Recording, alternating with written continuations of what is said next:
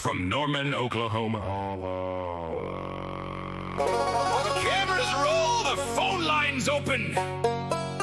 And everybody has a place at the table.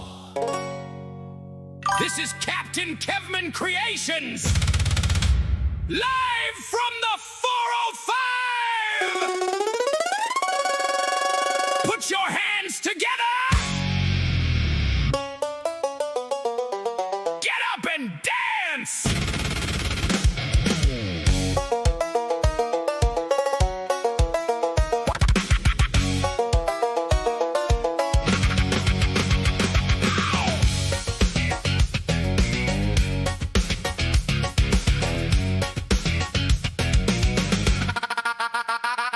There's a light inside the studio. The show is starting soon. A microphone is waiting and the music fills the room. No polished television and no rehearsed disguise. Just honest conversation looking straight into your eyes. From the Oklahoma back roads to our friends both far and wide, everybody who comes through becomes a part of the ride. You never know what may happen when that red light comes alive and Captain Kevman hits that button. Live from the 405. We're live from the 405, where the conversation keeps the room alive. From the eagle in the Oklahoma sky, To every friend who calls and every voice that replies, raise your hands and let the good times roll. every laugh and every story puts some fire in the soul. You're never just a viewer watching from the other side. You're part of the family. Live from the 405. Live. Live from the 405. Tyson, known as Fat Radile, brings the music and the fun. And loving Misty Haynes brings some sunshine for everyone. Miss Janice over at PI 56 with kindness in her heart. And Michelle from Australia, though we're many miles apart. Truth warrior. Our invisible co-host always standing by. The ladybugs bring happiness whenever she arrives. Carolina Carla keeps the laughter rolling through. And Wayne Durbin, there will always be a chair right here for you. Ginger, our girl with bowel problems, even with her little dog, still shows up with heart and humor cutting through the fog. We're live from the 405. Where our friends around the world keep the room alive. Different towns and different countries, but our hearts are side by side. Every voice becomes a memory on this crazy, joyful ride. Raise your hands and let the good times roll. Every name inside the chat is part of this show. You're never just a username passing by. You're part of the family. Live from the 405. Christina, the shock bride, brings her energy tonight, while Bruce from the Philippines joins beneath the distant light. There's unforgettable Anal Doug with something fun to say, and our friend Cindy, the newest comer, joining us today. Our English moderator Marie, proudly made in the UK, helps keep the room together from 4,500 miles away. Then Cheryl, our rock stacker, standing steady, proud and tall, from liberty and justice for all, bringing friendship to us all. Bear Crafts with BC, who brings gayness to the fun, with colorful creations and a comment for everyone. And my amazing wife Sammy, always laughing at the comments. Her laughter fills the studio and brightens every moment. Mr. Greeley. Okay, that is the last time I call you Mr. Mister! There are so many others that the song could last all night. Every member, every caller, every friend who shares the light. You may not hear your name tonight, but you are part of every line, because every friend who joins us helps the 405 to shine. When I say Captain, You say Captain. Captain! Captain. Captain! When I say 40, you say 5. 405. Where are we? Live From the 405. Some days are made for laughter, some nights are made need for truth.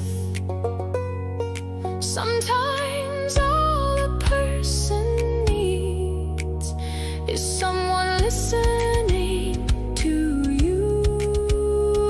When the world feels heavy and the road has been too long, there's a light on in Oklahoma and a place where you belong. No matter what your story, no matter where you roam, when you enter Kevin's studio, you're never far from home. We're live from the 405. Come on in and feel the whole room come alive. Ready, Oklahoma wind meets the wide and open sky, and every friend inside the chat helps the spirit rise. Raise your hands and let the good times roll. Members and subscribers are the heartbeat of the show. Hit subscribe, leave a comment, come along for the ride. With Captain Kevman Creation. Live from the 405. We're live from the 405. England, the Philippines, and Australia tonight. From the Carolinas to Oklahoma, every heart is unified. With friendship, love, and laughter, always standing by our side. Raise your voice and let the whole world know There is always room for one more friend inside the show. you're never just a viewer looking in from outside. You're part of the family. Live from the 405. Thank you, members. Thank you, moderators. Thank you, callers and friends. To every name we sang tonight, and every friend we couldn't fit inside. There will always be a seat for you at the table. The cameras are rolling. The phone lines are open. Sammy is still laughing. The whole family is together. And we are now Live from the 405. What y'all think of that one, huh? That one was fun. That one was fun to make. Good evening, everybody. It's a Friday night in the 405. Where are y'all checking in from? We're gonna have some fun tonight.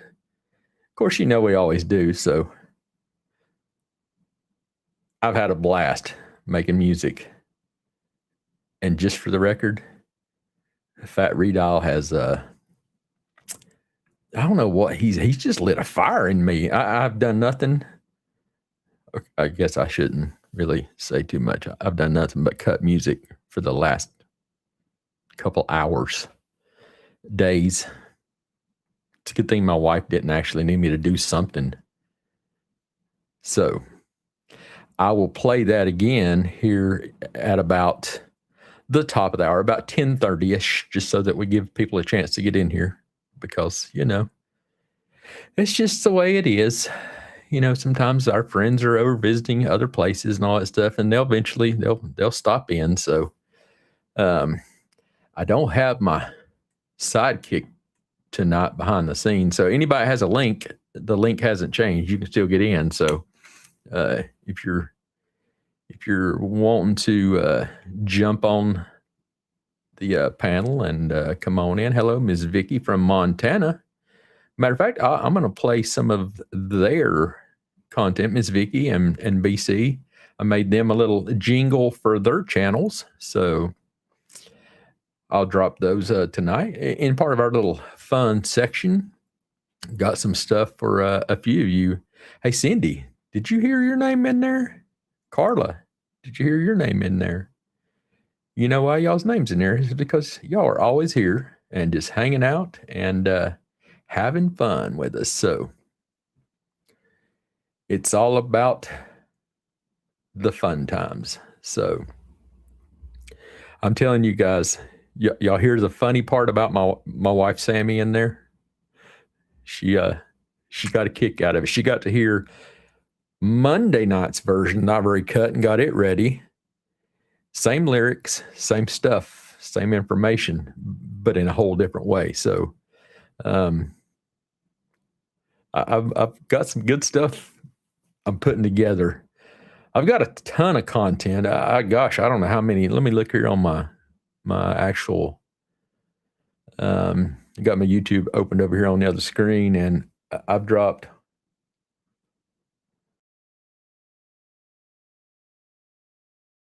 13 new ones over the last day. Just different songs for my theme song stuff, stuff that I want to listen to in my truck when I'm driving down the road. I can select one of my songs. And I actually uploaded the songs I did for Misty Haynes. Dropped those over on my YouTube channel, and of course tagged her because she has a YouTube channel that she's going to eventually, start doing stuff with and putting out some content for you guys too. So I've been dropping, just putting all my stuff over there so everybody has a chance to listen to it again and again. Ms. Liberty and Justice for all. Miss Cheryl, did you hear the intro song? I got you in there too. It's funny because my wife asked me about the little part I did. I'm gonna wait to see if Cheryl answers and see if she heard it first. If not, she'll have to wait till 10:30, and I'll play it again at the top of the hour. So you sure did. Okay, good deal. My wife asked me about is she a rock stacker? I said, no, that's just what I always make fun of her as. She's told her story about the trips her and her husband take and do rock hounding and all this different stuff. And I said, I always call it rock stacking. So that's how I put you into the song, Cheryl. So, and then Miss Carla always bringing some fun entertainment. Did y'all hear the little part, is Ginger in the house yet? I even had to throw a little bit of Ginger in there. And then all the ones that I've got in there right now, I couldn't add a period to the end of the thing because it was so full of characters. You can only put 5,000 characters in a song. So, my buddy Fat Redall is the one who is teaching me all these things. And hey, I will say, I was able to do all of that one and all the other ones. I've got some bangers coming up, y'all. Some fun ones. I got some fun ones coming up, and I actually did them by myself, just off of what our buddy Tyson has taught me. So, Ms. Truth Warrior, she could be out there somewhere. She's not in my ear yet. She's on vacation, so she's enjoying time with her family. And so tonight, don't be surprised if I miss your comment and don't get it on the screen. So don't hold it against any of us. And eventually, I'll get this figured out to the point where I can sort of do it. I'll do it to where I can try to do this. You need a link, sir, or what? You don't want to talk to us tonight? You just in the comments? You busy? Either way, you do what you want to do. You've got the link. So if I need to, just let me know and I'll drop the link in the Discord for everybody who's in our Discord side. Let me see. Okay. Yeah. I'll drop it over there. I'm just getting used to Discord. I've used Discord a lot, but it's always been just, me visiting with Caleb and stuff and Keithan and, our friends and stuff like that. And having so many different Discord options behind the scenes, I just don't see the notices and stuff. So, he'll be here in a little bit, friends. He'll be here. Y'all just wait. So we got some things to do tonight. Hopefully our friend Michelle calls in from Australia and gives us a little fun time. So, we got some party hats. Well, now where we're going to keep all them at? Somebody still needs to tell me where I go collect all these things, because I've got like a whole circus going on over here, and I don't know where all my animals are at. So, it's about time for Christmas crafts. Miss Vicky and she's dropping some coins on me. Miss Vicky and BC Bear Crafts with BC. I'll wait just a little. I gotta turn my. I will laugh. Got a web search for it. my thing over there, that other Apple device is listening, and she thinks I'm talking to her, and she comes on at random times when I say stuff, and I'm just like, what the heck? Yeah, I'm waving at you there, camera. Come on, track me. So yeah, we need to see Michelle in her big chair. You know what? She didn't send me her big chair picture yet, so I could use it for purposes. So Chuck, that's a good one. Is Chuck in the house? Am I not seeing his comments yet? Or what? Oh, there we go. Phew. Thanks for the invite. I bet you got some good tickets through Tickets with Vets. Or Tickets for Vets. And didn't even call me. I could have been at the Jason Aldean. I would have went to that concert with you. Appreciate it, Chuck. I know where you live. I'm going to go flatten your tires now. I'm just kidding, Chuck. Oh man. So yeah, I've been working on some stuff from behind the scenes. You know, I put out that thing the other day for anybody that wanted me to help them generate some content ideas for their channels and stuff like that. Again, I took care of Grammy Vicky and my brother Bear Crafts with a BC, and cut them some little jingles for their channels. They each have their own individual channel, and then they also have a combined channel where they do some of their craft stuff together. So like I said, I'll share those with you guys here in a little bit. I also did, I've got one up my sleeve that I'm not going to put out yet. Actually, I have one up my sleeve that I did totally by myself. There's another one I did for someone who I didn't make the music for it. So if that tells you who it is, I put together something for our buddy Tyson. And I asked him questions, but other than that, he don't know what I got up my sleeve. And we'll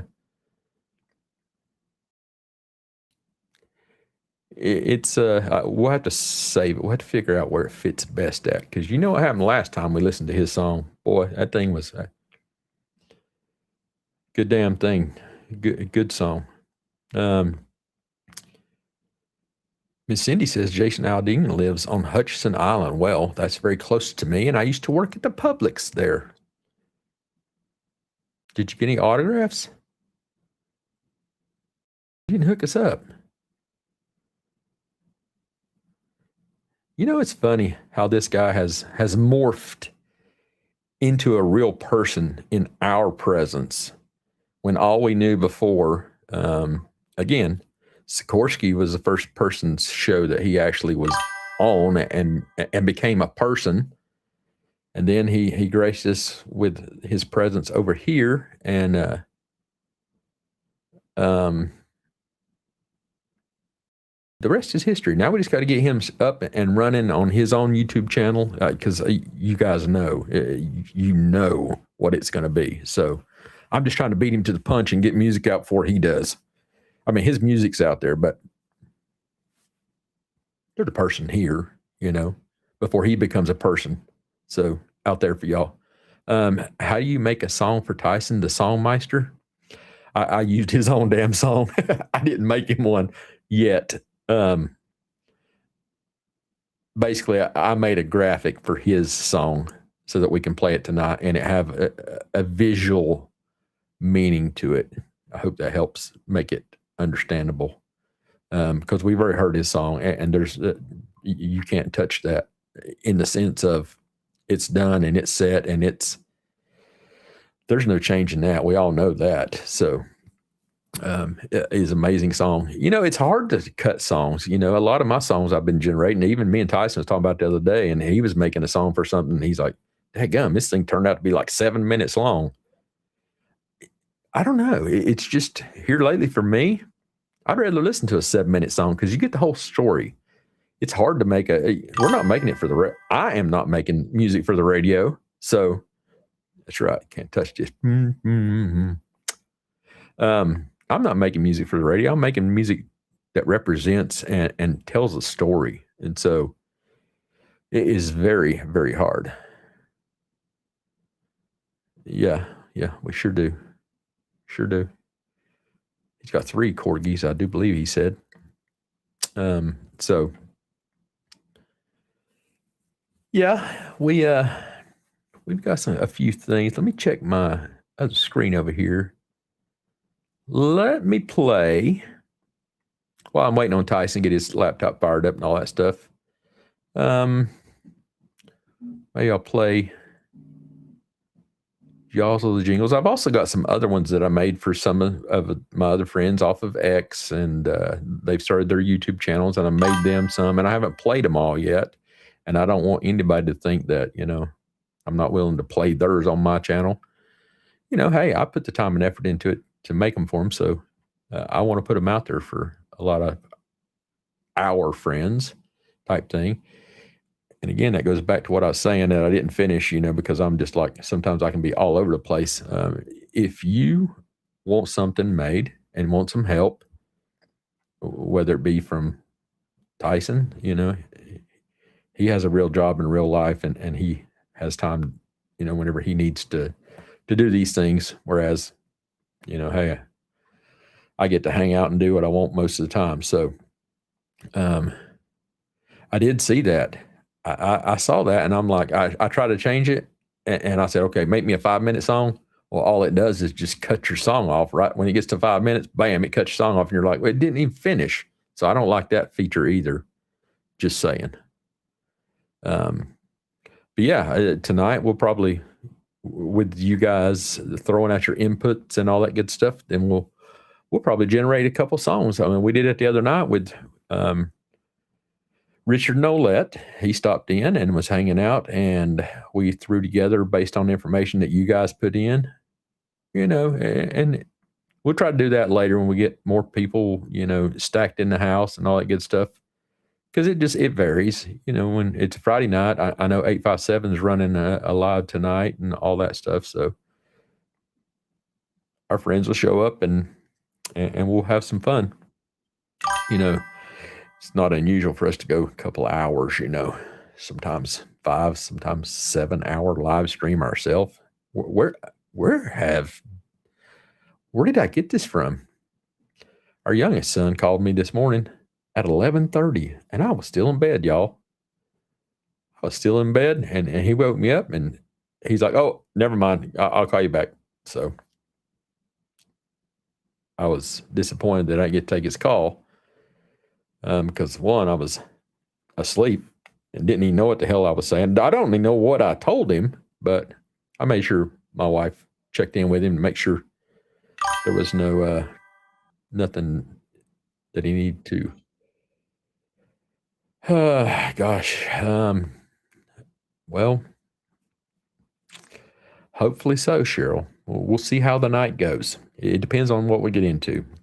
I can't promise you that we may not at some point go there again. So,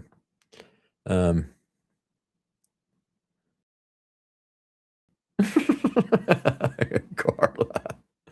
Oh, is like too smart for me. Trust me, I understand, because sometimes I have to figure out, what we're talking about and all that stuff. So, Fat Redal says, yes, 3 corgis currently: King Loki, Lily Fangs, Gertie, and 2 that cross the Rainbow Bridge: Aishalon, and Whistling Dixie. Never mind. I know. I was going to say, where did you come up with these names? Never mind. I realized who I was really talking to.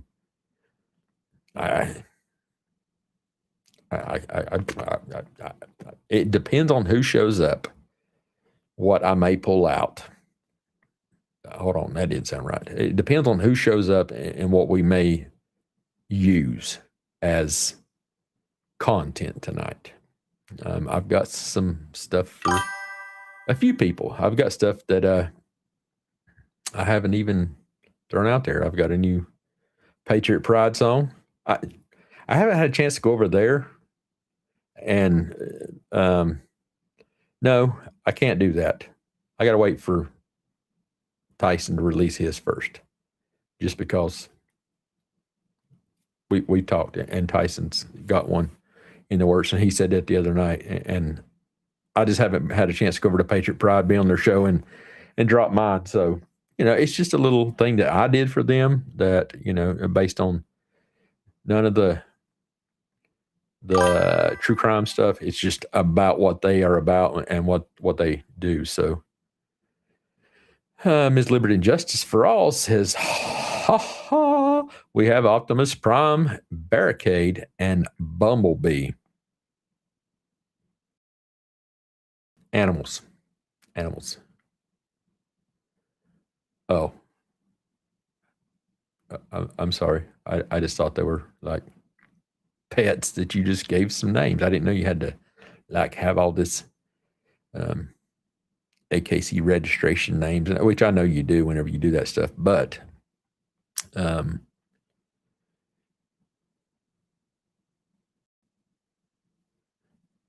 Jesus. We got Pico, Sissy, Kitty, Barkley, Palmer, Miracle, and Patches. There you have it.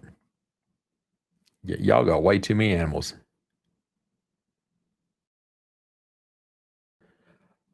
Oh, don't worry. I wasn't worried about mine. I mean, I already know once the fat redial flops, it's gonna.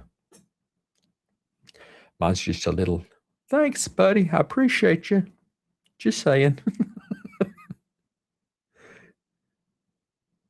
Oh, okay. I see your comment there. Side project. Mine's not for, no, well, it is. They could use it if they want to. That's totally up to them. I make it and I'll put it out there and all that stuff. So, here, y'all want to hear it?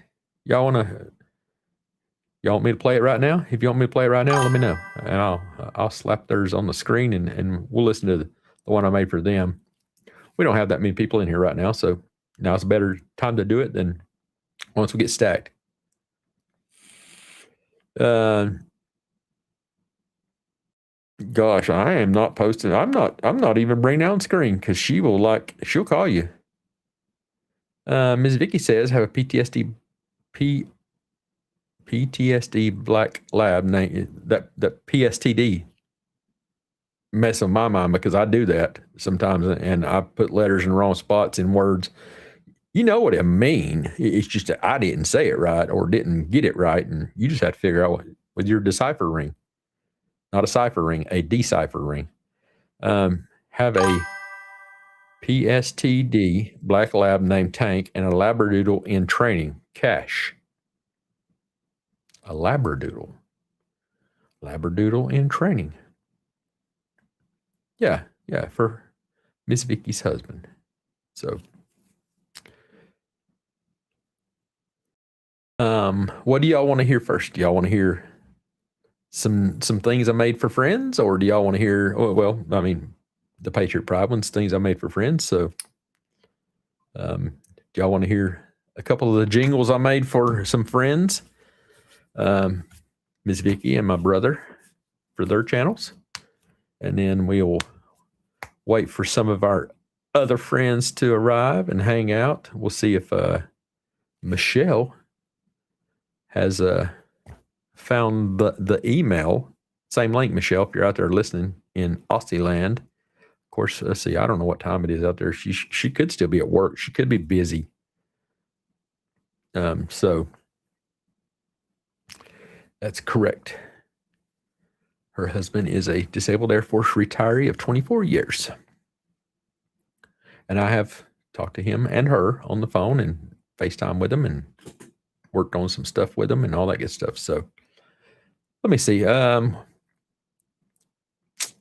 Let's start out. Let me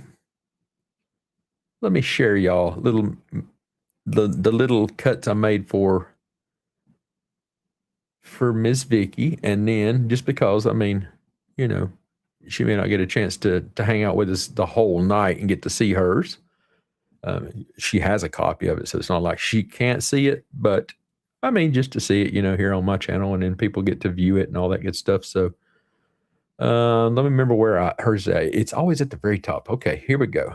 I'm gonna play this one for Miss Vicky, and this gives you guys her channel name and all that stuff. So, I see your comment. Husband finally made me something with his 3D printer. I only told him a couple months ago how to use that thing, and it can be tough and overwhelming when you don't know enough about it until you just. And as soon as you get that thing fired up, then you won't turn it off. I've had mine down for 4 days now. It's been the quietest in my house for 4 days since I bought a daggum 3D printer a year ago. So here's the little jingle I made for Miss Vicky and her channel. So if you guys take a moment to give this a little time and attention and tell us what you think.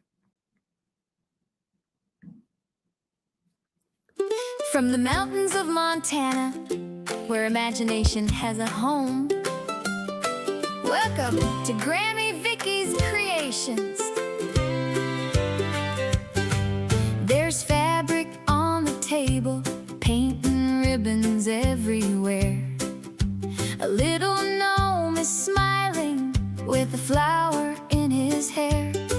An old-fashioned farmhouse treasure, a doll with a story to tell.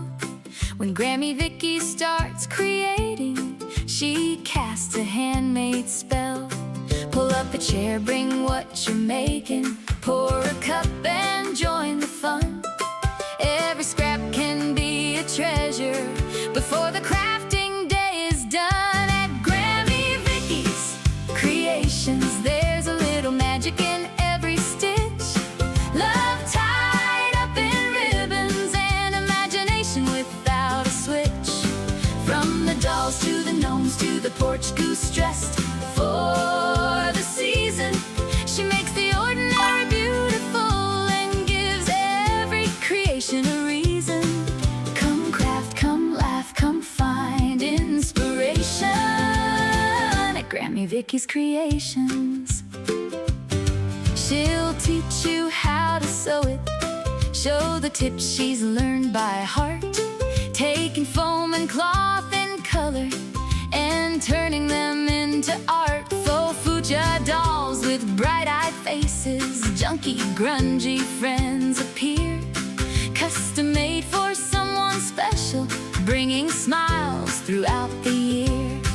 Halloween brings spooky characters, Christmas brings the red and green, springtime dresses up the porch goose in the sweetest clothes you've seen.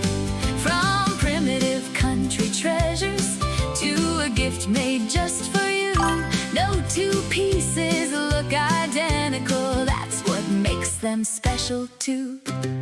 When the craft and chat goes live, friends come gathering around, sharing stories, jokes and projects while the creativity goes round. At Grammy Vicky's Creations, there's a little magic in every stitch.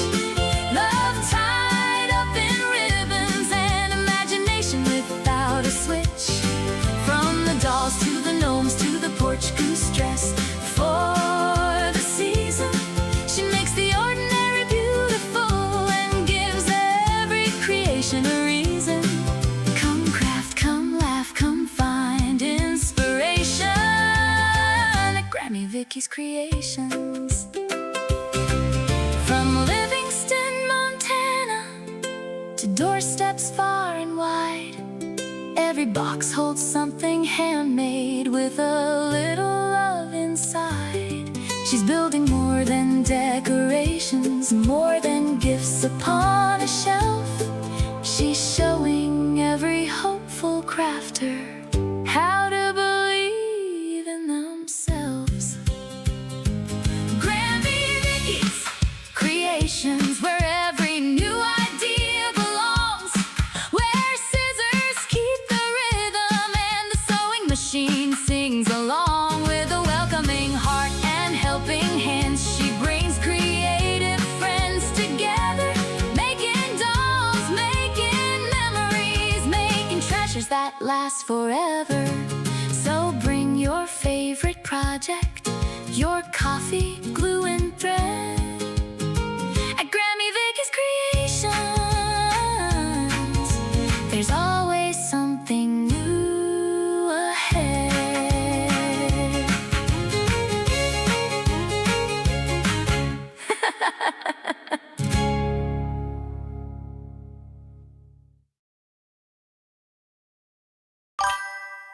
there's one I made for Ms. Vicky and her little new YouTube channel.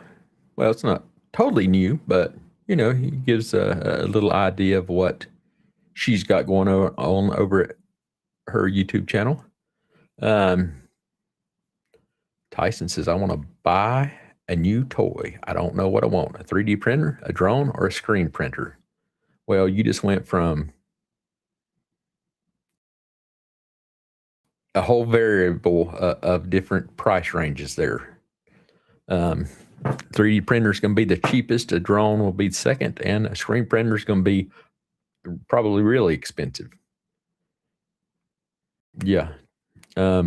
I would definitely choose the first two, a 3D printer and a drone. I'd say swing by and you can test out the first two options, the 3D printer and the drone. Well, you know the 3D printer works because, I mean, I've got a ton of stuff right there. And I'm telling you, 3D printer, you can always make all kind of stuff, and it's fun. So did that say that correctly in your song, Vicky? Making fuchsia dolls right now? I have 12 to create of a bride and groom party characters.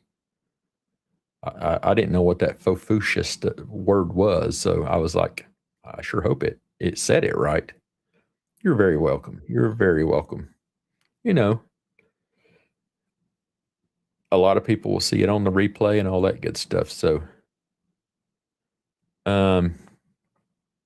you need a link because I can't find her. Thanks, Randall. Appreciate you for smashing that like button. I do appreciate it.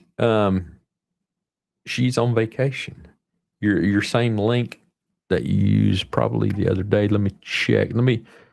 I'll drop the stream link into the Discord server so that anybody that's on the Discord can get to it.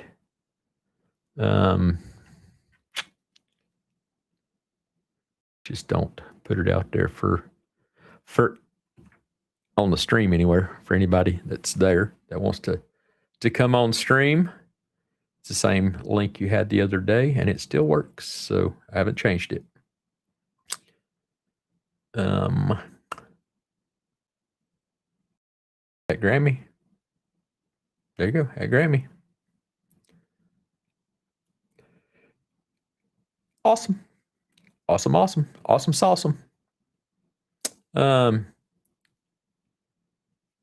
Yeah, I'll have to have you guys on sometime. And you guys can share some crafts and all that stuff.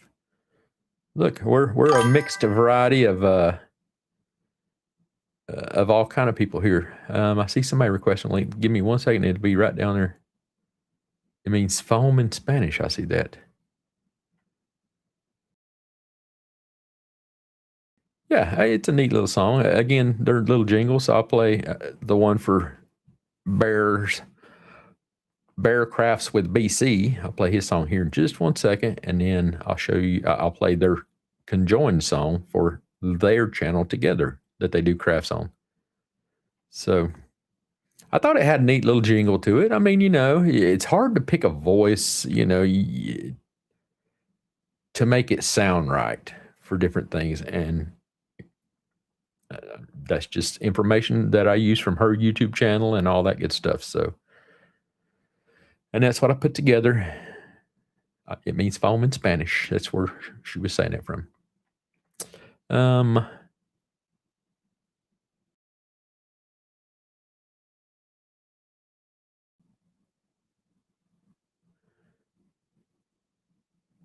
Yeah, you probably should just go ahead and do it. Well, I don't know. Yeah. Get you a high-tech, high-speed, low-drag computer to be doing your stuff from. Oh, I guess I got to the bottom of the comments there. Did I miss it? Somebody said something about a link. Oh, you want me to send Vicky the link?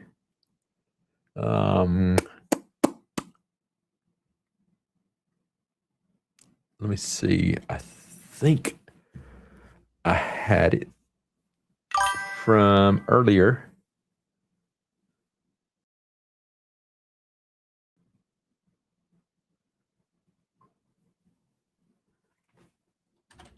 If she wants the link, if she wants to use it.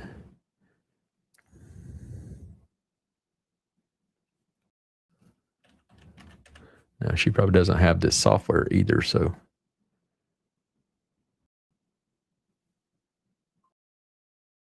Okay, I sent you the link, Miss Vicky, if you want to come on and share some stuff with people, if you want to talk to people for a second.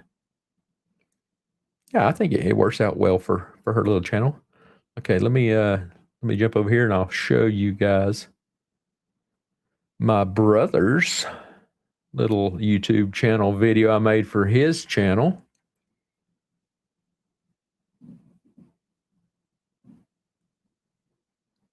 And then we'll see.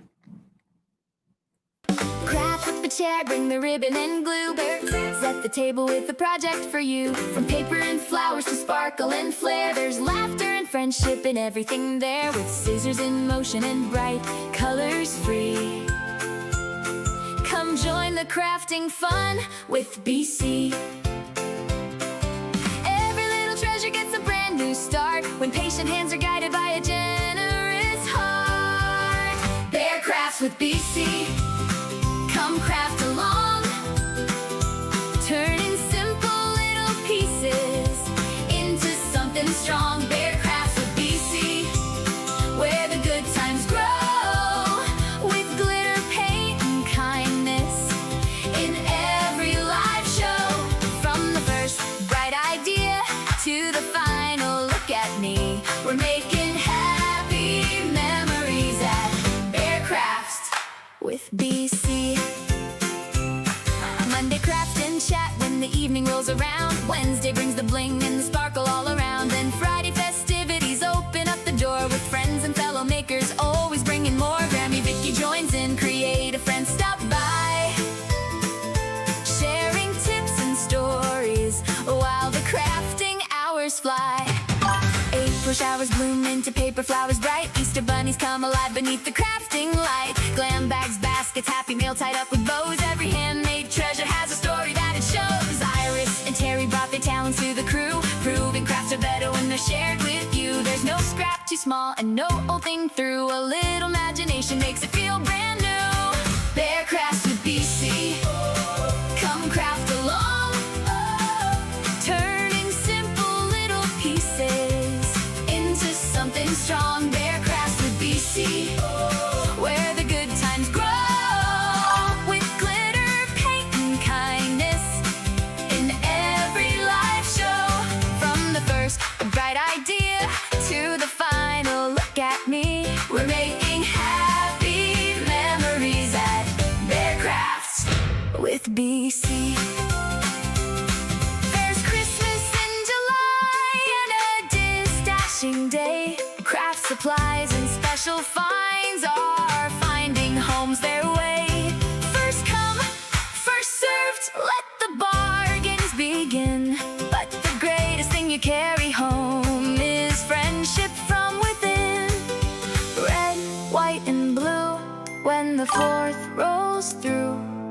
And every changing season brings another craft to do. Bear Crafts with BC, let creativity shine.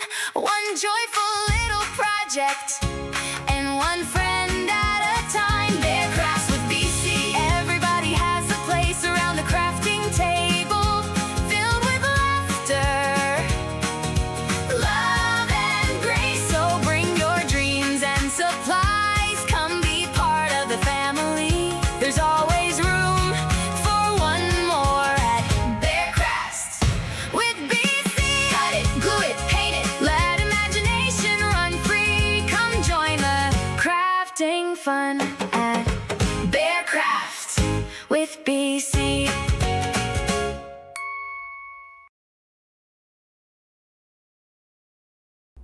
So there's a little fun one I made for his channel, for his YouTube channel. And Ms. Vicky, I see your comment. You don't have to if you don't want to. If you want to wait till Monday, or I can have time to get with you and explain a little bit of this stuff to you, because if you don't know all this stuff, then you'll have all kind of different noises going on and all that stuff. So it's up to you. You can come on right now. I emailed you the link, and then you'd have to set up the Streamlabs part of it. So everybody say hello to our little friend Stefan, which is one of BC's friends that I've gotten to know. I've got him going. He was a 3D printer also. And thanks for joining us tonight, Stefan. Got him doing a little 3D print stuff too, maybe. Got our buddy Bruce here. Bruce, you ready to come on? Give me a thumbs up if you are, sir, and I'll bring you on. All right. Our buddy Bruce from... Are you back home yet, sir? Or are you still hanging out over here? I'm back home for a little bit of time. Just for a little bit. You. Thanks for stopping in and hanging out with us. Bruce is coming to us live. Did you hear the opening song? Yeah. I threw you in the mix pretty there, cool. huh?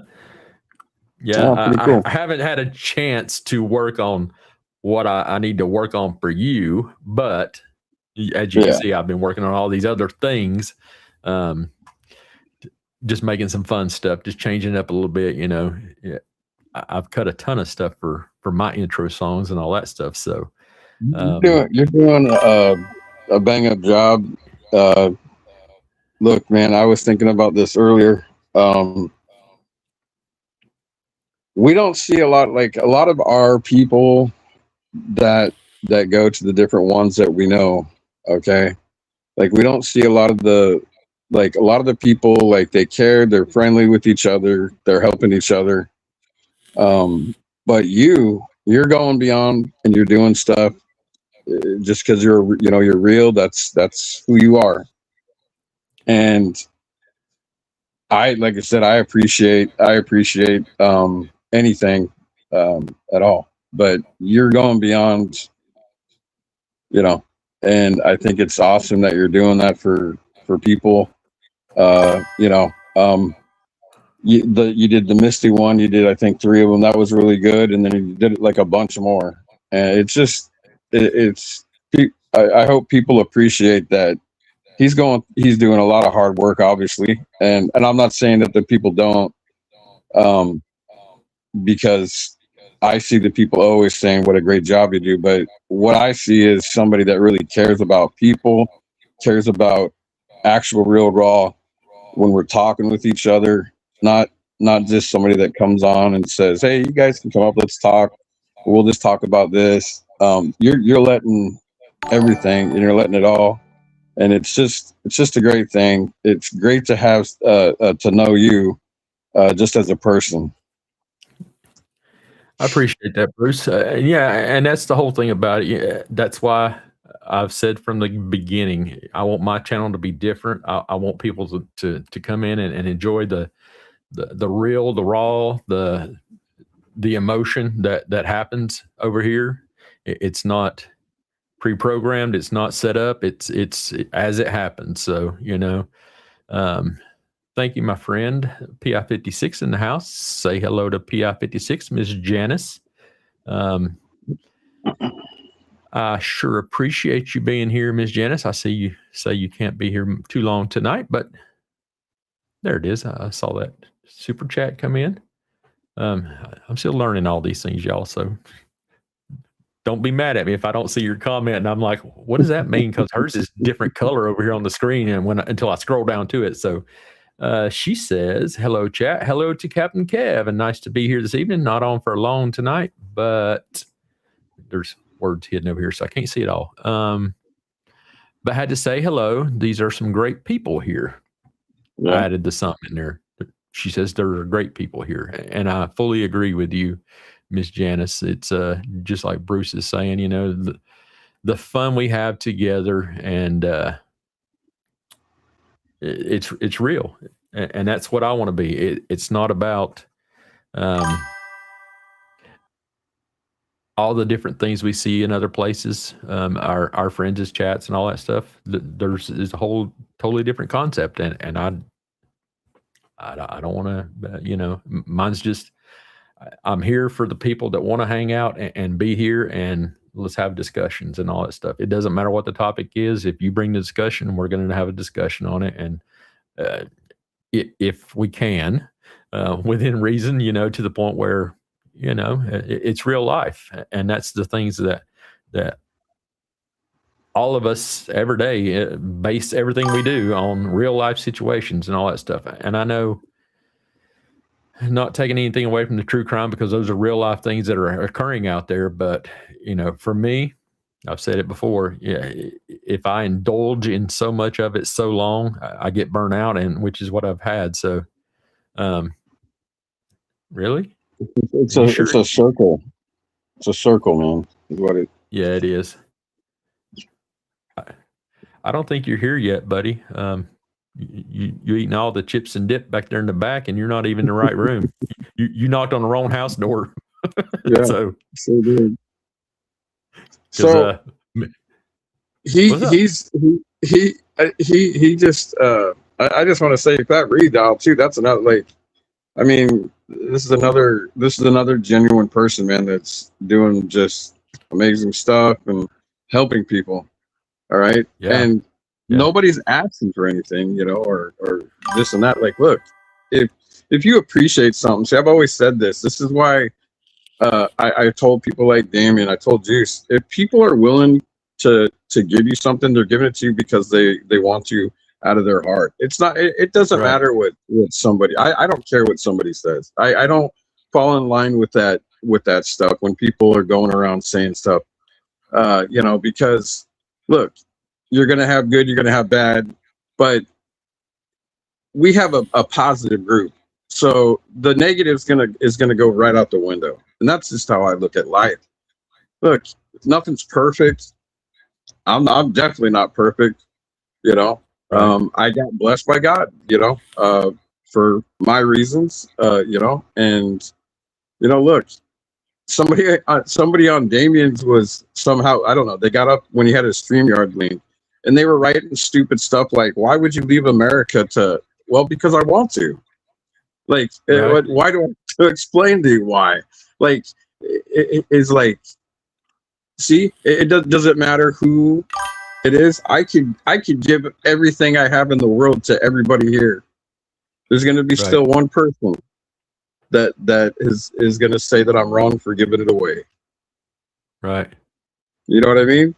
But I don't care. It's like we should appreciate each other. We need to go back to when people actually used to care, and that's what we show here. And I believe that we show that here, right? Because we don't allow people to get picked on. We don't allow, that's just childish stuff, man. If you're doing that kind of crap. Yeah, and it's exactly why I got out of all that stuff and got away from all that drama and all that stuff. I was, when I was first on X and all that stuff. Hey Tyson, it's in Discord. I dropped it into the same chat line that we were talking about, that you threw out your album cover type thing. Where was I going there? Sorry, I got off track there. You were talking about the X when you first started. Yeah.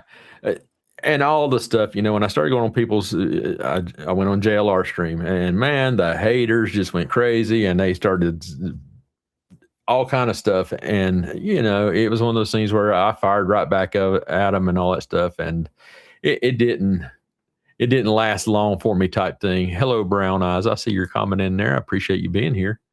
And it just, it wasn't, it was exactly what they wanted. They wanted to shut me down, and so they were provoking me into saying stuff. And trust me, I'll say some stuff back to somebody, and it's just one of those things where they were doing it for a reason, and it worked. And I found out real quick that if you just quit giving them time of day, they'll get tired of posting stuff and you not react to it. So that's what I did, and I ain't had a problem since. So.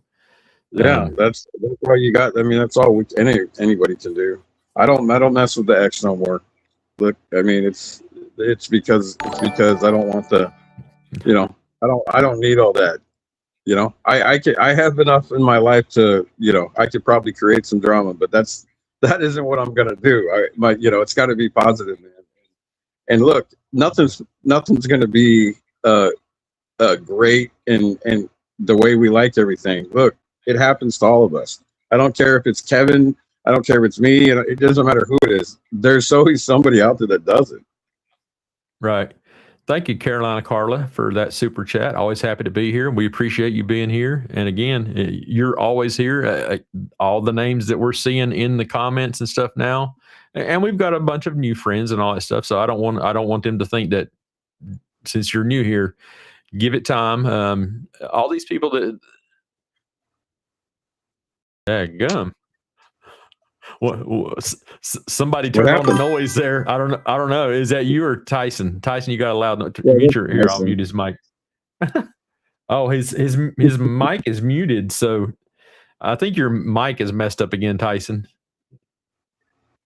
Because something. Yeah, I don't have my. I'm just on my laptop. I don't have anything on right now. No Bluetooth or anything. It's just the mic on my laptop. It sounds like you got that sucker hooked into your dryer and it's damn or your washing machine, and it's like removing us from the earth. It was like pulling us all out, man. So, hey, Mr. Haynes, hello.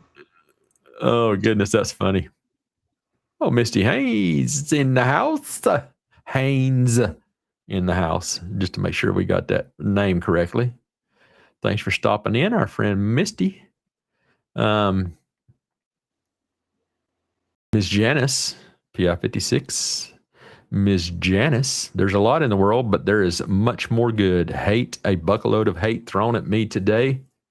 Had a bucket load of hate thrown at me today, but life goes on. Ignore them, and I am not going to let them hurt me. Almost did. I'm telling you. Listen to me, Janice. Just when you see those comments that you know is just somebody who's just trying to strike a nerve, it's because they're seeing you going on people's channels that is getting your name out there and getting you attention, and they're going to do everything they can to shut you down. Just take a finger and just flick them like that, like they're a little peon. Well, I mean, I had a friend of mine. Get them out of your life. I had a friend of mine put my wife on camera, and I had told him, you know, you need to ask her. I said, you know, if she doesn't want you, like, don't do it. And then they put her on, and which is fine because now she's just not afraid. All right. She says hi to everybody, everybody in when I go, but I'm telling you, I won't even, I'm not going to even imagine. You guys could imagine some of the nastiest stuff that you'll hear out of people's mouths. You know, it's just like they want to do that. And you just look, I've been mad. I've been pissed. Look, I did the same thing that Kevin did on X. All right. But I had to learn, man. It's like, man, I can't keep doing this because it's hurting me. They're getting they're getting what they want out of me. And so I just stopped that. And I am one of those people. I don't give a damn if you like me or you don't, because I live that way. But if I respect you and you're respecting me, I'm going to give you the respect, but I have to earn your respect first. Right. Right. It's one of those things where, you know, it's they just try their best to just bring you down no matter what you do. And you just got to, ignore them and just act like they do not exist. They're not important to your life. If that's what they're going to be, and that's what they want to portray out there. Missy, I sent you a link if you want it. Got to subscribe out. Thanks, Stefan. Yeah, Carolina. You look, none of us look, we all we're human. We get upset. All right. It's just that we've got to put a stop to us, that we can't. Look, I don't care what they say. People said some nasty things about my wife, and I'll tell you something. She's the nicest lady I've ever met. first thing that comes out of their mouth is because she's a foreigner, she's just gonna steal and rip you off. And da da da da da. You know what I mean? Right. It's like Oh yeah. no, like nobody. Like, wouldn't you rather actually get to know somebody and then say, hey, one of these days, like, say, Fat Redial and Kevin meet up for real? They have coffee, they have some food or whatever. They're gonna know. The next time I go to like. California, we're meeting up. Next time I go to California, so You see what I'm saying? It's something like that. You get to know somebody. You can't sit here and say that you know somebody because you sit on their panel every single day. It's not that. Right. But all I'm saying is you got to give people a chance. That's what I've learned being over there. All right. People have a lot more respect, but they still have the same things that we do. They still have the same problems that we do. But people have one thing is they respect each other and they smile. And it doesn't matter if they have 1 cent or they have nothing or they have millions. Right. They smile and they appreciate anything.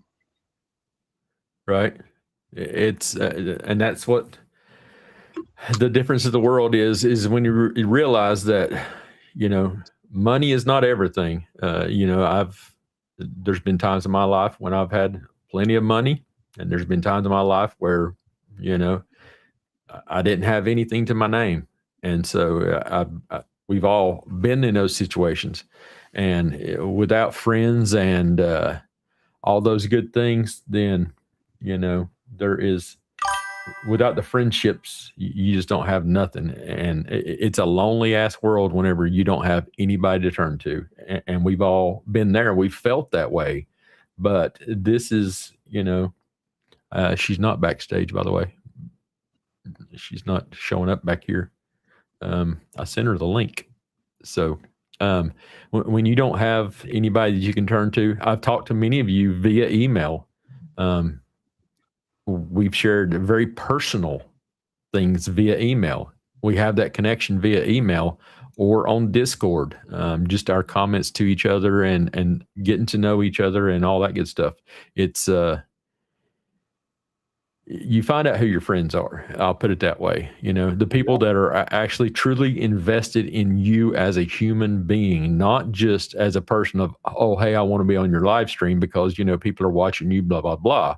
And so it's not like I have many people watching me yet, but we're going to get there. The word's going to get out just from all my friends that keeps going and, you know, sharing stuff. They're going to see all those things and they'll realize they're tired of being in all the other things that has all of the craziness. And, you know, and I don't mean that about every single person we watch, but it's just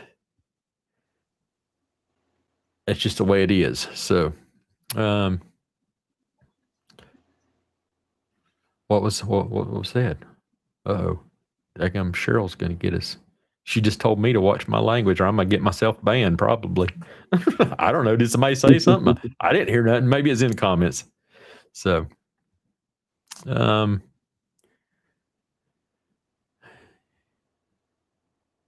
I'll see a bunch of their comments. I'm not going to bring them into the screen. Just they're having their conversation about stuff over there totally and all that stuff. But yeah, Miss Vicky's not backstage. But yeah, so hold on. This is a different subject, Carla. You may have to eventually come on here tonight and explain some of this.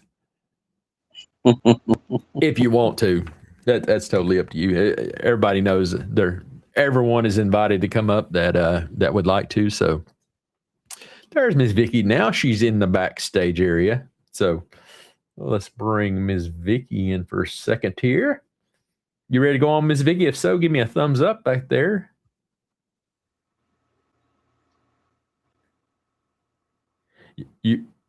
It's crazy. You can't talk to me whenever you're backstage yet for some reason. So just if you hear me, Miss Vicky, and you're ready for me to bring you onto the stream and show you, just give me a thumbs up, and that way I know you're ready.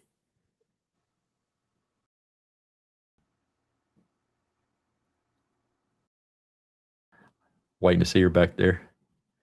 No, not tonight, huh, Misty? Why not?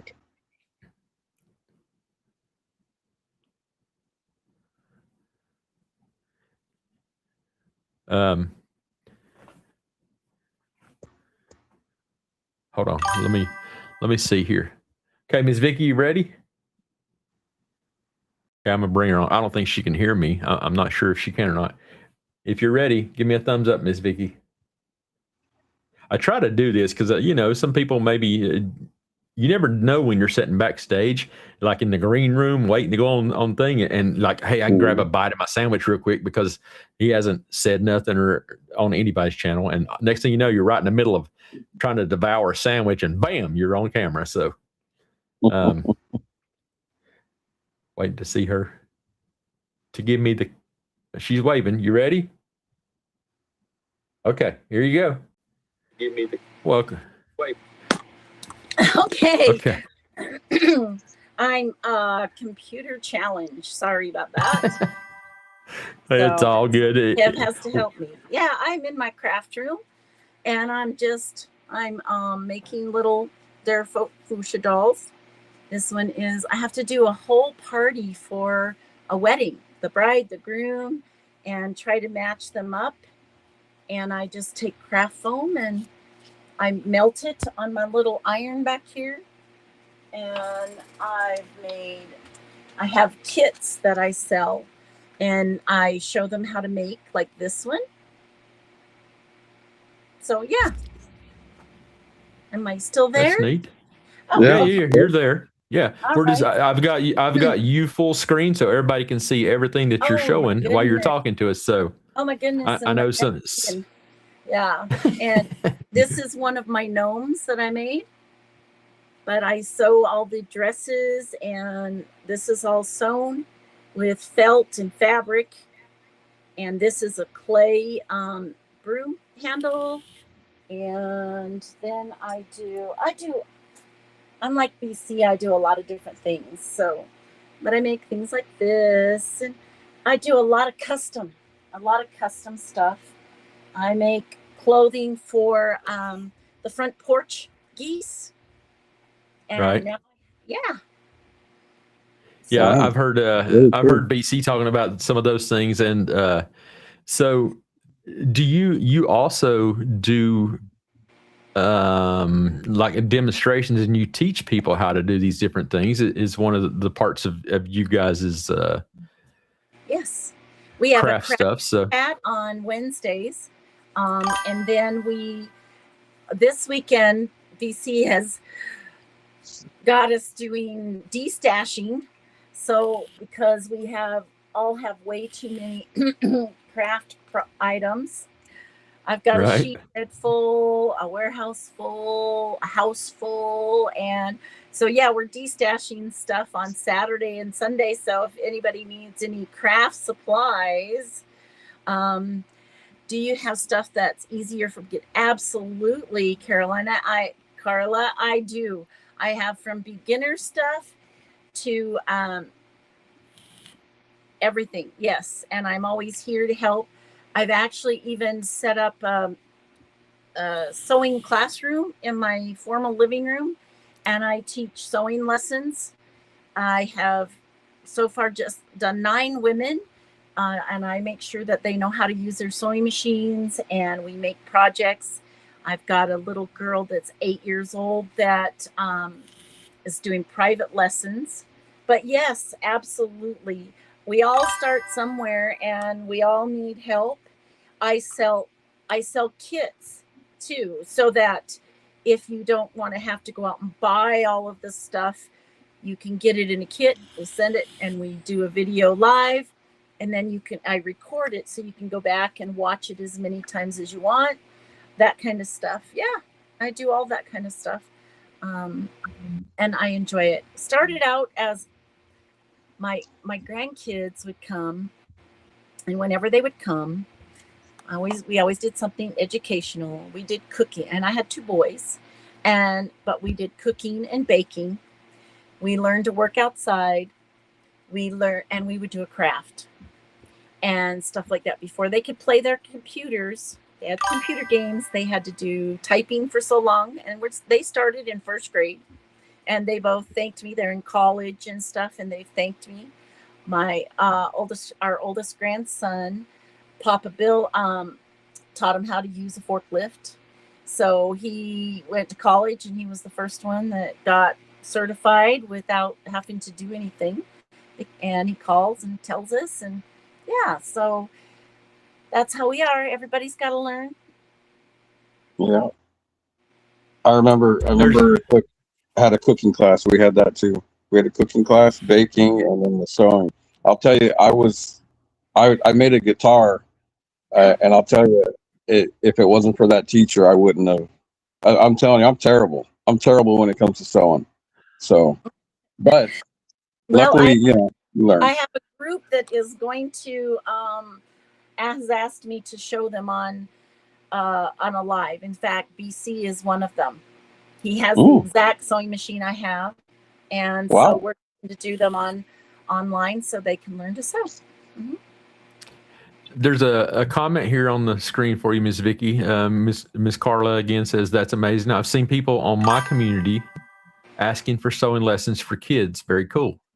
So maybe that's something that you could throw out there. Is like from a child, a kid's perspective.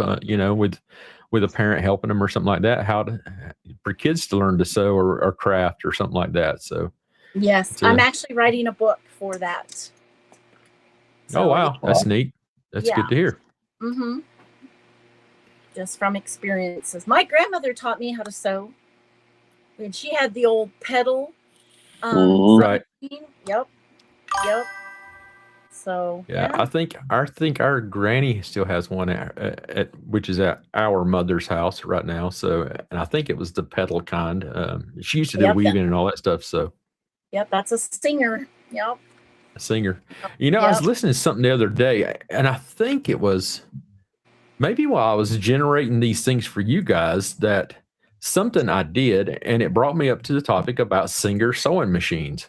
And it wasn't specifically about the name Singer, but where the Singer name came from and what it originated from was the fact that the sewing machine sings as you're pedaling and all that stuff, and you hear the continuous rhythm that the needle and the puncture, how it's sewing everything together. That's where the actual word singer, what they use the name Singer from, is because it sings a rhythmic tune as it's sewing. Yep. So I was like, that's interesting. Yeah, you learn a lot, don't you, from just listening and. Sure. I have learned a lot from listening ever since I've started this YouTube channel. The listening I have done to people and understanding what they're saying has really opened my eyes to a lot of things. I think I went through the majority of my adult life, not necessarily listening, but reacting and all that stuff. And now I get a chance to sit and listen and engage and, it's a totally different experience for me. I don't know if anyone else out there in listening land has had the opportunity to do that yet, but when you really take the time to sit and listen to someone or something, the words to a song, the meaning behind it, the purpose, it definitely opened your eyes to a lot of things in life. And I've always listened to music and I've heard music, but there's still even a lot of songs I go back to and listen today. I never knew what the meaning of the words. It was just words, and it was just part of the song. But now that I go back and listen to music and really listen to it, Fat Redall Tyson has really opened my eyes to music and of what each word in a song, how it can change it, and it has definitely opened my eyes to a lot of things. So. Absolutely, yes. Oh, look! This is what happens when you forget your stuff on the cooker. This is what it started out like, and it shrunk to this because I forgot and left it on the hot iron. What is it? Is it like a button or something? It's a piece of craft foam that I cut out, and I was going to make a nose, and you heat it up and then you can shape it. And so that's what I do. Is I take these, I take like a styrofoam ball is what this started out as. I actually shaved this down to give it a different shape. And then I gave it a nose Where this one, I left the ball whole, and I'm making her hair and different things. Isn't that interesting? There's a comment here on the screen for you. Very talented, Ms. Vicky, says our friend Cindy. Well, thank newcomer. you. Thank you. I just have fun. And sometimes I'm in here and I'm laughing at what I'm making. My husband will go, "What are you doing in there?" I go, "You should see this. It's so funny." Yeah. So I talk It's to fun myself. stuff, huh?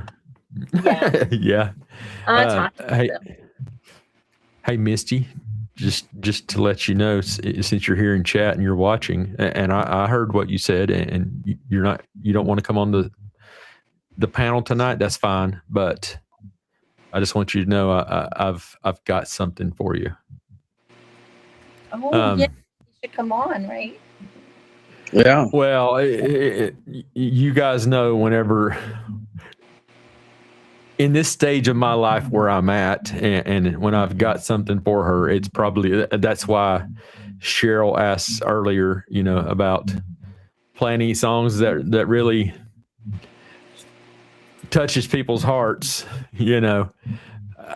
I cut another song for Misty that I really, it's going to touch everyone's hearts. I'll tell you all that right now. So, Ooh, are you going to play it? Yeah, I will. If you haven't had a chance to go listen to some of the other songs that I cut for Misty, and she's got a twin sister named Michelle, and I've made Misty a couple songs and played them the other night. And then I made one for her and her sister off of the words that she gave me. She helped to write the song. And if you haven't got to hang out and listen too much, so the name you hear, Fat Redile, he is actually on the panel with us right now. His name is Tyson, and I think he's talking. No, he's muted, so I don't know. Tyson is the one who has really brought the musical journey out for a lot of people. And, it always was just a person behind a name of Fat Redile is what his moniker is that he goes by. And we've finally gotten him to open up a little bit, and now we realize there's a real person in there, and now we're learning who Tyson is and all that stuff. So, depending on how long you hang out, okay. I heard that you played something the other night that was really emotional. BC was telling me. I've got some fire. He's got some fire, and some of it, I've got his song staged up, also ready. It's a song that Fat Redile made, and it's a story of his life. And I put it to a visual so people can see it and understand it. And this is my take. He hasn't even seen it. He hasn't approved it. And it's his song that I put this visual image to so that people could sort of have an idea. Well, you have a talent, sir, of doing all kinds of things like this, I tell you. And you're a very good teacher.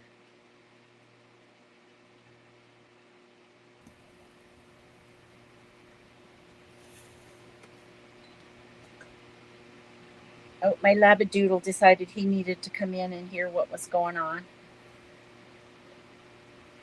He's like a kangaroo, man. He's speedier than my labradoodle. Yeah. He's quite the character. So my husband's PTSD dog is getting really old. So, and we trained him ourselves. He was a hunting dog because we hunt, of course, being in Montana, and we got him for hunting, but I'll tell you what, he was a lifesaver when I had my back surgeries. He picks things up for me, and I can tell him to put it in this, and oh yeah. So we're training the little one that way. He's not quite as good. He still sometimes takes it and takes it out and chews on it. So yeah, he's not quite as good. But they're fun. Did we lose Kev? Yeah, I'm not sure where he went. Yeah.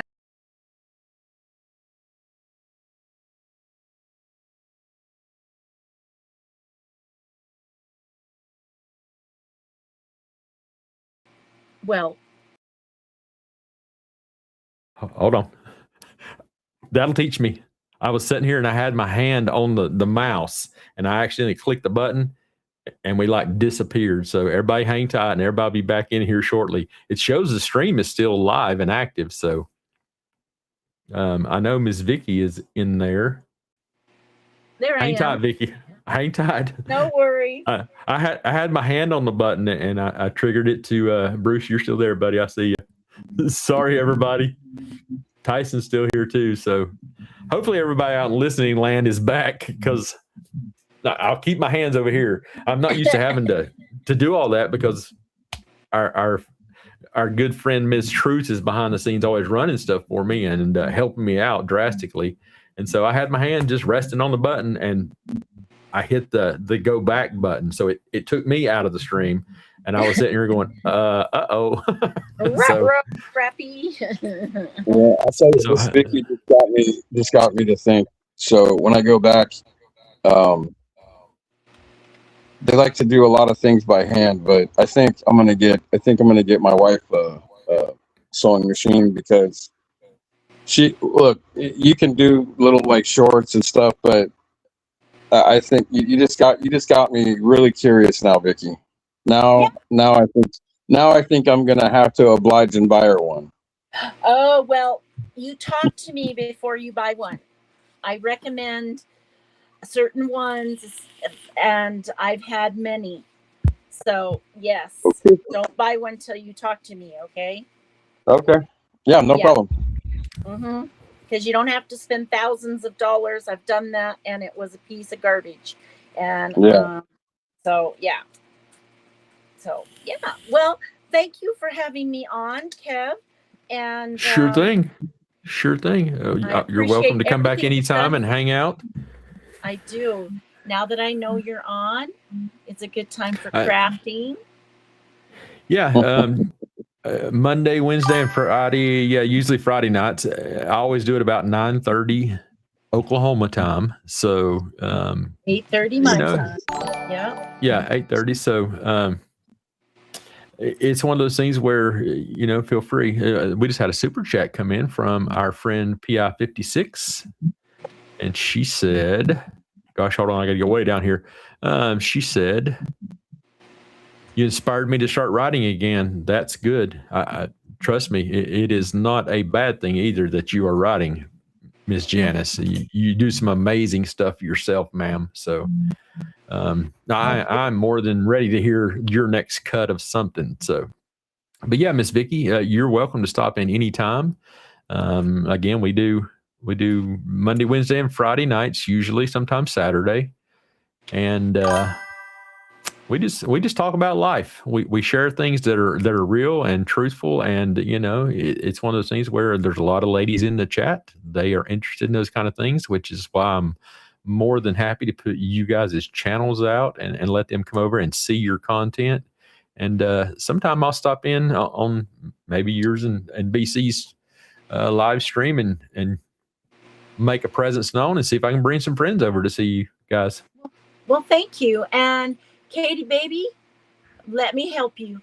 Let me me tell you just a funny, not a funny story, but a little story real quick, and I'll get off of here.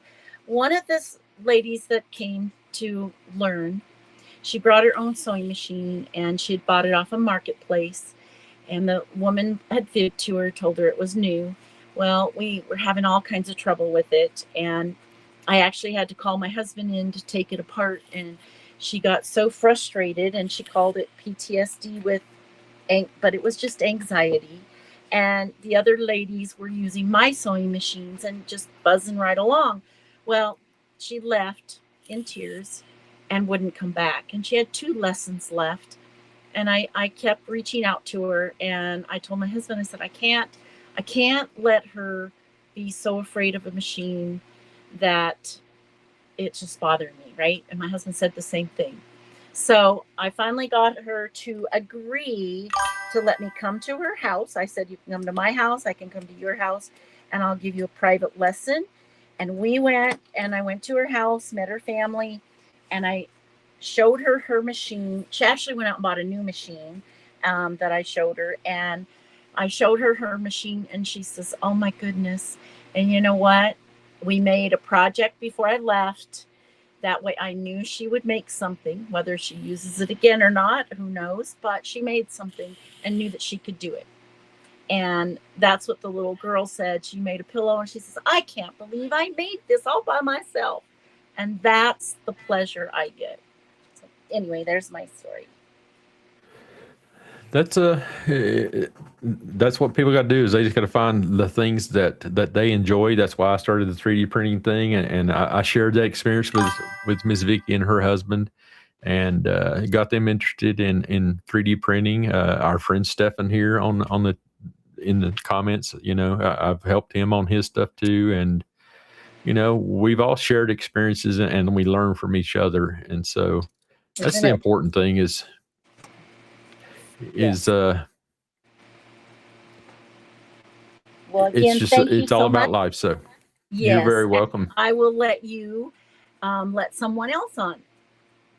Sure thing. Again, right. Just let me know anytime you want to come in, and I'll get you the link. So I appreciate you stopping in and visiting with us. All righty. Later. Bye-bye. Right, bye. Okay, so the reason I come up, besides coming like to support the channel and stuff, so when I go back, hold on.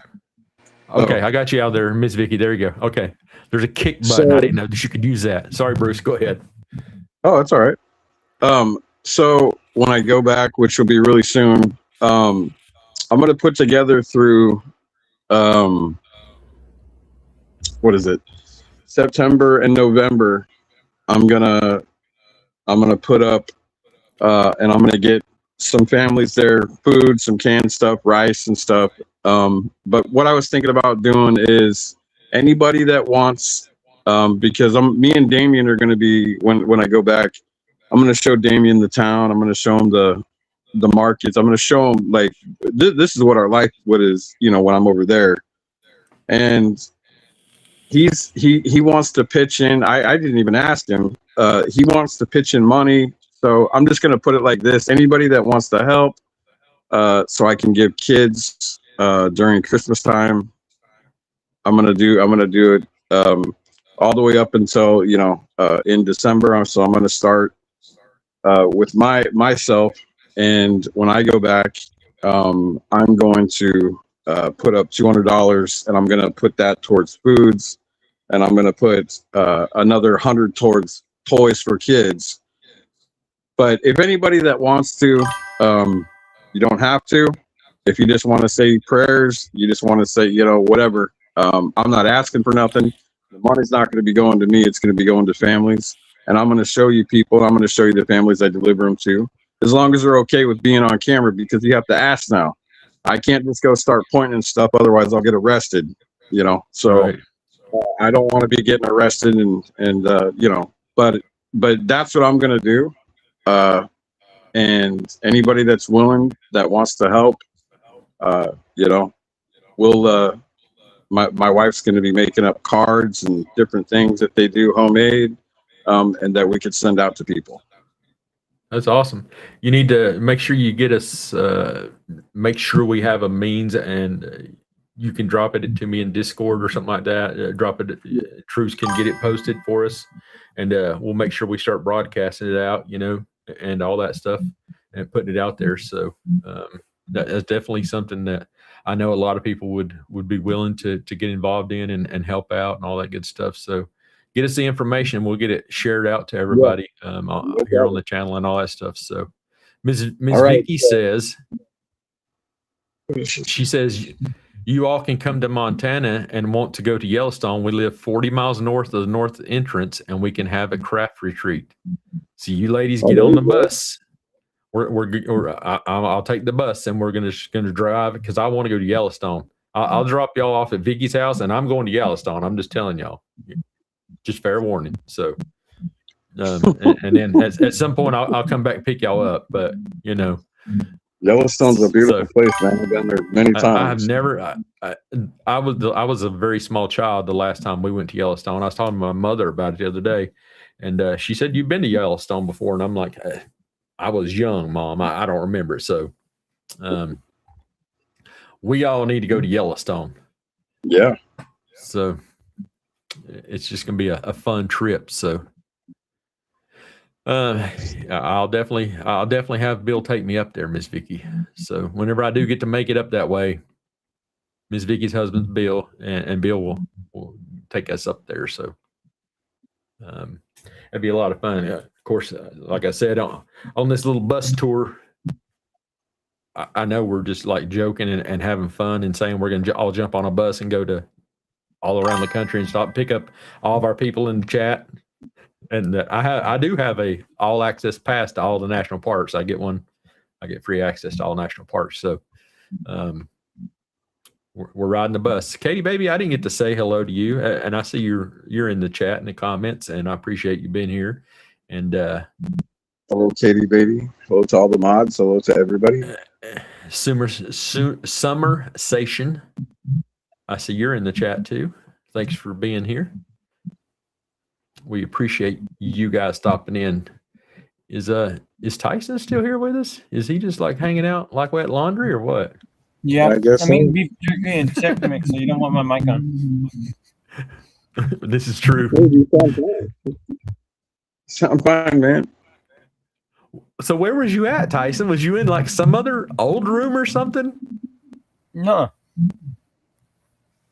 Well, you weren't in here when you said you was in another room. You must have just been pulling my daggum leg. You wasn't even in here yet. So, because anytime somebody comes in, it tells me in my ears that somebody is backstage. So I know when you're back there. And I was like, hold on, I haven't heard anything. So, Hello, Katie, baby. How you doing? so yeah, she's waving at you there.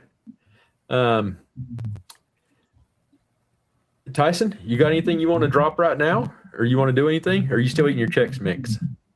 No, it was the jerky. I'm about to open the check mix. The jerky's kind of salty though. I'll have to get something to drink. Okay, we'll save that for. Yeah, I can't think of anything, but unless you want to replay that one, maybe some people need to hear it. Well, okay. So I was supposed to do this like at 10:30, and I'm a little past that. Let me play tonight's intro song for anybody who is late and maybe not got a chance to hear it yet. Maybe, I don't know. It must be Bruce's. Maybe just mute your mic, Bruce, just while you're. There you go. Yeah, because it's playing back through and we're hearing everything. So just whenever you're ready to talk or you need to talk, then feel free to undo it. And that way, I'm not controlling your mic. You can control it. I knew you would know how to do it. So I'm just saying it's a little easier that way. Let me play the intro song from tonight and let you guys hear that. I made a funny little song for everybody, especially for everybody who was not here at the beginning. And so let me just add to the intro song since our friend Misty is in the chat. Hold on. I told Misty that I used her photo. Misty's our new little model for my songs. Just so happens to be. You know, I already had this stuff when I was cutting all the stuff for her, and so I turned her facial features. Okay, facial features. That's it. I only have pictures of Misty from here up. Okay, but AI was able to generate our little lady singer of the songs into my little intro stuff that I put together, and I put together a ton of them. And so when you see me and the little blonde lady there, that's our model Misty that has become our little singer. So nobody take it personal or whatever. It's just that I already had the photos of Misty from other purposes, and I used them. And I did tell her that she's now my model for a bunch of my stuff. So you'll definitely get more viewers, Kevin. Sure the hell ain't looking at me, are they? That's why I had to borrow Misty. Be like, Yeah, I'm going to put all my stuff out with her on there. Okay, so let me grab the intro song because I could play it again, but it would cover us all up on the screen. But what do y'all want to do? Do y'all want me to just cover the whole screen with the intro song, or do y'all just want to listen to it off the little side thing? It'll push us off to the side. That way we can react to it. Let's see here. Give me 1 second.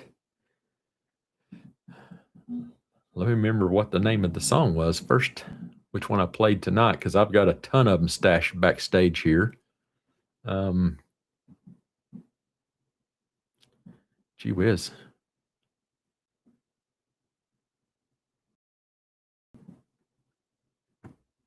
I forget what the name of it is here. Like I said, I've got so many daggum cuts of the video. Okay, let me just do it this way. Let me go over here and I'll just play it from the back screen area. And that way we can just see it'll just play the whole thing. So here it is. Okay, here we go.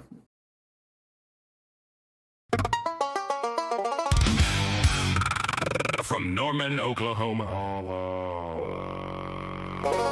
Cameras roll, the phone lines open. And everybody has a place at the table. This is Captain Kevman Creations, live from the 405. Put your hands together. Get up and dance.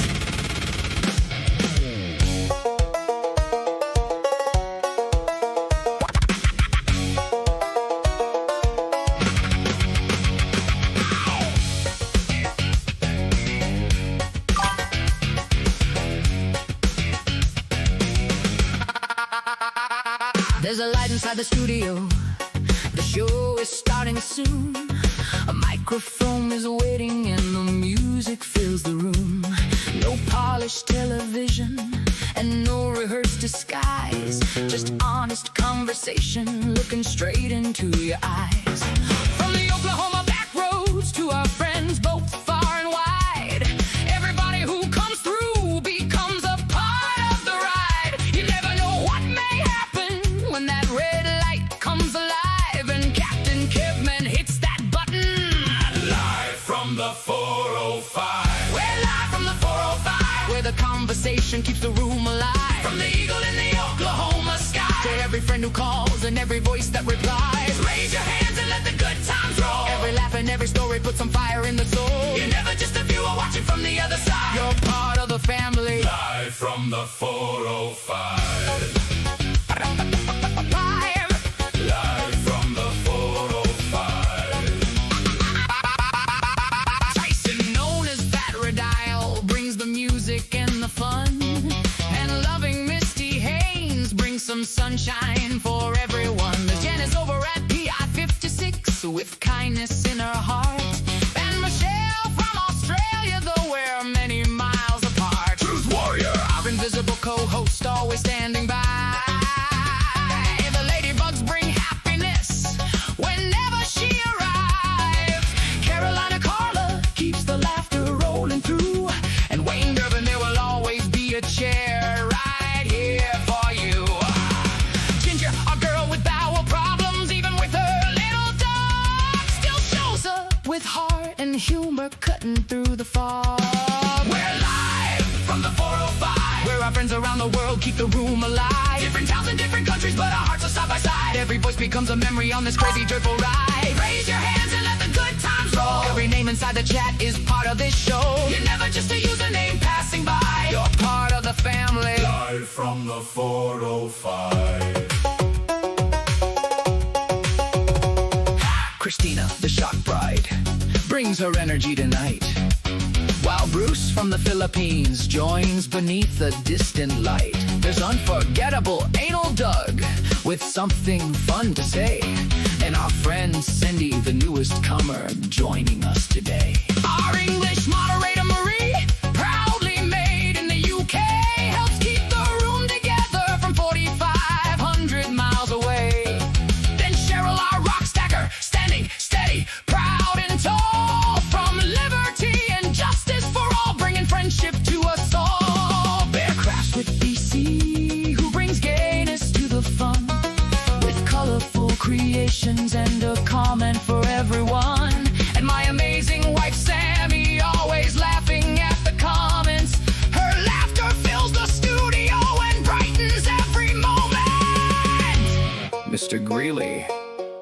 Okay, that is the last time I call you Mr. Mister! There are so many others that the song could last all night. Every member, every caller, every friend who shares the light. You may not hear your name tonight, but you are part of every line, because every friend who joins us helps the 405. I can't hear anything. When I say captain, You say Captain! Captain! Captain! Captain! when I say 40, you say 5. 405! Where are we? Live from the 405. Some days are made for laughter. Some nights are made for truth. Sometimes all a person needs is someone listening to you. When the world feels heavy and the road has been too long, there's a light on in Oklahoma and a place where you belong. No matter what your story, no matter where you roam, when you enter Kevin's studio, you're never far from home. We're live from the 405. Come on in and feel the whole room come alive. Where the Oklahoma wind meets the wide and open sky, and every friend inside the chat helps the spirit rise. Raise your hands and let the good times roll. Members and subscribers are the heartbeat of the show. Hit subscribe, leave a comment, come along for the ride. With Captain Kevman Creation. Live from the 405. We're live from the 405. England, the Philippines, and Australia tonight. From the Carolinas to Oklahoma, every heart is unified. With friendship, love, and laughter, always standing by our side. Raise your voice and let the whole world know There is always room for one more friend inside the show. you're never just a viewer looking in from outside. You're part of the family. Live from the 405. Thank you, members. Thank you, moderators. Thank you, callers and friends. To every name we sang tonight, and every friend we couldn't fit inside. There will always be a seat for you at the table. The cameras are rolling. The phone lines are open. Sammy is still laughing. The whole family is together. And we are now. Live from the 405.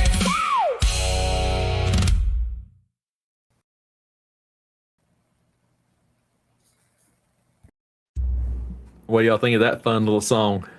Hey, Bruce, you can come back now, buddy. Sorry, I don't know why you guys can't hear it whenever it's playing on the back side back there when y'all are in studio. Tyson, did I you was hear it? able to hear it in the studio. Okay, so maybe Bruce maybe he lost his connection or something like that. He's probably catching up and listening. He heard it at the beginning. He said so.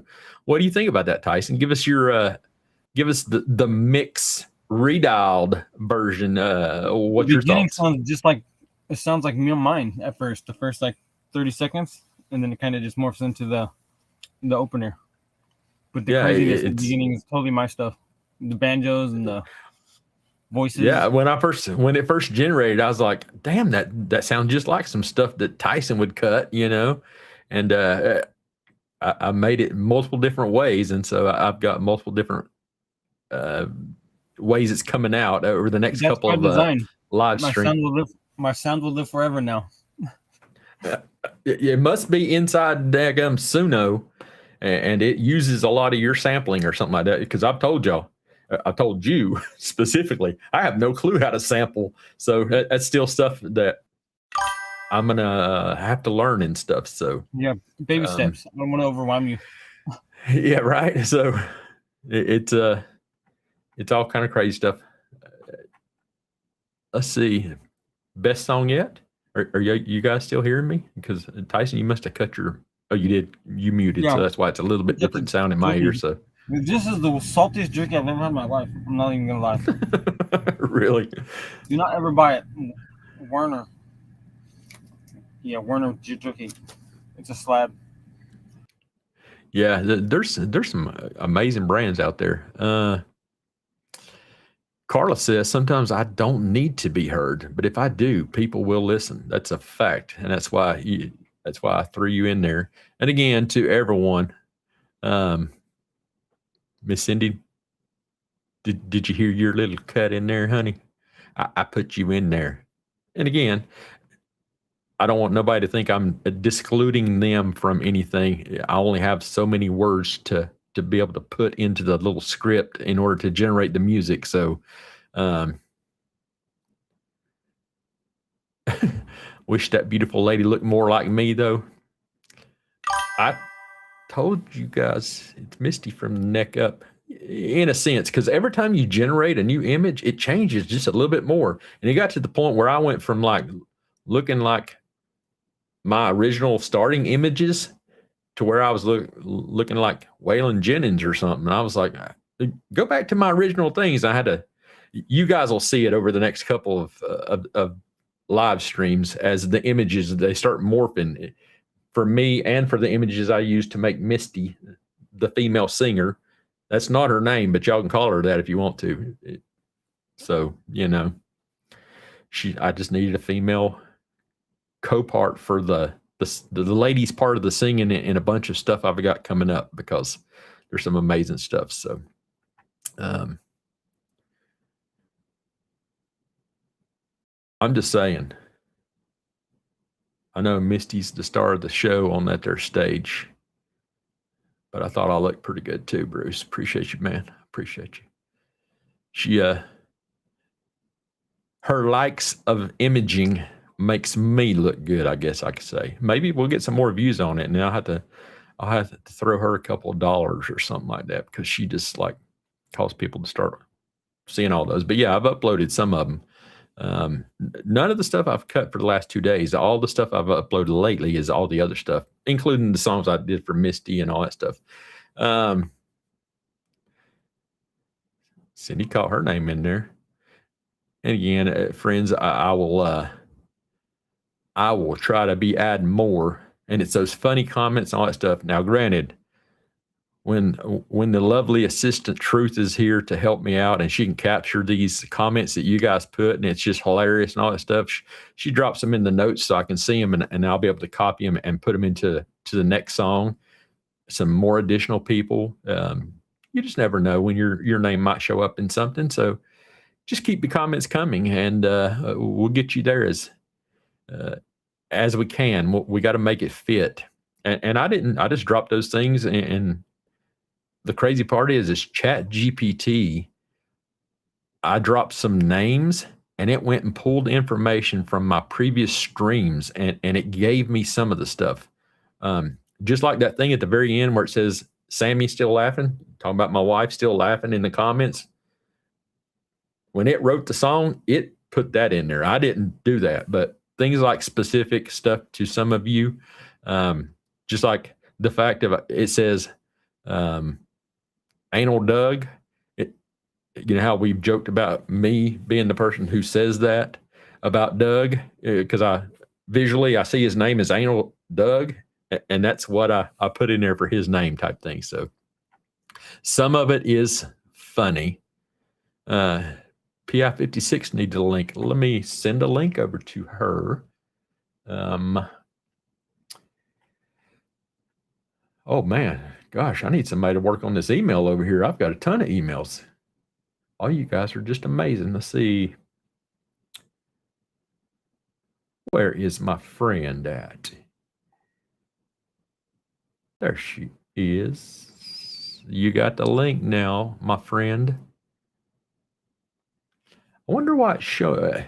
I guess we're live, but it's not showing like a live lit up thing up here next to the icon. So I think we're live. I don't think we're just recording, right? Anybody out there, Tyson, do you care to jump over and just verify that we are live on YouTube and all them places? Mine used to say in the top left live, and it doesn't say it anymore. That's what I'm wondering. Why it's No, he said we were live. It shows up here on my screen that I've been live for an hour and 50 minutes. So that's why I'm wondering. And there's people here, and people are still commenting. So I don't know what's going on. I think whenever I hit that back button on accident and it did something, it may have.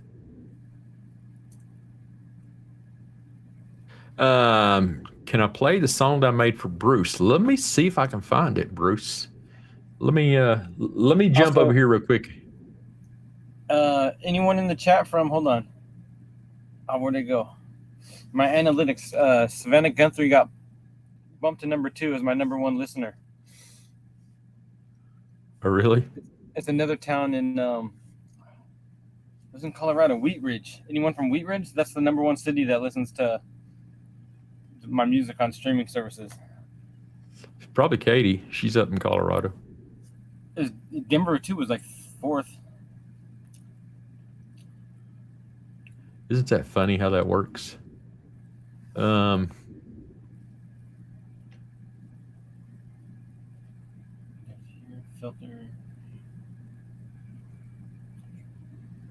Yeah, it shows I'm live right now. Let me wave at it.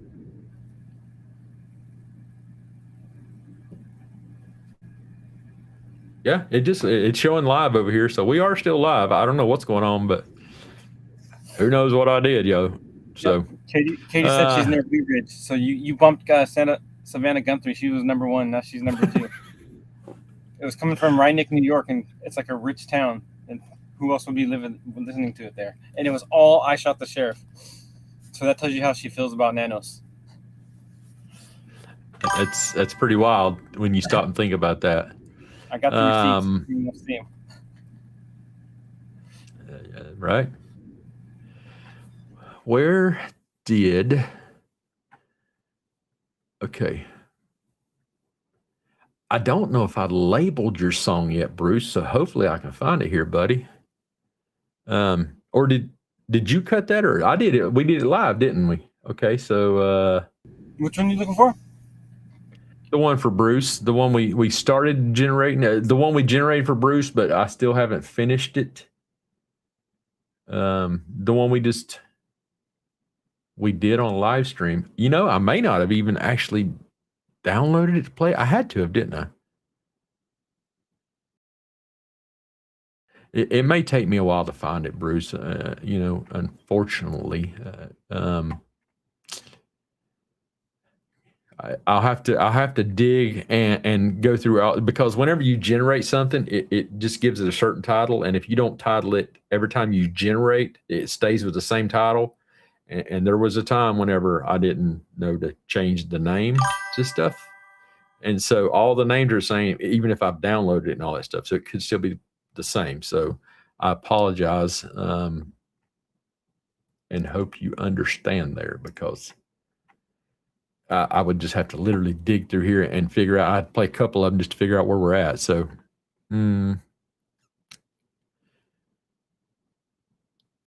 what do you guys want to hear first? I have our friend Misty still in the comments. And again, I made something for her that, you know, just talking with a lot of you through email. Everybody tell me I'm live. I'm just way behind in the comments, y'all. So give me a second here. And again, she just comments, so I know she's here. I made a song for Misty and Michelle. This is for her and her sister, and it talks about them. And Fat Redal, do you have a channel yet, sir? They're asking for a link to Fat Redal's channel. My music's we everywhere. Haven't. It's on Criminal Network, Marinated Marines. There's none on Fat Redal.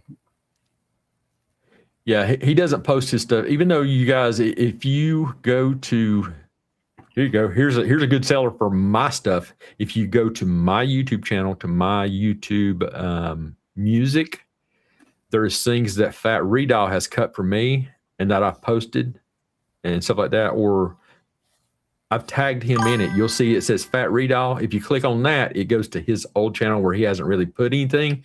And it also goes to Marinated Marines, where all the songs are at that he's cut for the whole Nancy Guthrie stuff and some of his other stuff. But we're going to convince him live tonight. We're going to start him a YouTube channel, and we're going to start having him put his music as Tyson via Fat Redal. I plan on changing the Marinated Marines. Well, that channel already has over 15,000 subscribers. Right. Yeah. And, So you'll probably just convert that one to. Yeah, because we only did that to make fun of the fake Cajun Navy that was coming in, and it was just a joke. And it's mainly just for this Nancy thing because it's all parody songs. But yeah, that's kind of dying out. I think Tyson has really realized, again, just like he's saying about the parody stuff and all the Nancy Guthrie case stuff and all the music that he cut for that, he realizes that a lot of us, me included, and all you out there listening, that a lot of us love his music and want to hear more of what he does. The whole real life part of Tyson, aka Fat Redal, and the music that he's made, and give a place for it to be uploaded and for us to listen to. So I think it's a very good thing to have him do that. By the way, I stole your cover just in case I might need to do something with it, Tyson. All right. Yeah, there should be 2 Marinated Marines because when you get a distributor, they actually make a YouTube where the music goes to, and I don't have any control over that one. It's one that usually says topic after the name. I did see that. So and then mine's one underscore. Yeah. Yeah, his is marinated_X_Marines is what he actually posts to. That's Tyson posting that stuff to that channel, Marinated X Marines. And again, that's a parody thing that started from the Nancy Guthrie case, and they chose the name Marinated Marines off of the fact about the Cajun Navy type thing. That's all him. That's his choice to do all that stuff, and he was just having fun, and it took off, and now he's like, oh crap, so that's what it is. So. And the 15,000 subscribers was an accident. I had posted a video of my son playing with a dump truck for not even 90 seconds. Yeah, about 90 seconds. And it was 5 years old and woke up one morning with an email that says, congratulations. It said 17,000 subscribers and 5 million views overnight. Right. And just a little that's crazy stuff. Just dumping trash in a toy dump truck. And yeah, that was... Well, I let it sit for a couple of years. That's why it's down to 15,000. When I first watched that, I was like, okay, maybe he's a trash guy in your hometown, which I know what it is. I just don't want to say it because, people might want to come hang out your doorstep and get an autograph or something. So, but yeah, I was like, I wonder if he works for trash services for that town. And so it was pretty wild whenever I watched that little video of your son dumping the little trash truck. I thought it thing was a scam. I thought the email was fake. I was like, what? No way. They wouldn't pay me. I didn't get any money for it, though. They wouldn't pay for it. They said okay, did everybody go? And sorry. Qualify. Really? That's funny. There you go, Carla. There's the answer.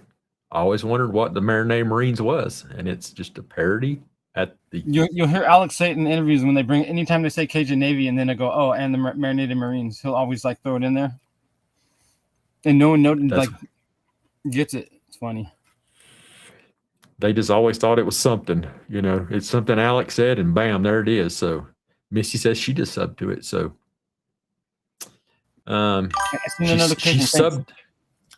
she subbed to something. So everybody's saying they just went and subbed to your channel. So Fat Redal. So again, and again, I'm not going to speak for Tyson here, but I think just the interactions you guys are getting to see in here, you guys are getting to see Tyson break out of his shell. It wasn't till here recently that Tyson was even on anyone's channels. He was just behind the scenes as Fat Redal, and nobody knew him.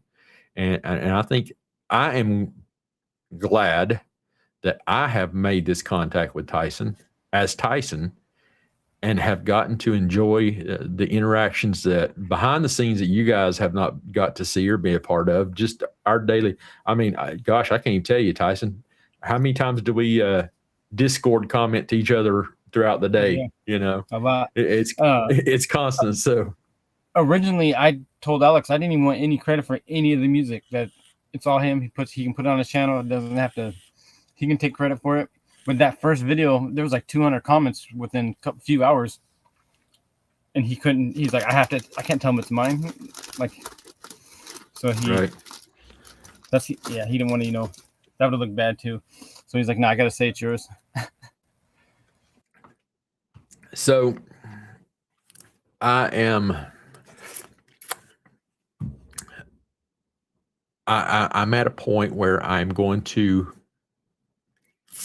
tell y'all I wrote this, and there's a lot of Chat GPT help in here, but I wrote parts of this musical piece I put together here, along with the visual part of this song.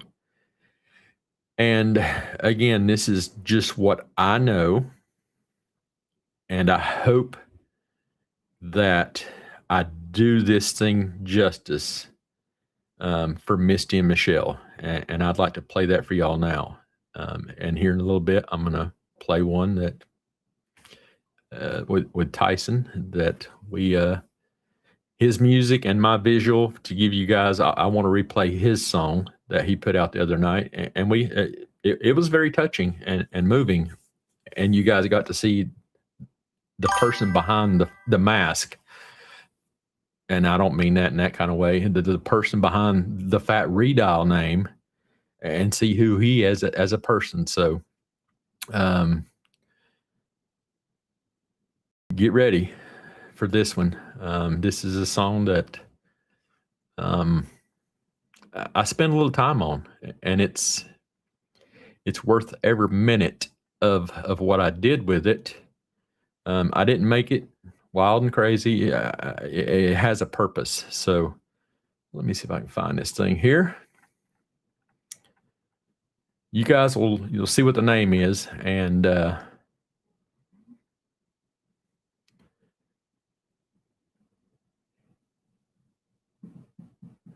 let my computer link up. I hear it firing up over there and grinding and coming together. So this is a song for Misty and Michelle. It's part of the story of their life.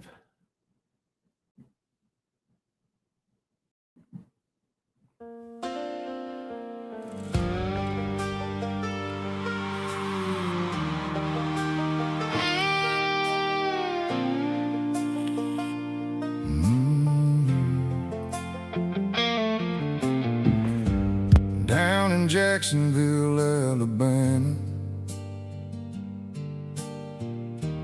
where the pines lean into the wind, lived a hard-working man named Gary, who gave his best again and again. 35 years at the Army Depot, with tired hands and a steady heart, he built a life for those he loved, and his family was the finest part. He watched two little girls grow together, Misty and Michelle, side by side. Twin reflections, two beautiful daughters, both carrying their daddy's pride. He taught them strength, he taught them kindness, how to stand when the road got hard. And even now they feel him near them, like Alabama moonlight in the yard.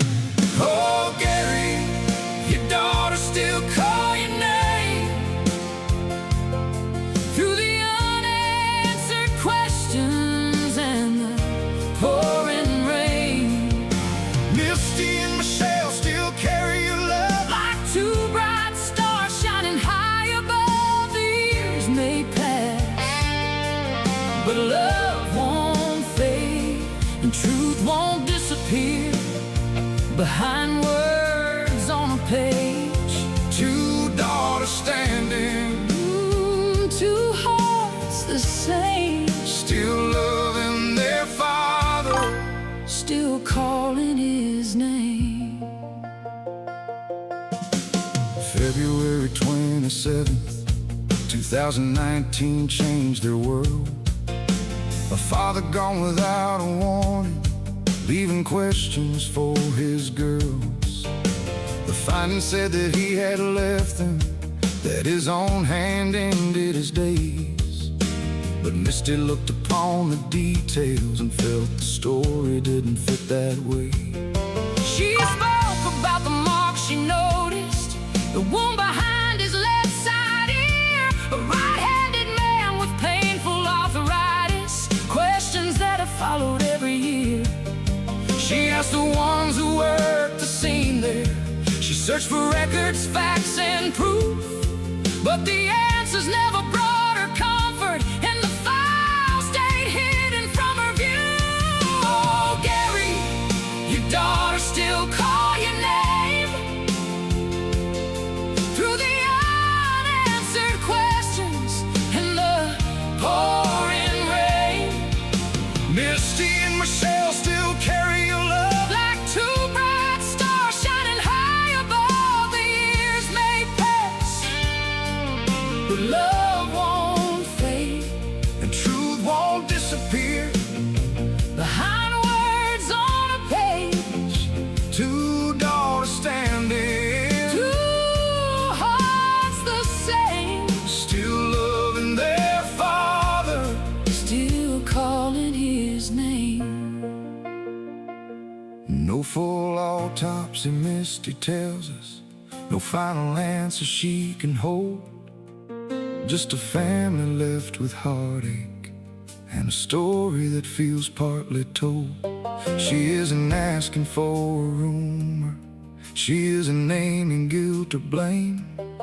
She only asks that every question be examined in her father's name.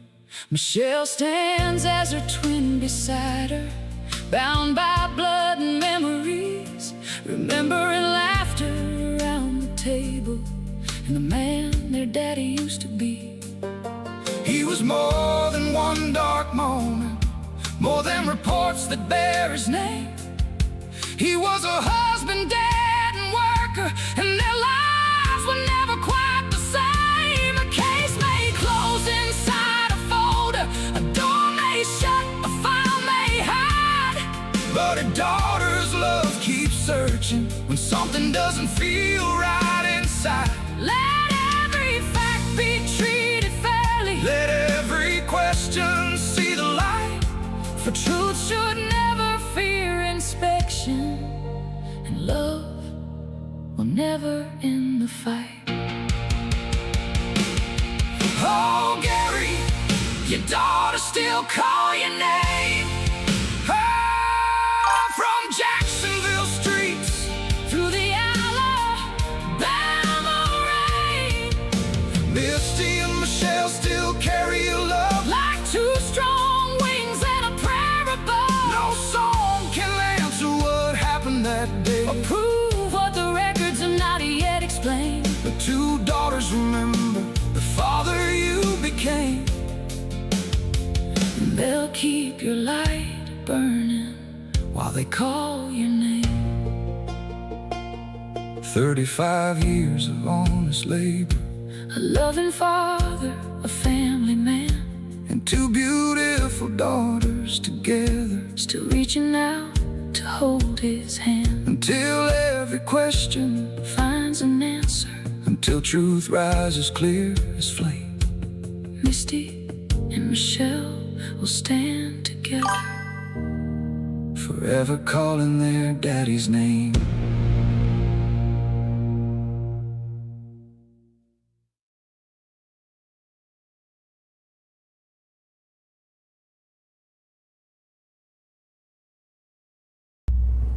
What do y'all think of that? That was it was tough. You know, Misty didn't tell me a single thing of any of that.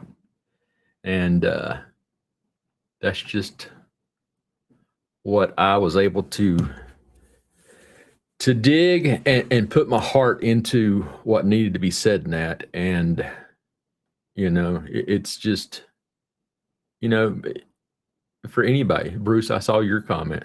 Let's get together. Let's do something. You know, it's just one of those things where the power of music, and this is something that, like I said, you guys have heard me say it many times, just the power in in listening to Fat Redall's stuff, Tyson on the screen here, has inspired in me, and he didn't help me with that at all. In the moment, he has helped me drastically in this whole journey of putting stuff to music.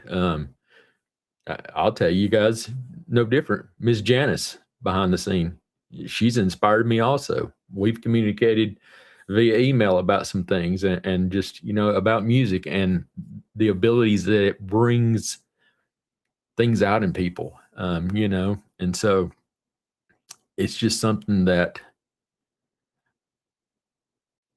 I just felt it needed to be said. I mean, there's a lot of people who may have heard Misty talk about her father's situation, and we've always, because we're not in the situation that Misty Michelle has been through, with her father's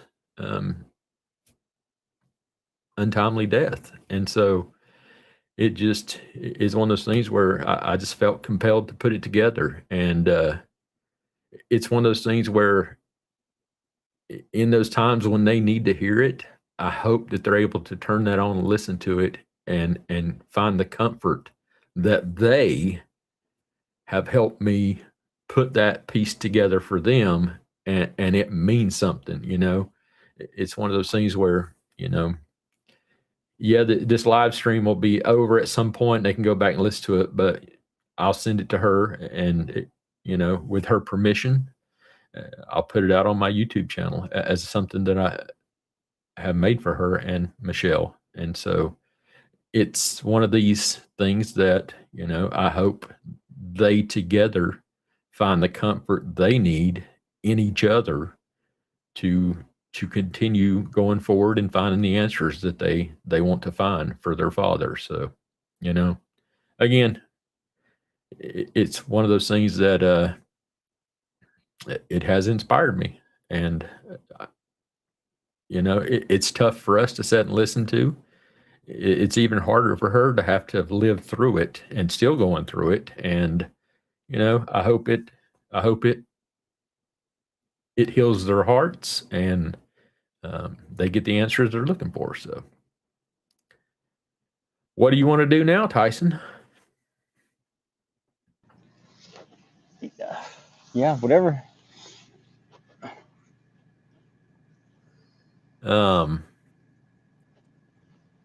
Monterey Spike is there in the comments. Oh, nice. How's it going? Asking you, how are you? I've listened to that song so many times. I can't believe how amazing it came out. Those sounds. Mm-hmm. You never did send me the version. Did you send me the version that we were talking about? You played it. You played it that night. Is it the one? Is it the one we made right here on the stream? Yeah, the ones with the didgeridoos. Yeah. Gosh, I don't remember which one it was. I just been going back to the live part and listen to, but I have it too. I can resend it. Well, no, I mean, I've got it here. I'm sure. I can put it in the drive. I named it something else. I named it what did I name it? I don't remember. And look, my computer's so full of all the stuff I've generated. I don't even know where it's at. Follow the cipher. It was Follow the Cipher. That's what I had it as. That's right. Okay, I'm at the point. It's so wild how great it came out.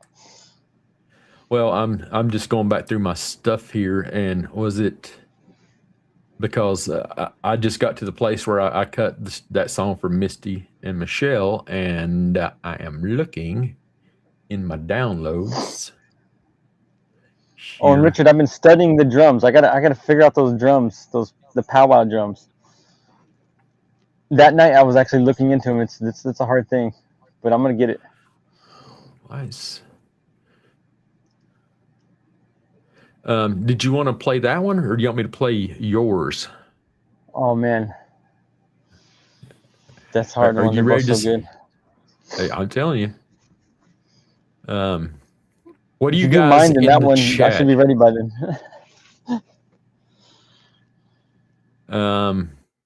Are you sending it to me, or what are we doing?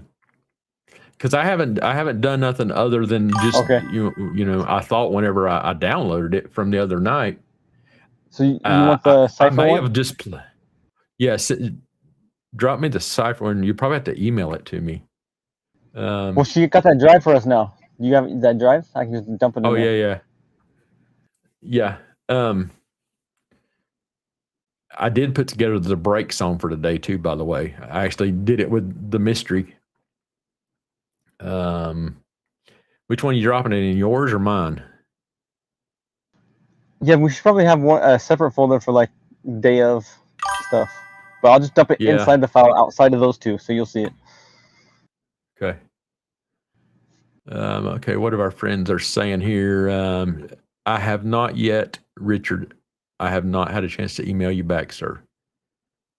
Janice, I did send you a link, honey.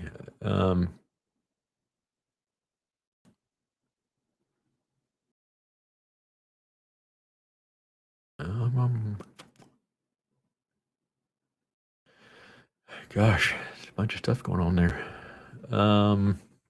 Do we need a break? It's 2 hours and 17 minutes. Do we need a break while we're putting some stuff together? Just because we haven't had a chance to do some stuff. Tyson's going to drop some stuff to me. I do have the break thing ready, the break song ready. So let's take a bathroom break real quick, and that'll give us time to recover from the Misty song, hopefully. Sorry, let me rephrase that. The song that I made for Misty and Michelle for their father. It's the song for their father. It's not a Misty song. So let's take a quick break. I think it's about a 6-minute break. Everybody go grab you a new set of drinks, some new snacks, since Tyson didn't share any of his stuff with us, and get some drinks and hit the bathroom, and we'll come back and we'll be prepped and ready. Okay? So I will cut to the bathroom break from Fat Redial with the old Captain Kev man on the graphics.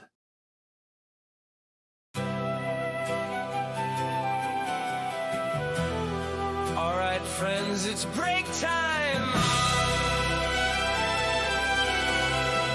Stretch your legs, take a bathroom break, grab a drink, find some snacks, and don't go too far. Captain Kevman and the 405 crew will be right back. We've been talking, we've been laughing, watching comments rolling by.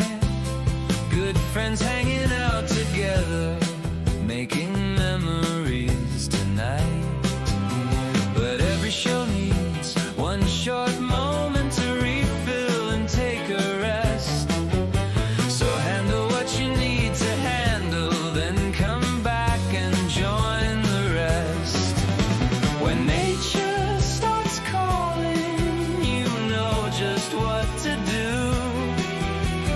Take a quick break, grab a snack, we'll be right here for you. It's time to take a bathroom break, so get up from your chair.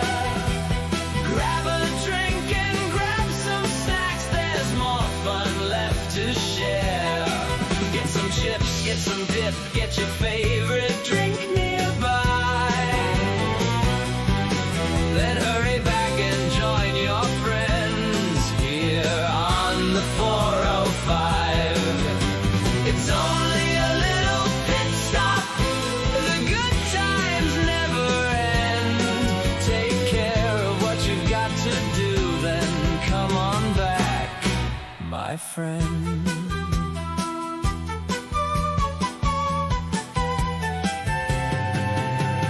Maybe coffee keeps you moving, maybe sweet tea hits the spot. Maybe popcorn, chips, or cookies, maybe something fresh and hot. Check the fridge and check the cupboard, grab whatever looks alright. But don't start cooking Sunday dinner, we'll be back in just a while. The live stream keeps on shining. The crew is standing by. We'll turn the conversation up when you return to the 405. It's time to take a bathroom break, so get up from your chair. Grab a drink and grab some snacks. There's more fun left to share. Get some chips, get some dip, get your favorite drink nearby. Then hurry back and join your friends here on the 405. It's only a little pit stop. The good times never end. Take care of what you've got to do, then come on back, my friend. This is your official warning. Do not try to hold it until the end of the show. You have enough time to visit the restroom, refill your cup, grab one snack, and report back to Captain Kevman headquarters. Don't reorganize the kitchen. Don't cook a full meal. Don't disappear across town. The fun is coming back soon. Grab your drink, grab your snack. Captain Kevman's coming back. Take your break, don't be late. More good times are on the way. Some are watching from the sofa. Some are sitting at a desk. Some are listening from the kitchen. Some are ready for a rest. Some are old friends, some are new friends. Some just found the show tonight. But everybody's always welcome when the live stream comes alive.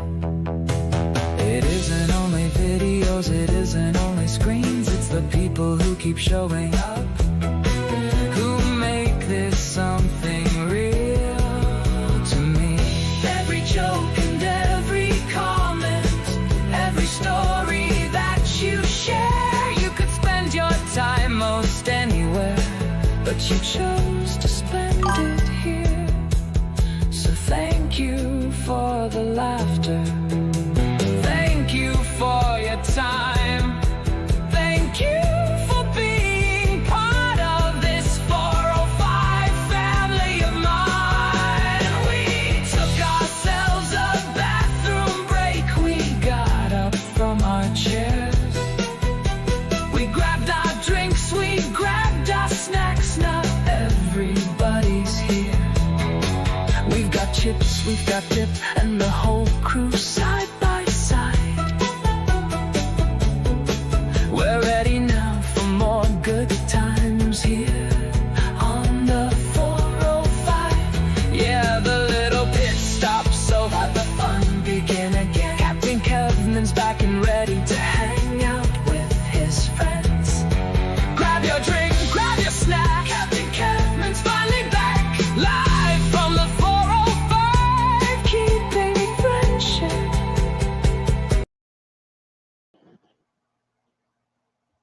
I don't know why it ends like that. It just like ended, and so I forgot I was I gonna. don't know. I voice to text, so it messes up. Oh, my bad. Yeah. Oh, yeah. So, yeah. I- I gotta see what I said back there. Where? I found the cut you did, and I'll play that one. But it's just the music part of it. The one that you sent me on my Discord. I went back and found that one. Called "Follow the Cipher," the Eagles cut. So. Yeah, that should be it. Yeah. Okay. All right. Is everybody back? Did everybody make it back from their bathroom breaks? Let's see what we got here. I saw some comments up here.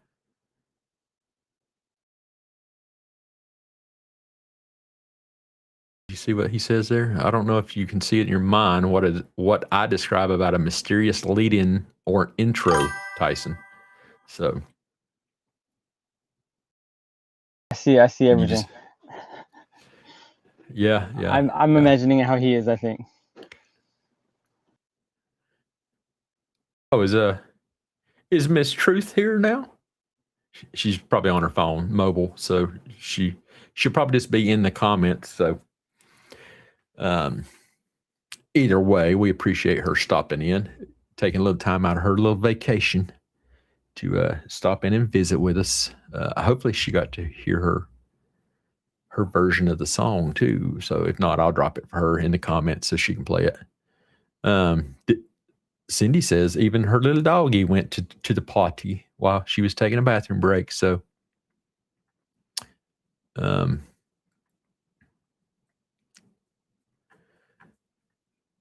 we're all back from the bathroom break. So now what we're going to do is I'm going to jump over here. We've got the song, since in case you were not here the other night or have not had a chance to hear it, this is a song that I think, Tyson, help me out here.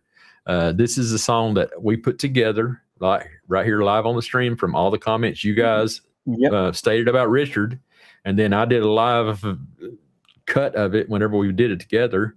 And then I sent the lyrics that it generated over to Tyson, and he put the Fat Redall touch to it. So this is going to be the version of Tyson's mix, and gave it the sauce. So here is a song that is called Follow the Cipher, and it's for our friend Mr. Monterey Spike, Richard Nolette.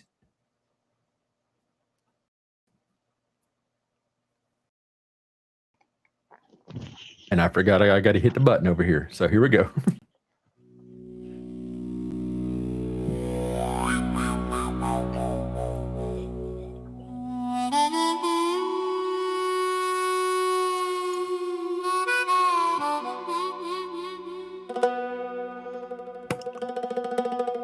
That's just bad. Some names disappear into the darkness. Some stories are buried beneath silence. But Richard Nolette keeps asking the question, what if the ending is only where the cipher begins?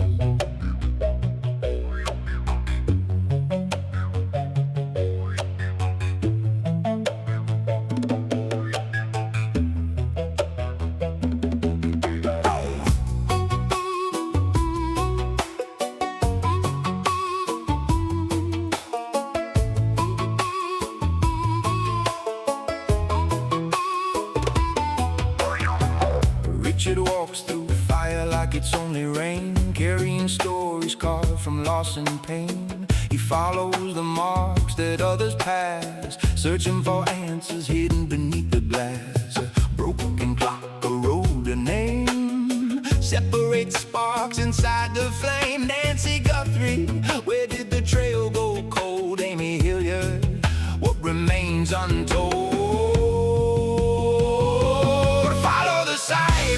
Follow the light. Monterey Spike keeps searching through the night, through broken timelines and questions left behind. He follows every symbol, every clue, every line. I'll be the truth, let the questions arise. Past the easy answers and the practice, the lies for the lost and the names fading out of sight. Follow the cipher, follow the light.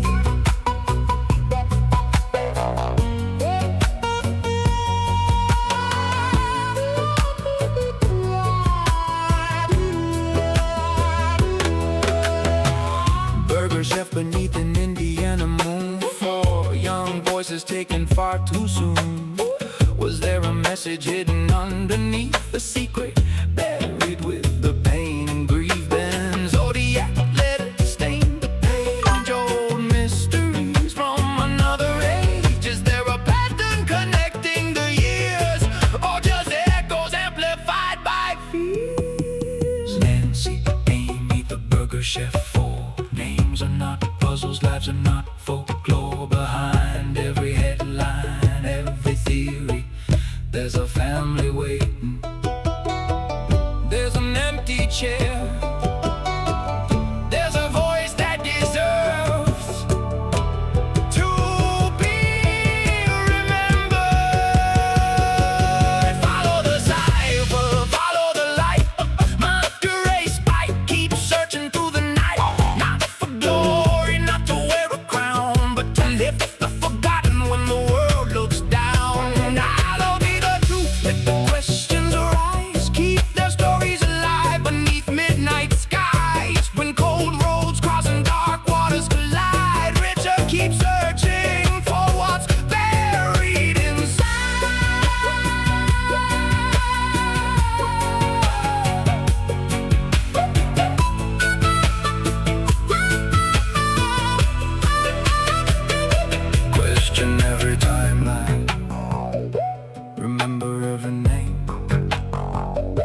without accusing. Let the evidence explain. The missing are not silence, the lost are not erased. And until the truth is spoken, Richard keeps their stories traced. Monitor its spike.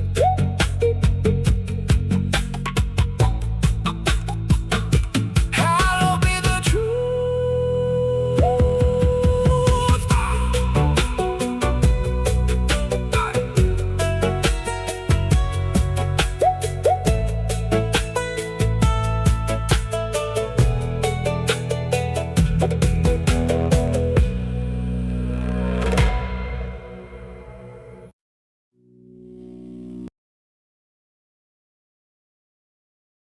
I always got to remember I got to stop that button over there. Okay, Miss Vicky and BC, or is that just Vicky leaving for the night? I know BC was telling me he's got an early day tomorrow too. I don't know why when I say BC, that thing over there kicks on. So Okay. I found this on the web for another day tomorrow. No. I don't know why when I say BC. Check it out. crazy ass thing. Crazy things. You need to return, sir. You can't be leaving the earth that far.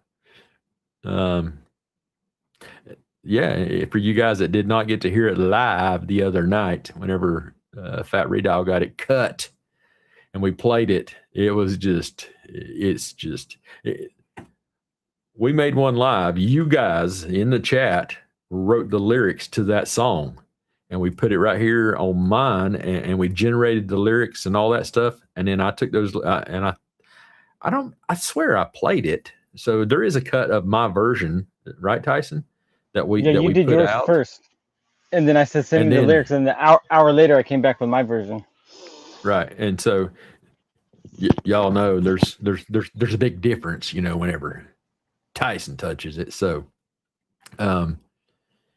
right, Carla, it's got them little touches in there, but it's also got those other touches. Well, what do you call those again, Tyson? Digidoos? They're didgeridoo. Didgeridoos. Yeah, the didgeridoos he put on there. So Misty says awesome.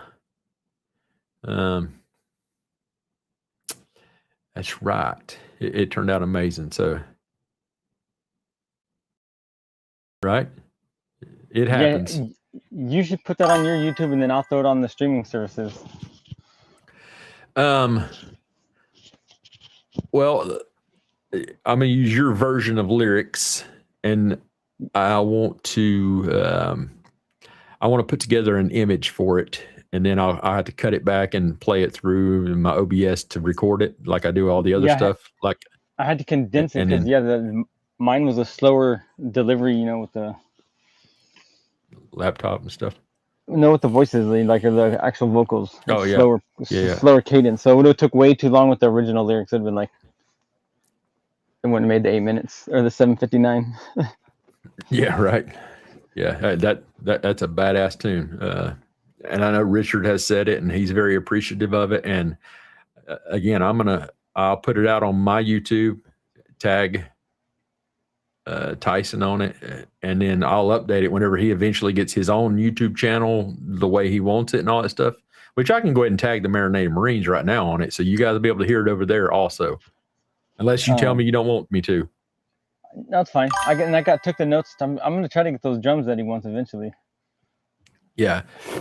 We can always make changes and all that stuff to it. So I wrote everything down though. Did I miss something here? Richard had some sad news, so I want to recognize that. What did I miss?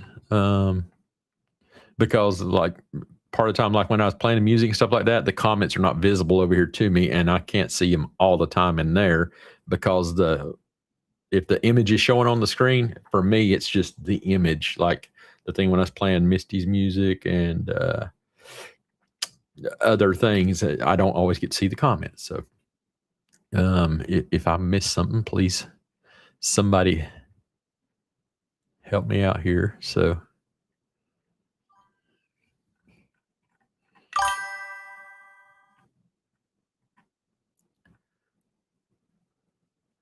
it's not showing up there. So give it a second. Right now I'm showing a, oh, Richard has lost a family member. Oh, that's not good to hear, Richard.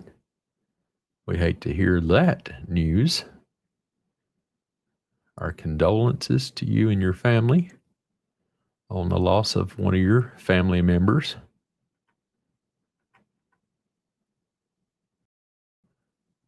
Well, I don't know for the call-in part is still not working, but you know, I can send him a link to the email because he has emailed me. I just hadn't had a chance to email him back.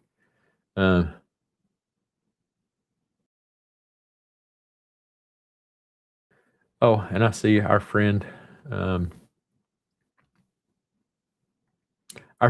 Down Under has sent me an email that I'm just now clicking on. She sent an email hours ago, and I'm sorry, Michelle, if you happen to listen to this, because I don't think we've seen her in the comments. So she has a very stringent work commitment that she has to be done with, and so she's not able to visit with us today because of that. And she said she has possibly got her schedule cleared for Monday.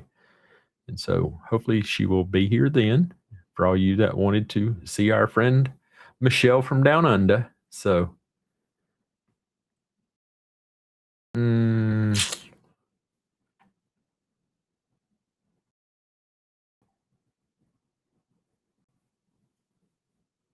okay. I have sent the link to you, Richard. If you'd like to use it to come to the stream on voice or whatever, you turn on your camera if you want to, type thing. But whenever you click on that link and get in there, then go from there. But while we're waiting on that and all that stuff, Tyson, may I play your song, sir? Or are you okay with me playing your song? All right. Yeah, let's go. Let's do it. Hope you guys have some good headphones.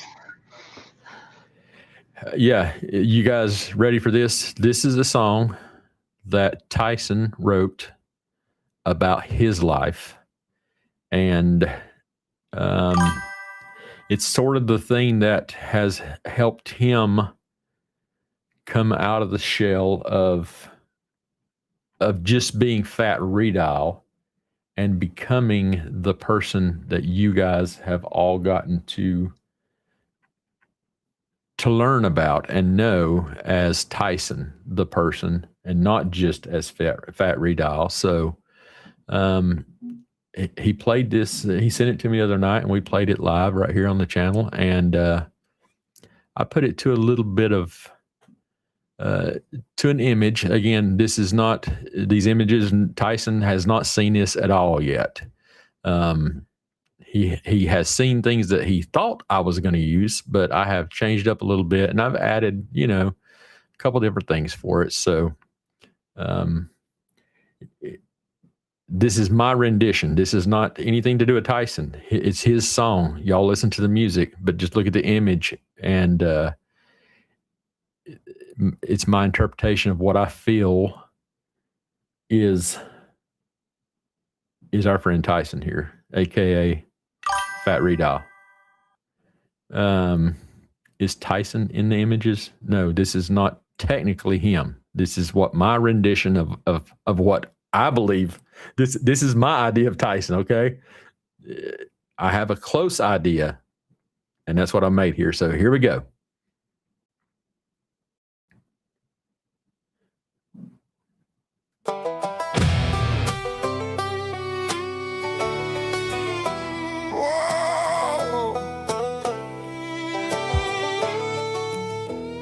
You must accept the cards you're dealt, no matter how unfair you think the hand is. The hand dealt is the hand you must play. Will you hold them or fold them? Hey! Hey!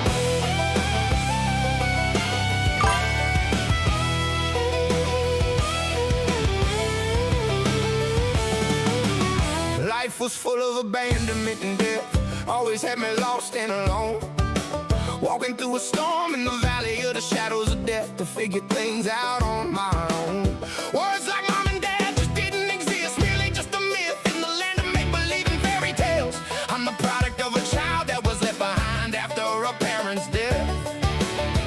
No one ever came back to pick me up after ending up on my grandmother's doorsteps. I didn't choose my road chose me at the age of 3. Haunted by ghosts only I can see. I can't believe it happened all again as a teen. She took her last breath in our house right in front of me. Now I have a guardian angel protecting me.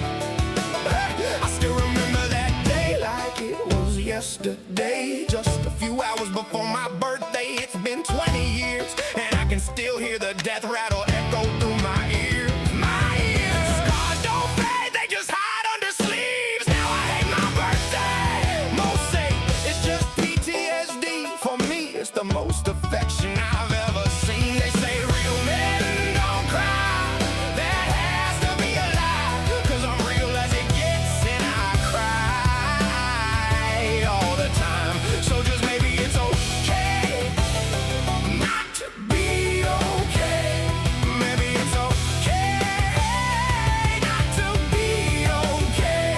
Why does feeling so lonely and afraid come so natural to me? Must have been all the open caskets and burials I've seen that's numbing all of my PTSD. Fighting in a house of sin and demons within, wondering what life would have been if all their lives didn't end.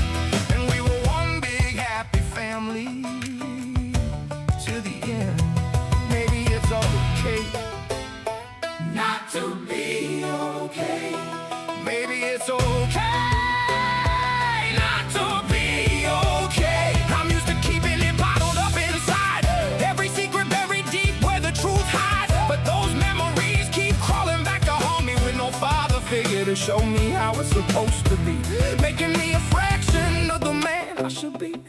That's why I can't let nobody close to me. 'Cause I'm just half the man that I was supposed to be. I don't even know if my kids got to know the real me, because I don't know if I turned out who I was supposed to be. She tried her best to raise me until cancer took her away from me. Love her to death, strongest person you'll ever meet. Mourning the loss of 2 kids in the same week, and giving a 3-year-old grandkid in diapers and car seat. This all happened in the same week. Looking back as a parent, I was probably the one keeping her held together. Imagine losing not one, but 2 kids the same week. Maybe I wasn't a burden and was a beacon of light, giving her purpose and reason to fight. They say real men don't cry. That has to be a lie. 'Cause I'm real as it gets and I cry all the time. So just maybe it's okay not to be okay. Maybe it's okay not to be okay. Why does feeling so lonely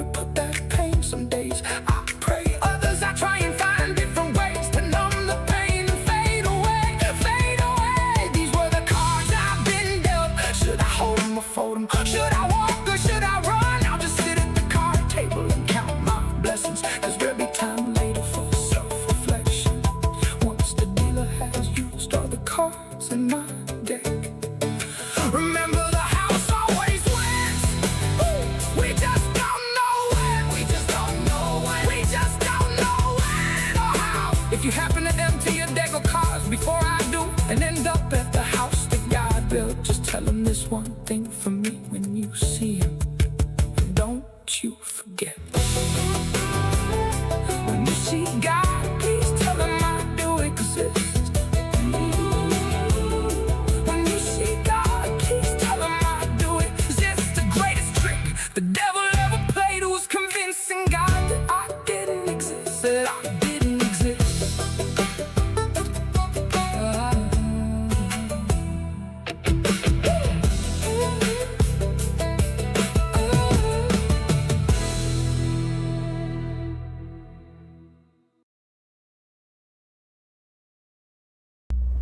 It's an amazing song right there, huh?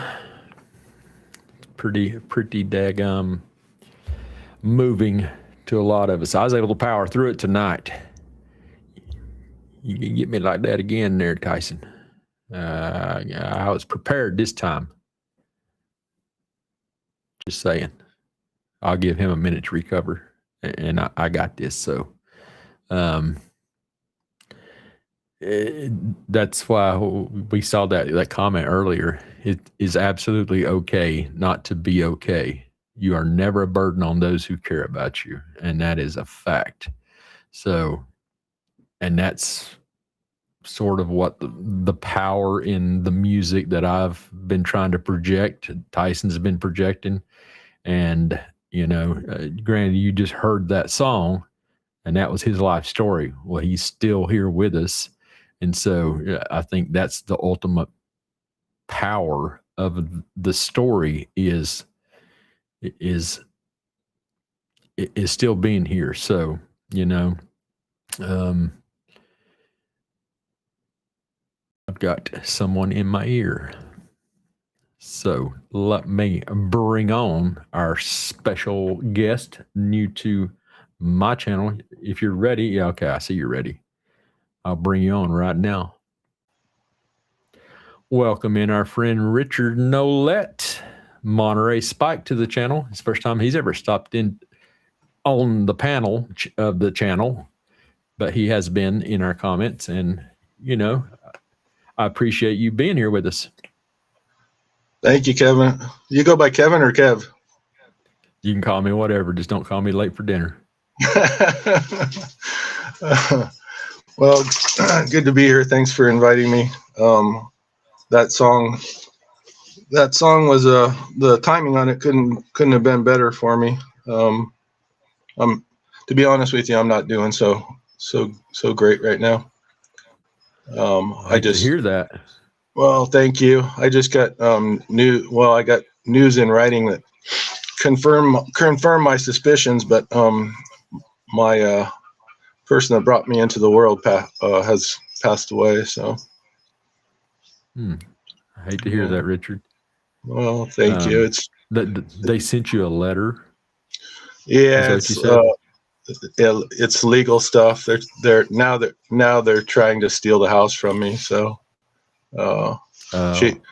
she had always told me I was going to get half the house, but funny thing that ties into the cipher, by the way, one of the reasons that they want to I'm one of the named victims in the cipher is because of this stupid house in Napa. Right. And yeah, I'm sorry if I'm laughing, but I just sometimes I have to laugh rather than cry, Kev. So I understand. Yeah, I understand. Yeah. And so much evil has happened in that house that if you paid me $1 million to live there, I swear to God I would not live there. Let's put it that way. Right. So, but like a lot of people, I could really use the money, and I was promised my mother promised me, it's hard to explain, Kev, but basically she lost her mind in her final years, and they used that to turn her against me even more than she had ever been. So, but I'm not saying we've always had a complicated relationship. If I told you everything, it would take forever, and most people would not believe the stuff that she put me through. So Um, Mm, today is right. today has been a combination of crying and dancing because I survived one of, I don't know, I'm trying to get the right right impression out there, but I tried loving her for decades, and it seemed like she tried killing me for decades. Okay. Right. and nobody would, no, like I said, very few people would ever even believe the stuff that she has done to me. So, but at the same time, I'm the type of person that tries to focus on the positive. And I remember, like, she's the one that taught me how to go to garage sales and find good stuff and make money. Like, she taught me how to make $100 out of a dollar, you know? Right. So, and I've got these great big strong legs because of her, you know. It's like I inherited my legs from her, you know. So I don't know, nothing very rarely is anything totally one way or another, you know. But Right. yeah, thank you, Misty. So- Yeah, maybe I should just shut up. Thank you. No, she's just saying, you know, you don't have to explain anything to anyone, you know, and especially when people start asking those kind of questions and, you know, wanting to know this, that, and the other, you know, no different if I was to ask you right now. So Richard, what do you do for fun? Or, you know, what's your favorite thing to do? I haven't had, well, I guess you could say hanging out with my dog. I've got a American bulldog. He's like 110 pounds, and well, we either go walking or he likes to dig. So I'll go and there's a field across the street, and it looks like a bunch of mortars have hit this one corner of the field because he's a serious digger. He's a digging Wow. machine. Yeah. Now, is this across from your right here by your house? Yeah. Yeah, that's the primary reason I've stayed here for 7 years, because he and I, it's like a close to 2-acre field, and there's not a lot of big fields like that in this area. So it's probably the main reason, believe it or not, that we've stayed here for 7 years, because I don't know, we both just enjoy chilling out in that field. So tell us, because I'm seeing like Katie's comment down here in the chat there. She says, I love pitties. You know, I think a lot of people, and one of my buddies, he's probably not here right now, but him and his wife raise American Staffordshire Terriers, if I believe that's correct, if that's the right thing. Yeah, close enough. But yeah, my favorite dogs are bully breeds. Both, well, the dogs I've had for the last 20 years have both been, you know, they cross back and forth so much, you never know what percentage of, you know, American Bulldog or Pit Bull. I wouldn't be surprised if my guy is part Pit Bull, but so my last guy. So does that breed? I know I've heard, you know, and I've seen brindle colors, a type of pit bulls. Is that the proper term I'm using here? But I've also seen like solids, like grays and stuff like that, and like a brown type thing. What's the most common color of a pit bull? Yeah, that's a good question. I don't know. But I know does every litter get a different batch color? Probably depends on their parents, but I would say something in the brown range would be more common. But my favorite one are the white ones, and both my current dog and my last dog are primarily white with a little bit of brindle on the front and the back, you know. But what was I gonna say? Yeah, my YouTube username is actually that's the name of my last dog. I lived in Monterey for 20 years, and now I live close to Monterey. But anyhow, I love Monterey, and my last dog, his name was Spike. So that's a Monterey homage. Spike. Okay. Homage to Spike, because my dogs have literally saved my life, Kev. You know, like I know I would not be here without them. You know. Right. Right. So, Hello, Rooster, in the chat. I see you out there. Appreciate you stopping in.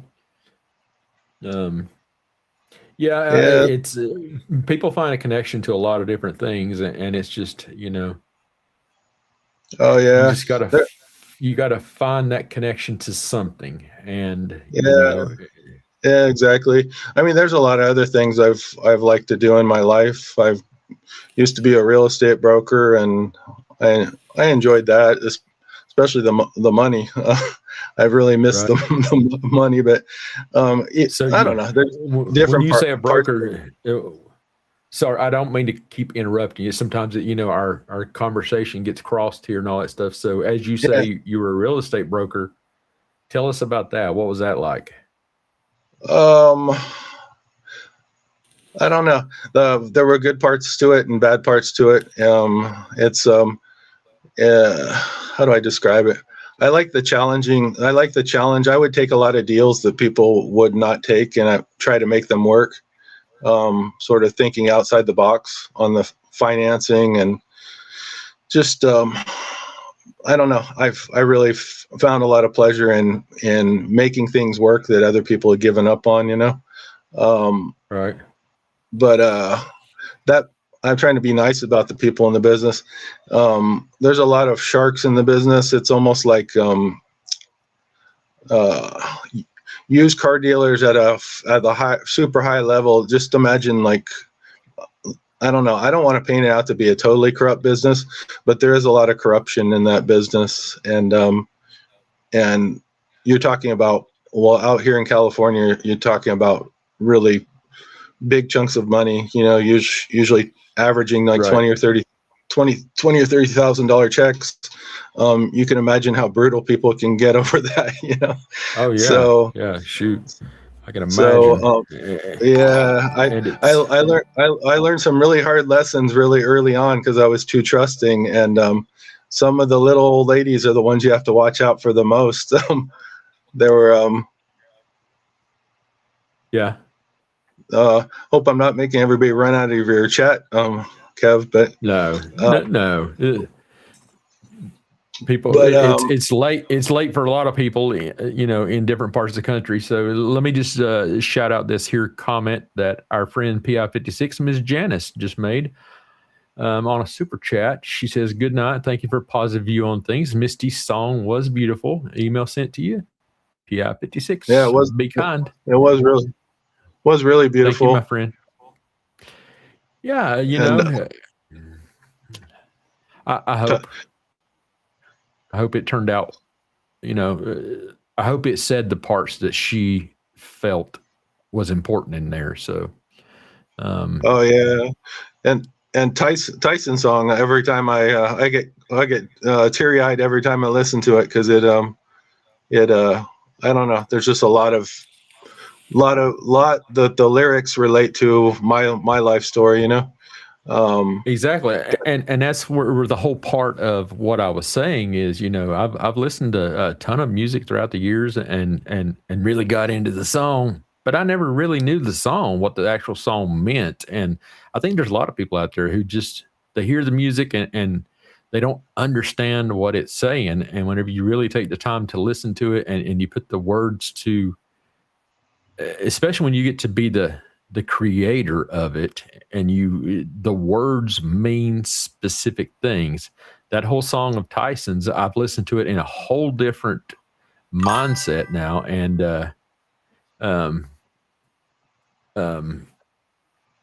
it's just opened my eyes to how you can just make something so personable that people can relate to. Oh yeah. Thank you, Sikorsky. Let's see what she says. Go ahead, Richard. Go ahead. By the way, I have to tell you guys, you've got some like major talent between you and Tyson, and I don't share this with many people, but I'm a trained writer from UC Davis, and a lot of people have told me that I can.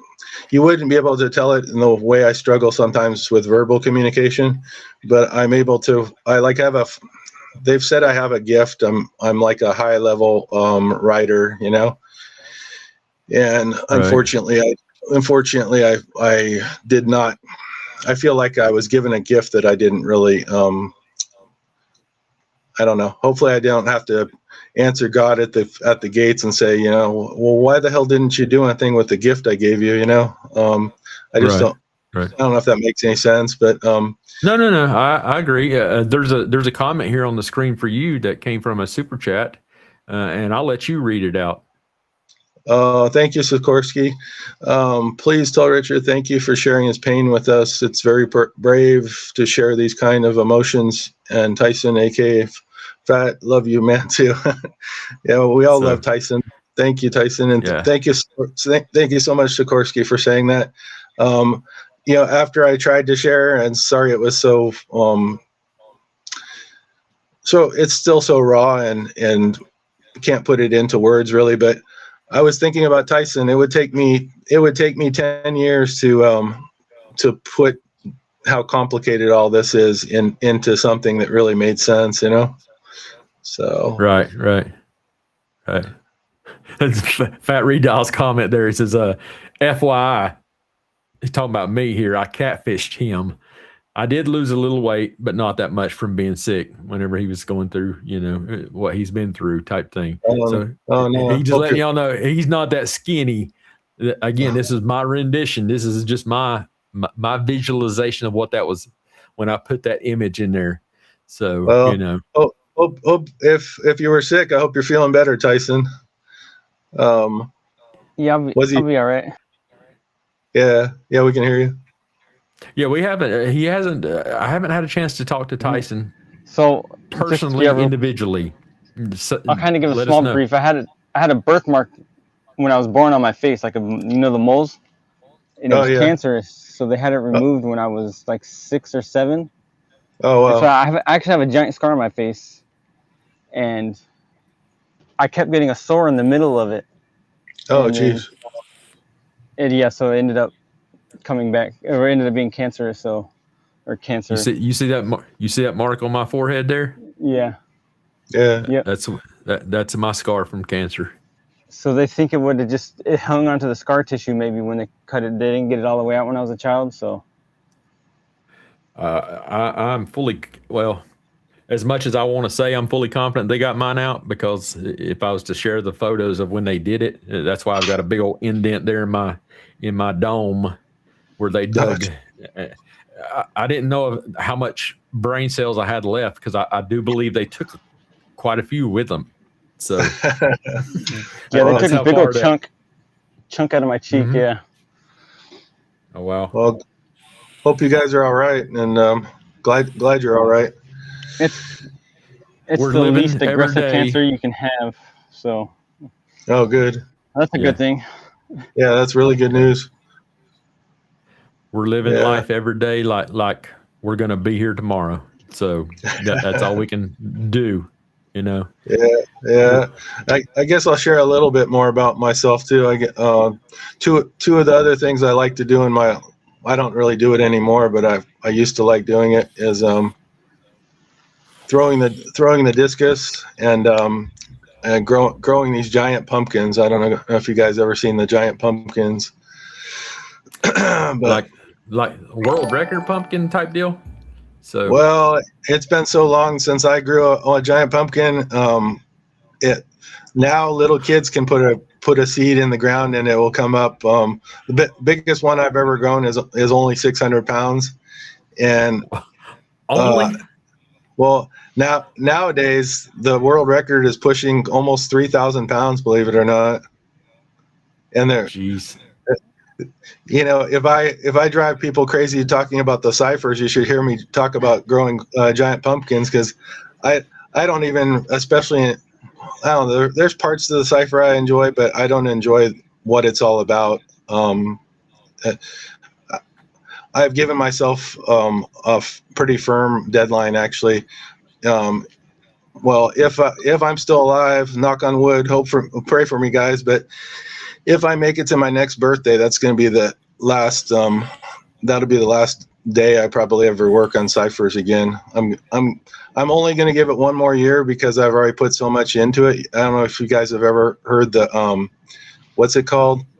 The something deficit fallacy. What's it called? Something cost. I'm almost getting it right.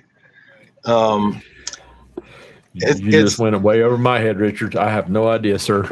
Well, it's just a description. I'm almost getting the description right. Maybe somebody out there knows what I'm talking about. They can put it in the chat.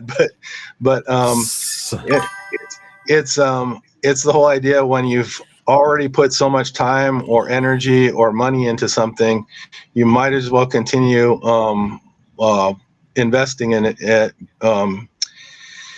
Even if it might not be going your direction, with the hopes that something will pan out, But in this case, there's a lot of people, a lot of families that need to get the answers. And, the video that I'm going to start working on like really soon, I was actually going to do it tonight. Two of the victims that I'm going to discuss, I actually called and spoke to one of the relatives, close relative of one of them, actually the person's son, who is almost my age. He's around 50 years old. But, and then the other person, I talked to their private investigator, and surprisingly, she was really friendly. A lot of private investigators are, I don't know, either snooty or they just throw out that authority figures. I don't know. They act like cops, and I don't really do well with that being talked down to type of energy, But she was what I'm trying to say is she was super kind and super down to earth, and I put a lot of work into this video, preparing this video that I'm gonna have coming up. But then I was hit with this paperwork about my mom today, and I don't know, threw my plans out of whack a little bit, but maybe I'll get up to early tomorrow morning and do it. I'm more of a type of person that likes doing things. I'm a night owl, I guess you'd say. So, believe it or not, you've got plenty of time tonight to still get it in. So let me grab this super chat comment here from Ms. Sikorsky. She says they must have taken too many. Okay. They must have taken too many brain cells, Kev, for you to be having people like me on your stream. Well, what the hell? They didn't. Not at all. You're always welcome. Well, we always appreciate you being here. All right. Hey, Richard, when you said discus, what are we talking about? Like the track team discus? Yeah, exactly. Yeah, exactly, Tyson. Yeah. Okay. The discus was actually, they had one of the I think it was on the front of the Napa register. Something about the discus is his best friend. Because when you said discus, I'm a disc golfer, and so and you have really good courses in your area where you live. So I was thinking maybe you play disc golf. No, I've looked at that though. It does. It is great therapy. I swear, it is the best. Well, yeah, thank you for recommending that. I am drawn to that just because visually it has the same, a similar look to the discus, but they're thrown. Well, it's hard to explain. They're thrown differently. Like the arm is one is swung, the other one is sort of a pulling motion. But it's funny you mentioned that because a couple of years back I tried to help a guy find his he had thrown, I guess some of those things are really expensive. Yeah, they are now. Yeah, after COVID, everything got pretty expensive. Yeah, well, he was sort of panicking because I forget if he said it might have been $100 or $200, but he lost it in the tall grass. And anyhow, me, my dog, and him, we tried to look for it, and I guess it took him a week before he was able to find it under the tall grass. We put our number on the bottom, but a lot of people don't call it, and yeah. I probably have over 300-400 disc frisbees. Well, you're pretty people. You're pretty serious about it. If you want, I'll play with you. I'll play a course with you. There's the most beautiful courses down in his area. The last tournament I played actually because I broke my back when I was younger, it was a Cal Poly Open. Wow. Yeah. I mean, if you're ever down in the area, definitely reach out to me for sure. Um, as long as they allow my dog, he's my service dog, but so yeah. it shouldn't be a problem. But I got mine too. He's a service dog, but I don't bring him everywhere. But yeah, sometimes. yeah, mine. If I'm gone for 2 minutes, he freaks out because he's I don't know, he's got more abandonment issues than his dad. Yeah. Yeah, he's got neurological problems. Gets the shakes. Oh, sorry. Weird sorry stuff. about that, Yeah. Tyson. That was good. Tyson, the question on the screen is, first, we're going to get your interpretation. Misty wants to know, is this like disc frisbee? Yes. Explain to her what disc golf is. If you say frisbee golf, actual disc golfers will get upset because frisbee is actually a brand. That gets mistaken. So we're actually throwing disc, not frisbees. And they're heavier. They're heavier around the edges. There's different weights. There's putters, drivers, mid-range. It's just like real golf. There's clubs. There's different weights, sizes, and they turn different and flip different. They fly different. They're used for different purposes. I mean, depending on the weight and where the weight's at on the disc itself, it'll allow you to zinger that thing straight line, or it'll curve like a daggone big old boomerang type deal, or he'll have to give us a lesson sometime. Yeah, I broke my back like 10 years ago, so the last year I haven't really been playing that much. Before that, I was tournaments every weekend, traveling all over. That's awesome. I could be mistaken, Tyson, but I think they can.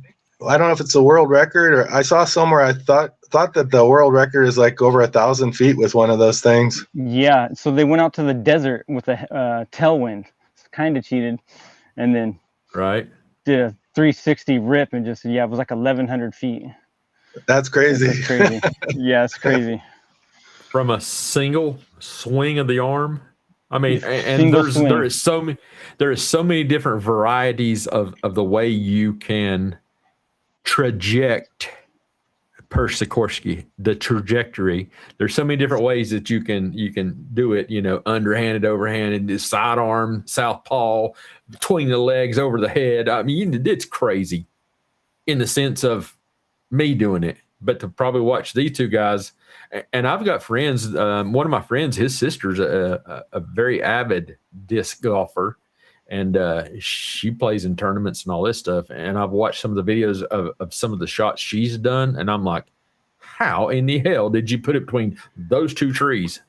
It's because you can go out there, play with friends, and it's a great community too. And then you can also just go out by yourself, and it's cheap if you let it be cheap. But if you get like too serious like I did, then it can get a little pricey.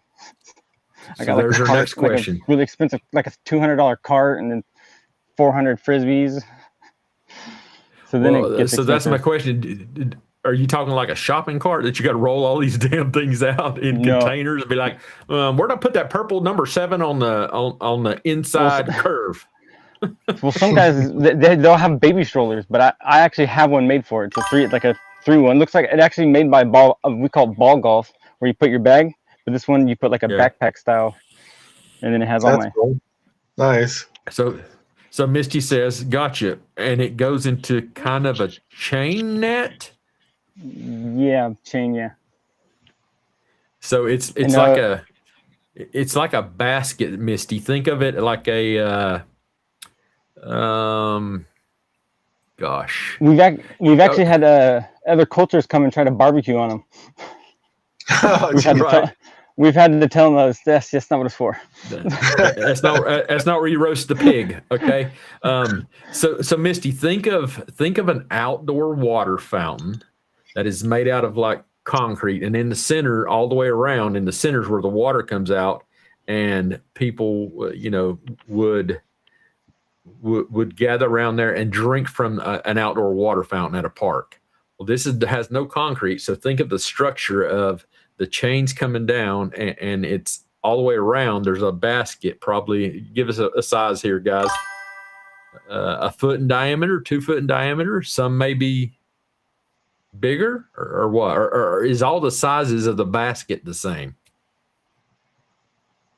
They gotta be PDG approved. So they're about the Okay, same. so they're about the close. same. And so think of it as like in the center.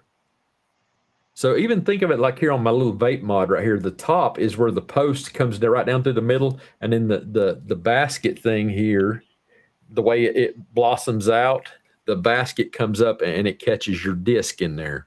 So think of it in the center is where the post is, and then as it bends out, oh, I'm getting too far off my camera there. So as it bends out, it's like a basket, and it's got a land in there, and it's made out of chain, metal chain, like yeah, a metal chain, and so and it's got these pieces of wire that come down. You got to be able to get through there. Also, the chain that holds the edges up, those could stop you or knock you from getting into the basket. Also, so About and about again, how sorry, Kev. No, go ahead. Go ahead. About how wide is the basket, Tyson? Probably 2 feet. Yeah, probably 2 feet. Oh, for some reason I thought they were bigger, but that's the disc is pretty small itself, huh? 2 feet. Yeah, it's about 2 feet, 2.5 feet maybe. And the disc, like how wide, how far, how many inches across is the disc? They range from like 10 to 12. Wow. So that doesn't give you much room for error, huh? Yeah, well, the chains will go in, so because the chains start on the outside and then they work down towards the middle. So you want to kind of hit the dead center. That's going to be like your sweet spot kind of. Actually, depending, I'm left-handed, so mine would be the sweet spot would be kind of to the left a little bit of the chains of the center. I'm actually ambidextrous. I'm weird. I'm actually weird. I right left. No, I right left. Play frisbee left, but I play football, baseball right-handed. But so I'm all jacked up. You're not of the left-hand path, though, right? What's that? You're not of the left-hand path, are you? I don't know what that means, so probably not. But sorry, I was just kidding. But now you get. Now I'm going on a huge rabbit hole. I'm going on a huge rabbit hole tomorrow. I know that. I was just kidding, Tyson. So don't get mad at me, okay? But the left-hand path is so I didn't mean, like I said. I'm not scared. Say it. I'm not scared. Say it. I've got a weird, straight-faced, sort of sometimes sarcastic sense of humor. So maybe you guys will get to learn my sense of humor. But I got a dark one, so I'm ready for anything. Yeah. Well, basically the family I come from are satanic, and they call it left-hand path. So anytime I hear left hand, guess what my mind automatically goes to?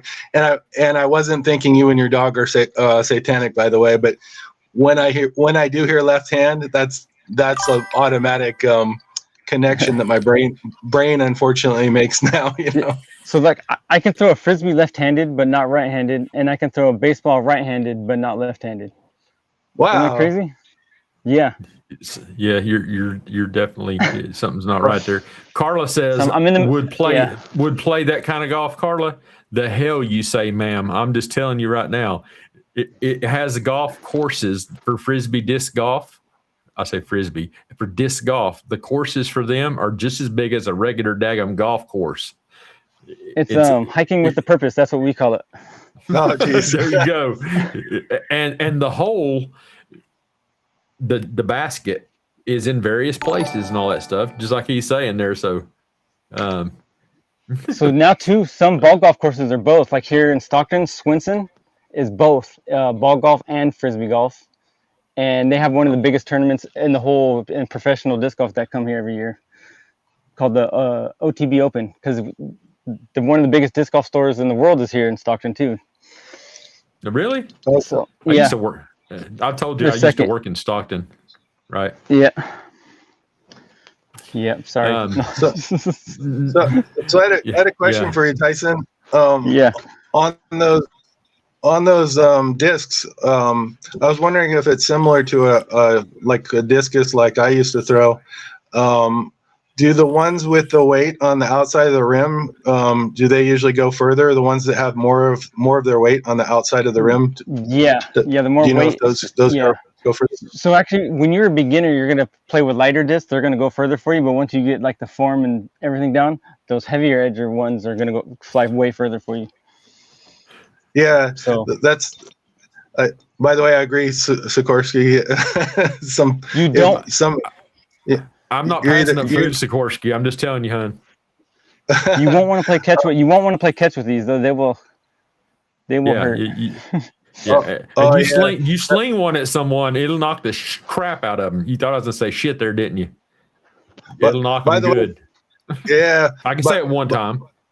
Well, I bet you it doesn't compare to a discus though, guys. You Oh no, yeah, definitely not. I'll take a frisbee for sure.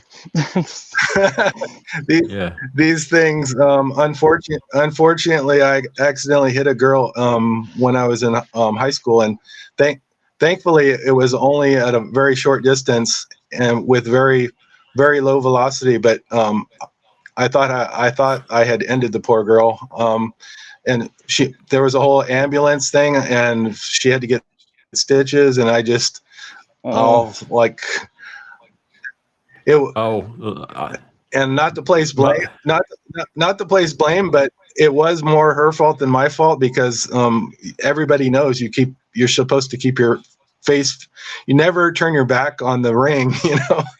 And I was just lightly warming up, and I was just thankful I didn't hit her at full speed, because I could throw close to 200 feet back in high school, guys. I was one of the better ones in the state, and if a discus hits you at that speed in the head, it very likely would be very likely.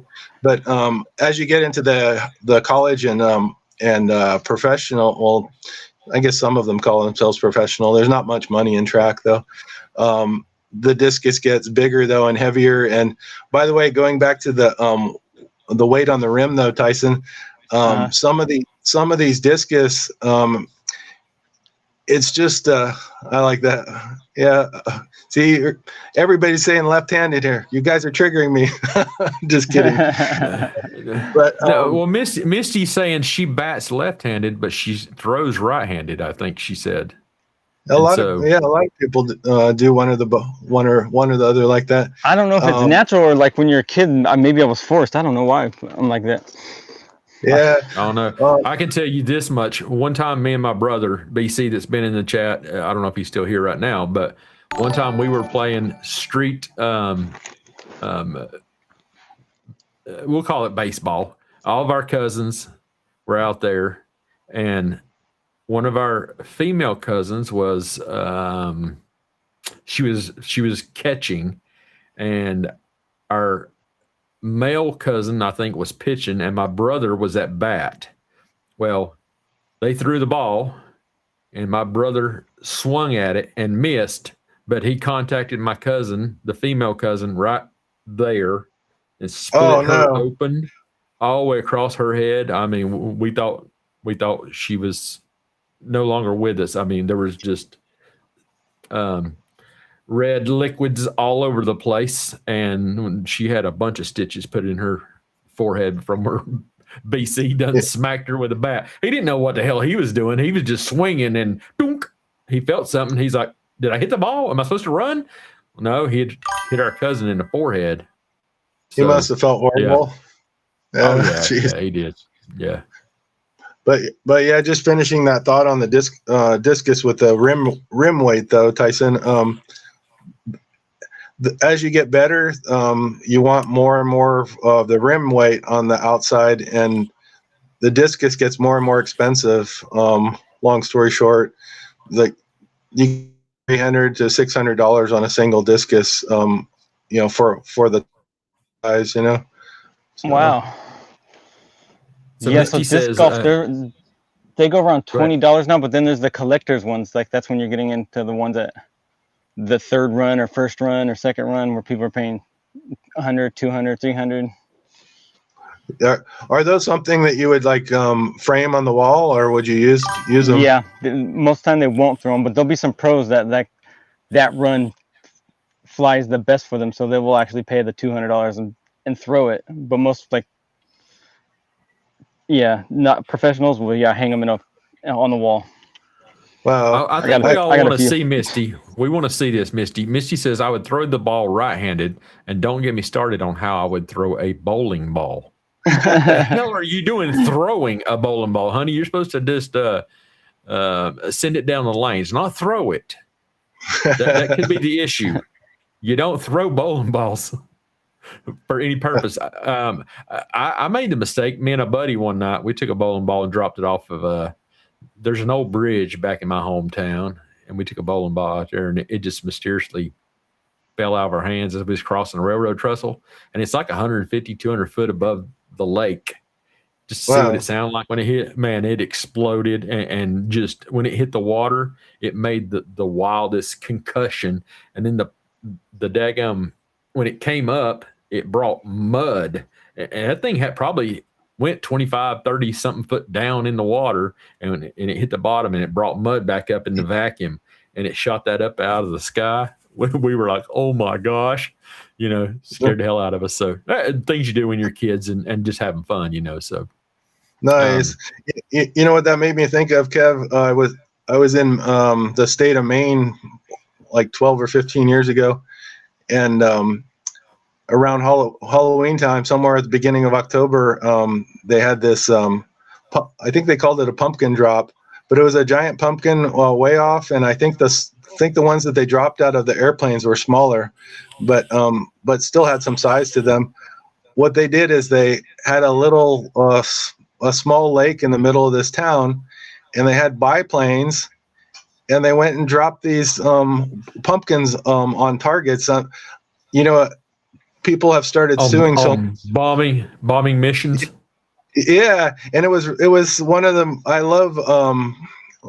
You guys probably figure out I love unusual stuff and just stuff that's different, And it was one of the coolest things I've ever seen. But I think they canceled it because the liability part. I don't think they do it anymore. But yeah, I could imagine. There's a super chat comment. Thank you, Ms. Carolina Carla, for doing that super chat there. I believe that she is asking one of you two.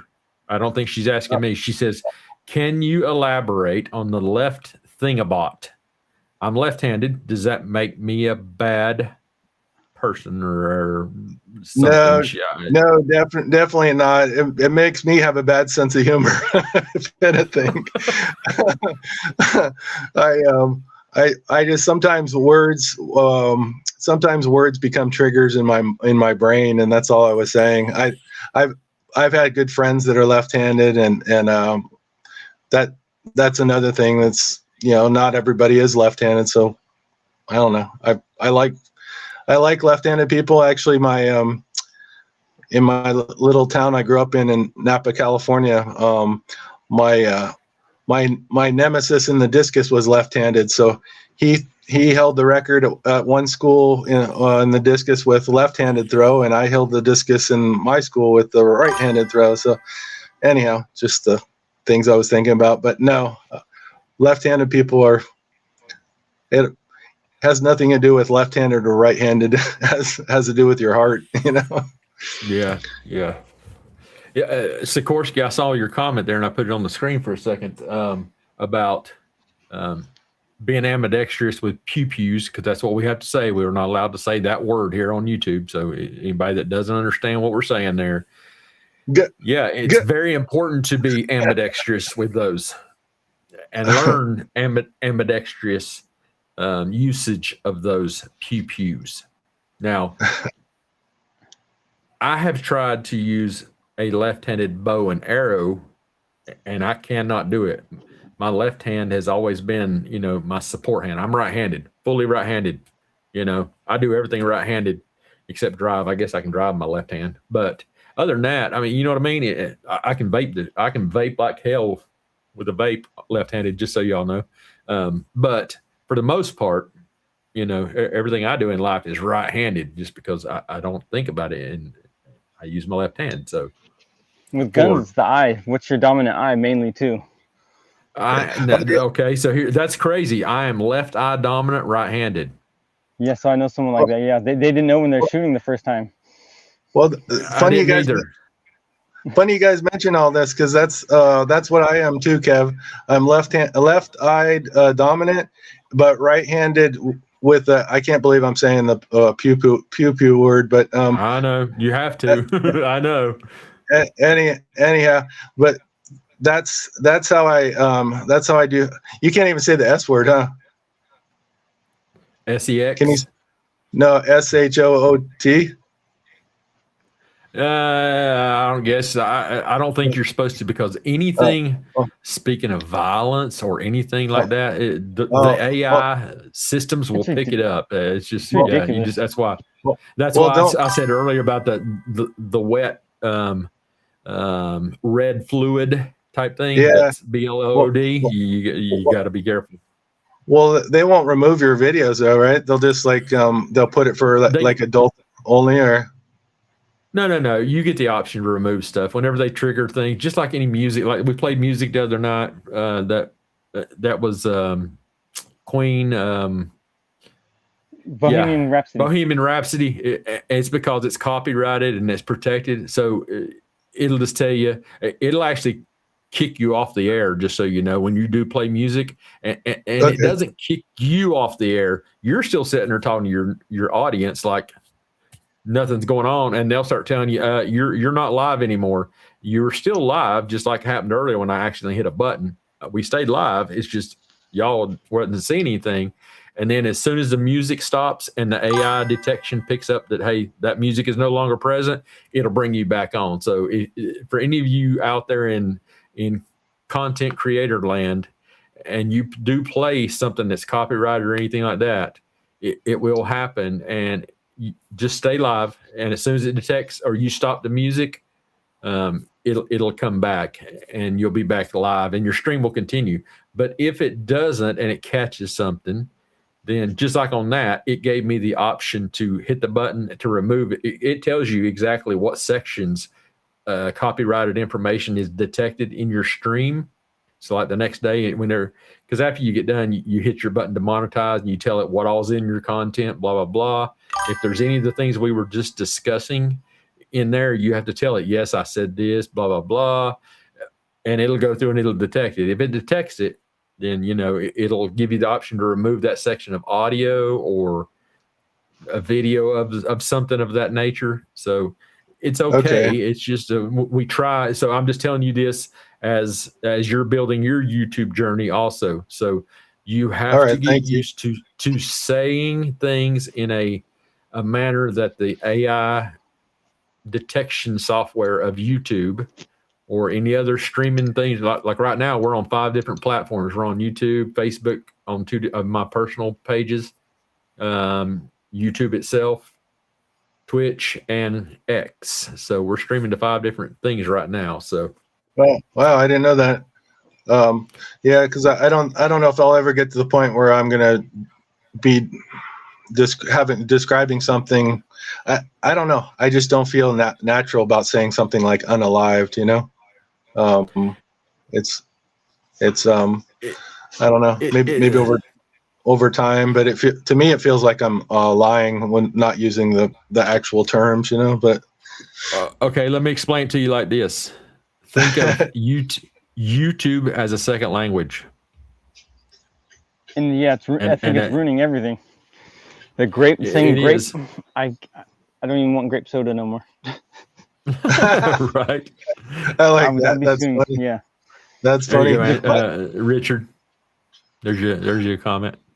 Oh, thank you. By the way, you guys probably it's probably all right, but with the tempo being like Hotel California or like the Eagles, it's not going to be a problem, right? No, I sample so much, and I've only had Real Rico got flagged because it sounds exactly like Adele. And then what was the other one? There was one more, I think. Actually, that might have been the only one. So the other one too, I had Bohemian Rhapsody, but YouTube lets it fly. The one I have, but my distributor wouldn't let it go. They flagged it, but it's a parody. Parodies are protected. You don't have to actually get rights to cover it. But that song is the most protected song in the world, and so when I try to get rights for it, just so I can play it, they told me 6 to 7 figures. Whoa. Figures. So, If I'm figures. so you, Yeah. so you're pretty. It sounds like of course, you've got a ton of experience, Tyson. You're pretty sure Yeah. it's not going to be. It won't be any Oh kind no, of problem. no. I know they won't. That one won't. Okay, That awesome. No, because didgeridoo blocks it's all the. Because I it's love different I enough. love. I'm sorry, Kev. Sorry if I interrupt you. No, you're right. I was just saying it's different enough that it will pass. So If you play my Okay. Bohemian Rhapsody on Alex, Alex has it on his channel. Mine sounds better than the one that you played, and it doesn't get Awesome. flagged ever. Because I have no idea how you guys did that such an awesome job so quickly too. Like, yeah. and you said, and Tyson said he did a lot of that on his phone. That's amazing. Yeah, I have a lot of samples. I didn't have any of the ones you did, but I do have Eagles. So I was like, oh well, that's in the warehouse. So Yeah, definitely. I love a lot of the Eagle stuff. So oh yeah. I can't say how much I love that song though. Oh dude, the sounds. If you just listen, like there's so much going on in the background, but it works. Oh yeah. I hope if you do have time, like don't make it a priority because I'm really happy with what you have already. But if you want to play around with the drums, like you had mentioned, I love those something about the powwow drums that just from the very first time I ever heard them at this powwow in Maine is like, I don't know how to explain it, but there's a connection. Felt like there was connection to the earth and to my heart. Like just was a really emotional They're like experience. chants. They're chants of like they're doing rain dances or something. They're trying to summon something usually. Yeah, and I was exactly, man. You're. I don't know. I only have to say a few things, and it seems a lot of people don't get me at all, Tyson. So I really appreciate that. Is what I'm trying to say. I have Native American in me a little bit. I've been told, so I don't know. Oh, awesome. So the idea I had was maybe a little something like mysterious at the front of the to lead into the song, you know. Yeah. And I was even picturing, I don't know if you call them like, fairy spirits or wood spirits or some little whispering in the just picture like in the night, you know, like you can almost you can't make out what they're saying, but they you know there's some human like creatures communicating, you know. Yeah, we're gonna summon the cipher. Let me break in here real quick. Summon the cipher. Yeah, hey, thank you. Hey Misty, I sent you the link via email, and you can use that link to get in and just use your voice and turn off your camera. People under the stairs. Sorry, go ahead, guys. People under the stairs and the kids in the wall, like the whispering. You can hear them whispering in the walls and. Oh, don't freak me out. I've got enough to deal with. People under the stairs. Yeah, they're checking. Look, who the hell's under there? That's funny. Speaking of Cherokee, you know, our buddy Sequoia, he's tried to get on here numerous times, and he's just never been successful in making the link here to the Streamlabs side of Talk Studio. So he hasn't ever gotten a chance to come on to the show. He has an open invitation to also, but he is Cherokee. So Sequoia. I heard his theory today on Alex's channel. He was on there. Yeah, I saw him on Alex's earlier also. Yeah, so he goes over a lot. By the way, guys, I have to admit something. I almost used the S word there. I don't want to do that, but when I pull bow and arrow, I do that left-handed. So I do at least one thing in my life left-handed. So. There's no way in hell I could do that. Yeah. Okay. You got your camera off. All right. Here is our friend. Hold on. I'm going to use something here. Our friend that is here behind the scenes, if I can find that daggone right button here. Sorry. You know, I like making some fun things here. So let me find it here. Oh, look, we have a special guest with us, folks. Let me bring her in.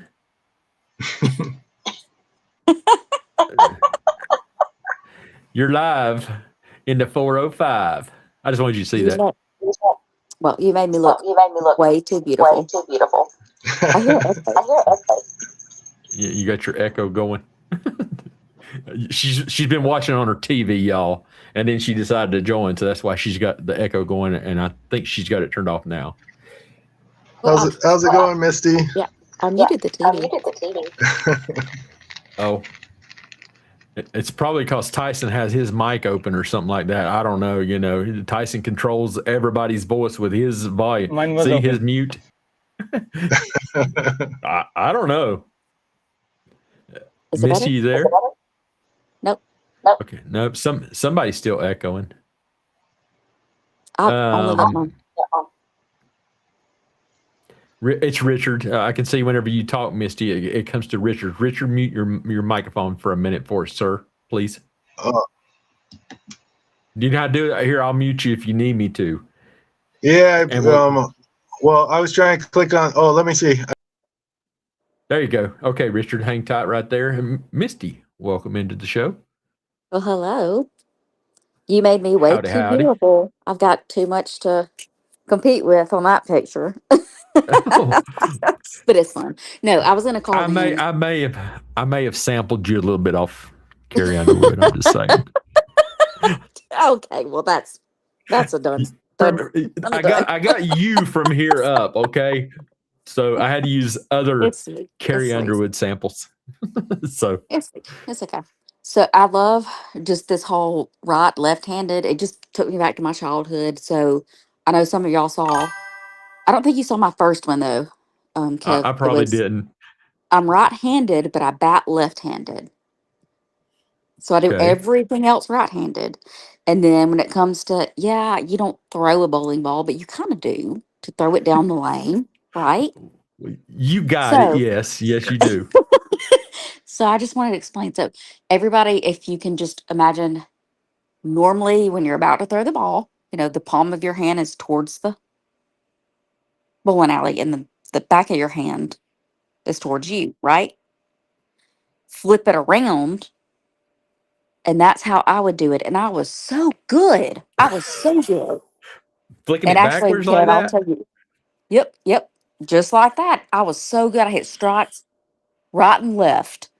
And actually I would bowl all the time with my dad, Kev. So that's just something I want to tell you. Until you snap And your then, wrist. Yeah. no. They taught me, like, Misty, you're doing it wrong. So I finally learned to turn my wrist around, and then I sucked. I could not Yeah, hit a single pin. And then for some reason, I couldn't go back to the way I was doing it completely backwards. I sucked at that right. too. Like I had it down pat, Yeah, it was working but good I for you screwed it until up. they tried to correct you, and then now Yeah, you like, lost it all. I've had stuff like come that on. too. Like I'm weird. I bat left-handed. Come on, let me If it ain't bowl broke, the don't way I fix want to it. bowl.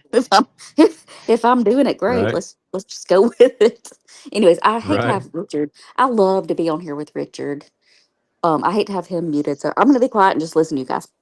So I'm just the opposite. I bat right-handed, but I write left-handed. So I'm doing the opposite as you. No, you're right-handed. I You're write left-handed. left-handed. I And write you bat left-handed, and right. I play throw frisbees left-handed, but I bat right-handed. But I can't do the Interesting. opposite. Interesting. Yeah, I know. Yeah, well, all of my friends were like, that's so weird. Yeah, Even mine too. my of course, my older brothers, and they're like, how do you do that? I was like, I don't know how to do it. I don't know how to bat the opposite way. I don't know. It's just how it Right. went. But hey, it worked. I made Yeah. all stars. I made all stars in t-ball. Okay, let me. Well, I was Michelle going to ask didn't you, make did you all continue stars, on? which is Did you my guys sister. play softball? Well, it's kind of a funny story because we couldn't stand how they would chant, in the dugout. We thought it was kind of silly, but then we were cheerleaders. But we did join. Whitney Burt was one of our they were my best friends growing up, and her parents were, they did like the community softball league. So we did that with them. Did freaking awesome. But we just didn't stick with it. Like it's, I don't know, it's cliche, I guess you would say, but Well, it there you was fun go. growing up. It was fun growing up. Yeah, it's all about, the fun memories we've had in Yes. our youth and all that good stuff. So, um, Oh, and Kev, I want to tell you too. It's so cool, like the song that you made. Ugh, okay, I was squalling from the get go, oh, but okay. so when I Did I talk get it about right? bowling, absolutely every single Okay. bit of it. It was amazing. But I just said that I have to go bowling with my dad. Like he's the one that took us bowling, and he would always take us. He worked at the Anniston Army Depot. He like fixed the um. Why did I just lose the word? Anyways, he Munition would was, take us the tanks. I'm sorry, and then yeah, anyways, my tanks. point was he would take us to the bowling alley within the Anniston Army Depot. It was like a gate you had to get through and stuff. Just Right, right. I'm getting off point. I'm getting off point. I didn't mean to talk so much, but I was just going to tell y'all that, Yeah. yeah, I'm completely weird. Batting left-handed, I'm right-handed, and the way I throw a bowling ball. So bring Richard back in. I want to hear from Richard. Richard's there. He knows how to unclick his mic. Richard. Oh, okay. I'm right here. What do you want me to say? Hey, Richard. Hey, Misty, how are you? Great. How are you? Um, Usually I just I'm. say good or great, but I could be better, but I'm doing the Of best. I'm course. doing the best I can. I'll get through it, I'm praying for you. I'm sorry for your loss. Well, thank you. I wish it was less complicated, let's put it that way. But I got this great big muscular dog here. He's going to get me through like all my dogs do, and you guys now too. Thank you for being there for me, by the way. And Misty, I don't even have words for how supportive you've been of me. And I don't know if you've ever heard the saying, all a man needs is one good friend in the world, but that's what I found in my life. And anyhow, I relate to you. yeah, well, thank you. YouTube there's a lot of fake people on here, and it just means a lot. It means a lot that to me that there's at least one real one, and you're at the very top of the list of the people I consider to be real ones. So thank you. Oh, you're too sweet. But let me tell you this. I don't know if you saw it in the chat, but my dogs, Hey, I Richard, went mute for a through. second. Just while she's talking, because it comes through your speakers and goes back into your microphone, and it's hard for her to. There you go. Oh, I'm sorry. Go ahead, Misty. I'm sorry. So I was just telling Richard that I completely relate to him because I went through a very dark time. Not saying he's going through a dark time, but I completely get it. And I will tell everyone, and I'm not ashamed to say it. I had to get help because I was so depressed. And if it weren't for, I had a miniature schnauzer at the time, and then I got my two golden dew babies. I had to put my schnauzer down, but it's been just over a year now. But before all of that, if it weren't for my fur babies, I'm telling you guys right now, and I've told my family, I would not be here. Yeah. I get it. Yeah, thank you. Thank you, Missy. I'm in the same exact boat. And it's just my so-called. Yeah, I don't like being negative, especially on this channel, but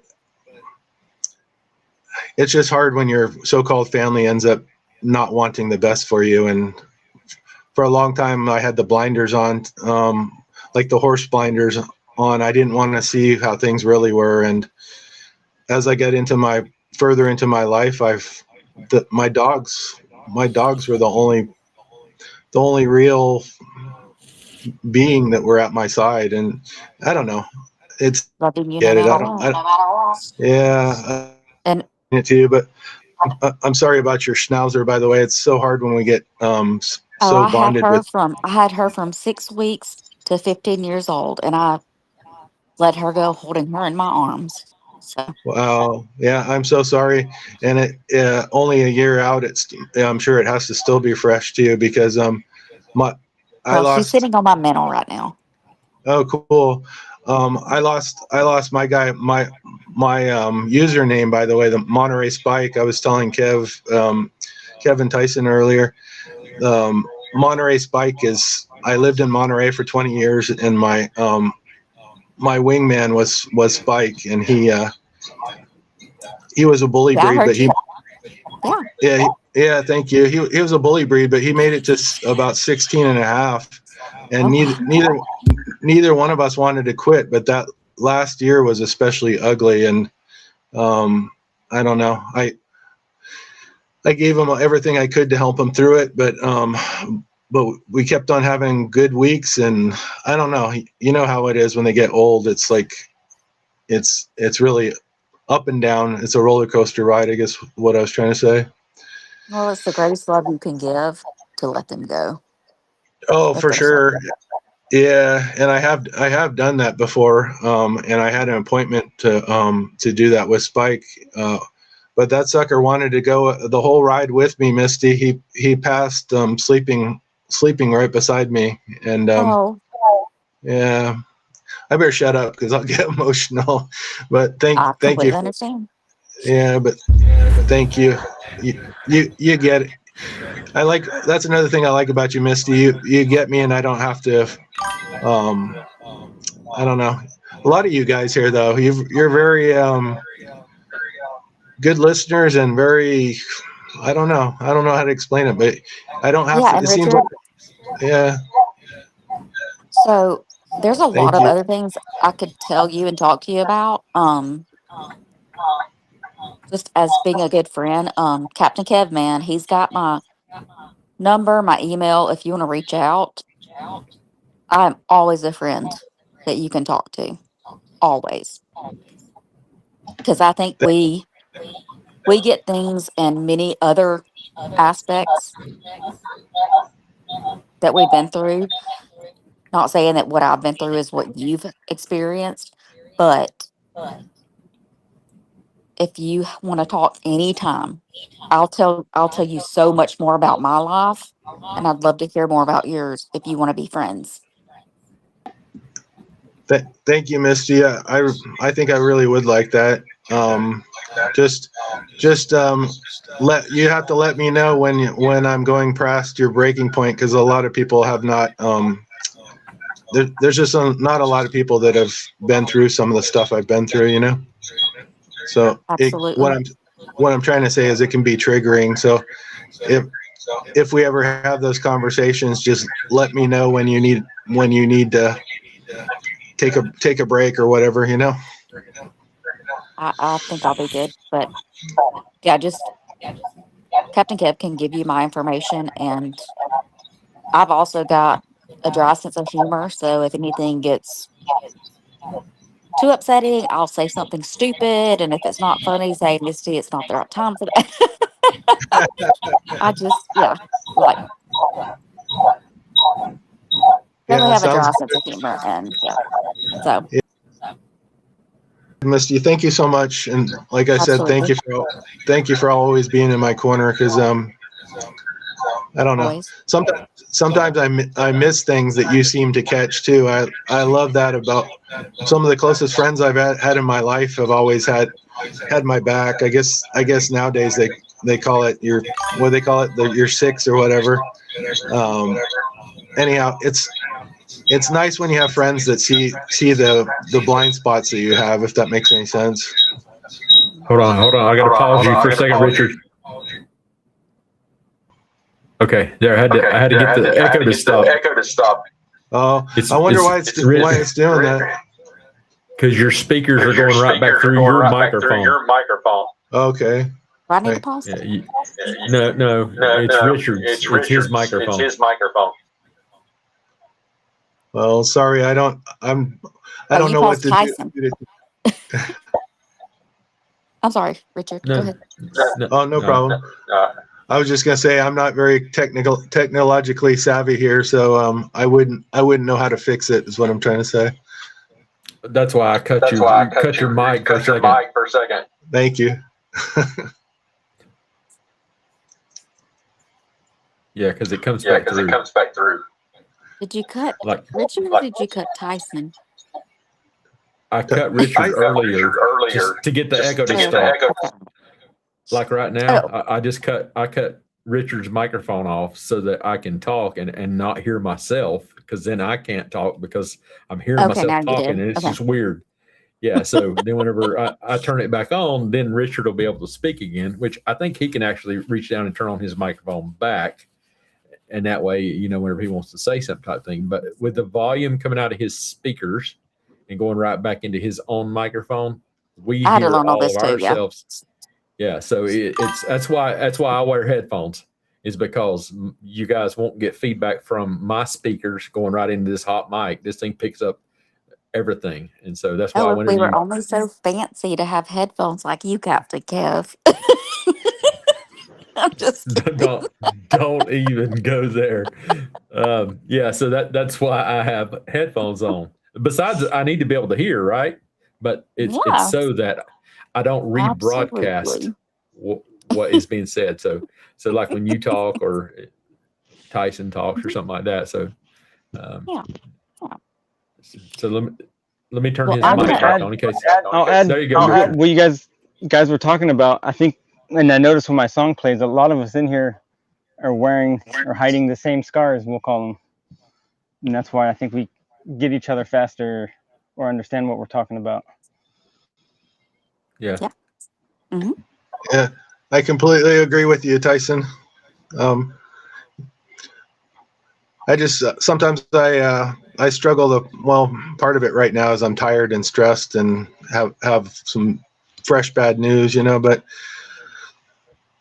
regardless, sometimes I struggle to find the words, is what I'm trying to say, but no, I think we probably have a lot of similar backgrounds as far as trauma is concerned. Well, nobody's is the same or even alike, but there's still No, that sense. There's still that sense of, hey, I kind of get it. I kind of get it, rather than friends that have no idea. yeah, exactly. And trauma is trauma. I mean, everybody has their own threshold too, but I don't know. Yeah, Richard. And when we talk as friends outside of this, I'll tell you a lot more about my life as well. All right, thank you for that. I mean, don't feel like you have to though, Misty, but feel like you can. That's one good thing about me is that whatever somebody shares with me, I've always been like that from the time I was a little kid. Whatever is shared with me, I keep to myself. I'm almost not even kidding about this. I'm almost like a priest or something. I don't know. I could have been a psychologist if I didn't have so much trauma in my own background, maybe, But do you ever listen to Dr. Bricata? Yeah, I love him. Some people call him Dr. G too, right? Like Gary, right? Right, correct. Yeah. Sometimes I can't remember his last name, so I think I'm going to probably resort to calling him Dr. G. It's just easier for me to remember. But he actually described the whole. He is very intelligent and very perceptive as far as crime. He could have. Don't get me wrong. I'm sure he's a great psychologist, but he could have been a crime scene investigator. And he is the first person that described the situation with the Nancy Guthrie as being being multiple men, one being a chef and others being so-called waiters. And, you know, like there was one mastermind and there were other people that were performing their roles that were like junior partners, if you will, you know. And I find it amazing that he used those words to describe you know, the perpetrators, because if you look at the original Burger Chef with the mocked up ad from the 70s that you can find online, it shows them in chef's uniforms with the chef hats and everything, and that cartoon image is paired up right beside the cipher. So let me ask you this, Richard. Sure. Hold on. Let me. I'm gonna turn your mic off. So let me ask you this question, Richard. Take away your thoughts of the cipher and the things you know from that aspect. Let's stop and think of Richard's own personal idea here of everything you know about the Nancy Guthrie case. What is your idea of what occurred up on Escalante Drive? This is a family show, Kev, and I don't know if you really want to ask the question with, if you want to ask the question, you have to be ready for the answer. And I don't know if we are really, and another part of it is I cannot fully answer that without involving my knowledge of the cipher, because the two are inseparable. Like, to have a full picture of what happened there, I have to combine my knowledge of the cipher with what the so-called experts on the ground have reported, as far as the doors being open on the back and the blood on the, well, I don't even know if I'm supposed to say that word, but the red stuff being, yeah, the blood being on the front door. You know, this isn't the first time I've told how I think it went down. Like, if you want, I can share the whole thing with you. I asked the question, just give us your opinion. And that's where I was trying to. Sorry. Let me turn my headphones down so I can't hear myself. I was just asking for the simple thing of your thoughts, again, outside of the cipher. And I know you stated it's hard for you to ask that question outside the cipher, but what is your opinion of what may have occurred there, just from the things that you've seen, heard, and gathered about the whole Nancy Guthrie case, and try to do it without applying the cipher to it? Okay.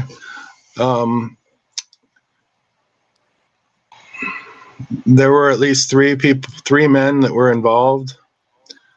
They surveilled the home for months in advance, at least a month in advance, but probably months in advance. They knew that she left her doors unlocked. Either that, or they made their own key, because breaking into homes is nothing for these people. But chances are, more likely than not, she just simply was not, she had no reason to be on guard, and she's 84 years old. She left the door unlocked. They entered the rear of her house while she was out at dinner, because they had already surveilled her and knew her routine, and knew that she was going to be gone from a certain time to a certain time that evening. So during the time that she was away from the house is when they broke into her house. Well, the cipher says that they did horrible things to her for probably between 10 and 2 o'clock, inside, this is hard to believe, but inside a specific tent that was set up inside Nancy's home on the floor of her own home. That was what's happening here. Sorry, I was reading the comment there. These people, the man that raised me specifically used to work for 3-letter organizations, and they're very in tune with modern day forensic science, and they basically reverse engineered. You've seen how like 3-letter organizations use the tents to collect like genetic material evidence, right? Yeah. So what they did is they set up the tent in order to contain all of the genetic material within the tent. Okay. So unfortunately, I don't know if you can say the word dismembered either, but is that a no-no? Well, after they unalived Nancy, the final thing they would have done is dismembered her, divided the portions among 3 to 4 men, probably 3 on the ground. I think there were 3, and for some reason, either because they wanted to stage it that way, and Porch Guy wanted to leave his image, like in order to just mock law enforcement, or by accident, just because he was going around to meet the people that were still inside at the front door. I don't know. What I'm trying to say is I don't know why he was caught on camera. I don't know if that was intentional or if that was accidental. It seems like it was intentional to me. But long story short, I think they took her remains out in, the backpack the Porch Guy was wearing was either containing the tent or the tarps or a portion of Nancy's body, unfortunately.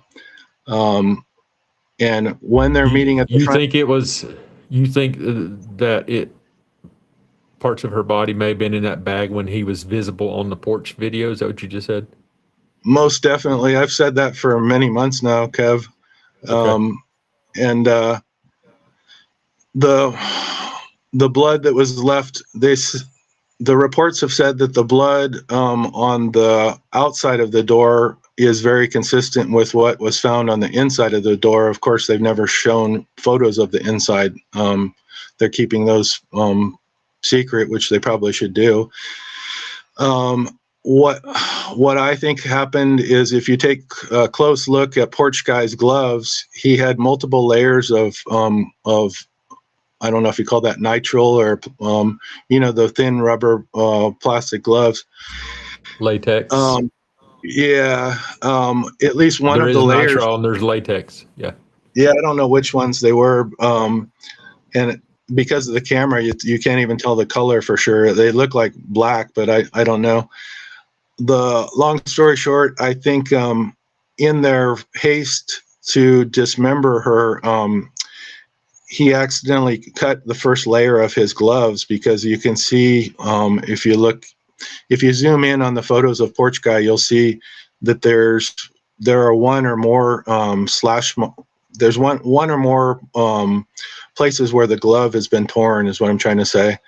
And I think those are slash marks, probably from whatever they used to dismember Nancy with. But long story short, I don't think the blood was left there intentionally, because there's a high probability that there was a mix of DNA in whatever was leaked there on the front, inside and outside the front door. I think my guess is that they accidentally, somehow there was a hole in one of the plastic bags that leaked, and that's where the blood came from, is just leakage. How do you think the mixed DNA happened? That gets a lot more graphic, Kevin. I don't know if Misty, she's a tough woman. I'm telling you, Well, it's SA by multiple perpetrators is what I'm thinking. Okay. Yeah. And so you're thinking that this occurred in the span of that 40 minutes? That do you believe they were in there longer than 40 minutes? Or do you think they were in there shorter than 40 minutes? I believe they were in there much longer than 40 minutes. I believe they were in there before she arrived home. They were lying in wait for her, and I don't think she ever made it to her bed or to, she never went to lay down in her bed or never got that far. Unfortunately, they were there inside her house when she came home. Do you think they made contact with her as soon as she came in the house? Because we know that she didn't take her 10 o'clock medication. I do. Yeah, I do. Okay. The man that raised me, he's the one that organized all of this, and I guess I probably, long before I knew what the word sadist meant, he always had weird little sayings that he would repeatedly say, and it was part of his brainwashing process. I didn't know at the time. It was only in the last 4 years that I realized he worked for these 3-letter organizations, but they teach them how to get in somebody's mind by repeating phrases, if that makes any sense to you. But before I get off the topic too far, I have a tendency to go down 1,000 different rabbit holes. Well, the point I was trying to make I'll try to keep you headed there. Yeah, thank you. Well, the point I'm trying to make is he would always say, I didn't know what he really meant at the time, but from my earliest memories, one of his popular sayings was, "I'm going to get my money's worth." Well, when a sadist tells you, "I'm going to get my money's worth," your ears better perk up like a wild horse, because what I'm trying to say, I chuckle, but it's not really funny. It has deep, that little saying has really deep significance. And the Burger Chef cipher was released in September of 2019. So they had all this plan. The cipher is very complex, Kev. So it took. Yeah. I've listened to all the cipher stuff over on Patriot Pride, and I think Adam's in the chat too. I think he just joined up on the chat. Adam, my email is up there if you want to just shoot me an email real quick, and I will drop you the link if that's what you're asking for, sir. Yeah, sorry I missed your call, Adam, by the way. I accidentally had my phone on mute today and didn't realize it. But where did we leave off? Okay, so the reason I was saying about his oft-repeated saying about get my money's worth, say this, at the very least, they probably spent 2 years making this cipher, believe it or not, possibly longer than that. So what you're looking at is 8 years into the past. You might as well call it 2017 or 18, something like that. That's a long time, and they only had that specific date. They didn't have any, like, for me, they have all kinds of backup plans for me. Like, they have multiple dates to take me off the planet, is what I'm trying to say. I'm trying not to get graphic here. I'm trying my best, Kev, by the way. So what I'm saying is, I'm 100% certain that they were there waiting for her when they got home, and this isn't their first quote unquote rodeo. They're serial unalivers. They've done this for decades, and one of their favorite tactics, especially for a very important or very valuable quote unquote mission, they would rather be there waiting for the victim when they arrive. So sort of like if you ever see those trapdoor spiders, I don't know if you've ever seen those trapdoor spiders that sort of have a little Well, basically a Sent trap. Adam. Sorry, I was just Anyhow, letting Adam know. I sent him the link. I'm sorry for interrupting you. Go ahead. oh, no problem. So it's like a trapdoor spider is what I was just comparing it to in my mind. And the unfortunate thing is just imagine, like, we all like to feel safe in our own home. And when you arrive home, the last thing in the world that you're expecting is, 3 of the most sadistic predators on the planet, Right. So. Let me ask you a question. I'm going to bring our friend Adam into the stream. You ready, Adam? Give me a thumbs up if you are, sir. I don't know if I can see you there. Okay. You're live there, Adam. There you are, down at the bottom. Sorry, I see you down there now. So you all know our friend Adam from Patriot Pride. Adam's here on the panel now. We're just hanging out. We're talking to Richard. We were going over some things and just hanging out and asking questions. And Richard came in on a whole different, just hanging out and stuff. And we got to talking about things and he was bringing up some topics about stuff. And I told him, look, we all go to Patriot Pride to watch the discussion with Richard on the panel with Adam and Mike from Patriot Pride. And so I really didn't want to, I wanted to keep him away from that.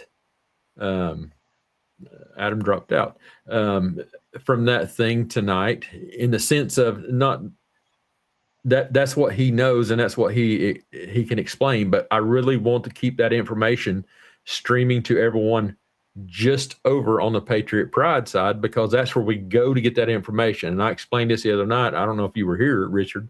So he's back and I'll bring him on stream.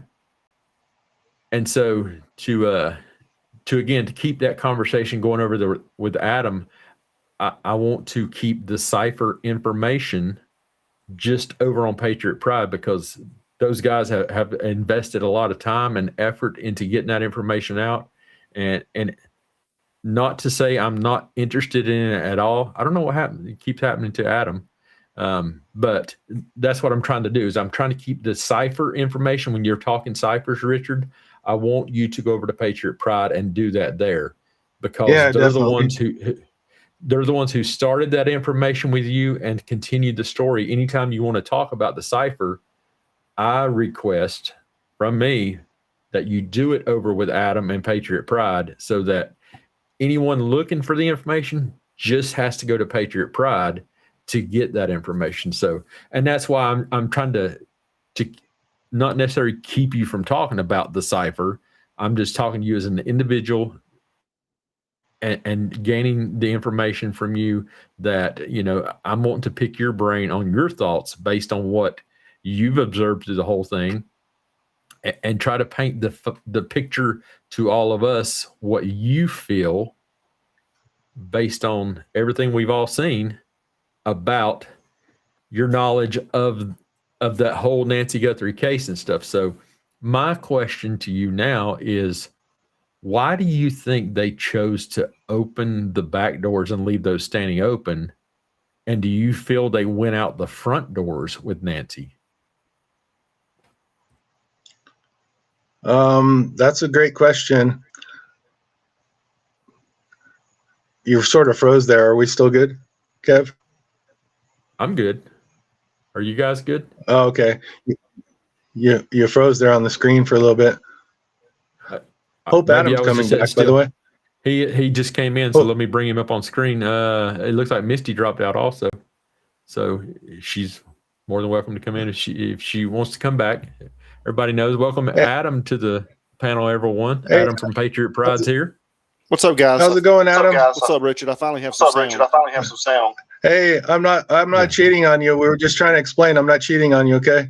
Yeah, don't be cheating on me, Richard. Let me mute your mic, Richard, just for a second while I let Adam I was hoping Misty would have been in. Oh, geez.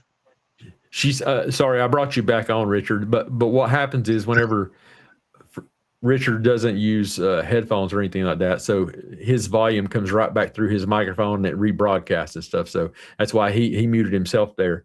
And so, and that's exactly what I was just telling him, Adam. I was telling him, I didn't want to really bring the cipher stuff up here because I want the information just at Patriot Pride, so that when someone is looking for that information, they go directly to your channel, and all the cipher stuff is done over there with you.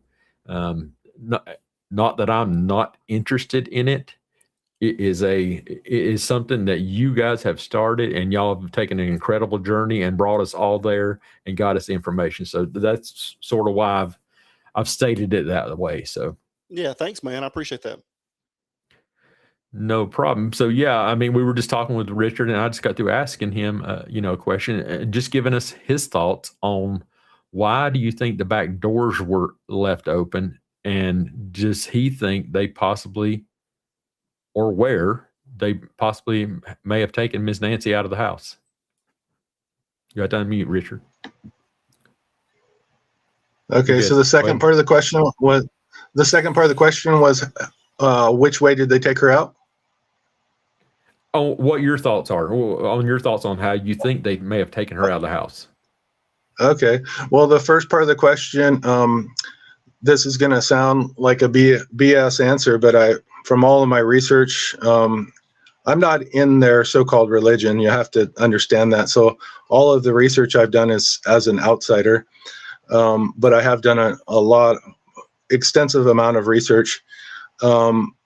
Nancy was targeted on a pagan holiday called Imbolc, and it was also on a full moon. It's called a snow moon, but it's also called the hunger moon, which ties into the Hunger Games, by the way, because this in the Burger Chef cipher, this is all described as at the second line from the top. It's complicated to explain, Kev, but a part of solving the cipher is replacing letters on every line according to the number of the line. Like the first top line would be the first or 20th. It's number 1 from top to bottom and number 20 from bottom to top. So on the top line, the letters A and T have been removed. So you have to go back and figure out where to fill those back in, right? There was somewhere I was trying to go with that. Maybe my brain will come back to it. Trust me, mine jots off and loses me sometimes too, and I have to remind it where we're going and stuff. Just a reminder to everyone. I have short-term memory loss. But let me go back to the whole why they picked that day though. They picked the 1st of February because of the full moon. It was called a snow moon or a hunger moon. Anyhow, I believe that hunger ties, I guess there's the brain coming back. Hunger ties, hunger, the word hunger ties into the second line of the cipher, which is, it says, come play the slay game, SLAY game, play the best slay game with us, basically. It's an invitation. It's sort of an invitation to play their sadistic game of unaliving. See, I'm barely able to do this, Adam, but I said unaliving. Did you notice that? Good job. It takes practice for us all. Oh, I've been working with him on it. I couldn't do that. I don't think I could do it for 3 or 4 or 5 hours though. But anyhow, so that day is called Imbolc. It's a pagan holiday, and it used to be a sacrificial day, human sacrifice and animal sacrifice. Not so much anymore, obviously, but they like to go back to old ancient ways, the way things were in pre-Christian days, if that makes any sense to you. So. Right. Imbolc is also called St. Bridget's Day, and they have all kinds of traditions on St. Bridget's Day, and one of them is sort of akin to like spring cleaning, and the people will clean their house and leave the doors open, and a part of that is cleaning, but also part of it is to let the spirit of Saint Bridget into your house. And they leave out gifts. I don't forget if it was food. They leave out some sort of gifts for her. I do remember that. So I believe that that's why the doors were left open. And I know that sounds weird, but everything about this case is weird, you know. Right. And then going back to how I told you how she was removed, and I guess the front door had heavy deadbolts on it. I've heard it had 2 different levels. It had like a heavy steel security gate on the outer level, and then additional deadbolts on the inside.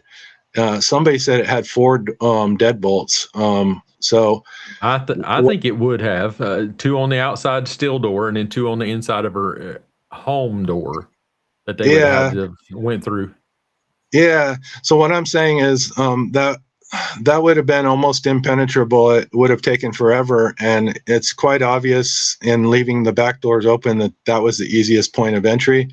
But what I'm also saying is, as far as an exit point, I believe that there were 2 remaining perpetrators on the inside waiting with the additional remains of Nancy.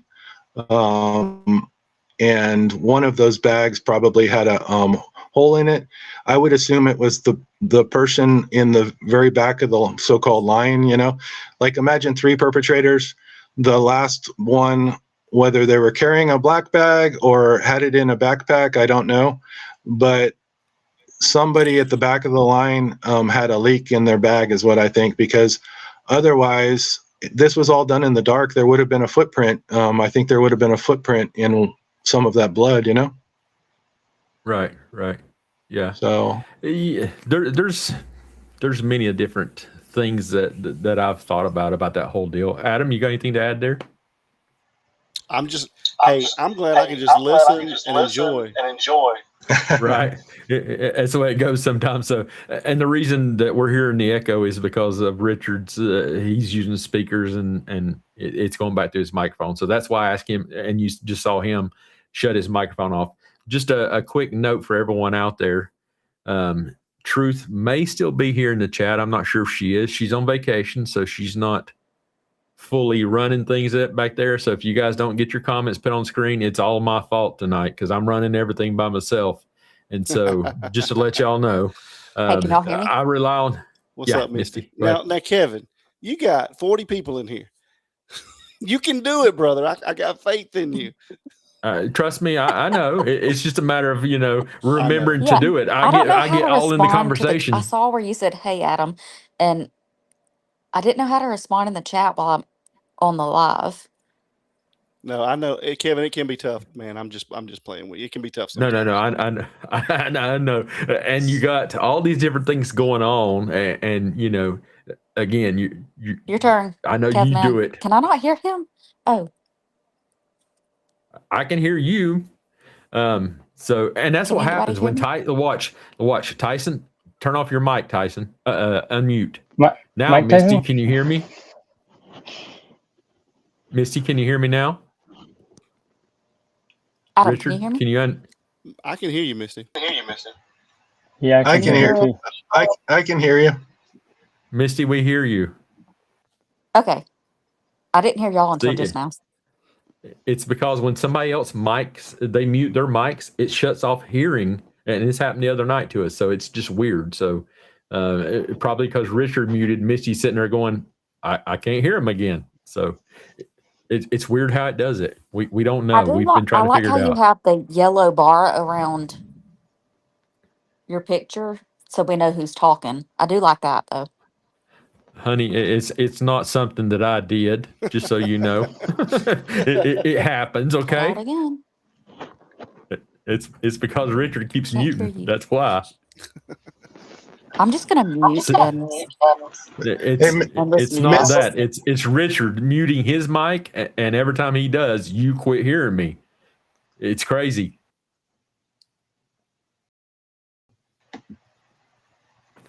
Anyway, they're here and they're listening, but Yeah, I mean, we've been over here having a little discussion and all that stuff. Richard stopped in and we played a song for him. And that reminds me, Adam, we can either do it live here or I can come to Patriot Pride. And I made a song for you guys for Patriot Pride. And it's something that I've worked on. And, dude, I have Sorry. Oh, no. Sorry. Wait a minute. Wait, hold on. I just want to be.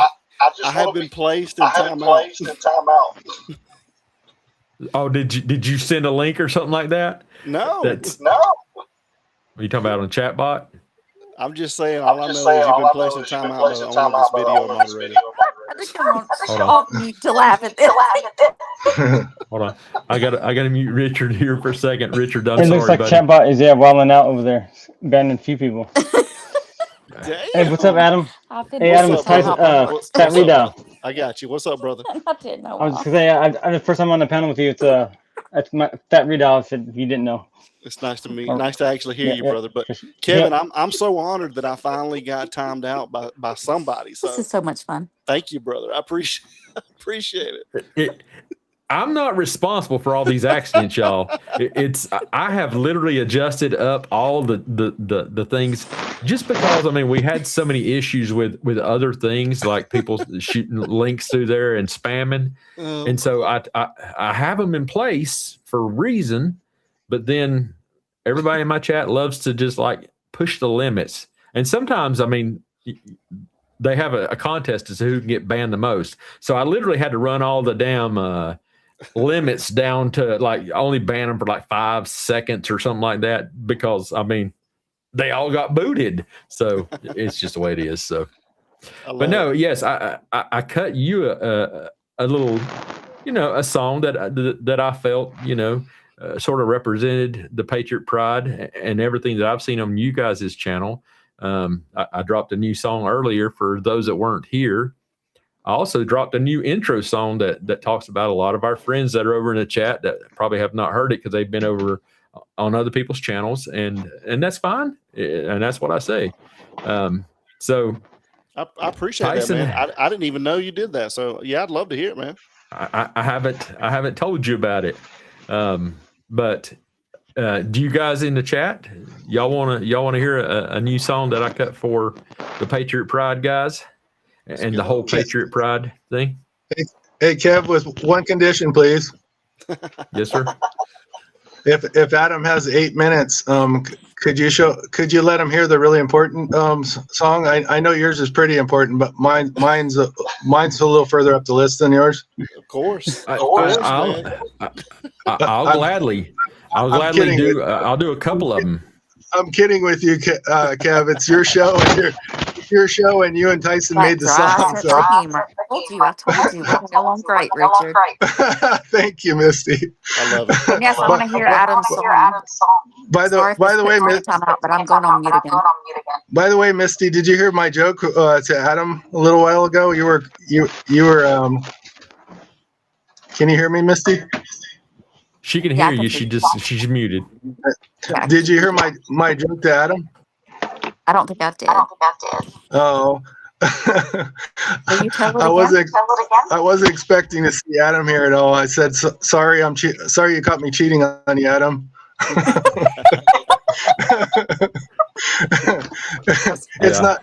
It's not as good the second time around, but anyhow, I didn't want you to miss it. He caught you. You're in trouble. You need to be in timeout, Richard. Okay, timeout for you and me. Yeah, exactly. Thank you. Wait until you hear the song, though, Adam. They put it together in less than an hour the other night. I'm amazed at this song they put together for me. Yeah, all I did was put I took what the chat recommended. We put it into Chat GPT and we wrote a song. We did it on Suno and then I sent it to Fat Redial and then he put the sauce to it. So, okay, Misty. And so also for those of us that have been here for a little while, I'm going to use this as a break while I play this song. So if anyone needs to run the restroom and you have headphones on, all that good stuff, you'll be able to hear it. And so I'm going to play this. I can hear the whole thing while I'm gone the whole time, by the way. And so Patriot Pride, Adam, Mike, the whole Patriot Pride crew. I put this together for you guys, just again based on things I know about you guys. Tyson, do you want to say anything in there before I mute you two? No, but I am working. I'm almost done with the ones that I talked to you about through email a week ago. Nice. Thanks, man. So, yep. I had to drop mine before he was allowed to drop his. So I'm just saying. I let him kind of sample it. Kevin said the one of them. I just appreciate it, guys. It's awesome. Yeah. So again, this is just something I threw together, and let me see what it says lengthwise on here. If it'll let me get to it real quick. Wait for my. This is a 6 minute and 29 second song that I threw together for Patriot Pride. So here we go. Let's go.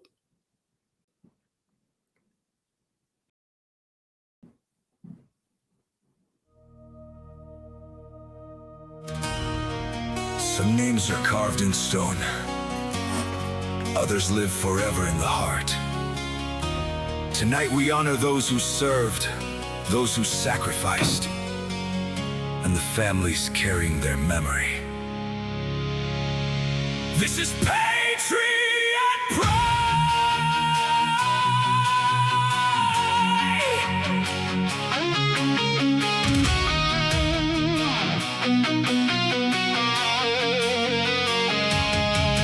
There's a flag in the morning rising through the blue,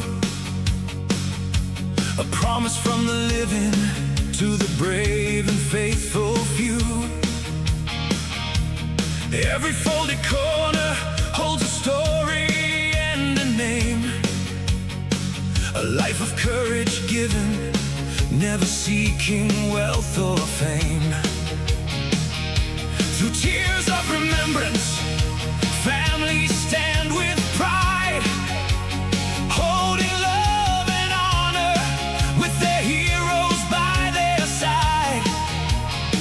A Gold Star family member turned deep loss into light, building hope through service, keeping memories bright. We will listen, we will learn, keep the flame of honor burning. Every hero, every story lives in Patriot Pride. Patriot Pride. Let the red, white, and blue fly high. For the ones who stood for freedom beneath the distant sky. Say their names and tell their stories. Let their courage be our guide. We remember, we stand together. Patriot Pride. Adam starts the conversation. Mike stands by his side, turning microphones to bridges, letting honest voices rise. Every guest can share a lesson. Every memory has worth. From the ones who wore the uniform to those who guard the hearth. More than just a channel, more than words upon a screen. It is service through remembrance and faith in what they mean. No hero is forgotten, no family stands alone. Their courage lives among us, their sacrifice comes home. Patriot Pride, let the red, white, and blue fly high. For the ones who gave their all beneath the distant sky. Say their names and tell their stories. Let their legacy survive. We remember, we stand together. Patriot Pride. Patriot Pride is a non-profit organization founded by a proud member of a Gold Star family, dedicated to honoring the sacrifice and service of our nation's heroes. This mission is more than a slogan. It is a promise. To the mothers, fathers, sisters, sons, and daughters, to the friends who feel an empty place each day, may you know this nation sees you, stands beside you, and the names you love will never fade away. We will carry on their stories, keep their stars forever burning bright. Adam, raise the voices. Mike, keep the message strong. Gold Star family member, you have carried this so long. Veterans, heroes, families, stand together side by side. One nation joined in gratitude. One mission, patriot pride.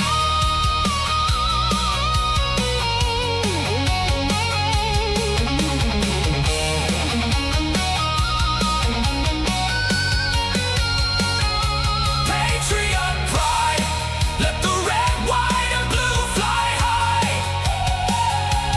For the fallen and the living, for the ones who served with pride. Say their names across the country, keep their memories alive. We remember, we stand together. Patriot pride. Carry their names, carry their light. Stand for their families and honor their fight. Carry their stories with courage inside. Forever remembered. Patriot pride. For every hero, for every veteran, for every family carrying the cost. Adam and Mike, keep the mission strong. Keep the memories alive. We are Patriot Pride.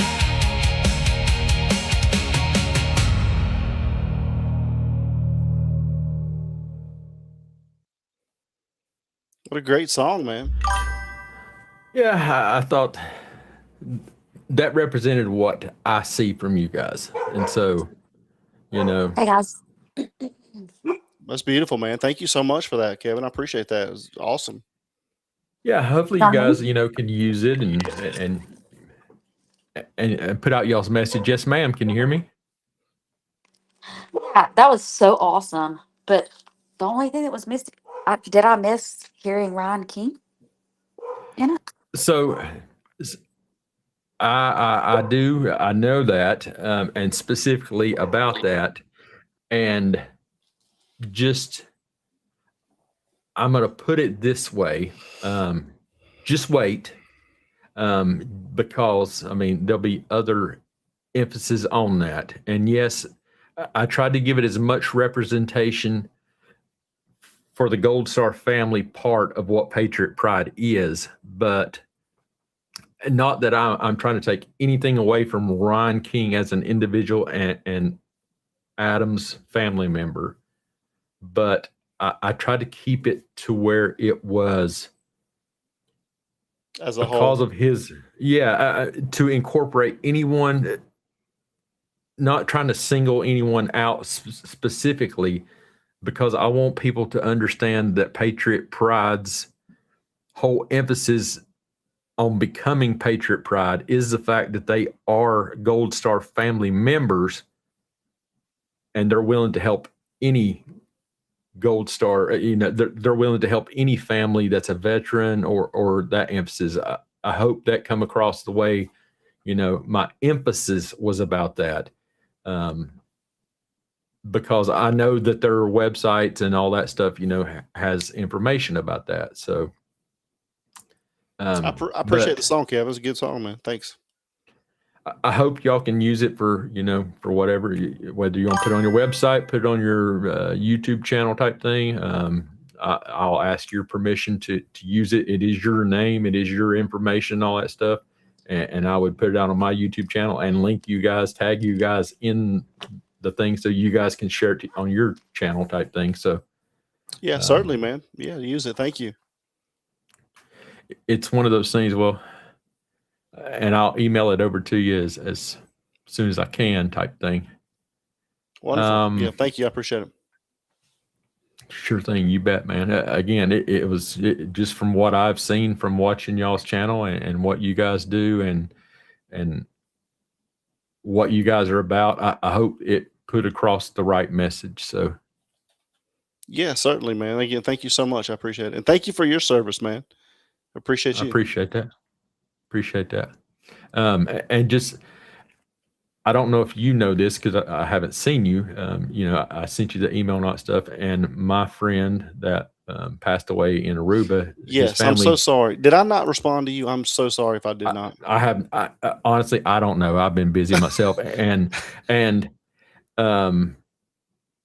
the family they've met their requirements to be able to bring him home, and so I just want to throw that out there to you. And like the other night, I put it out to everyone that I appreciated everybody who did donate, who did something, who responded to them and all that stuff. I told them it's not coming to me. Not that I don't want this to sound bad. I don't want anything to do with it in the sense of if you wish to donate, here's the link. This goes to their family, and I appreciate everybody. And there's plenty of people in my chat that, whether on X or you guys,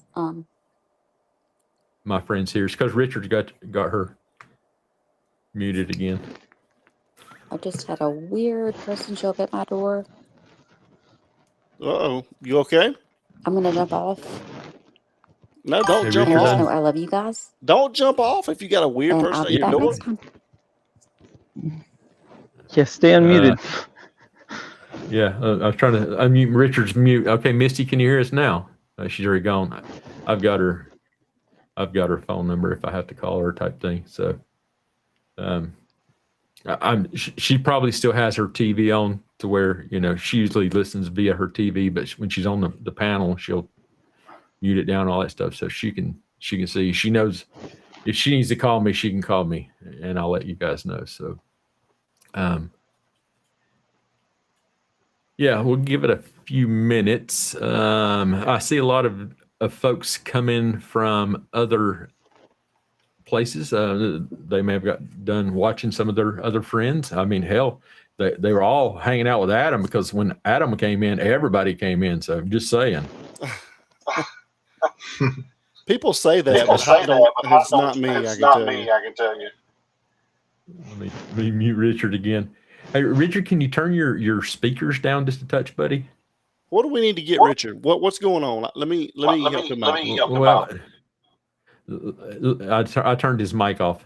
So what the deal is he's using a laptop probably, and the laptop, the speakers are down here in the bottom and the microphone's up here top. And so as it broadcasts the sound out of it, it's going right back into his microphone and coming back through the stream.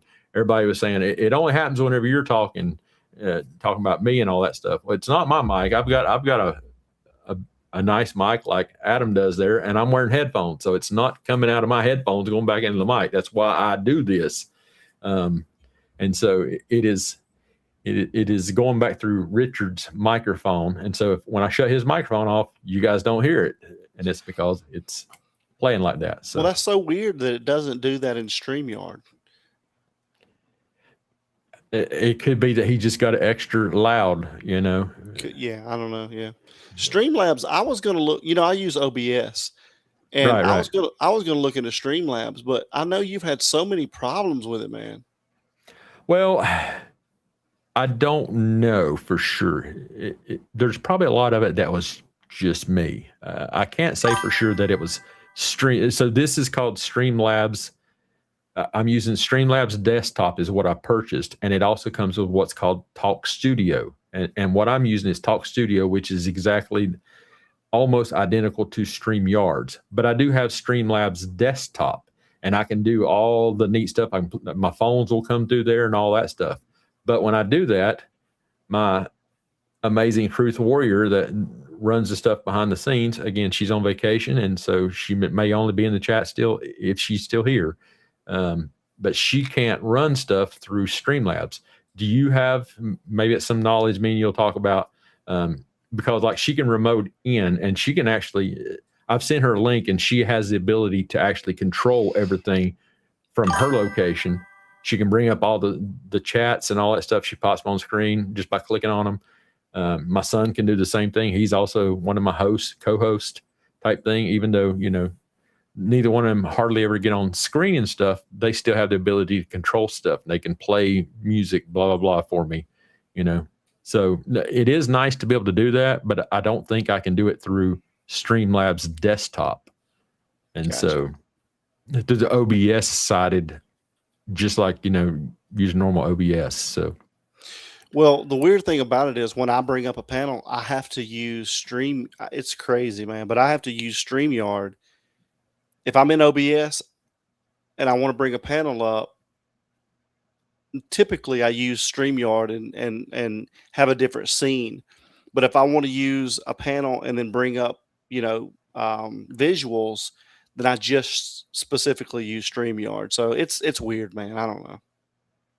Oh, well, do you use Ultra on Streamlabs? No, I just use OBS. OBS itself, not Streamlabs OBS? No, just OBS. Okay. And that's why if you use Streamlabs OBS, which it's another version of it, it's the same. If you know OBS, which is, someone was asking me about it today, and I was like, look, I think maybe it's my brother.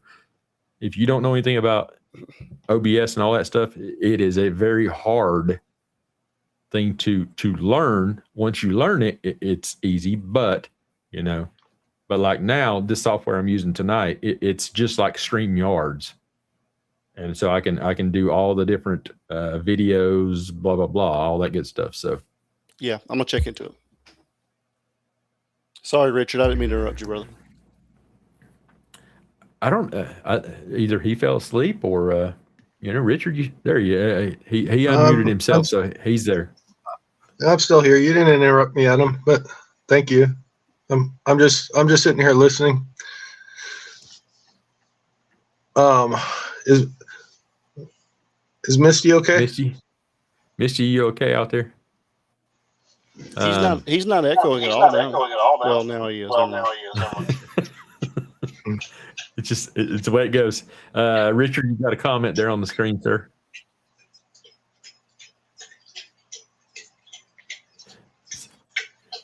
I don't know if you can hear me. Can you hear me? Yeah, we can hear you. I was just sitting there listening to the echo. Yeah, thank you, Christina. Yeah. I'd have to figure that out, but thank you. I do appreciate that. Let me call her and make sure she's all right.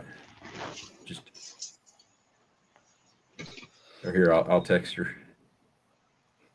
So Tyson, what's up, brother? How are you doing?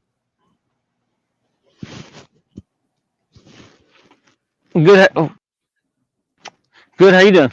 I'm doing great, man. What are you up to today? Nothing. Just had to work and just chilling. I'm here. Yep. I heard that. Yeah, look out Monday. You should be getting something from me. So. Oh, that's cool. Yeah, I'm excited. Yeah, you have to let me know what you think about it. Yes, we where I live, they have it's called frog sauce. He won best sauce on the planet. On the planet? Wow. On the planet, yeah. Damn. Okay. Well, I know. You gotta let me know. Taste test it, brother. Big shoes and stuff. I do. So I noticed too. His secret ingredient is anchovies. Anchovies, yeah. They use that in a lot of stuff. Yeah, it's a lot of the popular stuff, and people don't know that. Yeah.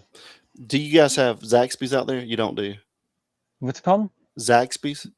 No. I don't think they have it out that far, but they have anchovies in their sauce. It's Zax sauce. And it's off the chain, man. It's good. Well, Caesar salad isn't that? Yeah, that's anchovies. Yeah. Mm-hmm. But anyway. But yeah, I like barbecue sauce. Yeah, check it out. Let me know what you think. So, Richard, you got to... I'm sorry, Kevin. Yeah, I text her too, so we'll see what happens. Yeah. That's not a good thing to tell us that somebody weirds at your door and then go off air. And what time is it there? 3 a.m.? Where she's at? Yeah, for her, it's probably 2:25. It's 2:25, same as me. No one should be knocking at the door at 2. Yes. Oh man, I don't want to start this whole timeline thing. Oh, it's Yeah, about that time too. It is a little weird. she would.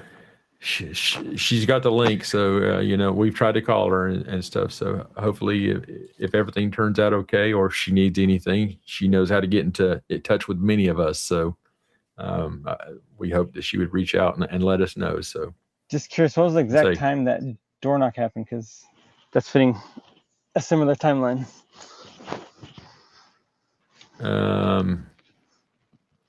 I would have to go back and look. Probably 7-8 minutes ago, type thing. So I do have her address. Trust me, I could have her address in seconds.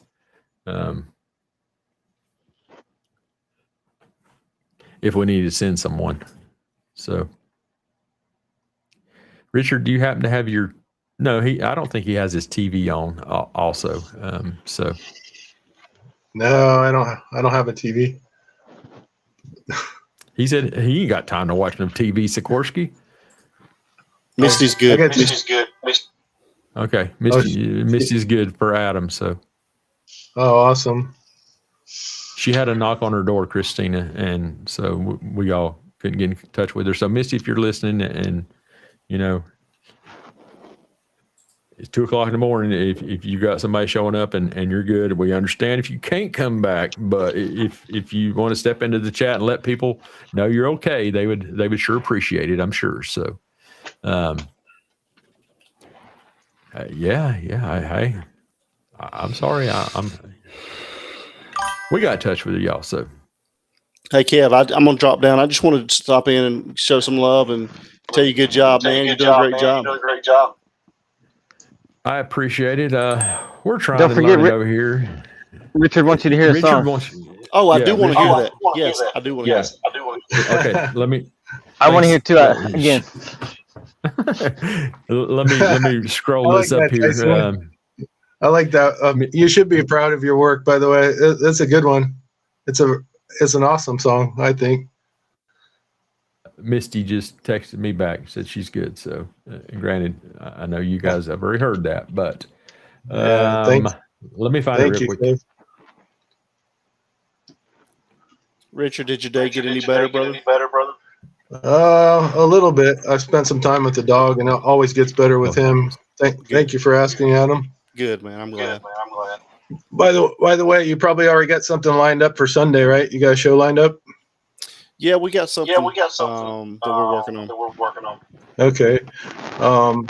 Let me know if you have any openings coming up soon, but maybe we can talk about it between you and I.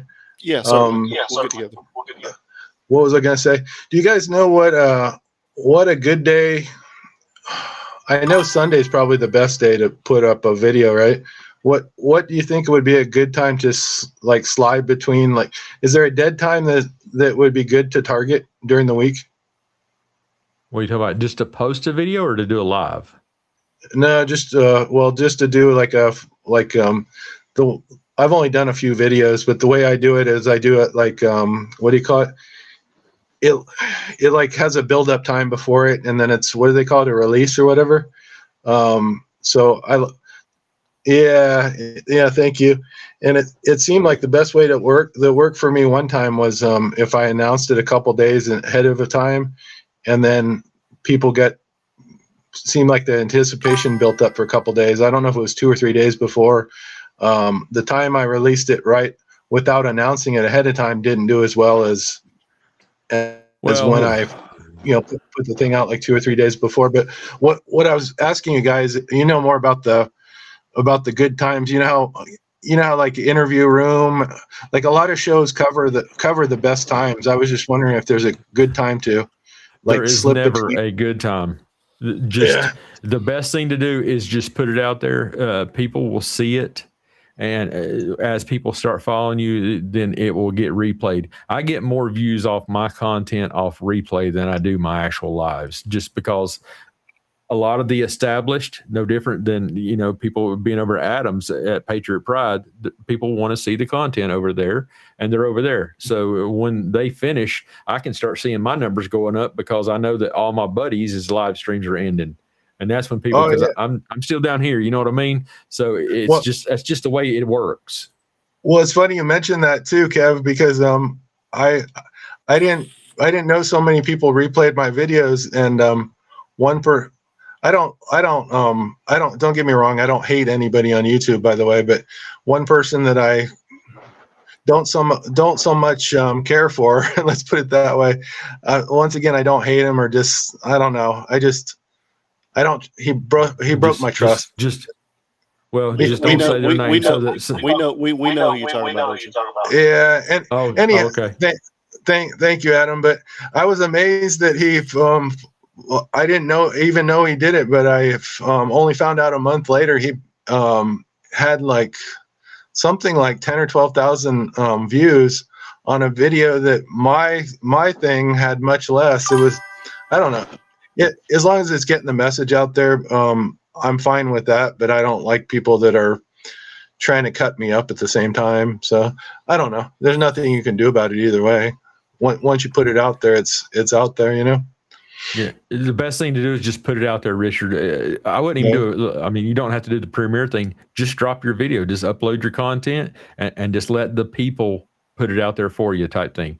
And again, that's all based off views and all that stuff. So, there is never a good time in between anybody's shows because there's always somebody live doing something. So I put my content out and I don't let their lives affect my lives. I put my content out for me and for people to see it. So I think if you take that same approach of just put the content out and let people see it, and they'll share it, they'll like it, they'll comment it and all that stuff, and just let it be.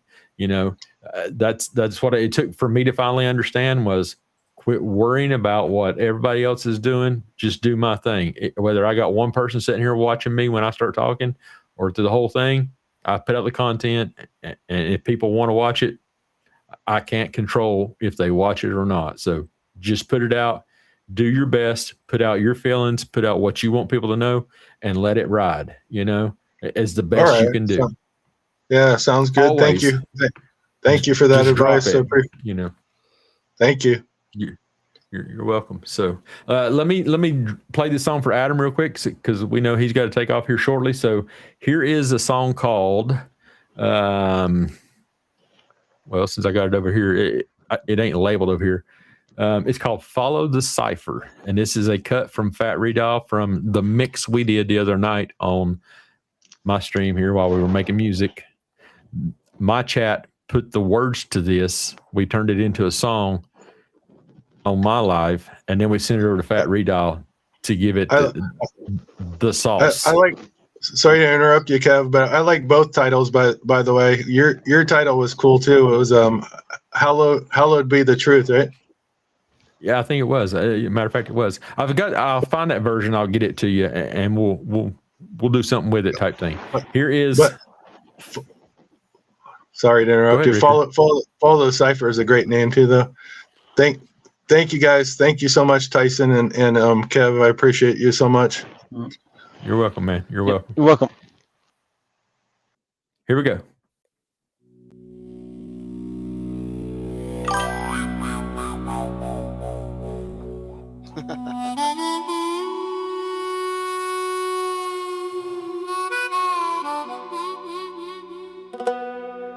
Sick, man. That's sick. That is a sick intro. Some names disappear into the darkness. Some stories are buried beneath silence. But Richard Nolette keeps asking the question, what if the ending is only where the cipher begins?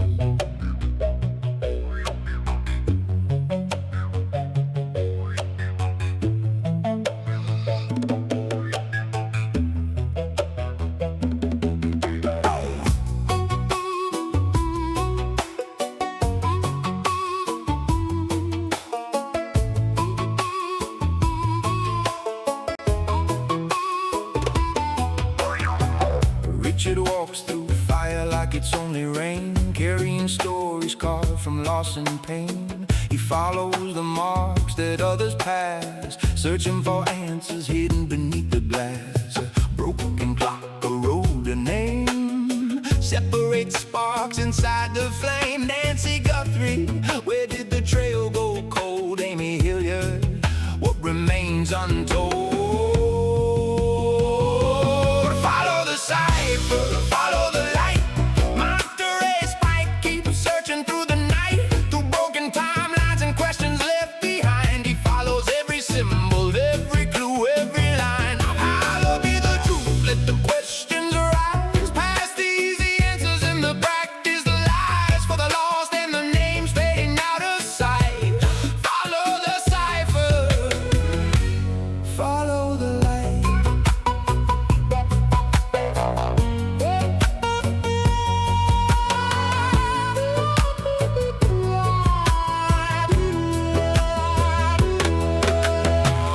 Burger chef beneath an Indiana moon, four young voices taken far too soon.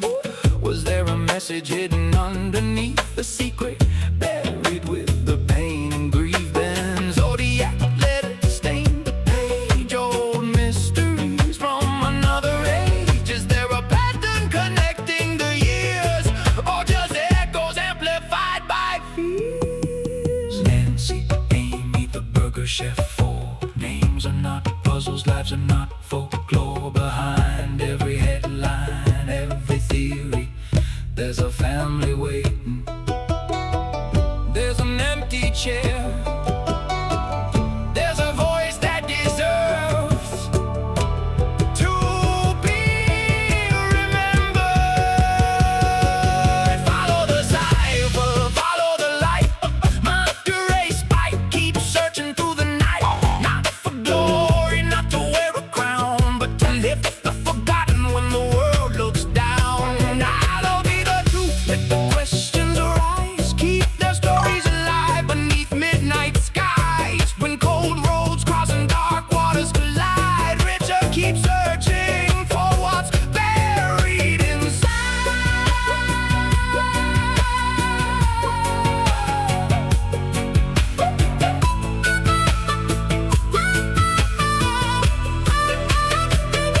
Question every timeline, remember every name. Search without accusing, let the evidence explain. The missing are not silenced, the lost are not erased. And until the truth is spoken, Richard keeps their stories traced. Monterey Spike.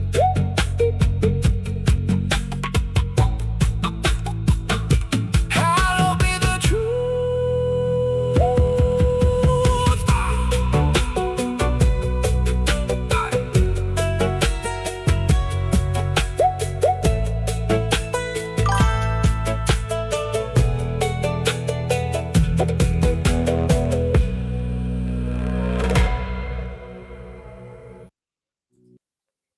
Great song, man. Ain't that's just a killer cut that Tyson put is. together there. Tyson, does that have you an know- undertone of What is it? Hotel What is it, California? Adam? Hotel California? Yeah, it's Hotel California. Nice, dude. That's nice. Good job, Richard. Oh, thank you, Adam. Good job for these guys. These guys are amazing. They are. I agree. All right, guys. I got to jump down. It's 3:39 a.m. So I love you guys. I just want to show you some love, Kevin. Appreciate you, brother. Thanks for stopping in. We love what you guys are doing over at Patriot Pride. Make sure Mike knows that we appreciate him too, and we appreciate you stopping in, Adam. So Yeah, Thanks. man. Thank you so much, Adam. Thanks, Tyson. Get- Richard. Yeah, hit me up, Yeah. Richard. We'll get something going. All right, sounds good. All right, see you guys later. All right, have a Misty's good night, back Adam. in the house. Bye.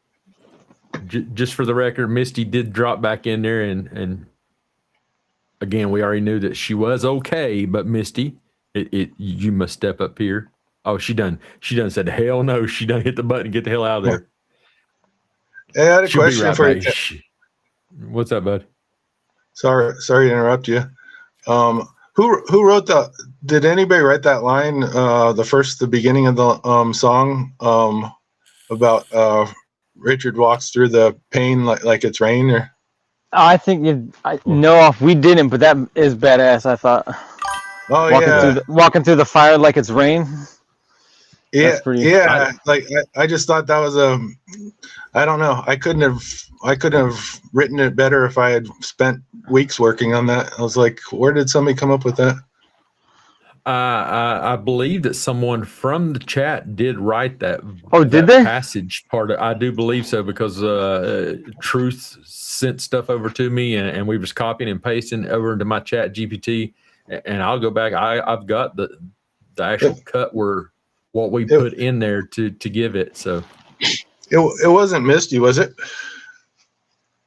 I have no idea. Oh.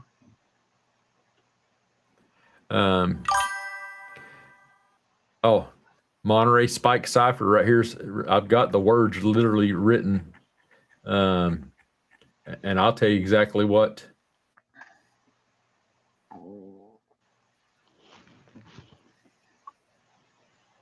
Yeah, I just kept wondering about the walking through the fire and pain, like it's the rain, or I don't know exactly how it's phrased, but every time so much of the song, the lyrics of the song, I'm amazed how it came out like that.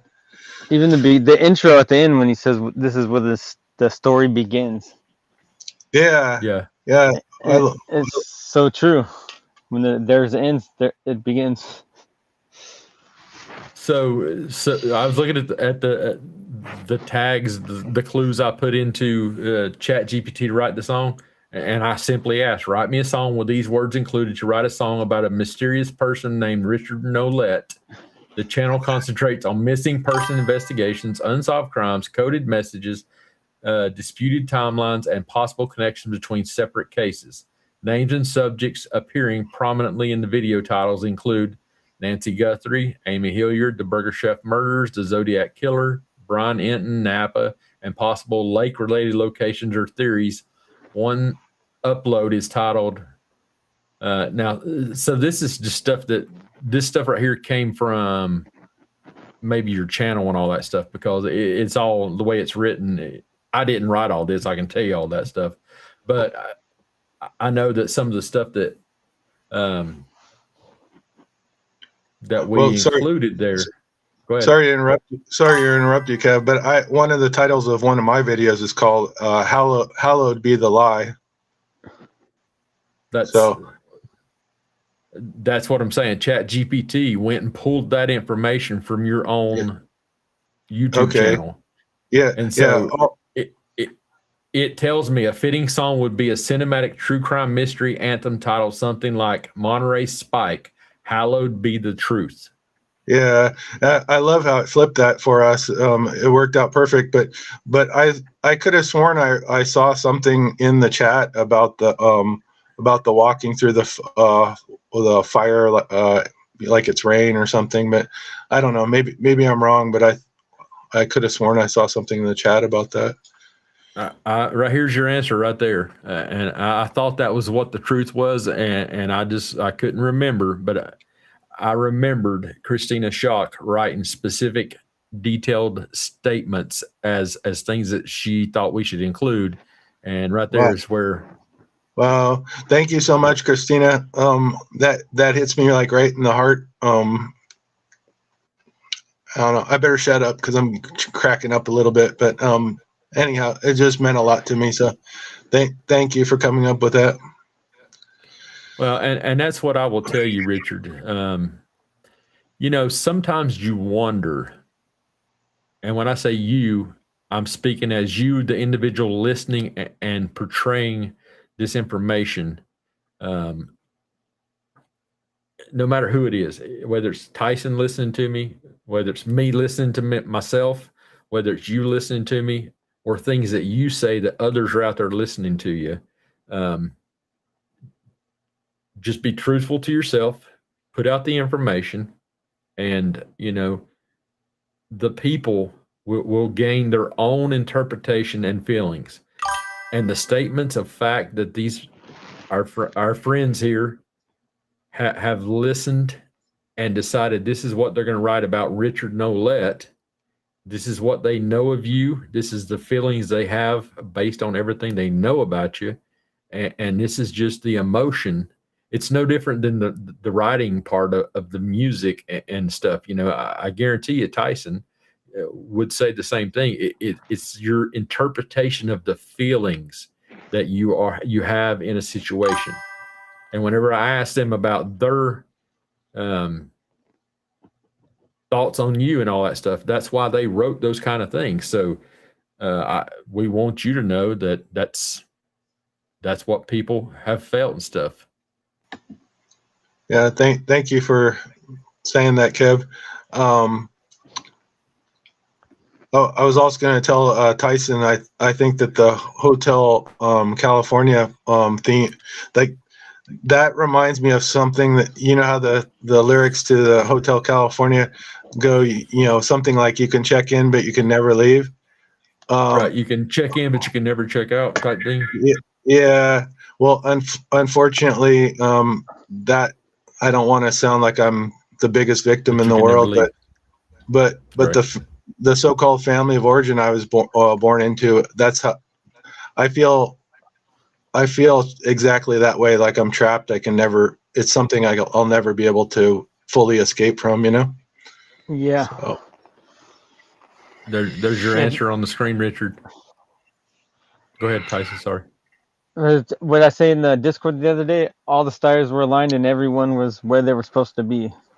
Yeah, at that moment. I read that earlier, and I was like, you know, that is exactly the truth. I mean, just the way that all came together, all the people who put the emotion into the thoughts and the processes of when we simply ask, what is your interpretation? How do you feel, you know, based on the things you know about Richard and the vibe and all that stuff? And this song came from it. So I don't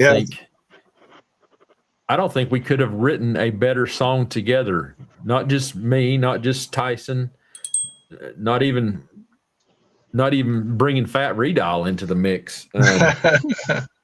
No, I want to just thank all three of you. Christina, thank you so much for recognizing that, but coming up with those amazing lines. Thank you so much.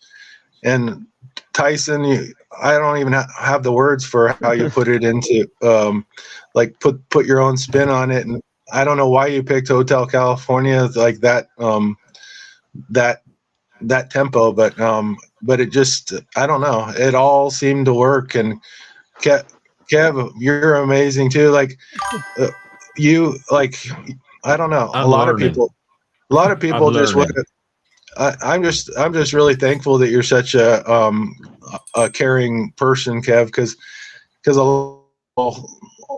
you know how the world is now, that a lot of people just think about themselves, and I don't know, just anyhow, can't thank you guys enough, because it gives me something to really look forward to. And from now on, if I can figure out how to add the music to the videos, which will be the next big step for me, it's gonna give it, you know, such a professional. It takes it up. You know how all of this works, guys. Minute intro is a really nice lengthy intro too. You know, it turned out like really good. Yeah, it's like a song that tells a little story, you know, and for me, a lot of it resonates. So thank you again. It's not just a story. It's a ride. I mean, when you sit and listen to it, it takes you on a journey of going through that whole process. I mean, you know, just the things that it takes you through. You know? Exactly. And that's what I've tried to do with the things that I have made, you know. And again, I use the word very loosely when I say I have written, but it's just the terminology we all know and use. but you know, the things I have put together, you know, all the stuff that I put into those couple songs that I've made Misty now, you know, I just felt that was the words that needed to be spoken in those parts and all that stuff. So, yeah, you know, Tyson does an amazing job of his stuff too. So, yeah, he does all right. That's what I'm trying to tell him. I'm like, dude, yeah, you know, don't my let us sense of change your name to Fathead. You know. Hopefully, you're getting my sense of humor. By the way, Tyson, So what I try to do is I try to make something nobody's ever heard before, but you've heard before. Like it still has the nostalgia in it. So if I could have just did Hotel California and just sound like Hotel California, right? But I just want to make it comes on and you're like, what is this? And then it's still resonating, but it's something you've never heard at the same time. Oh, at this point, I'm not even exaggerating. At this point, I prefer your version over the original Hotel California, and me too. And that, well, and that's one of my favorite songs, probably. Right. Which I think is saying a lot, you know. By the way, I didn't want to ignore Ladybug. She's been really kind to me in the chat, and that I really appreciate your comment. If you're listening, Ladybugs. Oh, after a little ayahuasca or peyote, that song would probably be even more amazing. Oh yeah, or at least a little green bud, you know. but you were. I'm not to those levels yet.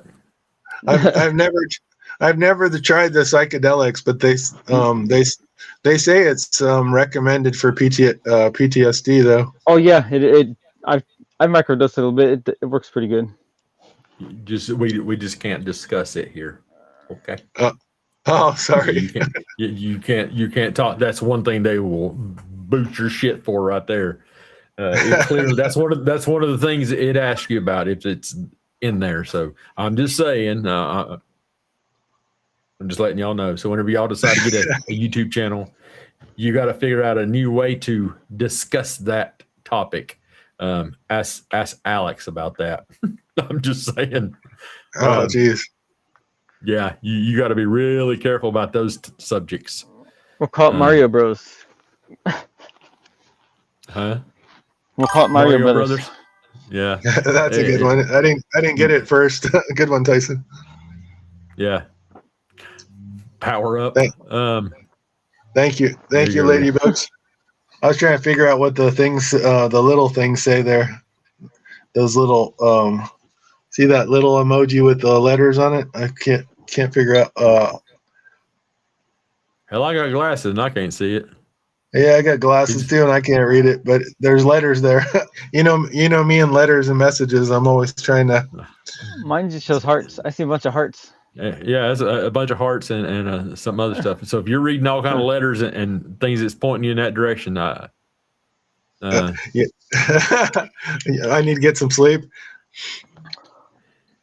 Michelle, hi Michelle. Light Tarot has just joined us. Is RN in the panel? Well, he actually is. Richard Nolette is here. It depends. It depends what she thinks of RN. If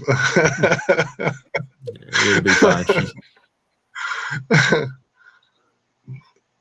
Some people love me, and some people think I'm a real monster. So I grew up in Modesto. The Cypher's never been through Modesto, has it? Some famous cases out here. Actually, he's the man that raised me. Claim responsibility for sort of abducting a woman and her child for a short period of time, but most people think that the woman unborn or born. Oh no, it was a born. I think like an infant, but most people. Thank you, Christina. I really appreciate that. Thank you. Most people think that the woman that was abducted made it up, and that the person that was claiming to take responsibility, which I believe was the man that raised me. That both there was a lie on both end, is what most people, especially the experts, believe. but it was a story that was set in Modesto, I believe. But nobody was. When you nobody was say harmed. when you Sorry? say it was a story, is this information you know? Was there an actual abduction and stuff like that close to Modesto? Well, there was a woman that claimed that a man had picked her up, her and her infant, and taken them for a ride, and then would not let them out and threatened to harm them. But she bailed from the car and disappeared into a field. And then when she went to the police department, there was a sketch of the Zodiac at the time, and she pointed to the poster and said that was him. But what most people When was don't know this? is What year? What year was this one? late 60s or early 70s. I don't remember the exact year, to tell you the truth. It might have been 69 or 70. But okay. Yeah, but long story short, none of the police sketches look like the man that raised me, and I'm certain that he is the man.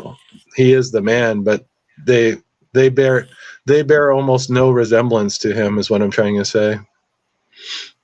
So, Yeah, because do you think he? 78. Do you think? Go ahead, Tyson. 78, the Golden State Killer came through here to the Modesto area. I think he had a couple of victims.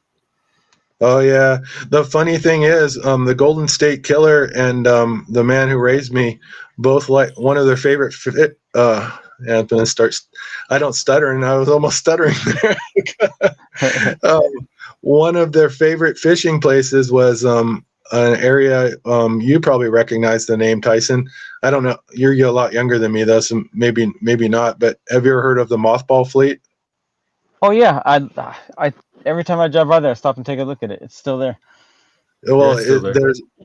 there's almost no. They're there's almost dismantling them. Yeah, scrapping them out though.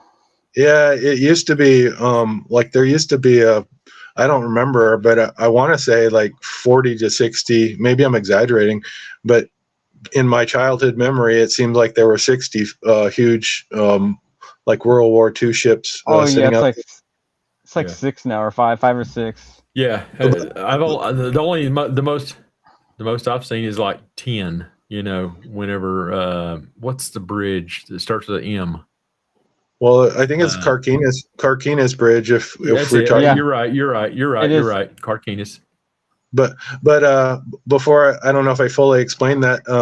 There was a video of the Golden State Killer fishing out there on some. I don't know if it was his boat, probably his boat, but I found that to be really bizarre because we were out there. Well, more often we were at Lake Berryessa than at the mothball fleet. But whenever we did saltwater fishing, a lot of times we were out there at the mothball fleet, and it's still one of the favorite places of my brother and nephew.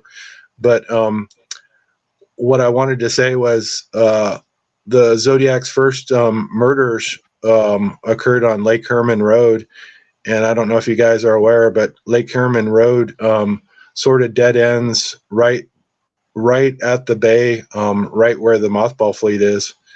And I believe that was one of the reasons that we kept revisiting that site. You know, I didn't know about all of this, but I think he wanted to be near one of his favorite crimes, you know. Sorry, I missed that. Richard, I missed that. Richard, somebody was asking for a link, and so while you were talking, I was trying to show their request and then tell them my email is up there to request one. Oh, no and problem. Then, what do you know?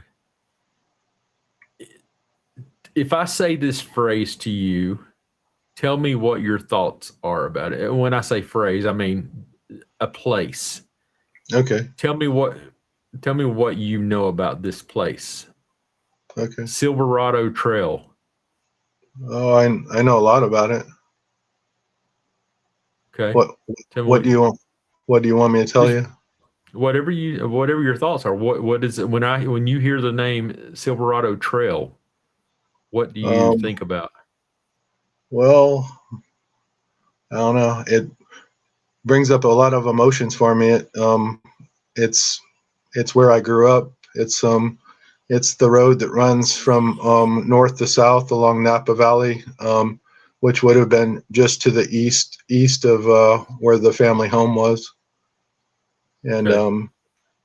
there's vineyards from one end of the valley to the other. So if you're not, most people will either go one of two routes when they travel the Napa Valley. They'll either go most of the tourists go up Highway 29, and that's where a lot of the, like, if you're sensible, you'll go on either the wine train, which obviously goes on the tracks, or you'll go in some sort of group tasting, like a limousine or something, because especially on Highway 29, they have the CHP arrests a lot of people every week because, obviously people do the dumb thing and they go up there and get drunk and they drive back, but going back to Silverado Trail, it just brings up a lot of memories. It also goes up to Con Dam, which is the water, about 20 miles up to the north. If you go up Silverado Trail about 20 miles to the north, you take a little turn and it takes you to a sizable lake that's the water supply for all of Napa. It's called Lake Hennessy, but all of the locals, at least when I grew up, nobody really even knew the name Lake Hennessy. Everybody knew it as Con Dam, but but that's also, sorry to interrupt you, Kev, but I'll let you talk just a second. That's also where the cipher says that Amy Hill's body was intended to be placed at the dam there. So, did you say that again, Richard? You sort of cut out there for a second.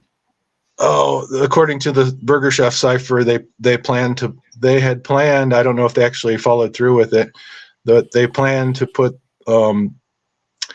the remains of a woman that was abducted on March 25th in Oakland, California. They planned to put her remains at the dam, at Con Dam, or it's, like I said, it's called Lake Hennessy. Right. Why do you think they would have abducted someone from Oakland and taken her all the way there? I mean, that's a pretty good distance.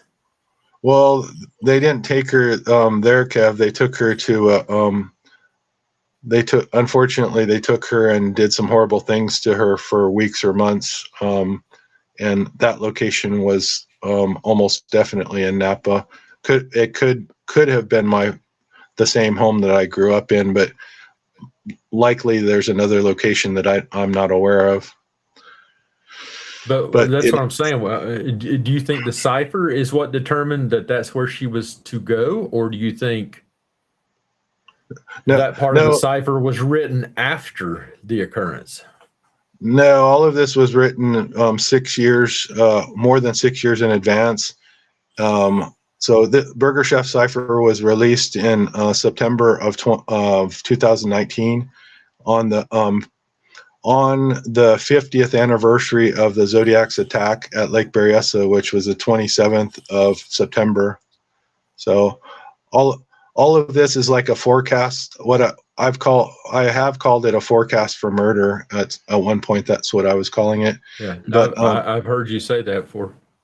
But going back to why was she targeted, believe it or not, it all boils down to the name and number address in Oakland. I mean, there's a lot of other factors that some of them I probably don't even, I'm not even fully aware of myself, but two of them that I am aware of, well, three of them. One, she had Christian affiliation. Two, she was petite. They go for a specific body type, and she fit that body type. But how do you think why did they choose her all in Oakland? Well, believe it or not, there's other factors. The main factors is the numbers on her address and the name of her street. Yeah, it does take you to Clear Lake. Yeah, it's a shallow, muddy lake. You're right. They must live up there, or at least they've been there before, because that's true. So her address was 566 Radnor Street. I'll just boil it down quickly for you, Kev. 566 relates to the number 566, which is a date. The Church of Satan opened at the beginning of May of 1966, and that's how it relates to Amy Hilliard's address. I don't know if you're seeing the matchup. It's 566 is her address, and May 1966 is 566.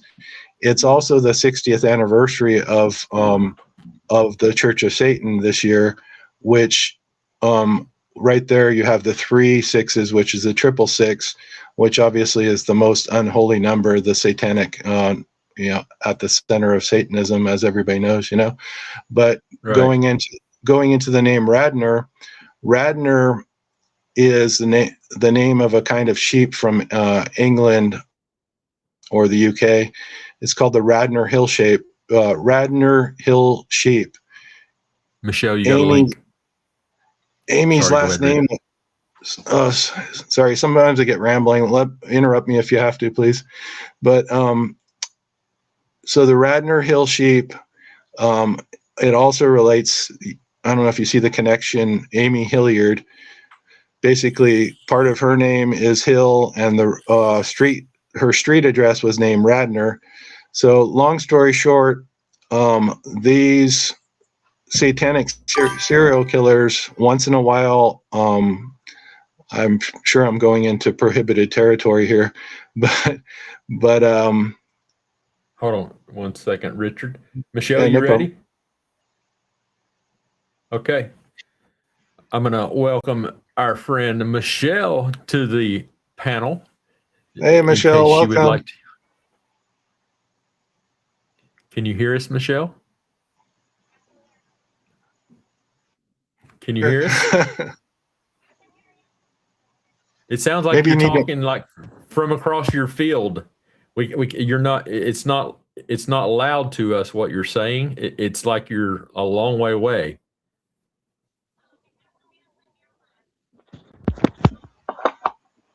Yeah, your voice is not coming through though.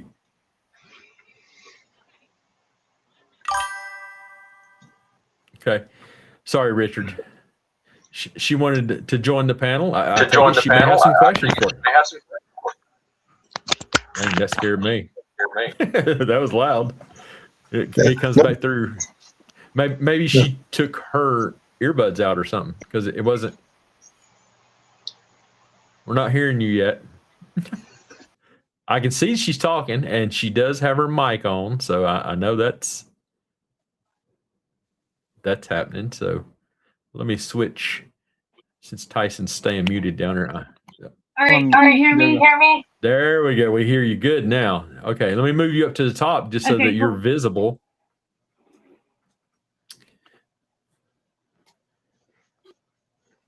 Did you want to visit with Richard? Did you want to ask him some questions, or you just want to hang out and type thing, or you can do any of those? Hold on just a second. I can't hear you. Well, that's not good. I'll add real quick. Skyline Disc Golf Course is next to that trail you guys are talking about.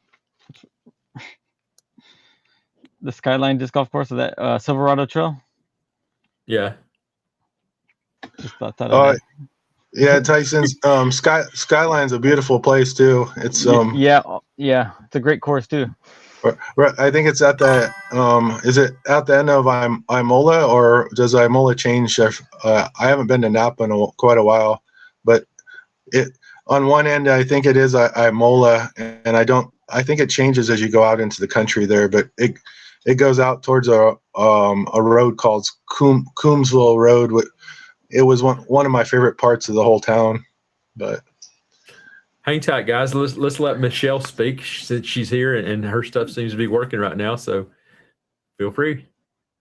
I can't hear you. I maybe. Can you hear me? Can you hear me? No. I hear you fine, Tyson. Just saying. Yeah. Should I try Michelle, to mute? can you hear us? I can hear you barely, but I can't. Sorry. Just go ahead and I'll figure it out. Did you want to ask either one of these guys or myself a question, or did you just want to visit? I really want to talk to Richard. He's here. I know. Him questions. I gotta figure out my audio.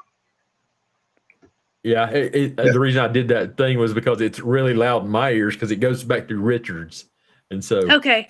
Give me a second and I'll figure it out. But you guys keep talking. I'm gonna mute mine and I'll figure it out. Okay. Okay. Okay. So she wants to ask you some questions, Richard. So. All right. No problem, Kev. By the way, once in a while I keep hearing a bell or something. Is that you on your side? When I get a text. Oh, okay. So the only thing I wanted to say was the whole idea of the sacrificial lamb. Unfortunately, I believe the cipher says that two of the victims, including Nancy Guthrie and Amy Hilliard, were intended to be the sacrificial lamb, which carries over into the subject of cannibalism. So the moon that you were talking about, Nancy was taken on, there was another kidnapping at the previous moon, that same phase. I'm not aware of that, Tyson. I thought I heard, and it was near Tucson. Whatever moon you were. What was the name of that moon again?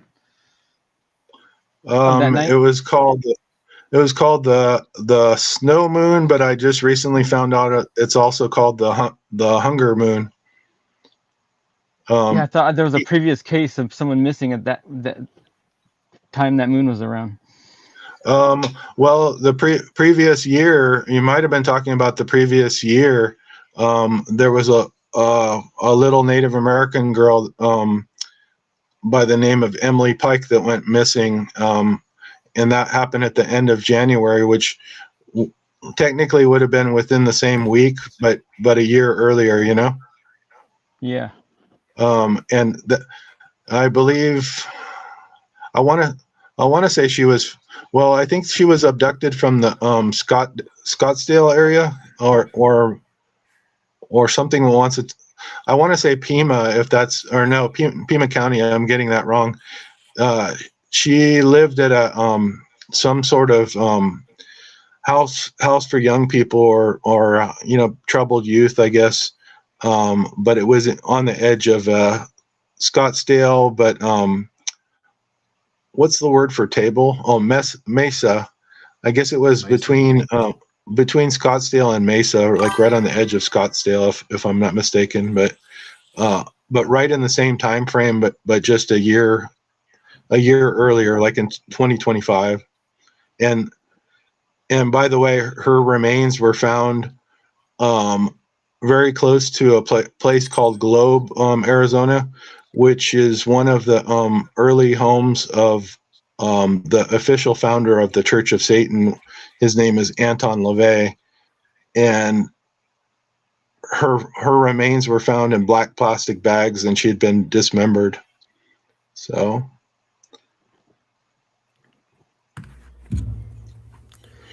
where did Michelle go? She probably saw in the chat to go out and come back in. So she's got the link, so there she is. She's back in. So let me bring her back in. Welcome Michelle back to the panel. Thanks for explaining the bell. I thought you had a little dog or something there, Kev. No, it's my Apple Watch right here. It dings whenever, and it's right here close. So Michelle, welcome back to the panel. You had some questions for Richard. Can you hear us? Hi, Michelle. I don't know if we can hear you now. No, I can't hear. We could hear you before, but we can't hear you now. I don't know. I don't know what it is. Yeah, I don't know what the deal is microphone wise there for her. Oh, I just saw our friend from across the ponds on the southern stretch, Miss Michelle. And she's still working, so right, I'm gonna bring Michelle back in. Can you hear us, Michelle? Yeah, I can hear you. Yeah, we can hear Okay. you. Okay, All right, so Richard, cool. Richard, you'll just have to mute yours while she's talking to you, and then turn it back on to give her a reply, if you will, sir. No problem. All right, so you can hear me now? Did I figure it Yes. out? Okay, cool. So, Richard, I respect you so much. I have watched you on Patriot Pride several times and on Sleuth, and I find your ciphers very interesting. And I've tried to follow them, and when you're talking, I fully follow what you're saying. So, I just think it's really cool. Sorry, I'm just I'm No, like thank you so much. live on Thank a you so camera with like a lot of people watching, so sorry. And this is my first time on CapCev, so yeah. Well, I'm glad to see you here. So, if you will do me a favor, just because we're having some audio difficulties, so once Richard unmutes his mic, if you'll just hold off, let him mute when he's done speaking. Type just because the way he's having to listen to us, type thing. It's not doing it through your computer. It doesn't seem so. But Richard's speakers, we don't know what the deal is, but he is echoing back everything that we say comes back loud through his microphone. So Okay. I'll let Richard answer your questions there. Thank you so much. I really appreciate that, Michelle. I really appreciate your support. I have people in two groups. Some people who think I'm a monster, and some people, well, I guess maybe three. Some people think I'm a monster. Some people think I'm nuts, and some people think I'm a quote unquote genius. So, I appreciate you thinking the better of me, though, is what I'm trying to say. And I don't know if there was a question I missed. Is there a question you wanted to ask me, Michelle? No, I just wanted to give you support, honestly. Thank you so much. I really appreciate it. It's been really difficult, but I'm a pretty private person, and I never thought, if you had told me 6 months ago that this was going to be my life and I'd be doing this, I would have laughed at you, because I'm the same way, Richard. I say the same thing. I'll get that. Thank you. But I guess my one question for you is, how do you get the ciphers to go to Nancy? I know you shared that with Patriot Pride, and we went to the ciphers, and we went down the line, and we went there. And so what is your I guess easy answer for that?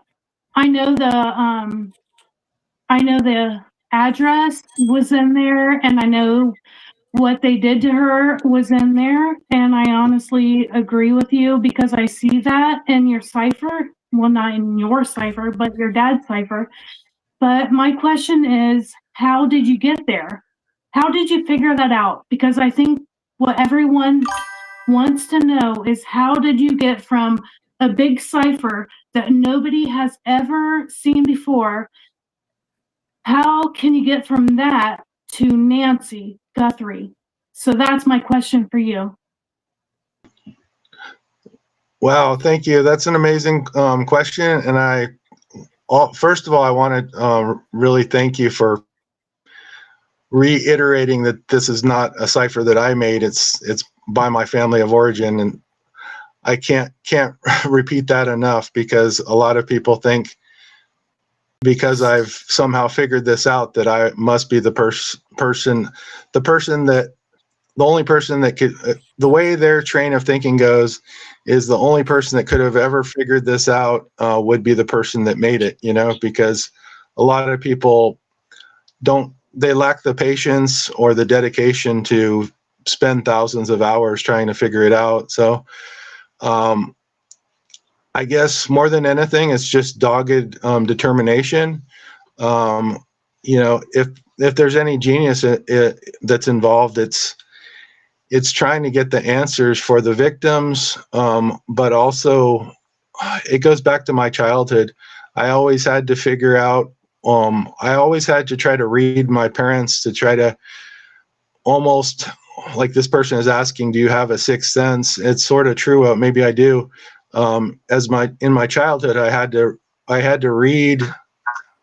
I had to trying to put this into words.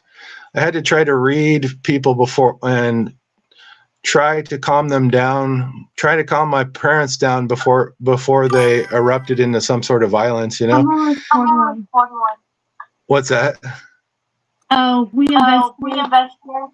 I'm almost 41. Anyway, go ahead. Oh, yeah, no problem. And then going back to this cipher, though, more answers come out the more time you spend on them. And to be honest, I've been working a lot on them lately, and more answers have come out, and including specific victims' names. That only comes with thousands of hours. Like, I've probably spent between 3,000 and 4,000 hours on the Burger Chef cipher, which seems like a lot. But to be honest with you, I spent many more. I spent over 10,000 hours on another cipher called the Scorpion cipher. It's called the S5 Scorpion cipher from 1998, and it was sent to John Walsh, the host of America's Most Wanted. Like I said, I believe in the year 1998. But that specific cipher has about 12 different layers or levels to it. And I had to walk away from it. I don't consider it to be completely solved, but the things I found did some permanent damage to me. I don't know. There's just a lot of child victims that I can't ever put out of my mind. And like I've told Adam from Patriot Pride, one of the main reasons I keep going with all of this is not because I like the attention or the publicity. I'd much rather prefer that nobody knew my name, if you can believe that or not. I want to try to prove what happened to Nancy because she's such a public case. I was hoping that if that was possible, then I'd be able to transition over to the victims of the Burger Chef cipher, which are children between 3 and 17 years old that had their lives snuffed out and their voices forever silenced, So I don't know if I'm completely answering your question. I know that you seem like you've really been observant, because you did mention the address, Nancy Guthrie's address mentioned in there, and then also her birth date and her death date. But there's other things that are in there, hidden messages that relate to Nancy Guthrie too, and a lot of those are concealed either in the shape of a Z or an L, and the letters work together and basically spell out different messages. But thank you for your questions and for your support. I really appreciate it. Absolutely. So what I want to know is, how did you go from the cipher to bring it back to Nancy? At what time did you say Nancy Guthrie is in the cipher? Like, at what point of time did you look at that? Did you see it before it happened, or did you try to warn people? Nobody heard it. Nobody listened to you? Because from the average person, you would think this is crazy. But from me listening to you, I have listened to you on several podcasts, and I can see everything you're saying. Absolutely.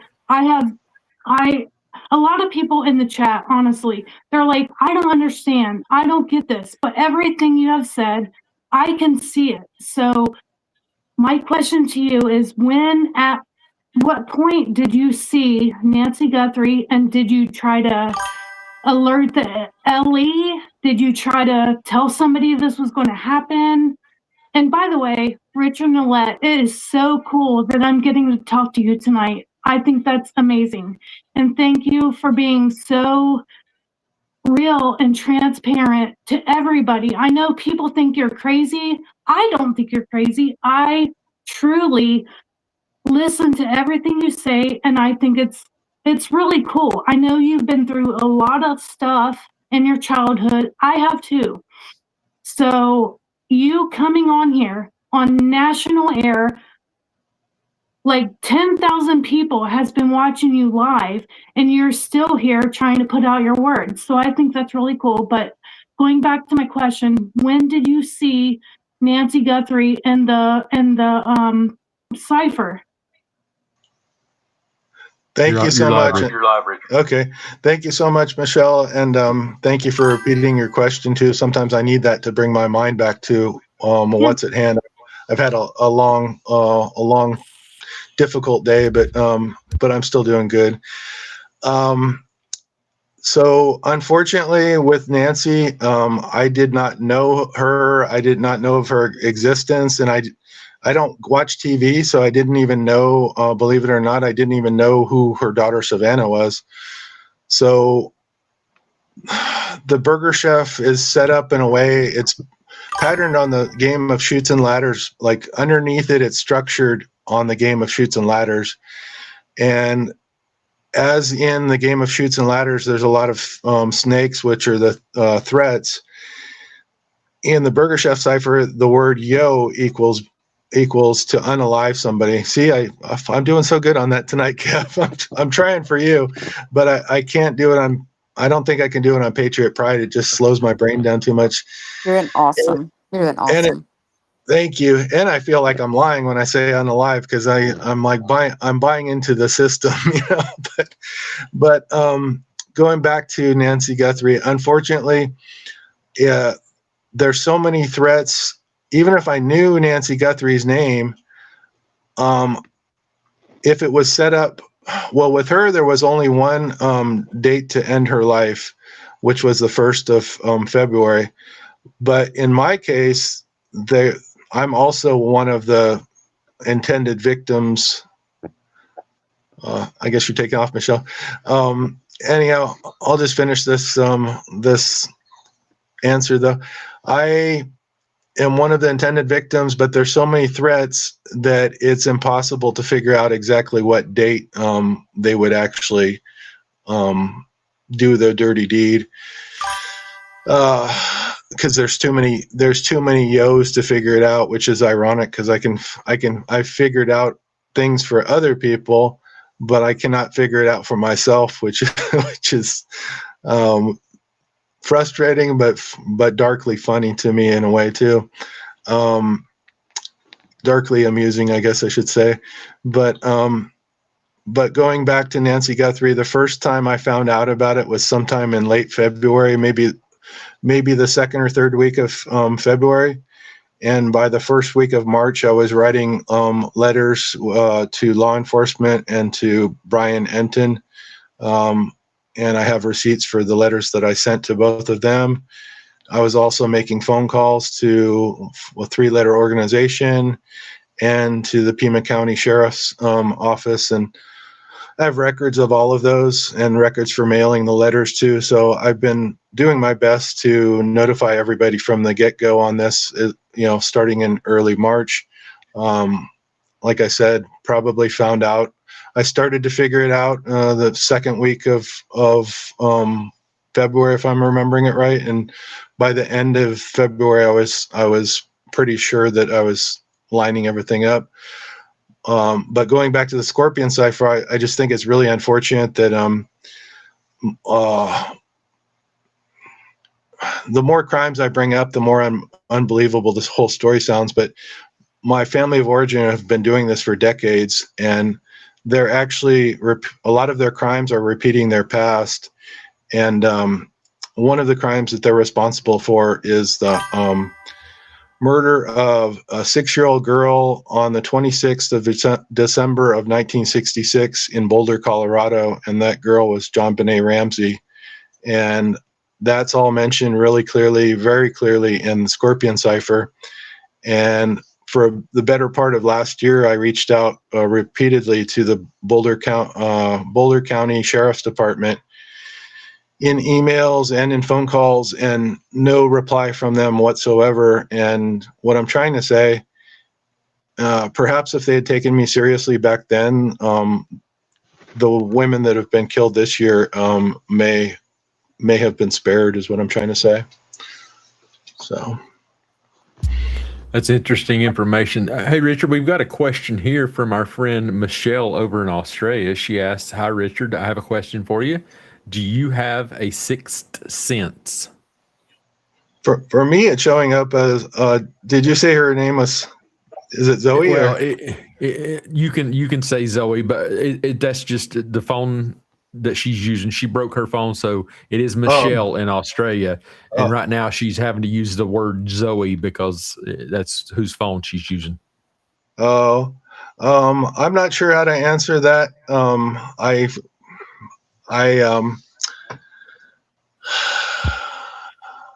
I can't prove that I have a sixth sense. I feel like. What's that? Before you answer this question, Richard, will y'all explain what a sixth sense is? Just so everybody's on the same page. Misty, and ask your question again, Misty, real quick, because it was echoing and we couldn't hear what you were saying fully. I asked if Richard could explain what a sixth sense is before giving his answer so that everybody understands that before he answers.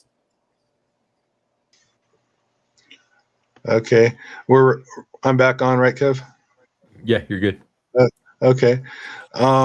As far as completely answering that question, Misty, I'm not sure I'm up to answering it completely, because I think there is some mystery or mysticism or an inability to fully explain the term sixth sense, but it's having an ability to know something that other people wouldn't know with the normal five senses. And to be completely honest with you, throughout my life, I have developed that, and I think goes back to the trauma from my childhood. I just wanted you to clarify. Okay. Because everybody's going to go back to the movie. Well, the only thing I can say is that I can't pick the lottery numbers, unfortunately. I can't pick the lottery numbers this week for us, Yeah, exactly. I wish I could, but throughout my life, I've been able to know things about people most of the time without knowing that I even know. Just I'll say something. I'll tell them they're. One thing that comes to mind is one of my ex-girlfriends. After I had broken up with her and saw her a year later, I basically had a conversation with her. Everything was cool, but she said something about her new boyfriend, and I somehow knew his first and last name. And there's been many instances of that throughout my whole life. And like I said, I wish I could narrow it down and pick the lottery numbers or something, but yeah. So you don't see dead people. Well, no, I've had experiences like that too, but what I'm getting to is like knowing. Sometimes I'll know something is going to happen right before it happens too.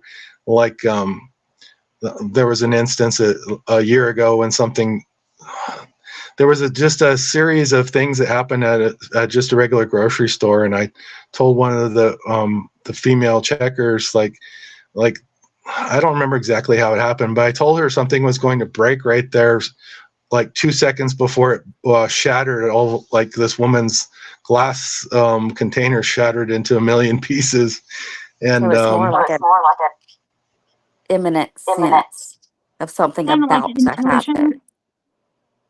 yeah, it's like an imminent sense. Like, and I hate to be morbid about this, and I hope it doesn't happen, but there's still, even though I've shared this so publicly and everything, there's still. I know this might sound crazy to a lot of people too, but there's still there's still a major danger hanging over my head with my family of origin is what I'm trying to say. And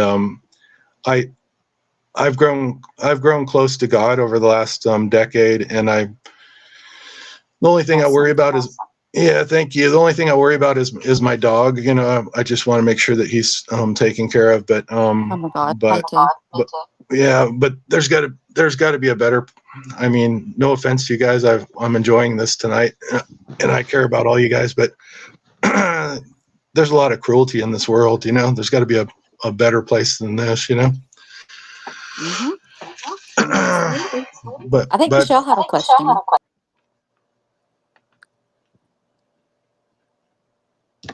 Kev, could I just finish that one little second? Yeah, you can. I just click it off for you, Richard. But if you need to say something, just click it on, and you can say it. I just click it off so whenever Misty or anybody else is asking, it just doesn't echo. That's the only why. Okay, and by the way, I don't want to sound like I'm like I do. I do love Jesus. Don't get me wrong, but there's more to my spirituality than there's nobody above Jesus or the Holy Spirit or God, but nature. I'm really close to nature, and there's a lot. Nature is a big part of my spirituality, but like explaining spirituality is like Tyson and his spending 10 years writing his song. I could spend 20 years trying to explain it even to myself, and I wouldn't be able to capture it into words. But one final thing I want to say is I believe that God and the victims themselves some way have helped me find their names in the ciphers, because I'm not that kind of genius, guys. A lot of these people I've never heard about before, and man, I'm giving myself the chills right now because I just found a 19-year-old boy who was abducted in 2013 in Southern California in the Burger Chef cipher, and he's going to be mentioned in one of my presentations in the coming week. And I would have never seen that. I'd never heard about the cold case, but something in me told me to look up the name Bryce. And then I thought about the only time that I probably heard it other times in my name. It's not a super uncommon name, but the only time I can definitely remember hearing or seeing the name Bryce was I joined this little church in the place I used to live in, which is 20 miles away from where I live now. And really nice little community of people. And anyhow, I don't remember exactly what it was, but they handed out, like, I think it was little cutout hands from poor kids in another country, and they had written their names on it, and one of them was Bryce. And that sort of gives me the chills now too, because I don't remember little things like that very well anymore. You know, I'm getting up there in my mid 50s now, and the stress kills brain cells too. And anyhow, I have a lot of reasons not to remember a little thing like that. But you don't say. You don't say. Well, let me tell you this. Let me tell you this. If you think that you are not using the gift that God gave you, that's exactly what you're doing. So do not apologize or feel like you sound crazy. You are using God's gift right now. Absolutely. to you guys, but both of you ladies, sorry, but it's been hard for me. You know, when I first I almost didn't come back after that first experience back in April. And granted, I was very stressed out. How would you feel if you saw a porch guy on your camera? That's the experience I had just had. And and also, like I said, I'm sort of a hermit, and I was coming out to like just imagine when I saw the how many people were watching me, thousands of people. That was a big step for me, and then to have people overnight, literally, I became a monster to a lot of people. I had to disappear for a month, and I'm just so proud of. Sorry, I'm not trying to ring my own bell, but I think God had a lot to do with me. Absolutely. Like, thank you, Misty, but coming back, having. I'm proud of you, Richard. Thank you so much, Michelle. But I'm just so glad that I didn't just disappear or just let those people silence me, if that makes any sense, because that's what was largely done to my by my family of origin. I could not even. I'm not going to go into it, but let's just say I faced the worst repercussions from my family of origin, especially the man that raised me, simply for saying the shortest sentence in the English language, which is no. If you said no to that man, it would trigger just a lot of rage and really bad things that let's just not even talk about it. But yeah. Richard, we have another question from Mr. Rooster. I would also like to know how you know what letters can replace a letter, or do you just pick it and choose? That's a well, it's a simple question and it's a complicated question. The simple part is the letters that were removed are based on the line number in the cipher. So for the top letter, the top line from at the very top will be the first and 20th letter of the alphabet, which are the letters A and T. So somewhere on that line, the letters A and T have been removed, and you can go down the whole cipher this in the similar fashion. The second line would be letters B and S. So after that, the difficult part is figuring out what the words were, and that is not a 100% operation. You cannot be 100% positive about if I don't know if you guys are understanding, but there's some it's not a perfect science is what I'm trying to say. You know what letters are going to be missing, but you don't know exactly where what the words are or where they're going to be, where they were removed, if that makes any sense. Yeah. I think you're just way too smart for us, Richard. And I feel like you're a genius. People cannot comprehend what you're saying because it's way over our heads. But don't ever stop being amazing. We love you. And I'm so proud of you for speaking up and talking. That takes a lot. And Captain Kevman is going to give you my number, and you can call me anytime. I would love to speak with you.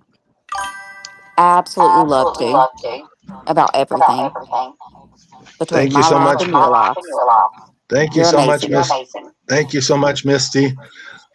I was chuckling when you were describing me as a genius, and I didn't realize my my mic was muted. But yeah, I try to do that, and that's what I'm trying to do is give. Like when Misty's asking a question, I turn your mic off because we're hearing double of her, and it causes her to stop because she's hearing herself. Oh, I get it.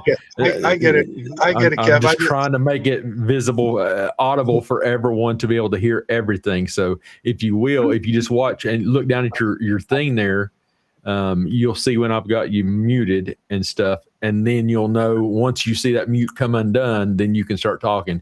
And I know it's painful that way to do it this way, but we can't hear because then everything they say just starts reverberating and it gets bad. So. Oh yeah, no, I get it. I just didn't pick it up that I missed it one time. So, but thank you again, Misty. I appreciate that a lot, like more than you know. And it's just, I try to simplify things for people. I'm trying to break it down as into as small step as little steps as possible so that everybody can get on board. I'd like everybody to get on board, you know? And Richard, Yeah. it does not matter. You do not have to explain this to everybody. No, there, most anyone is not going to comprehend, but it's not your responsibility to explain this to everyone. Most people don't want to hear it. Most people want to say, this is insane. So you can't listen to other people or what they say about you or what they believe about you. Hey, all of us, people look at us, people look at me like I'm crazy. Okay. So don't look at what other people say about you or think about you. You be you. You are amazing. Say what you want to say on these channels, but Thank you. you don't have to explain anything to anyone, sweetheart. You do not. You are amazing.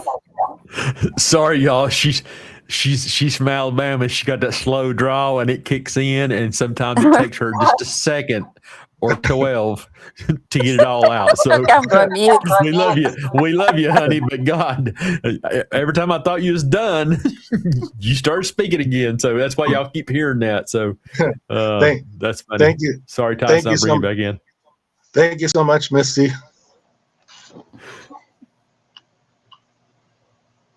Let's see. We had another question here. Matter of fact, Ms. Zoe Michelle, you see Zoe in the comments. She says, "I believe you do, Richard." Meaning, she was the one who asked about the sixth sense question, and so she's telling you that she believes you have a sixth sense. So that comes from Michelle over in Australia. Well, thank you so much. I really appreciate that, Michelle. I'm glad it stays on the good side though, because I also have wondered if it comes from the woman that brought me into the world. She in the cipher, I believe that they've given her the nickname of Sybil, which I believe is like a person who can see into the future, if I'm not mistaken. So. Got a comment there from Ms. Nanette. She says, "Monterey Spike, Richard, it's got to be horribly frustrating when you've tried to notify law enforcement about the ciphers and you aren't being taken seriously." Yeah, it is incredible. Well, it used to be more frustrating, but I'm more and more as we go along. I'm understanding that that's going to be the regular expected response, and unfortunately, I think it goes way beyond not understanding me or the ciphers. I believe that there's a lot of corruption in law enforcement, both at the federal level and at the local level. At least, I'm not going to say every local level, but many more than I wanted to admit before I got involved in any of this. One thing I want to mention is a woman ended up, how do I put this? On the 8th of April, a person that let's put it this way, a person that I alleged to be my brother showed up at my door, and we have not had a relationship since 1995. And basically, there's no reason. Is that when we seen him on the video? I'm sorry. Yeah, that's him on the video, and there's no earthly reason for him to have been at my door. Is what I'm saying, and he was here at exactly 6:03 p.m., which is another number that ties into their religion, by the way. But he was here at that time on the 8th of April. on the morning of the 9th of April, the following morning at about 10 or 11 in the morning, I don't know the exact time, they notified the authorities that a woman's unalived body had been found in a place called Sykes Hot Springs in Big Sur, which is just up the road from me. And everything about that case has not sat well with me, and not to mention, I do not know the victim's exact date of birth. I know her month of birth, but I don't know. I know the month and the year, but not the exact date. So I cannot confirm it with 100% certainty, but I believe that she is mentioned in the Burger Chef cipher. And what's really shocking is she was hiking with a male so-called friend, and apparently the story goes that she went to take a bath in the river. Yeah, I don't know if you're looking it up, Kev, but her name is Joanna Ruth Shields. And I wasn't at the moment. I was doing behind the scenes stuff, but I'm listening to you. Anyhow, I just want to mention her name. Her name is Joanna Ruth Shields, and I sincerely, if I was going to go one way or another, I would say that I believe that that she was unalived intentionally, but the autopsy results just came back yesterday or the day before, and by the way, the eyewitness, there were a group of young men that were eyewitnesses to her body being found, and several of the statements from the young men say that she had a large head wound, and the other one said she had marks on her neck that looked like they were ligature marks. Well, shortly after, the sheriff came out with a statement saying that those weren't ligature marks, that those were insect bites. And now they're saying that it was insect bites after she was found unalive. The thing is, she was only in the river for a matter of minutes. I don't even think she was there for hours.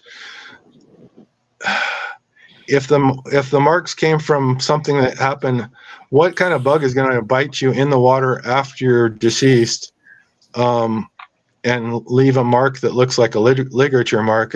None of it makes any sense to me. And I don't know if. Before I forget to make the nice cat, there's a cat. Before I forget to mention too, both Amy Hilliard and the girl that the young lady that they found in Big Sur, Joanna Ruth Shields, both of their families were involved in they both owned coffee houses, by the way. And really? Yeah. Coffee houses? Yeah. Hey, Tyson, check Discord, Tyson. All right. Anyhow, on the where Amy Hilliard is definitely mentioned at many places in the Burger Chef cipher, and on one of the lines that she's mentioned, I think it's the line 8 from the bottom. There's also the word milk has been hidden to the right side of that line. And it's just something that goes along with a coffee house, and something that you would use as a condiment to in your coffee. Of course. Sorry.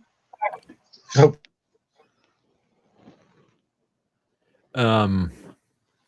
Let's see here. So.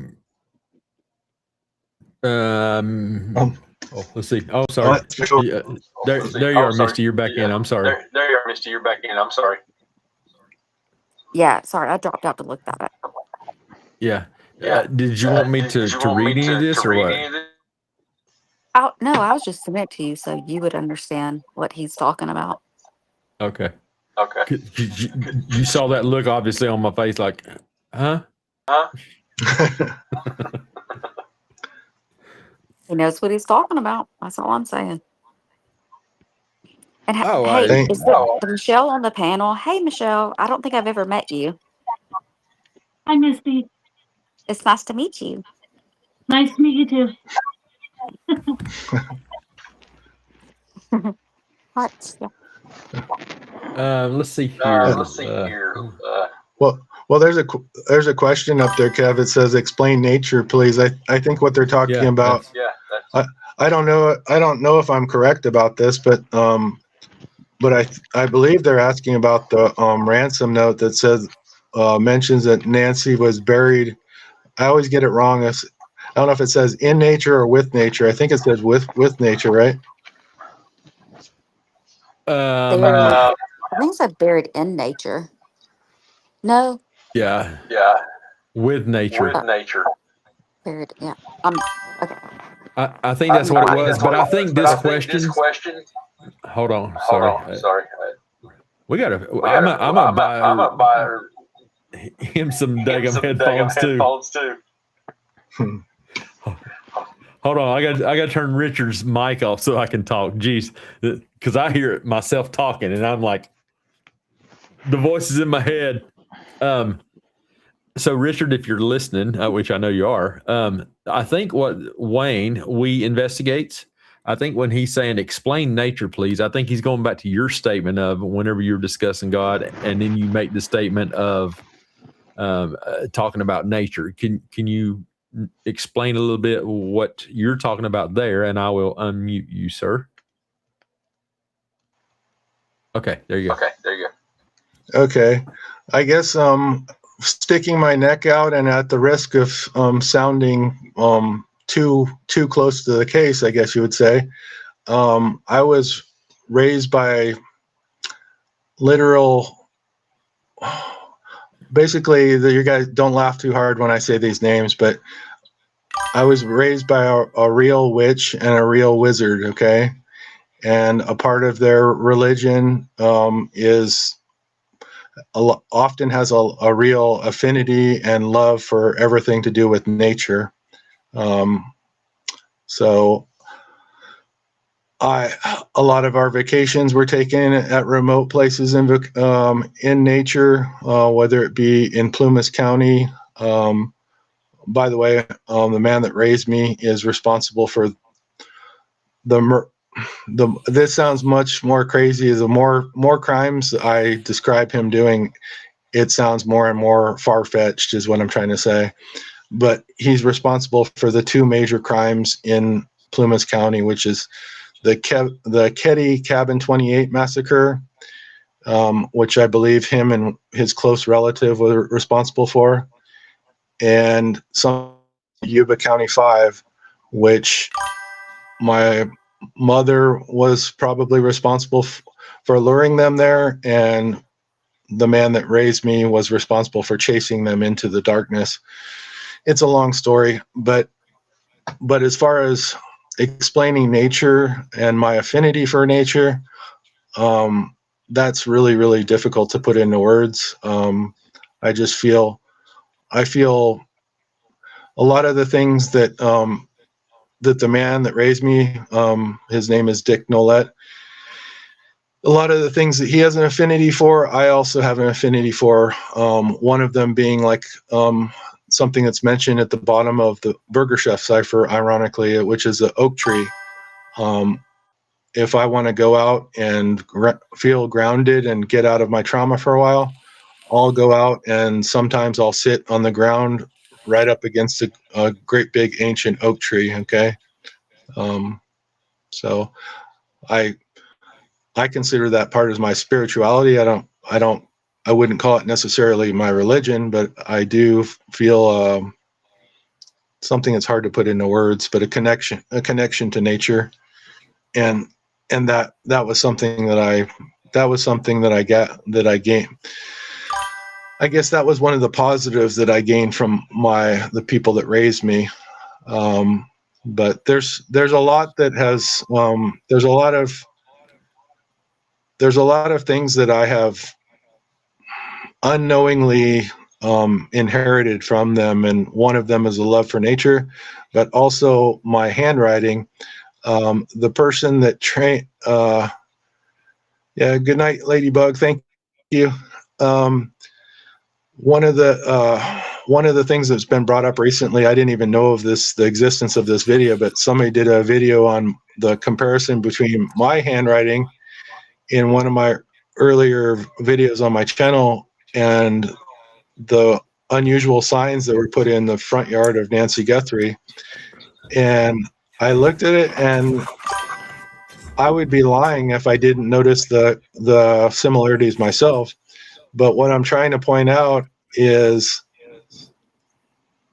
the person that trained Dick Nolette, the man that I called my father, my brother Mike, and myself, all of our handwriting and our printing was Dick's mother, Ruth. So of course there's going to be similarities, you know, and I'm 55 years old, Kev. I'm not going to try to change or disguise anything about myself, especially my handwriting, you know.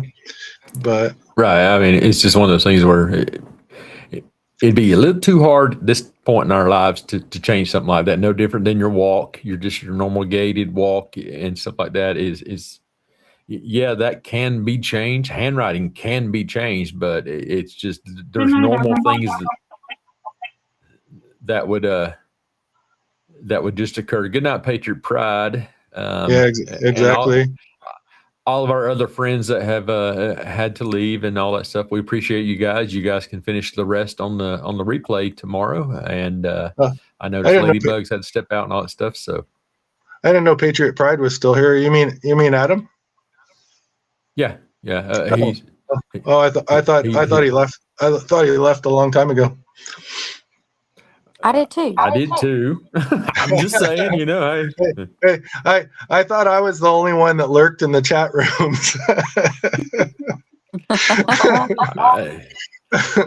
It happens, you know. Hey, when something good's going on, people are going to be here and they're going to hang out and all that stuff. You have to keep listening. You just had to.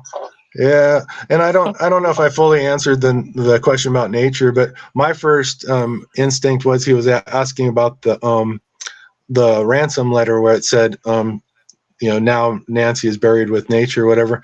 That would take basically a 3-hour special to explain all of that, and how it connects to the cipher, but a lot of it has to do with the hidden images, which at the bottom is the oak tree, and the oak tree ties. Better stop me in a little bit, Kevin, because I could ramble on and on about this. But the author Virginia Woolf wrote a novel called oh God, what's it called now? The main character, the book is called Orlando, and the main character is a writer, and in the novel, believe it or not, the writer turns from a male to a female practically overnight, but also she lives to be like the age of an oak tree. She's like 400 years old, but only appears to be 36 years old. And a lot of these numbers tie into the satanic beliefs, by the way. And the oak tree ties into the cipher, but it's too complex to describe here in a few minutes. Basically, you have to link it together, and it would take at least a couple hours to explain it. But it goes back to that novel, though. Yeah, we'll have to look into that then. All that kind of stuff is some very interesting stuff. There's a question here on the screen, and I was going to mention that my friend who passed away in Aruba, his actual memorial service is going to be held in Tucson, and I think I was told August 1st time frame.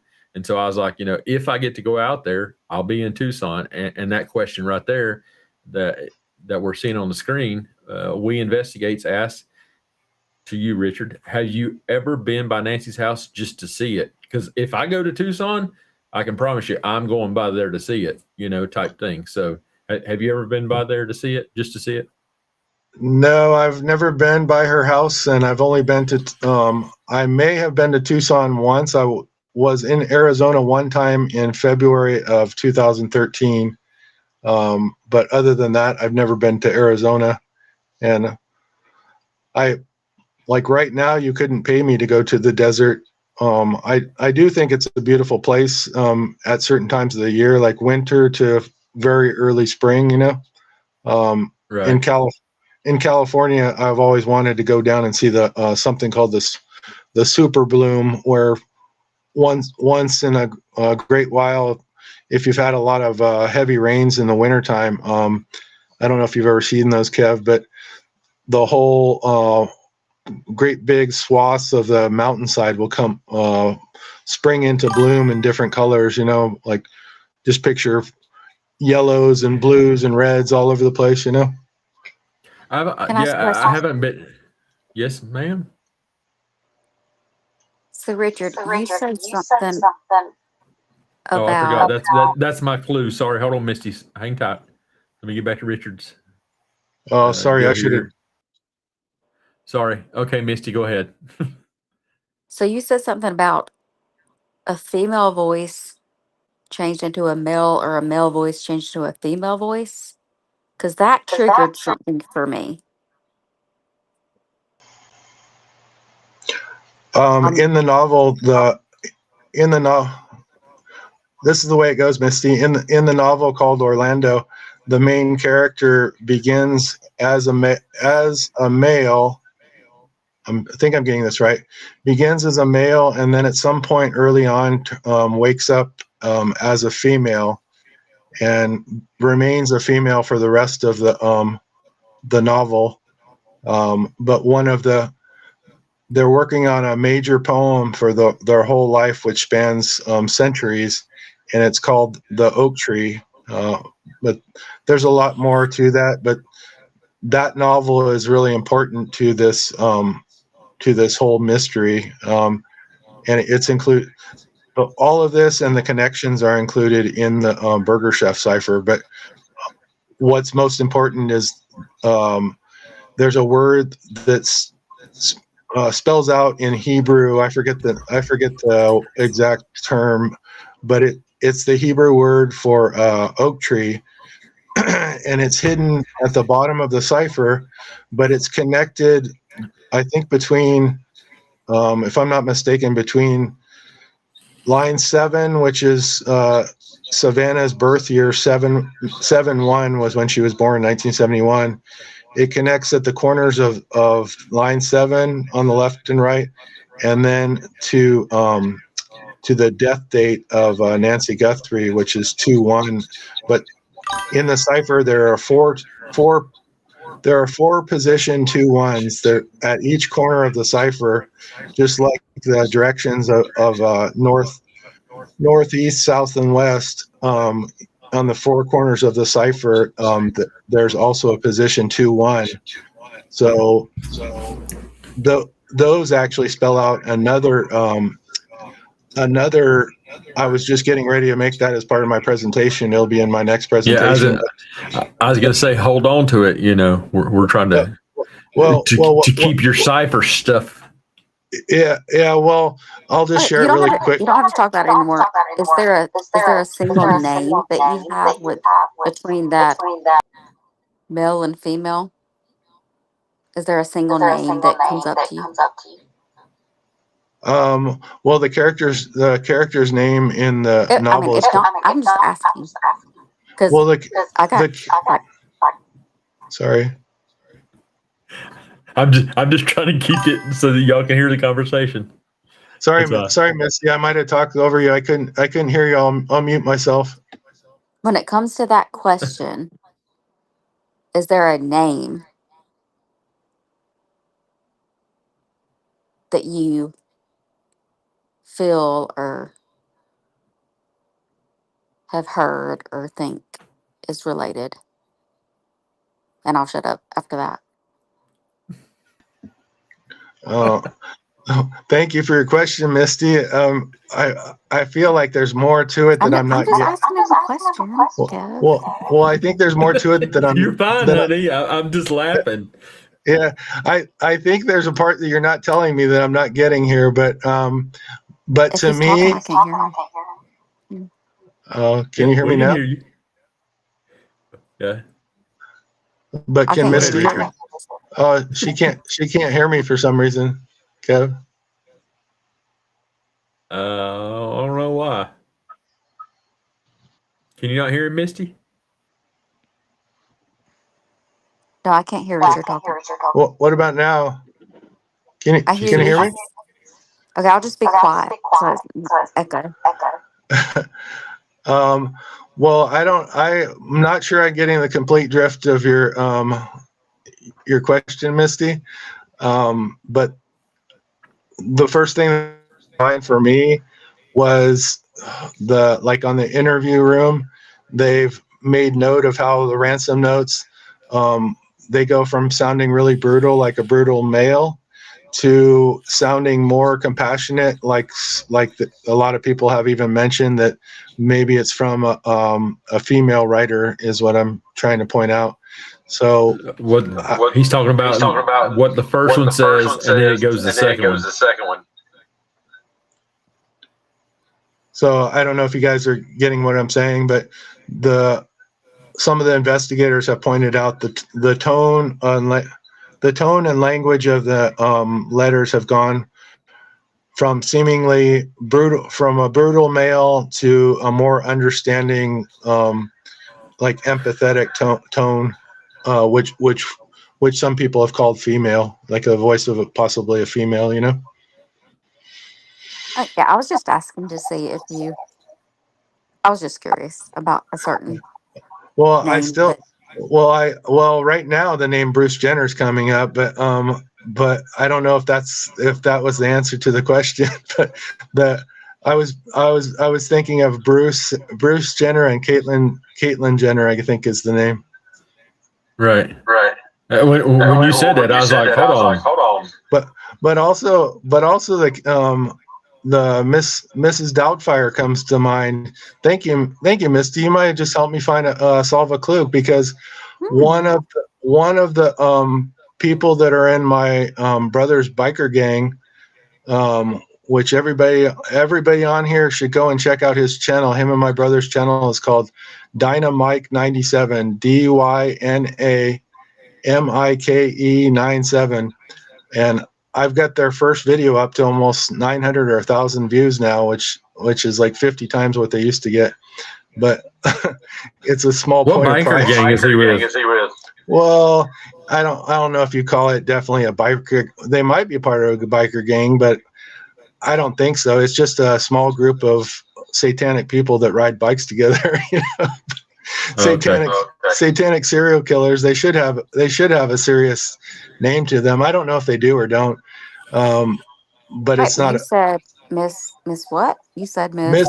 Well, one of the names, they've changed a lot of their names since this became, some little pesky guy. I don't know who that would have been. Like, I'm grinning right now. Since some little guy put them all over YouTube. Somebody said what's the word? Put them on blast, I think. Have you ever heard that? Huh? Did you say Miss Doubtfire? Yeah. Have you ever heard that term? Look, I'll get back to it. Have you ever heard the term put on blast, Misty? Yes, I've heard that term. For some reason, I love that term. I don't think I'd ever heard of it or didn't know what it was about. And even if they come and end do something horrible to me, everybody's going to know who did it. Let's put it that way.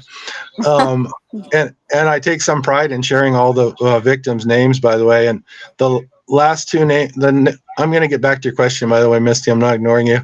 But the next two people I'm going to discuss that I found recently in the Burger Chef, 19-year-old Bryce Laspisa, Laspisa, and also the man who packed DB Cooper's parachute. Earl, his name is Earl Cossey, Cossey. But let me finish Andy's question. The term Miss Doubtfire was used to describe one of the biker gang, and they all have nicknames because, of course, they're not going to use their real names.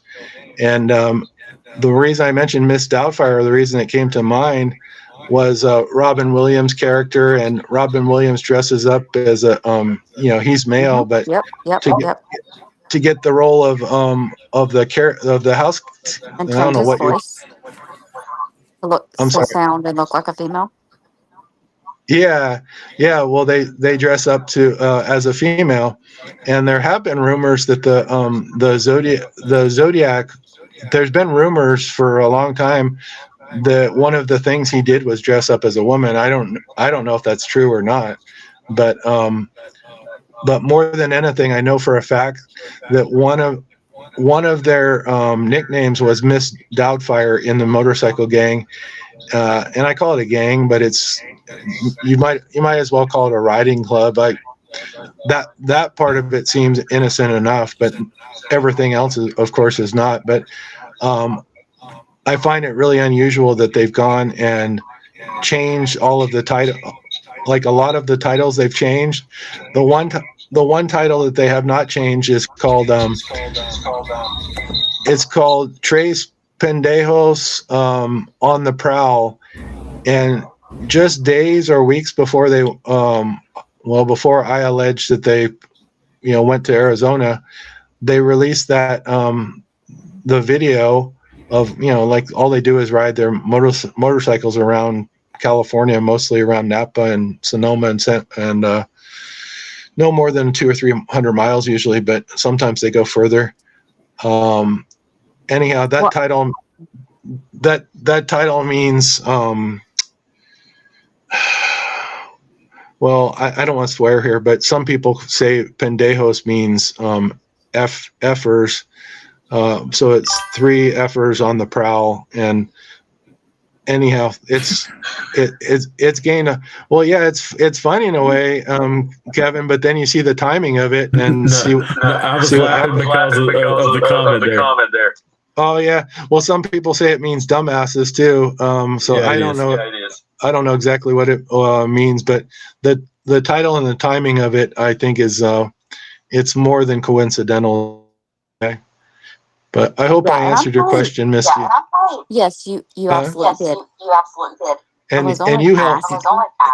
Well, you helped me connect some dots too, because at first I was thinking Bruce Jenner and the whole sex change thing, but then it sent me on the right direction. I think the Miss Doubtfire is the one I wanted to bring up because, don't get me wrong, maybe the name is still on there, but they've changed a lot of the names, and somebody said that one of the people is actually the man that raised me. He goes by Dick, but he's technically Richard Sr. But anyhow, that's another long story.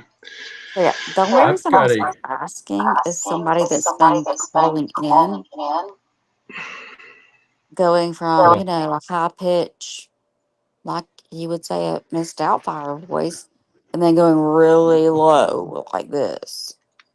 I'm sorry, it's really weird.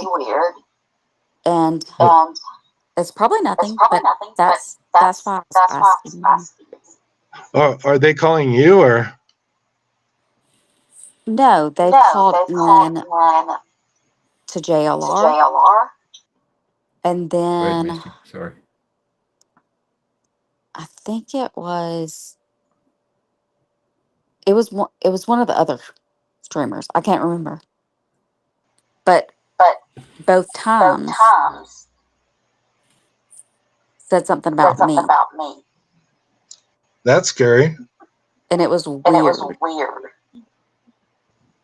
But it's probably nothing. I'm just throwing it out there. Wow.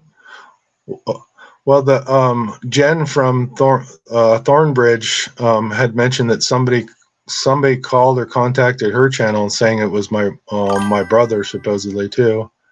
So a lot of really weird stuff happens surrounding this case, and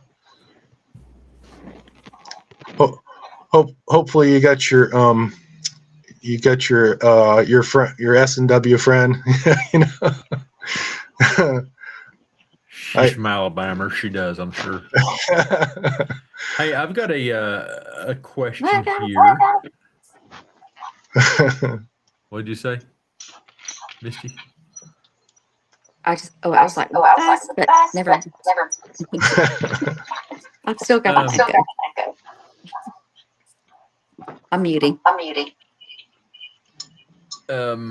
Richard, does this name ring a bell to you? Ricky McCormick. Yeah, who's asking? I was just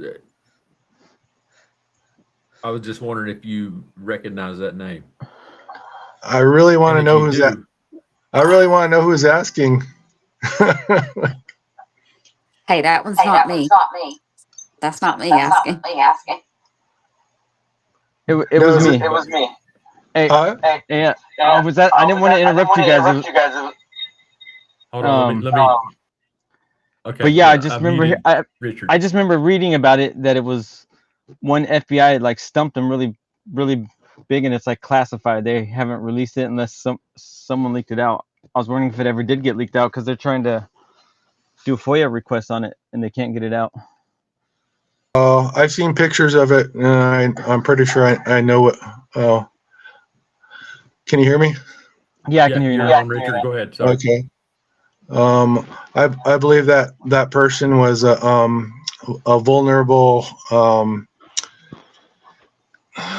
person that had some sort of developmental disability, and I don't believe that person was capable of writing ciphers. Even the story that's been passed around is that some people say that that's all they did is make ciphers. And the long story short, I believe that the man who raised me wrote that cipher, and that either him or a close family member is responsible for the murder of that young man.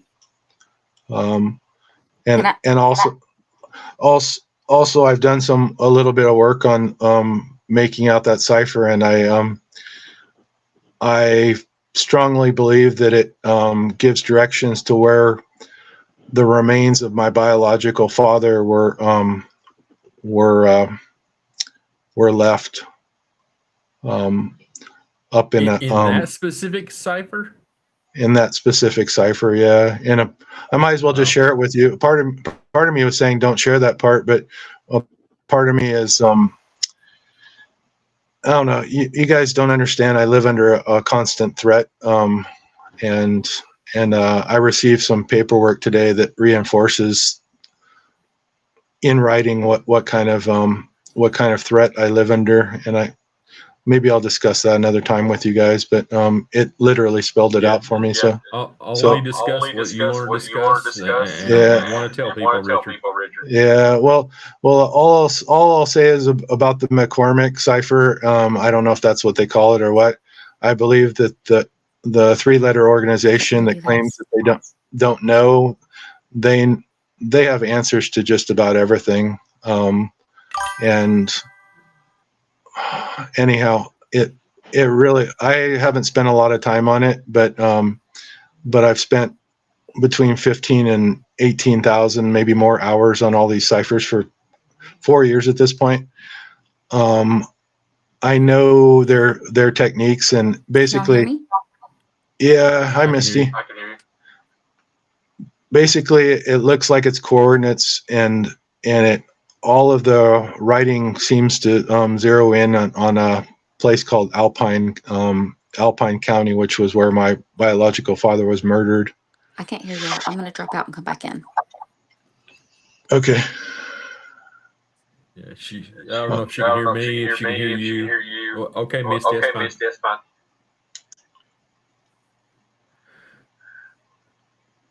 Yeah. I see that comment. Wayne. Yeah, it was interesting. I don't know anything about that one either. I'm gonna have to look into that one also. So By Am I the still way, here? yeah, can you hear us? yeah, you're back in. Okay, Mr. Rooster, if you have a problem with anything, you can speak to me about it. Yes, I have two golden doodles, and when they bark at the door, I see what's going on, and I choose to be very quiet and let my doodles seem to be, even though they're my big babies, I let them seem to be scary because they're big. So if you have a problem with anything that I say or do, speak to me about it. I'm sick of, okay. Anyways, I'm going on mute.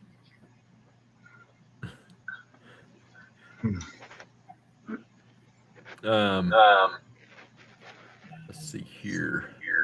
I What, have something is to there any? say. Go ahead. It's your turn, Michelle. You're up there just sitting all quiet and nice. I just want to say I'm Michelle Shining Light Tarot. What did I say? Did I No, call you something I'm different? saying I've been in your chat. My name is Michelle Shining Light Tarot. Captain, I've never been on your panel before, so that's all I want to say. You need to say, please subscribe to my channel. Please subscribe to my channel, Michelle Shining Light Tarot. There you go. Drop your link in the chat over there. Make sure you drop your link. I just and thanks for stopping in.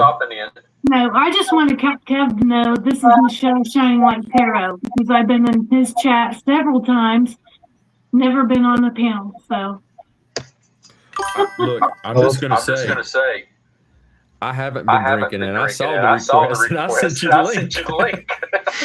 so I'm just saying. But I appreciate you stopping in here and being here. Stay as long as you want. you might see me snoozing. I don't think so. Oh, I've seen Michelle sitting there being so patient to speak. I was listening to Richard, honestly.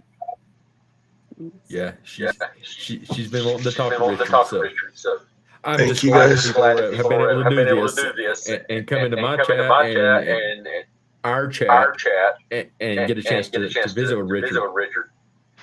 Richard, so look. Honestly, You Richard got your brought me camera in.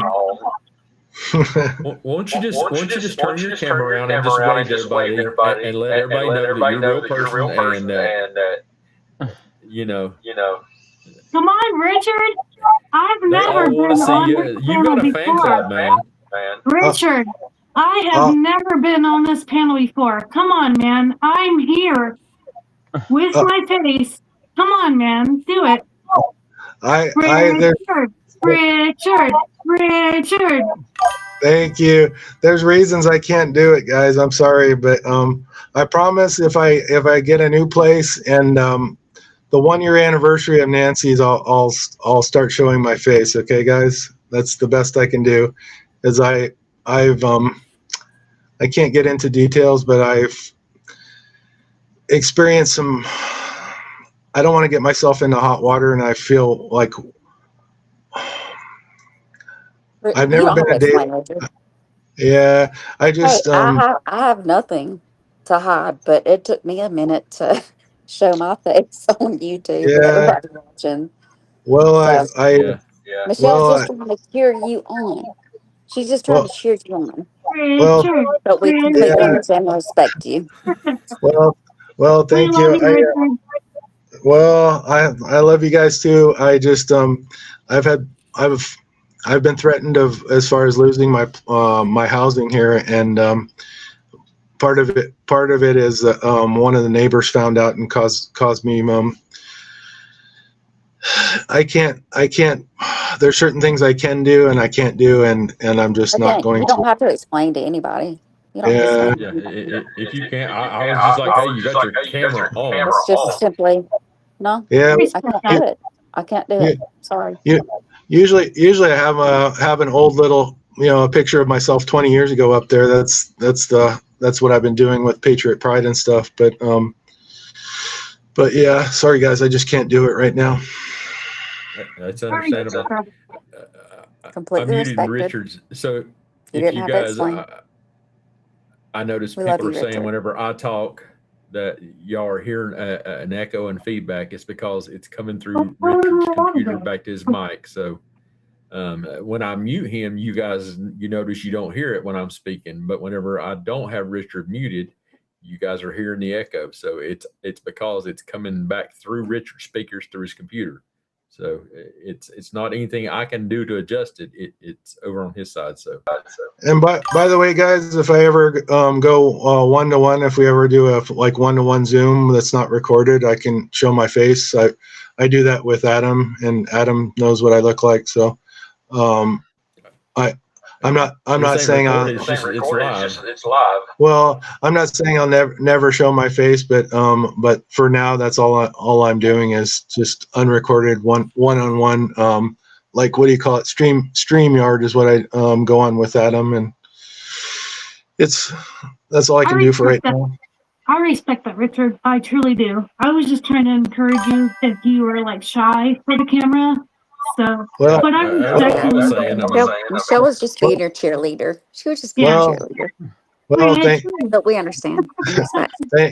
Thank you for that, guys. Yes, and something pretty major happened back in April, and the neighbor, one of the neighbors, really used it against me, and it had to do with and well, part of it was my brother coming out, and part of it was another YouTube person doing some inappropriate stuff, and anyhow, that's as far as I want to talk about it. But yeah, that's all. You don't have to say nothing. And Kevman is going to share my number with you, and we can talk on the phone about life.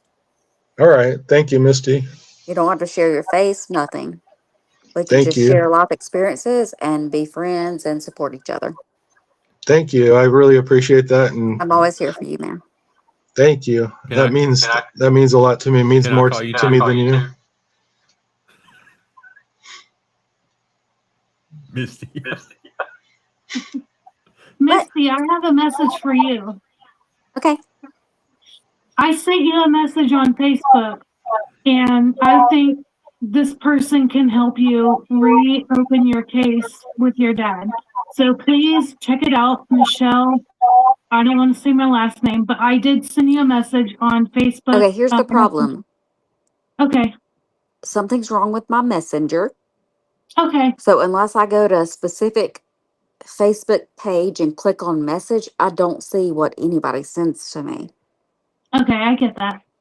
I was just trying to help you. So I appreciate it, but if you could reach out to any of the guys, Captain Kevman, If she tells me she wants me to send out her information, then I'll send it. Patriot Pride. You know. Okay, I'll do that. Absolutely, yeah. Okay. They can give you my contact info or my email. All right, you're back live, Richard. I was turned off there for a second. I was gonna make a snoring sound. Don't let us bore you now. No, my dog is stretched out all 110 pounds of his spotted butt, and and he's snoring, and he just looks really peaceful. He's like, Daddy, can we go to sleep already? Yeah. Let's snuggle. He's like, I'm keeping the bed warm for you.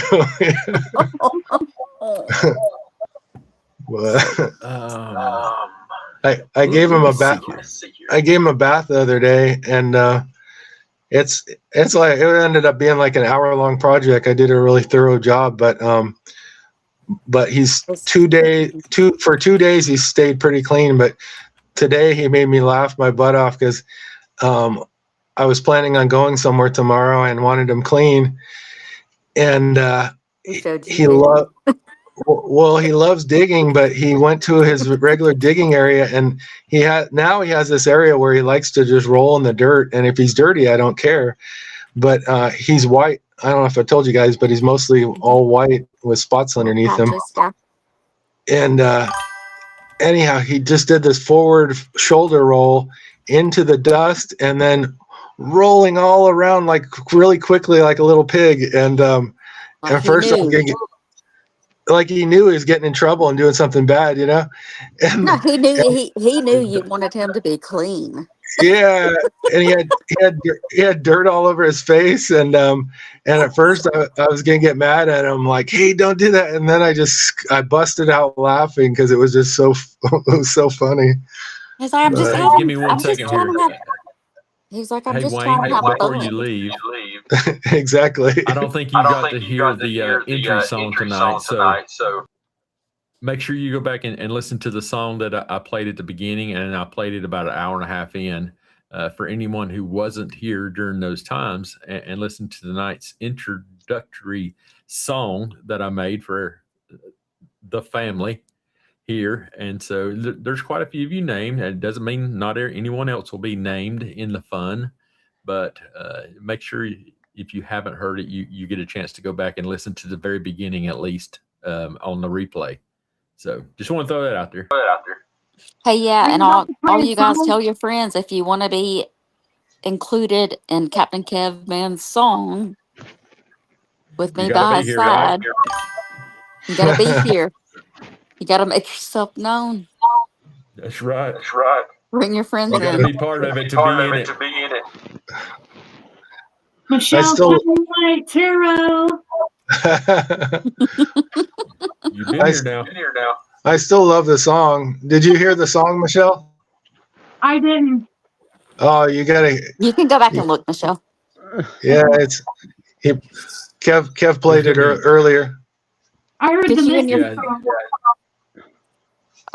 yeah. Oh. Get you and your friends together and be like, we gotta be in here. They're like, hey, Captain Kev, this is us. This is me and my friends. Every song Bring us on Captain in. Bring us into Kev the song. Yes. We're Fancy trying to do something different here. So it's fun. It's so much fun. I don't think I've heard from Tyson at all tonight. that means he's doing something. If he's quiet, Yeah, we kind of he's up to something. we talked over him. He was like, I'm just letting him talk. He's probably making another masterpiece. Yeah, he's working on something. I guarantee it. So we'll see what it is on the next show. His mic is open. He can speak anytime he needs to. It's open, yeah. I'm like young Jamie. I'm just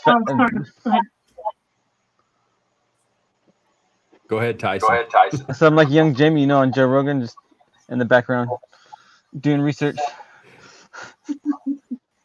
He's been working this whole time making who knows what.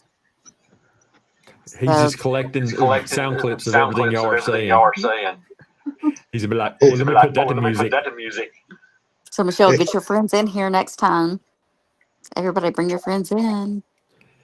That's what it takes. We'll get a song. Hey Tyson. Yeah. Are you researching all the resonance patterns of a what do you call it, a powwow drum? Not right now, but earlier I did watch videos from Maine of those powwow drums. Oh, cool. I was wondering what I don't know, maybe there's not an answer for it, but what exactly creates that emotional feeling? Maybe it's the deep resonance. I don't know. Some people say some people have told me it mimics the heartbeat, like a human heartbeat, you know? Yeah, that makes sense actually, yeah. You guys need to get together. I couldn't match his creativity, Misty, but I don't know if you. Well, no, but you both have your own talent, so. Yeah, Yeah, thank you. I guess as you pointed out that way, I guess we do, huh? Hmm. Absolutely. Oh, I see your little black cat, Michelle. His name is Ike. Ike. Is what? Ike? That's cool. Is that a president? No. That reminds me, earlier when you guys were speaking about Sixth Sense, there's that project Stargate that went over. It goes over the remote viewing, Sixth Senses, and all that stuff. That was studied by Stanford by the CIA. If you go to CIA, anytime someone talks something crazy, just go to CIA.org, put it in the search bar. If it comes up, there might be something to it. So that's really what. So yeah. They won't give you the real answers though, Tyson. Yeah, yeah. Tyson but they'll have some documents Richard. on there. They'll have documents on there. Tyson's gonna make some music, that you can and see. Richard's gonna give you the details. Thank you. Awesome. This Thank is so. you, This is gonna be so awesome. Everybody needs to join this show. Captain Ted Man's gonna have music, some the serial killers amazing. did music instead of the writing, it'd be easier to crack, I think. Absolutely. Maybe for you, Tyson, but it's music is a foreign language to me. That was when I went to Davis. I took too many classes to my final. That's why it's teamwork. It's teamwork. Yeah, exactly. My final quarter there, I was trying to finish, and I lost tried sound, but I see Michelle's other little cat. The white and black one. Oh, cute! I like the black and white. Cute. It looks like it has green eyes from here. Can you hear me, Misty? Oh, the cat's eyes. So cute. But what I was saying, Tyson, because the sound usually comes back. Sorry, Misty.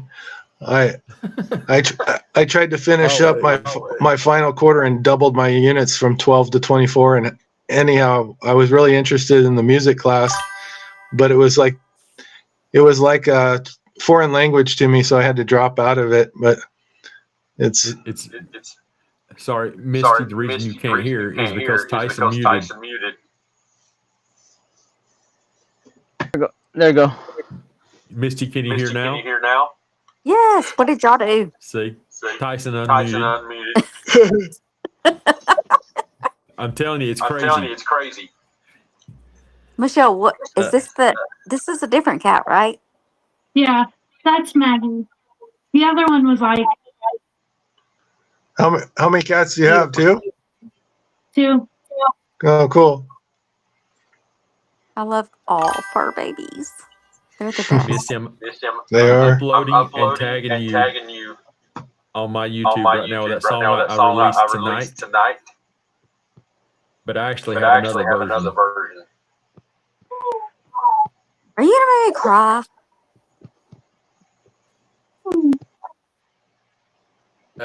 No, I mean, I don't have to play it tonight. I'm just telling you that there's a duet version that I released tonight that you heard, and then there's a male only version. Okay. That's really good. I was just uploading the first one. Oh, Michelle, I love your little kitty. So cute.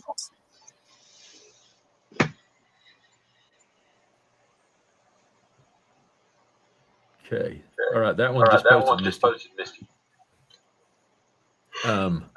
Let me find out where I'm at here. I'm talking to myself again. I got to mute Richard. Okay. Sorry. I don't know what the deal is with that. Why his makes that noise. I mean, whenever I'm talking and stuff like that, it goes back through his speakers. Yeah, and how some of us it's because mute he's each got other. a laptop. Yeah, it's his laptop is what he's using, and so he's got speakers on the laptop, and it just plays right back to his own microphone. And so, in order for him to hear, we're gonna have to get him a set of plug-in headphones or something, because it is tough to be able to talk and stuff whenever you're hearing yourself, because Well, it I'll causes leave you to that for you stop guys talking. to figure out because It, I just joined it this can room. be. I don't have a channel or nothing, so you guys figure it out. Well, we get it figured out, stuff like that. Let me Oh, I know you let will. me see. Anybody in the chat have any more questions for Richard while he's here? And let me turn Richard back on in case he has any comments. I'm still trying to figure out how to walk and chew gum. The best way to do it is I love to walk Richard. sideways. I love Richard.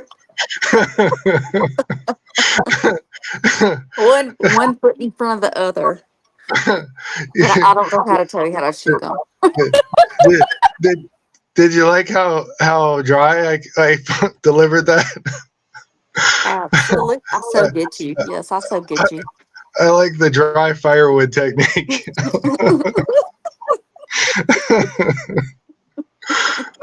Hey man, just spit that gum out and then you can walk.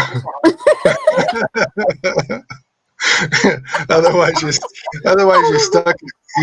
stuck in robot mode, you know. Robot Miss Doubtfire. Dodger Girl Kelly. Hey, or either just stop walking and you can chew that gum. Just stay where you are. One or the other. I've seen her name before. So if not, hello, Dodger Girl Kelly. While they're all laughing and giggling. Okay, I'll go mute. I don't know. I'm just saying. Nanette, my Maggie is a tuxedo.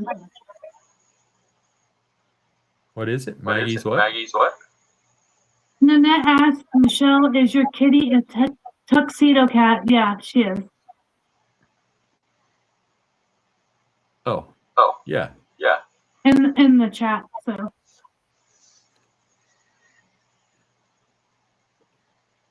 Why didn't you click the button? Because I couldn't see it. It actually comes up on the screen for everybody out in chat land faster than it comes up I'm over here. watching it on my TV. That's what I'm saying. You see it on there before I even see it over here. Yeah, I have a question for Back here. Richard. Uh-oh. Richard was like, "I'm off the hot seat," but here I am again. That's okay. So, cut and dry. When was your first experience with the chef, or not the chef cipher? When was your first? When did you first experience a cipher and realize it was with your family? So, when was the first time you seen a cipher and realized it had to do with your family? Is my question. What year, I guess? Well, that's a great question. I don't want to drag up my childhood trauma too much, but some things have indicated that maybe I was shown some, not explain some of this stuff, but that I saw some of this stuff as a child. That I've mentioned on another site about something called the Dragon card. That was one of the things that the Zodiac had sent, I believe. I don't know. I think he sent it to the San Francisco Chronicle. But I remember that, and I remember the man that I called my father, his obsession with numbers, and how he sort of forced me to accept my favorite number, which is still my favorite number. And part of that pisses me off because I don't know how to explain it, but it's like, it doesn't feel, in a way, it feels like it wasn't really my choice to be my favorite number. But now that it is my favorite number, I love the number, and it's going to probably stay my favorite number. Anyhow, but then I found out it's not 666, by the way, but it has connections to his satanic beliefs. And but as far as an adult, and my most recent interest in ciphers came up in summer of 2022, 4 years ago. And I think I mentioned recently on Patriot Pride, I think it was the last presentation where we had the group panel. Anyhow, I mentioned the triggering. There were some triggers that happened for me, or that I think was triggers. One, I felt was starting to feel safe in the place I lived, and also with my doctor at the time. I'd probably seen her for 10 years at that time. It takes me a little while to feel safe with somebody, but anyhow, long story short, between that and a couple other triggers, which the biggest one was I met this old man down the street, and his wife, and his daughter, who was like my age or a little younger, all became friends in short order, and we'd hang out. I'd walk my dog down that way like most days of the week, and usually we'd have a conversation, or sometimes a long conversation. Anyhow, after a few months, he told me he had something to confide in me, and basically told me about, he had been in state prison for like, I don't know if it was close to 30 years or over 30 years, but he had ordered the execution of his in-laws, and two men, I think from Israel, were paid to basically use a shotgun to murder both of his in-laws. And his wife, their daughter, knew about the whole thing too, but according to him, he took all the responsibility, and who knows what the real truth is. But according to him, she knew about it, but he took the fall for it. But either way, I really believe that was a trigger for me to remember something from my childhood, which brought me to a site called the Zodiac Ciphers. It's like a repository for all of the letters and communications that were sent or mailed by the Zodiac. So the first cipher I looked at was the first cipher. Is called the Z408, and well, usually I need a lot of clues to find the answers to something. It takes me a long time, and I have to have, like, well, in the case of a deceased person, I have to know their name and their birth date and their death date at the very least. But long story short, I found my name, which is Dick's name, in the middle of the cipher, and it's hidden in the shape of Aleister Crowley's smoking pipe.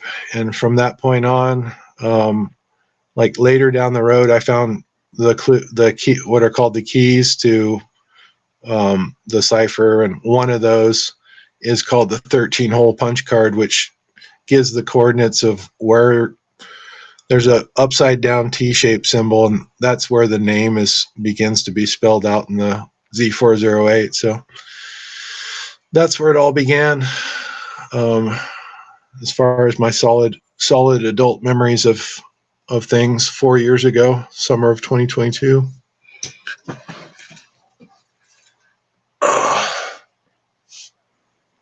Thank you for answering my question. I'm sorry if I watched your live with Patriot Pride and Sleuth, and I followed it. I really did with Patriot Pride. You guys put the cipher up, and you said, this is there, and he put it there, and I truly understand everything you said. You said it very meticulously, and I'm sorry if I brought up feelings of that, and I truly appreciate you. And if anyone thinks you're like full of crap, I have watched you at least 4 times on a live, and you have said nothing but the same exact thing. The first time I saw you on Sleuth, I literally took notes. It was like hours of notes. And then on Patriot Pride, it was exactly the same exact thing that you said there. So, and then Patriot Pride had you again, and you said the same exact thing. So anyone who thinks you're full of crap, I disagree, because you have said the same exact thing.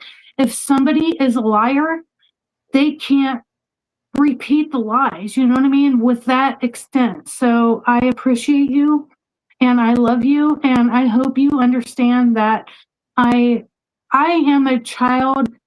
I have been through childhood trauma, and I fully understand. I didn't experience the things that you did, but I experienced things I don't want to discuss here, and you have been open and honest with things that you have experienced, and I understand truly what that is like to experience hate and pure trauma from somebody that you trust as a parent.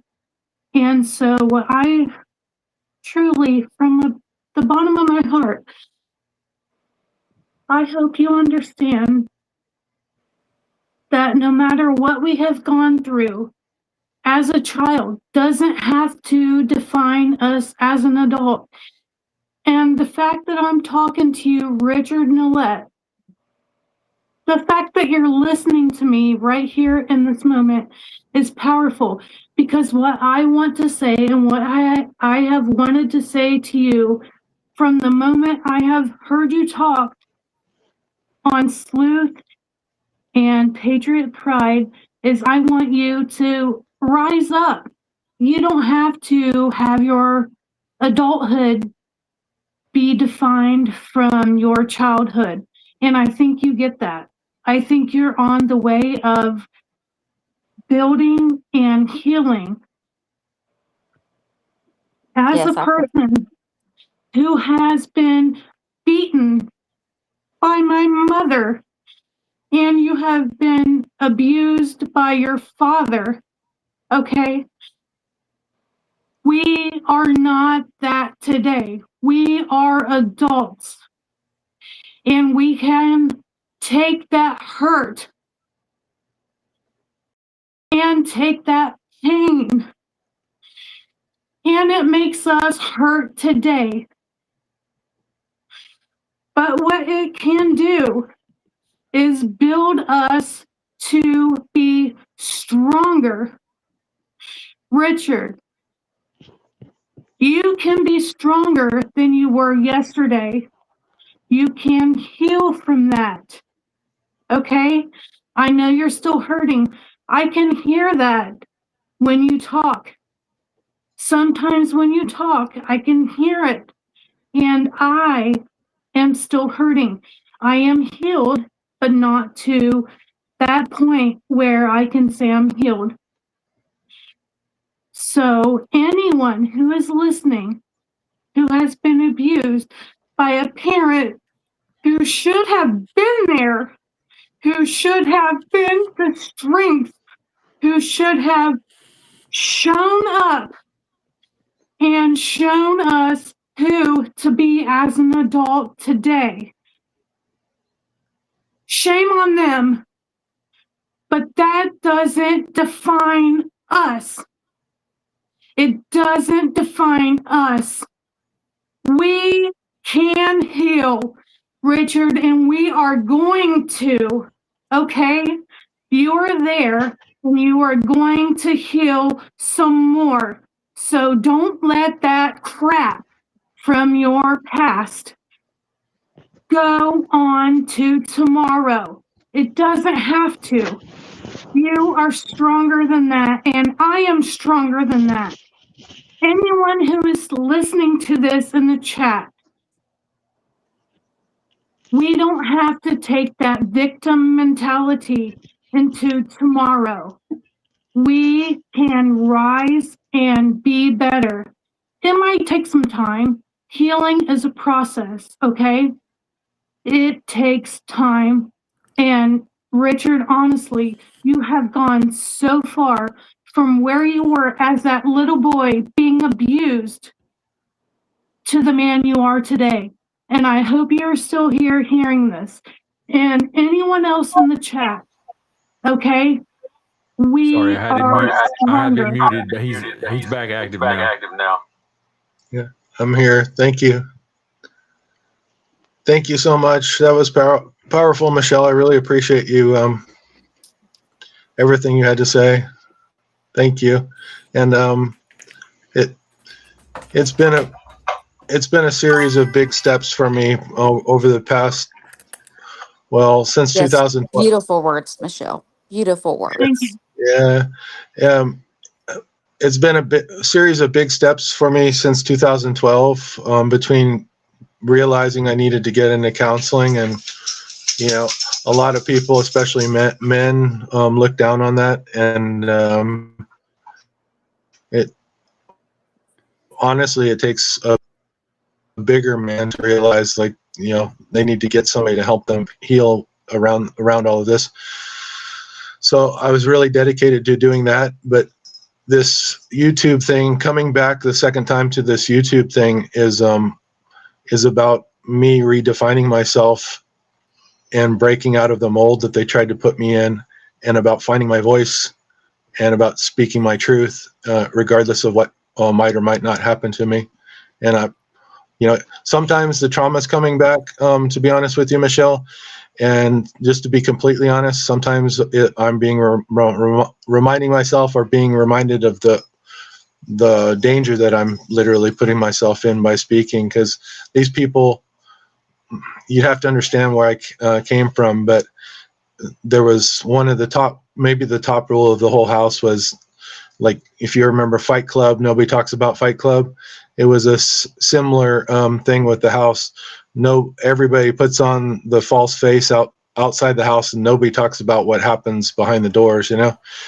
By the way, I wanted to ask you, it's your voice and everything sounded so similar to a comment I got maybe a month back, but it was one that actually kept me going.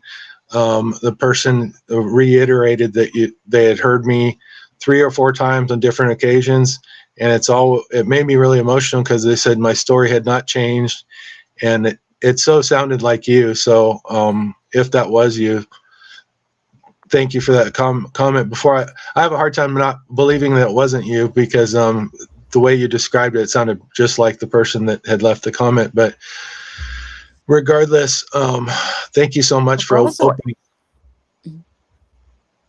Sorry, Misty. You were one of the people that said that too, and thank you for that, Misty. By the way, Who is Capped Obvia? Somebody said, "What a clown." Who just said that? A troll. No telling. There'll be trolls, Misty. You can't let them ruin your Yes, day. and I know that, but when it comes to situations like this, I will not They're tolerate probably it, referring to or me. I will Captain not Obvious. be. I think I've seen him on X. Oh yeah, Misty, I love your. You know what? You've the only friends or partners I've had in my whole life. I don't even need a second hand to count them on. But the only ones that were worth their salt in my whole life. Well, most of them have had 4 little feet, by the way. But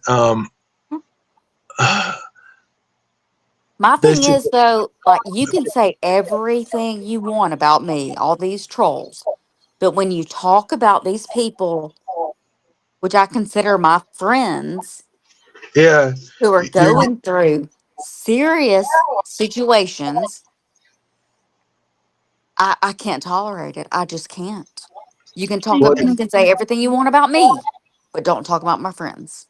Yeah, well, you're giving me the chills, Misty, because I've had very few friends that'll stick up for me like you do, that actually have teeth behind their bark, so to speak. And anyhow, it just means a lot more to me than you know. I'm the same type of person, by the way. Usually I can put up with almost unimaginable kind of crap towards myself, but my friends or people I care about, or my dog, like, don't mess with any of them, because you're going to see the worst side of me, But There you go. That's why I know we are going to be best. Yes, do not. Sorry, Captain Gav, I don't want to get you banned, but do not with me. Yeah, exactly. And it's the same with the people and creatures I care about. And for some reason, I can, especially as I get older, so part of it is pick your battles. I just I don't have the will or the energy to get into it with people like I did when I was 20 something over stupid Absolutely. stuff. And I did not mean to cut you and Michelle off. Oh no, Michelle, I no. love you, girl. Michelle, I'll be your new best friend. Kevman can give you my number. I know Richard, he's going to give you my number. And Tyson, I want him to give you my number. I will be y'all's new best friend. We don't have to talk on live. We can talk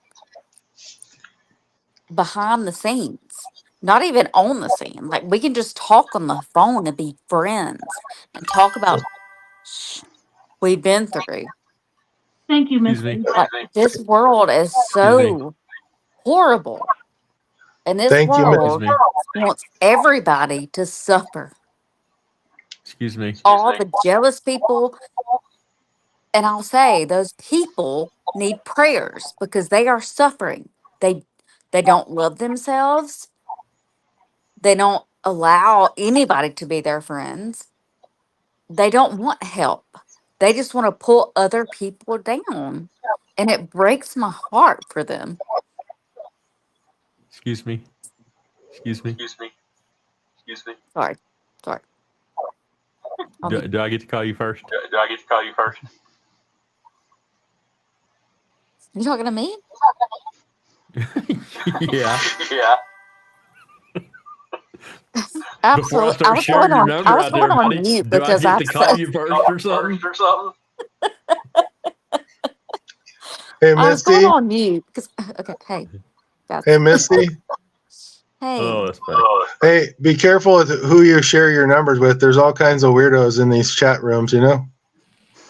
Oh no, I only share numbers with through I these guys I wasn't that I talking about trust. you. I wasn't talking about anybody in particular, especially anybody waving their hand. Too late for that, man. Too late. I'm taking that to the truck stop. I was waving at our friend Casey 28, just for the record. He made me laugh. See, I love it. I'm just putting that number on blast. I'm gonna post that shit on X. Y'all It's only y'all for know I've got some Michelle. friends. It's only for Michelle. It's only for Richard. It's only for Tyson. Captain Kevin already has it. I trust him Just with saying. it. He can give it to you guys. I'm gonna go post it on X right now. Let me see. I'm going on mute. Say I won't. Say I won't. She knows better than that.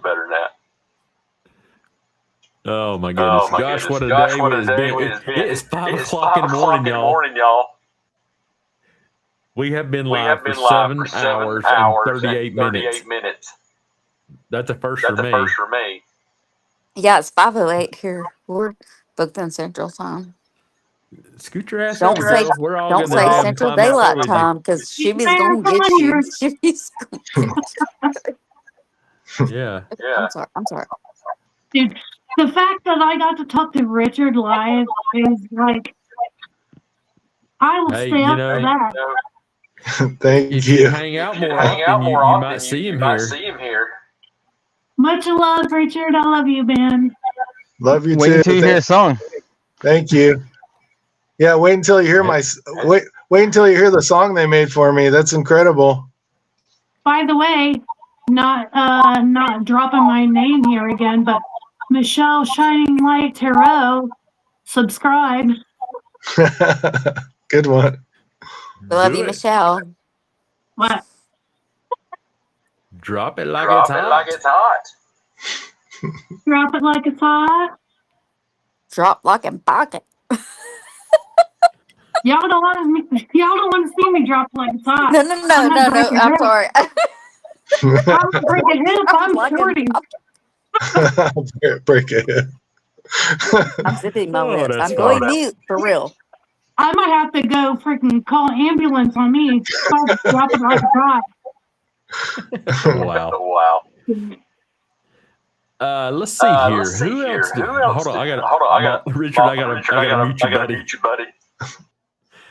Gosh, I get to hear myself there again. So he knows if he wants to say something, all he's got to do is hit his unmute button, and he can pipe in whenever he wants to. But I can't even hear myself think whenever he's got his unmuted. So yeah, so Captain Obvious is someone that is always on my X. He just is Captain Obvious. So Hey, if he he's your wanted to be a friend, little. just tell him don't talk to me like that. I don't think he was. I don't think he's my friend. I just think he's always on my stuff because he knows how to get some views on his comments. Well, He jumps I on support on you. my stuff, so I do. I know, and I appreciate you, my dear. And I'm not By being the way, tolerant. Okay. Misty, Nanette said, Misty, thank you for calling out that troll and erasing that disgusting comment. Absolutely. I'm not scared Yeah. to say something. And I everybody had to go knows over I'm and delete the straightforward. comment. It's fine. It's fine. I am not scared to call out I normally ignore it, but certain things I will say something and then ignore it. Let's see here. I Misty, was you haven't typed in the comments in a little bit. I don't know how to when I'm on your live. Oh, I don't know how to. hell, I went up as far as I could go, and I don't see one of your comments. You may just have to drop out and just go into YouTube. No, I and saw the comment. I just saw the comment. No. Listen to me. Go into the YouTube, into the comments, and just put hello. Just something. Just do it, please. Like So you drop may out have of to here. leave. Yeah, you may have to and open it on YouTube and just write a comment. Gotcha. Here I go. Bye guys. See you later. Just a minute.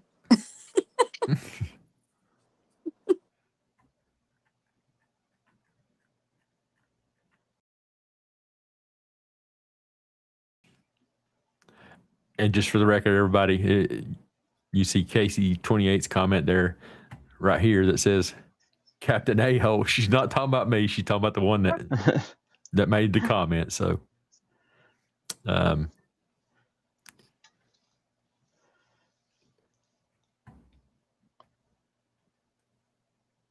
say, are you in the comments up there? Yeah. I was gonna say, yeah, you're definitely in the comments. That makes sense. I was gonna say, so, it's a beef between captains, huh?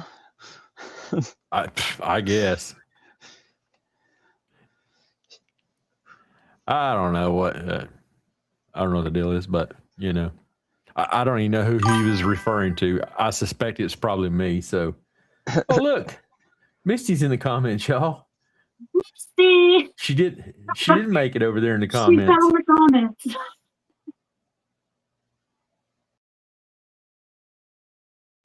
Okay, why? Oh, there it is. There.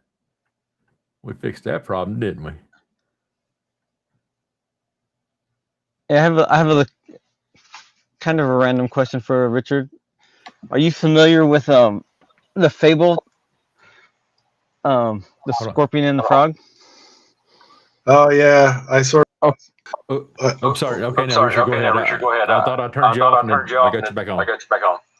Oh, I just found the mute button and unmuted myself. But thank you, Kevin. Yeah. I miss you. You can come back now. Sorry, dear. We just wanted to say hello, Misty. Thanks for being in the comments.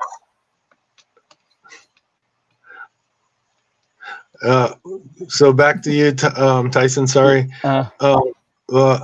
Well, the scorpion basically says because that's in my nature, right? Yeah. Yeah. I asked because I did this song, a diss track, and it's based off of that. And I don't know if it's gonna get released, but I think you'd enjoy it. So I'll let you listen to it. I think you'd like it. Yeah, I would like to listen to it. Thank you. I don't know if it's gonna get released. We'll see. I like the whole tale. I think both of them. Well, I don't know if it gets described to the whole end, but you would assume that both of them end up drowning, right? Yeah, so that's the original, but I changed the ending. Oh, cool. Well, And based on science, not just me making it up. yeah, you know what that sort of reminds me of? I found something that really made me smile, and I don't know. I get entertained by weird stuff though. The other day on YouTube, I should have bookmarked it. I don't bookmark stuff anymore though. But it was the honey badger. I'm trying to get it right. I think it was called the honey badger and the cobra. And they did cute little sound things about the cobra sneaking up on the honey badger, and the snake bit the honey badger, and it just makes like this like scream when it gets bitten from behind. You didn't even see the cobra coming. Well, anyhow, the honey badger proceeds to just completely flip out, like all of his nerves, and the poison has a effect that shuts down all your nerve and breathing system, and so I guess the honey badgers are really quick, but it was just, maybe they played it a little bit fast motion too, but it shows the honey badger rolling all over the place, going down the hill, and it looks like it doesn't have a chance. And you know what? But it looks like it's like literally like unalived, right?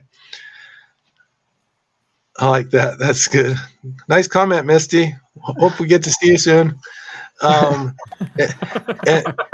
Anyhow, so just then the narrator is narrating all this, by the way, and it says basically that because all the times that the honey badger has been bitten, that it's developed a tolerance or anti-venom in its blood. So it makes it sound like it's the end of the line for the badger, but then it changes to, but wait until the badger wakes up. Like he's just about to get his revenge. I'm not doing a great job of explaining. The narrator really makes the whole thing work. But you see the honey badger get back up, go hunt down the snake, and like literally grab it by the head and eat it alive. And it was I don't think it was an enormous snake. I don't think. Well, hold on. Did you stick around late enough on Wednesday when I let him play my Mount Shasta? Yeah. Did it have a video that went with it? But it didn't have a video. No video. But I like the part about the It was Smooth Criminal. It was Smooth Criminal and Beat It. Well, I like the whole narration part though, like about the mysteries of the mountain and the was it 7 or 8 foot tall angel or something? The Lemurians, And didn't you? But you flip that around. You put a special spin on it, I think. Yeah. Anyhow, I didn't get up, and I was listening to it from my bed's right next to my computer, and it just made me laugh. Is what I'm trying to say. It was basically like a roller coaster ride through Mount Shasta. Yeah, and really descriptive too, with a lot of like the legends or whatever, or lore or legends, whatever you want to call it. Yeah. 1 second, real quick. Hey, Misty. Hey. You see your name on the screen right there? That's your comment. That's your comment. The at MI. You see where it says? Everyone be respectful and all that. Hold on, Richard. I gotta turn Richard off. I can't hear myself. You see right there in the actual stream right there on the software there, it says everyone be respectful and kind in the chat, please and thank you. That's your comment right there next to it. Yeah, that's what I said. Okay, you see right next to your name? You see what that little emblem is? Right there next to your name, there's a wrench now that you smack people over the head with when they get out of line. You're now a moderator. Oh, that was a nice surprise. I got you, man. I got you. You have to go out into the YouTube land, into the chat, in order for me to see your name so I can even do that. I can't do it from in here. I don't understand that, why I cannot do that to someone, inside the stream. You have to be in the YouTube comments, because then you have to click a button that says make this person a moderator. So now I have 2 moderators here. Not that I wouldn't turn Well, I feel anybody so else into a special. moderator, folks, but So I can't really be uh, alive and be a moderator. no, well, Got I it. mean, I mean, I don't mind. when you need to, you've got the power now. That just means all you got to do is just jump over into the actual YouTube channeled video, and you'll turn back into the moderator, and then you smack somebody and you come back. Yeah, and you can remove their comments. You can do everything. Same thing with Tyson. He's a moderator too. Oh, yay. Okay. So He can teach me more. yeah. He'll tell you, Okay. hell, I've never moderated. I just got a blue name. I don't know. So Yeah. all the other mods, all the other mods, Truth can help you and all that stuff. I'll be live and watch the chat on the TV. And then if I need to, I'll just go Yeah. to the chat and be like, no, we're not going to tolerate this. Hey, Misty. Exactly. Hey. Now you can do a wrench attack. Oh, the wrench. God. I guess so. It's funny. a shield now. It's funny. Oh, is it? She's got the shield of protection around her. I got the wrench, guys. I got the wrench. Hey, I'll remind her. I had a question for you guys. Yeah. We're listening. So if Savannah Guthrie knows about what happened to her mother, but decides to never tell the public, or has been told to never tell the public, do you think that's wrong and a form of like sadism towards people that want to know, or do you think that would be morally correct, or something that's just her business at this point? I feel like it's something that's troubling a large part of the nation, Oh yeah, I agree. And that's a very deep question. Go ahead, Misty. I was going to say, if Savannah knows what happened to her mother, whether that's Savannah, Annie, Tommaso, Cameron, anybody, if they know what happened to her and they're not saying anything, whether they're being protected or not, like this was a setup, they are all just as guilty as the kidnapper, abductor, murderer is. Agree. Does that make sense? Well, I don't know if my question was specific enough. I'm not saying or alluding that any of them were involved in the murder, but say that either their private investigator that they hired on their own or law enforcement, let them know, we're going to tell you what happened, but you can never share it with anybody else. You guys get what I'm saying? I'm not saying that they were involved in know the. exactly what you're saying. And I'll say it. every I'll put single it one out of there. that I've was said law. it from the beginning that I feel that family's involved. Well, I don't know for certain that they're not involved, but I would bet the house that they're not involved. I will say every single one of those law enforcement officers, obviously no nanos, every single one that was in this scheme, if that's what we need to call it, is guilty as in and needs to be prosecuted and needs to serve time behind bars. Mm-hmm. And I personally believe that that's what's happened here is, sorry, Richard, I turn me off. I personally believe that the cover-up part of it has occurred to protect. Let me put it this way. I think the person with the money has made the contacts with people in power to help the person who may be involved not make this public, just like Richard's stating, and bringing it out the way he is. And I think that's the way this whole involvement has been. And that's just my personal opinion. I think that it's known to the family what actually occurred, and all the stuff that has happened to make the public not aware or get led in a different path has been put in place so that the truth could never be found out, even though the truth is known to some people. And that's just my opinion. And Richard, I'll turn your mic back on now. Yeah, in large part, I agree with a lot of what you just said, Kev. I think that's how it is. Another thing a couple things that don't make any sense. So much of this doesn't make any sense.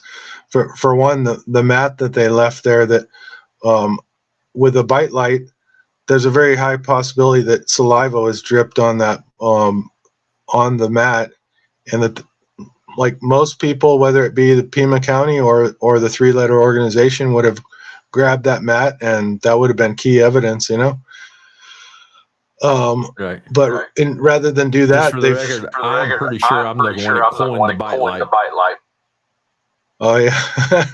Just for the record, I put that on a video or something. That it was cool. a light that he had in his mouth, and it come off a baseball cap type deal. I've got some of those. Oh, cool. It's not specifically made and called a bite light, but that's what it's used as. Okay.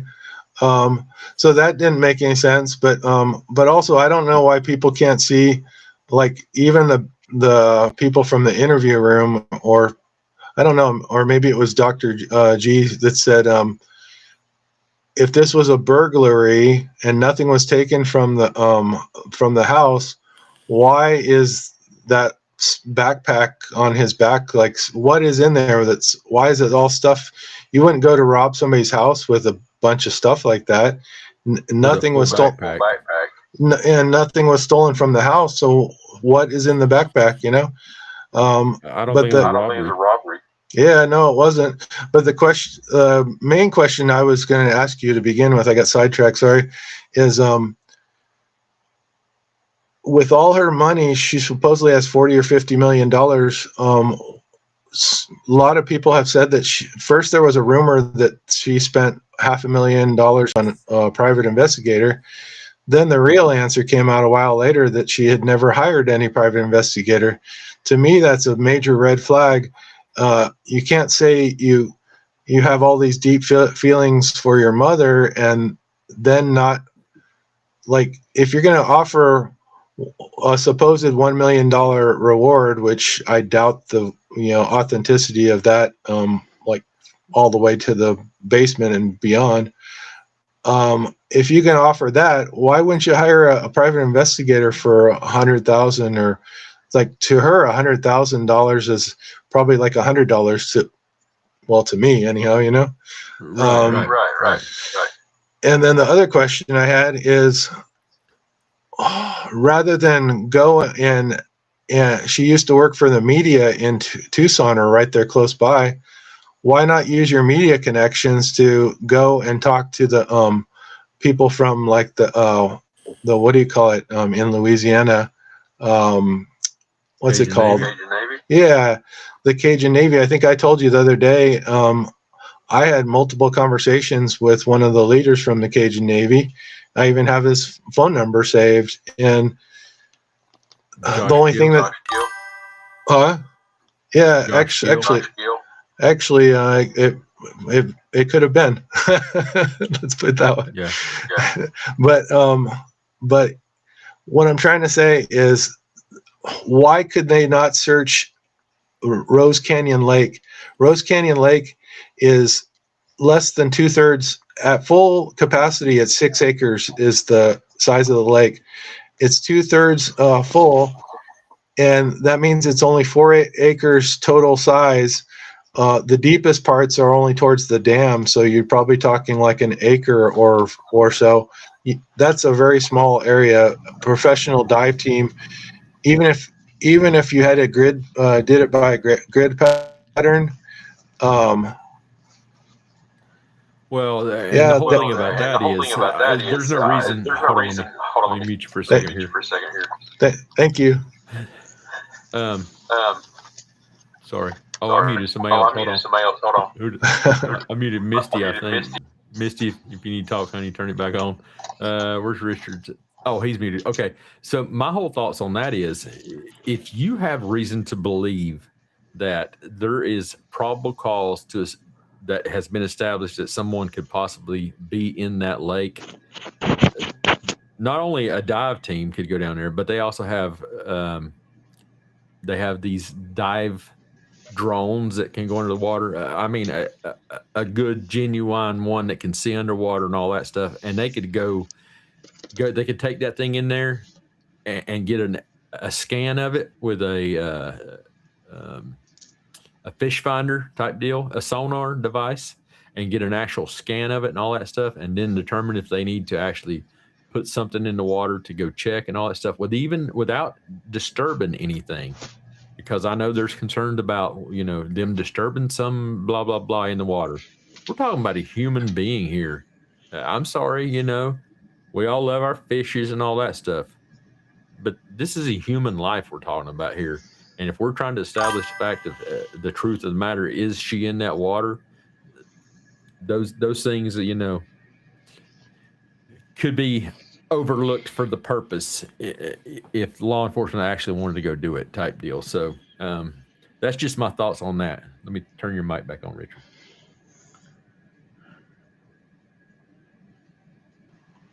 Okay. Sorry about that. Go ahead. Oh, no problem.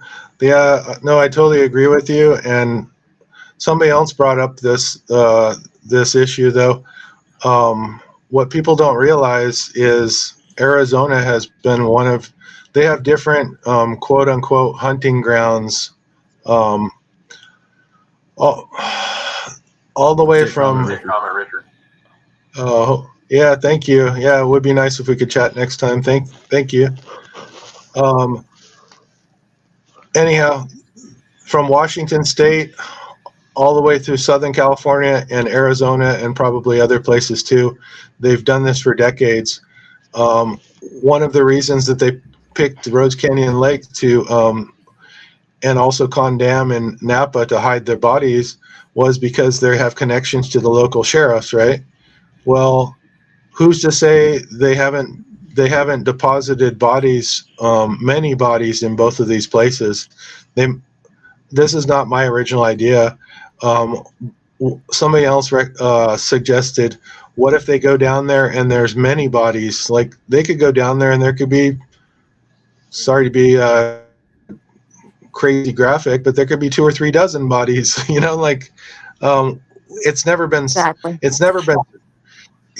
been searched, and people keep on spreading the rumor that Rose Canyon is a lake that's drained every spring, and that's not possible because if you guys realize how little snow that Arizona gets, it's at 6 acres. It's still a pretty good sized lake, but there's very little inflow, and it's a man-made lake, and technically it's not even supposed to be there, but it's about 45 feet deep at the dam.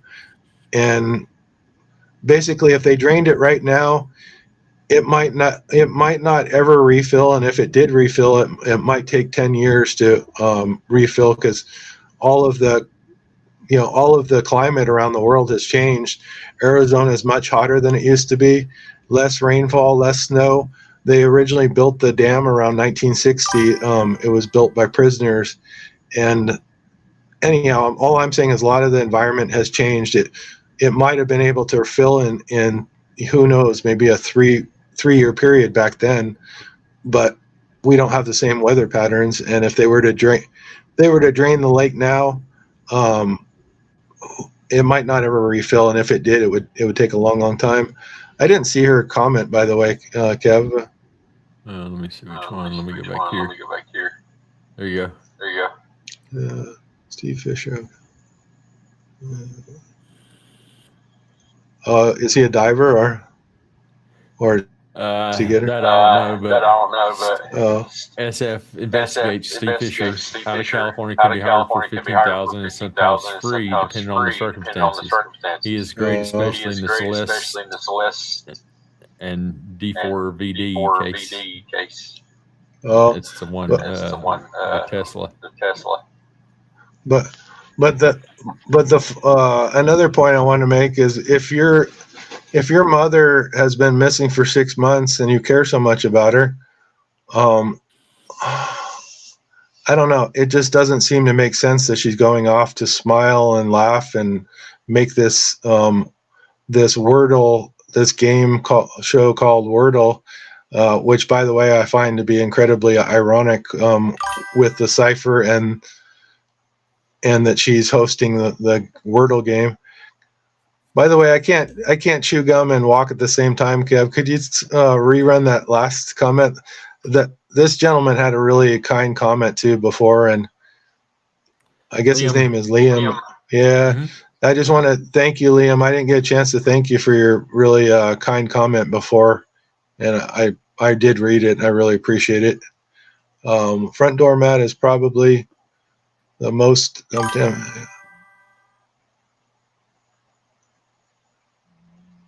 Yeah, exactly. He was hanging. He dropped the foliage on it, and he was probably struggling to get the doorbell camera off.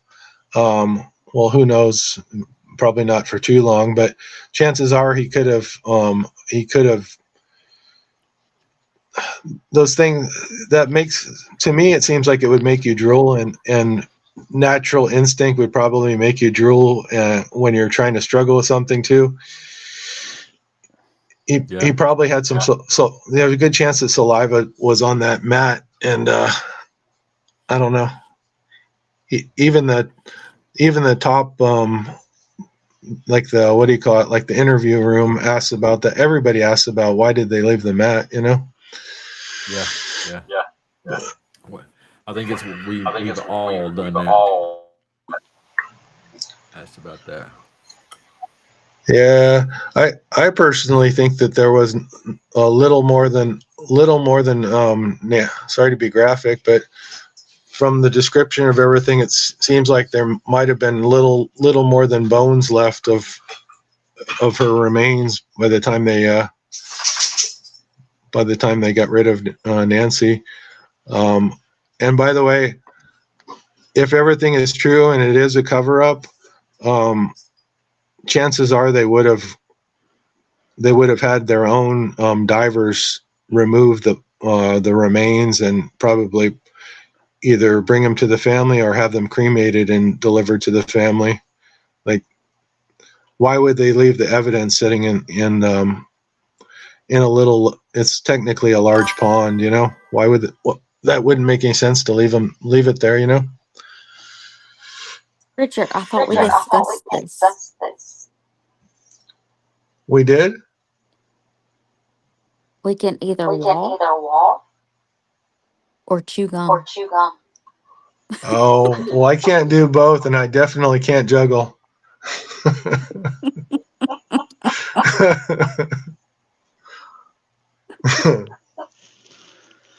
Okay, that's my 2 cents. I'm muting again. I have something to say as far as the Nancy Guthrie case. Go ahead. Let me mute Richard real quick. Okay, Richard muted himself. Go ahead. All right. So I went through and I looked at the door cam, the porch guy, and I went by frame, and something that nobody has ever seen, or they may have seen, but nobody has ever discussed. If you look at the glove, the right glove, there's a spot on his, I think, middle or ring finger. There's a dot. And I clipped it and I sent it to Daphne. I don't want to bring up another streamer. But anyway, I sent that to her. Files. Yeah. And I sent that to her. But anyway, and it's something I never seen anybody else talk about. But if you look at the FBI footage, you can see the dot on the finger. And another thing, I truly believe that the the porch guy is left-handed, because when you see the porch guy go up to the camera, people believe that he is using the foliage to cover the camera, but what I believe is he's using it to take the camera off. And if you look at the camera base after it's gone, you can see a smudge on the left-hand side. So I truly believe he's left-handed. So whatever that means. Well, so for someone who has carried a gun for a living, oh, can we say that word? Someone who's carried a pew pew for a living all my life. I just don't know many people that. Oh, you just now figured it out, Richard? I obviously do not do that any longer, sir. Anyway, so for he still has a pew pew, by the way. I've got plenty of them. Hey, can Liam call in? Liam Belinsky? Yeah, he's called in before. Can he call in?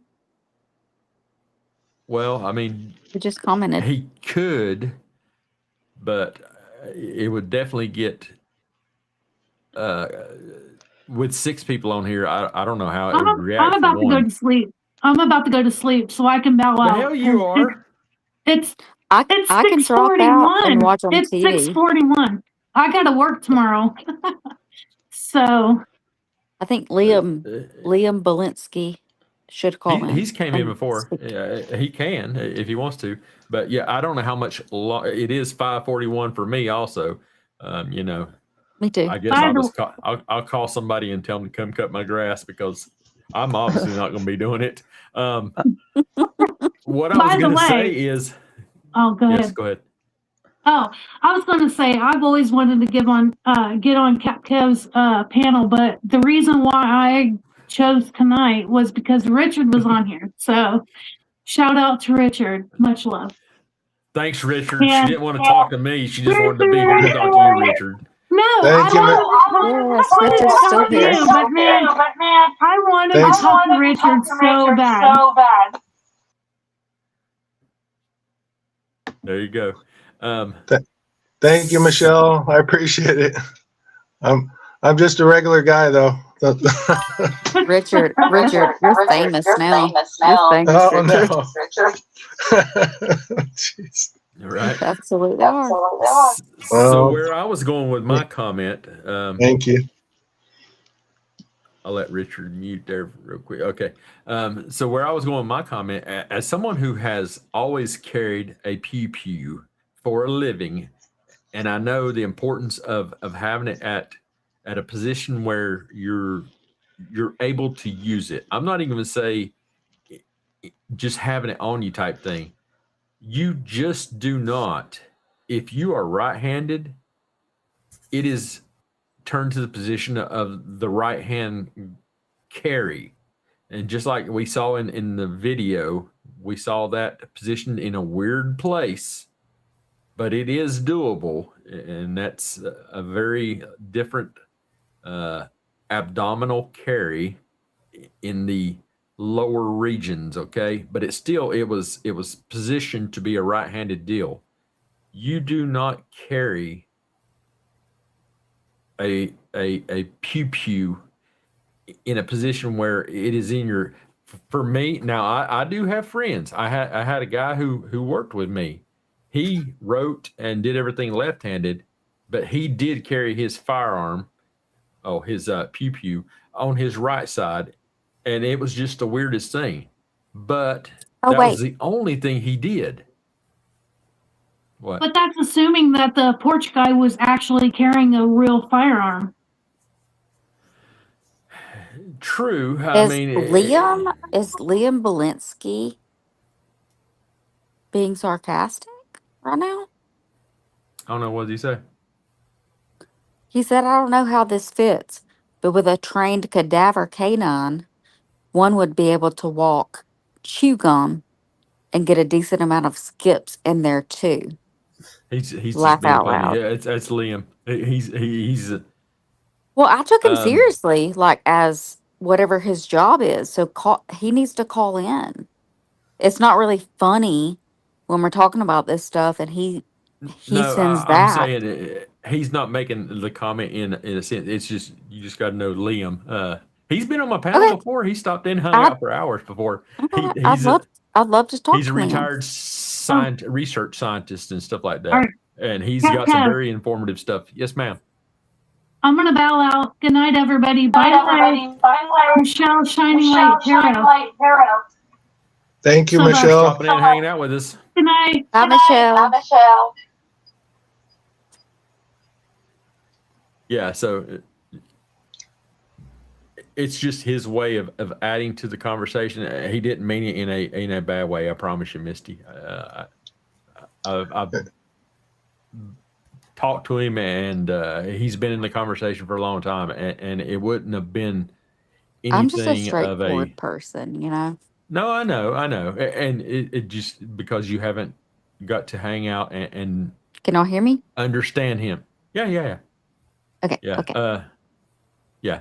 So don't take it wrong. He was just making a funny comment. That's just the way he is. Is he He's a gonna good call dude. in He's and speak, or I don't know.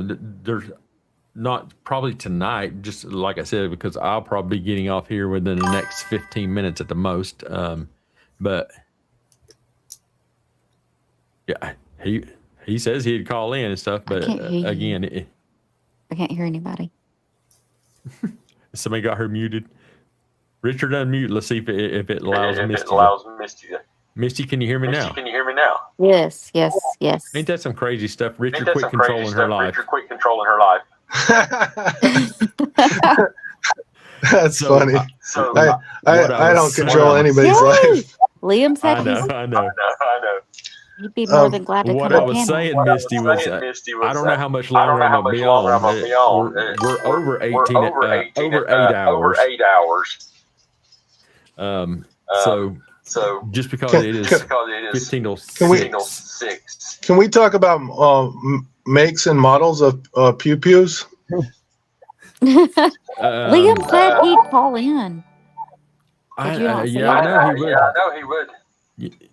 Yeah, honey. Yeah, honey. I'm just saying. I'm just saying. I've been up since Earlier yesterday. yesterday. And so And I just don't know. I just don't I know. mean, if you guys want to run you guys it, want to hey, run it, hey, Have, not American. have you I'll ever leave it heard, on. you know. have you ever heard of the writer Elizabeth Barrett Browning? Sounds familiar. Not me. Not me. I can look it up. But you, I don't think you really clarified my question about pew pews. I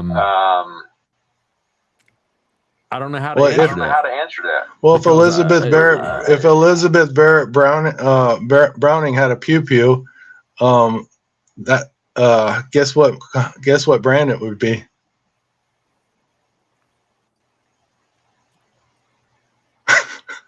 This is Tell a trick us. question. Trust me, I know. I I know the last I know the name. last name.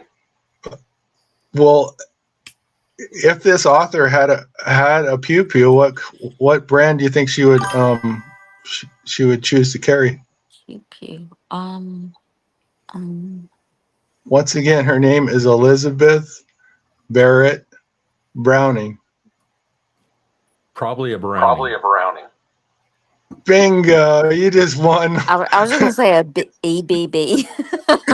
You just won. You just thought won it was a the same Barrett, didn't you? You just won a free trip for 2 to Costa Rica, Kev. You know. I don't like hot places myself, but And I would go. I would go. oh, there it goes. yeah, I'd go, Is but Tyson okay? Tyson, are you there? Tyson's working on another masterpiece. You don't understand his. Well, I shouldn't say that. I was going to say when brilliant minds are quiet, then amazing things happen. But when the Zodiac goes quiet, when he doesn't write letters, that means that this is what a top 3-letter profiler said about him a long time ago. She said when he was writing letters, then you didn't have to worry about him being out there doing his thing, because that's what he called it, doing his thing, which is unaliving people. Yeah, but when he goes quiet, you know he's out there doing bad things. He's out there unaliving people. But going back to that particular brand that you mentioned, Kev, there's a specific model that was made in the early '60s called a medalist, and Oh, I'm that talking was about Tyson, our friend in the chat. that was With his corgi. With his corgi. What the hell's going on my watch? Oh, There he is. I was getting all kind of notifications on my watch. what happened. Tyson, are you unaliving people? No, I'm here. No, it's the corgi that did it. Misty, you got to give credit where credit's due. I posted the Instagram in the chat earlier. I haven't posted them in a while, but you can see them all on there. Don't underestimate the capabilities of a corgi. Yeah. What it lacks in legs, it makes up for in sheer determination. You know. Their little legs. Little legs. Would move my kids around when they were little. They slip with the ankles and hurt them back inside the house. Oh, I love this. I I'm like sorry, how they. Richard. I didn't mean to cut you off. No, I like how they run though. They look like little chunky jackrabbit, you know. Mm-hmm. They got those short little legs, and Especially they're so long. They're long with the short little legs, so they can't make it that far very fast. Yeah, but if you look at them from behind, they look a lot like a little jackrabbit when they're trying to run it at Yeah, it's so cute. It's so cute. any kind of speed, you know. Hey, I see our friend Ginger Snap is in the comments. Mhm. Would you just wake up, young lady? She's probably up making breakfast. Some pancakes and bacon and syrup. That sounds good. She probably came because I said I was going to drop the lottery today. Is she in here? Ginger's in here in the comments. I was reading this. What Strawberry Noni says. Yeah, I mean, there's definitely some things I've thought about on that.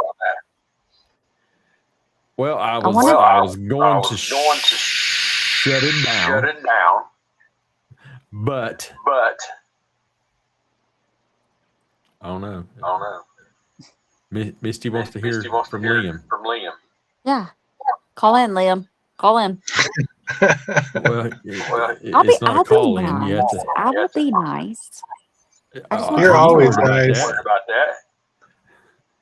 It's not that. It's just I didn't know how long I was going to stay on. I shouldn't say you're always nice, though. You know exactly when to stand up for yourself. Hey, that's not being nice. No, sometimes you have to. It's a rough world, you know. And thank you for saying that, Richard.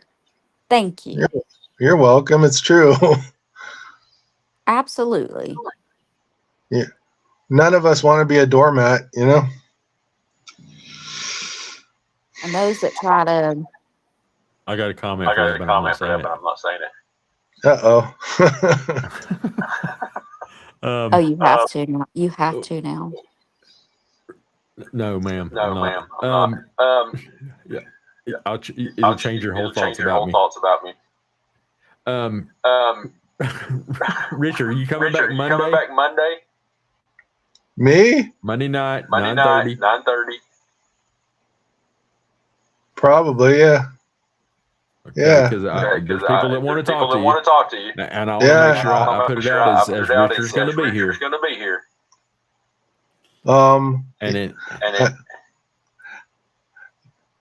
But send me an email too to remind me though, or is there any way to get a reminder from you, Kev? Hell, I can't even remind myself. Yeah, Kev is gonna give you my number too. Thank you, Misty. No, I'll be here on Monday though. I like hanging out here. Yeah, and Yeah, Michelle and from Australia Michelle from wants to Australia visit wants with you. to visit with you. We'll get Liam We'll on get if he Liam wants to on if join he the wants to panel on join the the end, and panel I'll on the send end, him a and I'll link send him a link and get him in that and get stuff. him in that stuff. Is that the lady with the big chair? Yeah, that's Michelle from That's Australia. Michelle Is the from lady with the Australia. big Is the lady chair. with the big chair. Okay, tell her I'll That's a only weird talk way to her of if saying Way it. of saying it. I'll only talk to her if we get to see her in the big chair though. She'll go sit in it. Go sit in. I don't even know what the hell I'm talking about. So. Love it. Love Obviously, it. you've been Love watching, it. huh? Huh? Obviously, you've been Obviously, watching, you've been huh? watching, huh? Well, I've been People need to listening. pay. People need to pay to hear your theories and what you know, Richard. You tell them. Well, thank you so much, Misty. I was And gonna if they say it don't would want be. to hear it, I was gonna say it'd be nice to visit you sometime in Alabama, but one of how do I put this? One of my so-called family of origin who is heavily involved in this is from your neck of the woods. So from Alabama or Birmingham. I like the way you said that. Yeah, unfortunately, yes. In a city that will remain unnamed, but may or may not begin with the letter P. Like as a first name? I'm talking about the place name in City your name. City name. yeah. Starts with P. Starts with P.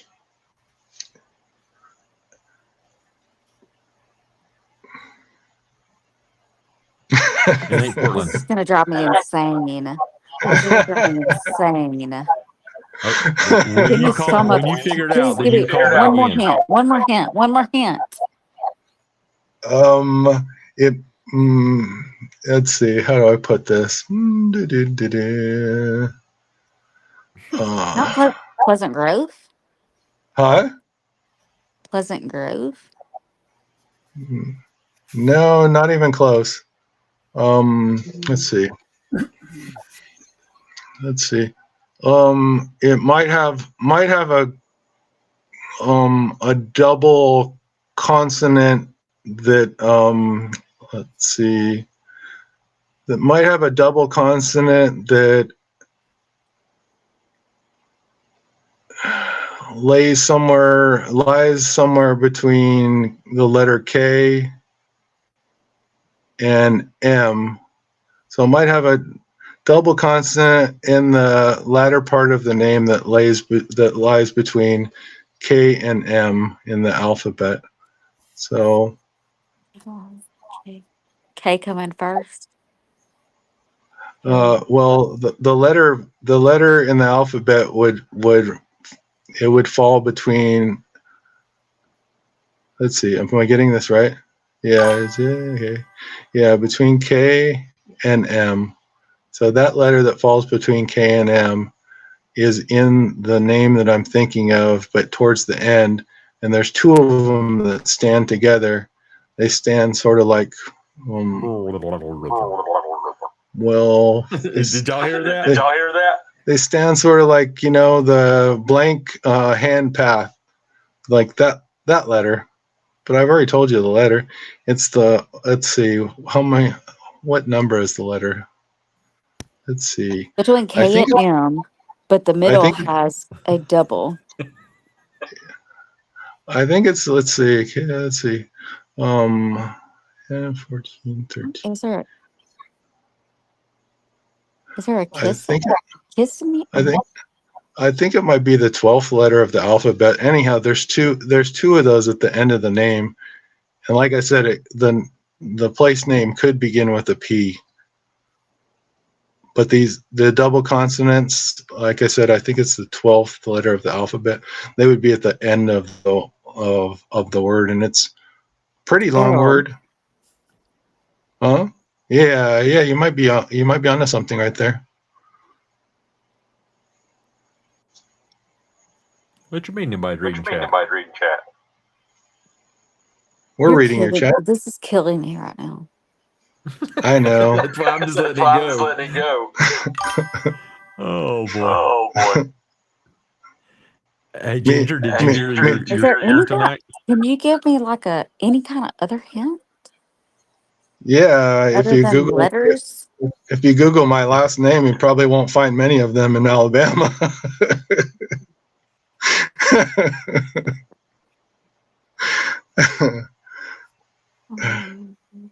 I'm just saying. Well, how can I Google your last name when I don't know your last name? You do. Yeah, Everybody knows me. you do. You just said I'm infamous now. So many people know just my initials RN, or maybe I'm just in the groups that are talking about this. But some days I can't even come on the Do I computer. need to call Adam? Do I need to call Adam? Little clue, honey. Hey, Richard, that's no fair. There's no Nolette. choking in band camp. Are you okay? Psst. You okay, Bubba? Nolette. Oh, don't announce it though. We don't need that kind of Oh yeah, I attention, do. Kev. Your last is Nolette. Okay. I knew you knew I it. knew you knew it. Don't announce it though. Okay, let's not. There's certain things that shall remain unmentionable, because in all seriousness, that litigation is a favorite pastime of some of these people. Hang on. You said this. I'm, I thought you said this. I'm pretty sure everybody knows your name, announcer. I'm pretty sure. I'm just I like saying. the way you said that, Kev. Missy, where'd you go, honey? Hello. She'll come back. She'll come back. She'll come back, or she'll send me a hate email. No, she'll be like, Richard scared me. I thought I liked that weirdo until he got weird on me. She'll let you know. Either way. Oh my goodness. I won't change the way I feel about you, Misty. I still care about you. I still like you. She just joined in my ear. She's whispering. Hold on. Hold on, y'all. Yeah. Oh yeah. I'll call you when we hang up. I'm sorry. I didn't mean to say this about you.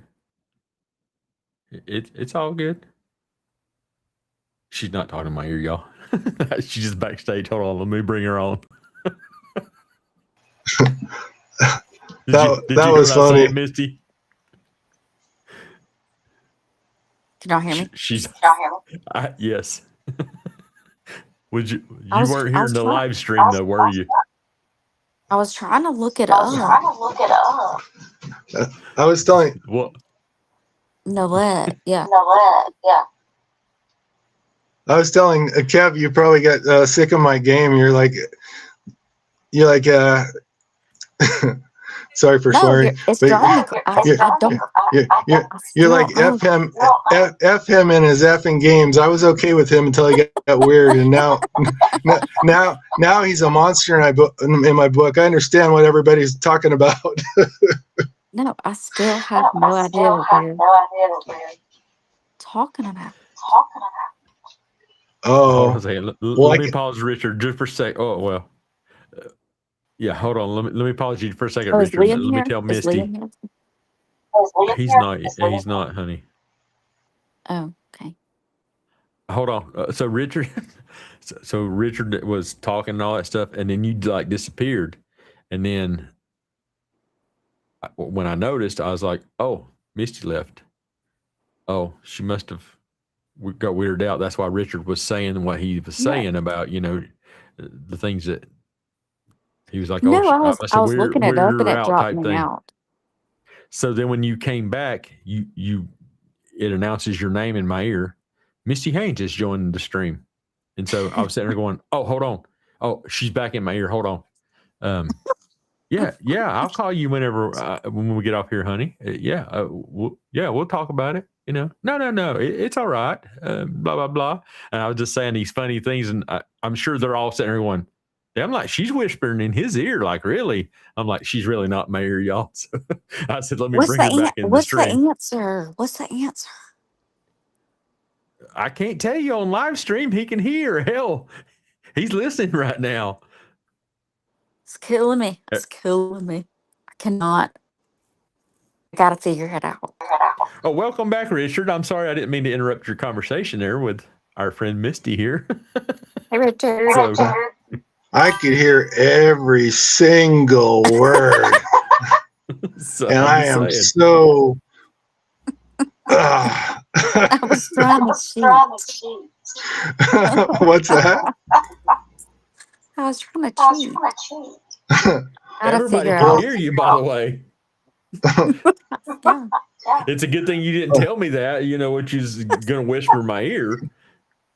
You might be only a stone throw away, Misty. You might even see this person at Sunday Mass.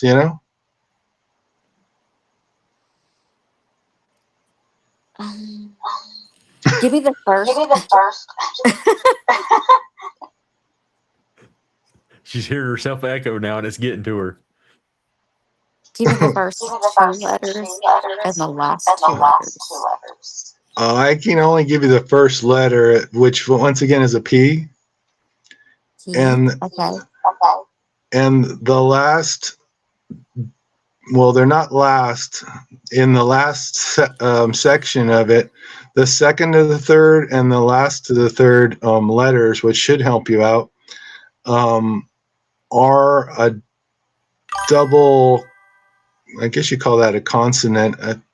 It's the 12th, I believe it's the 12th letter of the alphabet. It looks like a couple of hockey sticks. A, C, D, E, F, G. Yeah, we've already been through this. I was just going to help you sing it. Couple of hockey sticks right before the final letter, and I think you should be able to figure it. You should be able to figure it out. I think you were onto it before. I think you said something that would. It starts with a P. It has two L's. Yeah, and I think you said something that tied in quite a while ago. I think you were on the right track. Is this like a city or? Yeah, I don't know if they call it a city or a town or a borough. It could be a spot.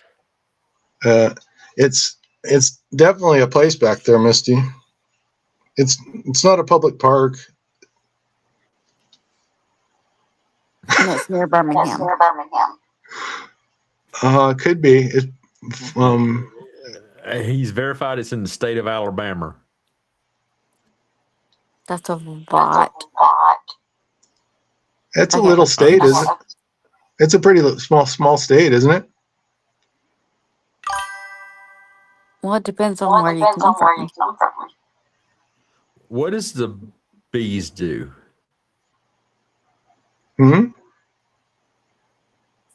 What is the bees? Like, there's the birds and the bees. Oh, whoa, no, wait. We didn't say that. We didn't say anything. We didn't say everybody hold their horses, just like chill out. You don't know anything, Misty. Somebody gave me the answer on the chat. Oh no. Oh no. That's very interesting. Was that the answer? It could be. I can neither confirm or nor deny at this point. Oh, so it could be, so it is. Okay, gotcha. But sometimes when I laugh uncontrollably, it's just me losing my poker face, Mm-hmm. But you could be right. You could be right. That's very interesting.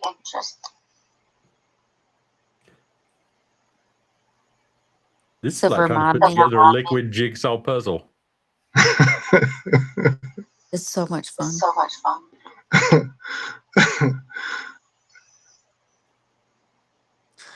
Just saying. So, Oh, I gotta check something real quick. so now I forgot what we were talking about. I gotta spank whoever gave you whoever's in the chat needs a good spanking. I've got big hands too. It's going to be I wanted no cap ginger snap.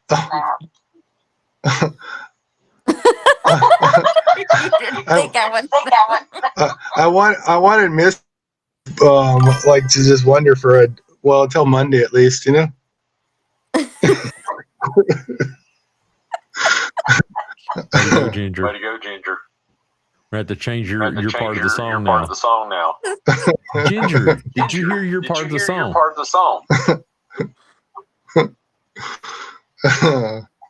Okay, so that was fun though. that was fun. So remind. So we finally figured out it's Prattville. Now let's go back to what were we? None of us ever confirmed that, Misty. But what were we even saying? I like the Captain. I like the Captain Kevman show. Okay, let's try to keep it up on YouTube. All right. I just want to point it out. My latest post over on X just hit a million, and hold on, I think I clicked on the wrong thing. 1,059,323 views. Don't say it has my name in it. No, it don't. It's from the bar, the elbow room. The elbow room. That's a good name. Yeah, the elbow room. The elbow room. But yeah, you know the 12.8. 12.8. You know the old saying, Misty, loose lips sink ships. So, that's part of the reason I didn't give you the name, to tell you the truth. What was my original question? I have no idea. Just, you remember those little Misty? Do you remember those little rides at the when you're a little tiny little kid? I don't know if you had them back there, but we had them out here where I forget what they call it, but it's a little playground ride where the couple kids would spin the other one around and get dizzy as hell with the little thing that spins around. What's it called? Yeah, absolutely. Is it just a carousel, or what is that thing called? I don't remember. Oh my gosh, what is it called? I think it's called Dizzy Wheel. No.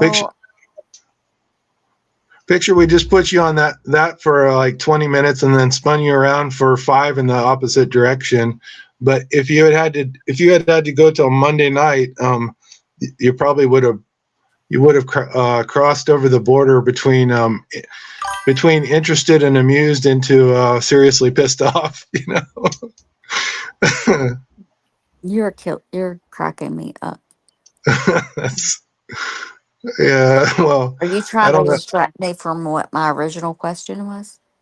Probably. It's not me, Ginger. It's that guy right there. I know it's Prattville. So now I gotta go back. Kev, your show, the grains of sand of your show are going through the hourglass of time, Kevin. Yeah, see the merry-go-round. Yeah. Yeah. It is called me, Richard, by a couple years, just 2, I think. Well, how old are you, Kev? What you just said, I'm 53. Oh, okay. Somebody I guess spin it and spin it and spin it until everybody just jump on, and it would just keep spinning for so long. Yeah. What were you gonna say, Kev? Sorry, Misty. What was you reading? Talking about Misty?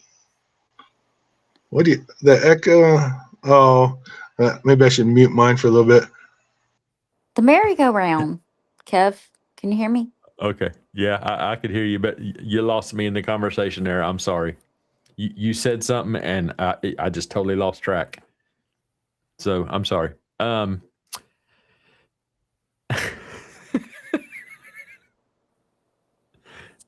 See the echo whenever Richard's got his. Huh? It's because Richard muted. Richard unmute because she can't hear me. She can't hear me. Whatever happened to Liam? I hear you now. Oh, yeah. Was that because Richard muted? Richard muted. I don't know what's up with that. It's Misty, weird. won't you come over and sit in the chair with me, honey? And that way you don't have to have them controlling your life. So when you sit with either one of those two, they're able to turn. Oh, I can't say that either. They're able to shut you off. And that's just wild. So I don't know what the answer is to that. I thought I was a mod at this point. What happened to Liam? That's what I wonder. Where did they go? Liam was supposed to call in and talk. I said. That's why I asked Richard if he's coming back on Monday. Because we'll get Liam on here on Monday. And Michelle from Australia. Because I was supposed to be going to bed like 15 minutes ago. Hey, Kev, I had a question for you. Yes. Who the heck is running the show anyhow? Misty. That's a good answer. I like that. No, I'm not. Hey. I agree. Misty, you're in charge. Captain Kev's in charge. I've been dealing with women for a long time, sir. Oh, she can't hear what I'm saying, Richard. You got to unmute. So, Misty, I told you. She can only hear me whenever you're unmuted, Richard. I hear you. I hear you. I feel like I have so much power over here, guys. So much power. Just saying. If it's not you, it's Tyson. That's funny. Sorry, what'd you say, Tyson? I thought this was a 24-hour marathon. We just got to remember to reset it. Look, I am not as long as some of you guys. Yeah, exactly. Me either. Jacks me up too. Because I hear myself and I'm like, hold on. There's supposed to be a period there. Stop. And it just happened. So, yeah, since I don't have any goats anymore that didn't eat my 5, 4, 3, 2, 1. Richard, please unmute her life. Hey, Misty. That's just weird. Misty. Hey. I like it when you count. Can you count some more? I was counting down because it's like every single time I can't hear you guys, it's like 5 seconds. So I said 5, 4, 3, 2. That's her way of telling you you're controlling her life. No, that's like backup if you know what's smart for you, because I'm about ready to blow a fuse. There you go too. Y'all are fun. Well, my friends. Oh shit! Hold on. We can make it 12 more minutes. 11 more minutes for now. And we'll hit a 9-hour marathon. And at that point, I must go to bed because I will get delirious and crazy, and most of you ladies will leave me. That sounds like entertainment, like high level entertainment. No, I've got to keep them around while they still respect me. I'm down. I might start saying things that I will not remember. I want to go back on live in here.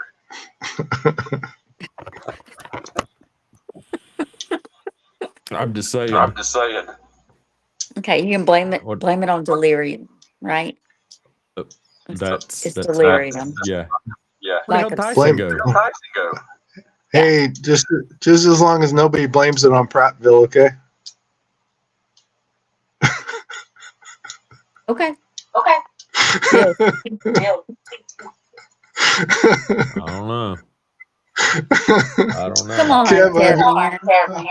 I've enjoyed I am serious. I really enjoyed your show, Kev. I'm sorry. It was so. I can't even talk. I'm sorry it was so short lived. I got a fearless. Kev. Yes. What? I'm just picturing you. I'm picturing you just in a corner. Monterey Spike. I'm gonna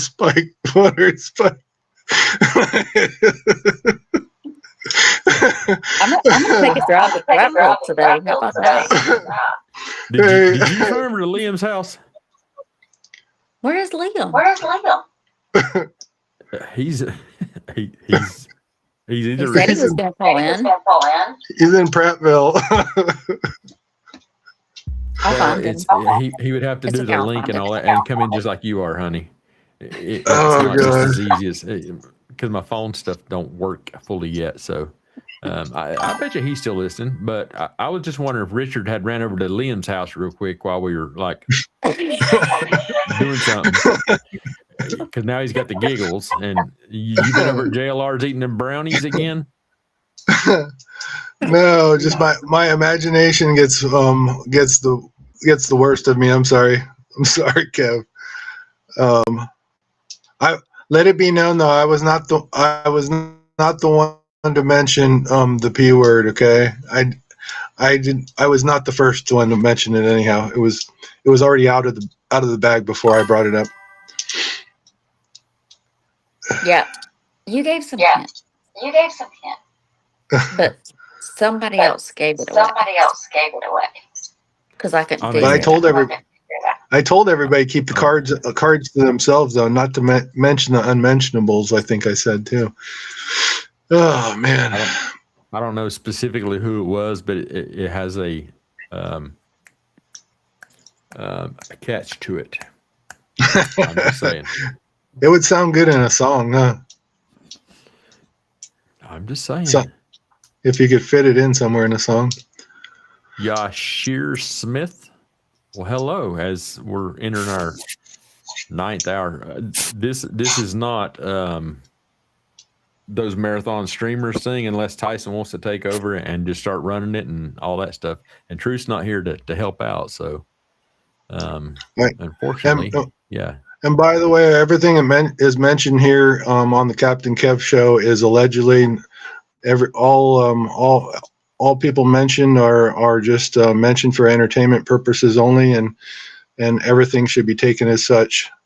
We are not a court of law, and we're not any kind of LE or law enforcement or however you say that nowadays. This is a court of public opinion. Exactly, and we're not in a position or capacity to convict or accuse anybody of any crime. We're just here to amuse ourselves. Now the hell you say?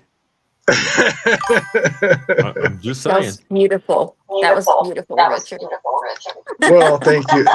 Thank you. I tried. I'm tired, Misty, but I tried. That's the best I can do right now. Well, thanks for stopping in, Yashir Smith. I appreciate you. But yeah, we have been going for 9 hours. Coming up in 6 minutes now, we'll be live for 9 hours straight. And so make sure you hit that subscribe button. And if you'd like to, if you do it like right here soon, it will pop your name up on the screen and everybody else will know that you just became a subscriber. So we appreciate you stopping in. But yes, unfortunately, I am getting ready to wind it down for the evening. And, if this is that important to you guys, I might just do a Saturday night show. But with that being said, my friends, this old man is getting there to the point where, It's like sitting in a chair. Get you some breakfast. Me and Misty will hold it down. I got some music I can play. I'll keep it going, but unless Misty's coming over to cook me some daggone breakfast and all that stuff. Where you at? I'll be there. I'm right here. Bacon, eggs. And don't forget the bacon and the maple syrup. That sounds good. Absolutely. I'm look. Please don't. If reality could smack us in the face, I'd be getting I'd be getting beat with a strip of bacon right now. I'm just saying. I'm very disappointed Liam didn't come to talk to me. It wasn't because he did not want to. He told me to send him the link. I was shutting it down 24 minutes ago, and now we're just going to go ahead and hit that 9-hour mark, and then I'm going to shut it down. So I'm just saying, I'm definitely going to have to go rewrite my songs and stuff now. So there's been some new entertainment additions and all that good stuff. So, but on that closing note for tonight, instead of closing with the outro song, I'm going to play the intro song that I played tonight. Just because Ginger, I don't think got to hear the song. And that way we've at least played it 3 times tonight. And then Monday night, I'll play the other version of Misty's and her sister Michelle's song. Because she hasn't got to hear it yet. So again, I made those for them. You're awesome. So, like I said, give Richard my number because Richard not calling you till I get to call you. Damn it! I've already told you that shit. Whoa, chill, ma'am. chill. I'm just kidding. I'm just kidding. I know you are. And you know I'm kidding. This is for entertainment purposes only. Misty, you need to give him the countdown. 5, 4. Hold on. What am I doing? 3, 2. Is she gonna boot my ass out now? She's a mom. That would be funny. The show would be missing quite a bit, though, Kev. We'd miss you terribly. I love you, Captain. I'm only here so I can hear Misty tell me that in my ear. The Captain Kev Man show would not be the same without the Kev Man, you know? Yeah, it would be non-existent. Yeah, exactly. Well, yeah. I'm seriously about to get me some breakfast though. It's 6:30 where I am too. Look, if you don't scoot your I ass want over, some we're gonna have biscuit and problems. gravy. What's that? You gravy? Biscuit and gravy. I want some biscuit and gravy. I know where you're at about now. You better scoot your butt over because we're all gonna pile in. Let's do it. Don't even say that. Don't even say that. Y'all can try to squeeze in between my golden doodles. That would scare a man with half a bit of common sense. You'll be hanging off the bed because they will not allow it. Me and them dogs will go at it. They will not allow it. Just say. They better bring it. Every man's got to know his limits, Kev. You know. Hey, just cook something in the kitchen, and they'll be in there. I'll go back to bed. What do you got? Golden doodles or? Yes, 2 golden doodles. Are they They're super mellow personality, right? Oh no, they're wild when they're awake. But they're big teddy bears when they're asleep. But they're not aggressive, right? They're not like a guard dog, huh? Oh, no. They're not aggressive. They ain't never seen my damn bite. I'll chew but their they look big and sound loud when somebody is at the door. Knocks on the door at 2 o'clock in the morning. Yes. You should get big shepherds. Like have you heard of seen a Malinois? Yeah. I'm not.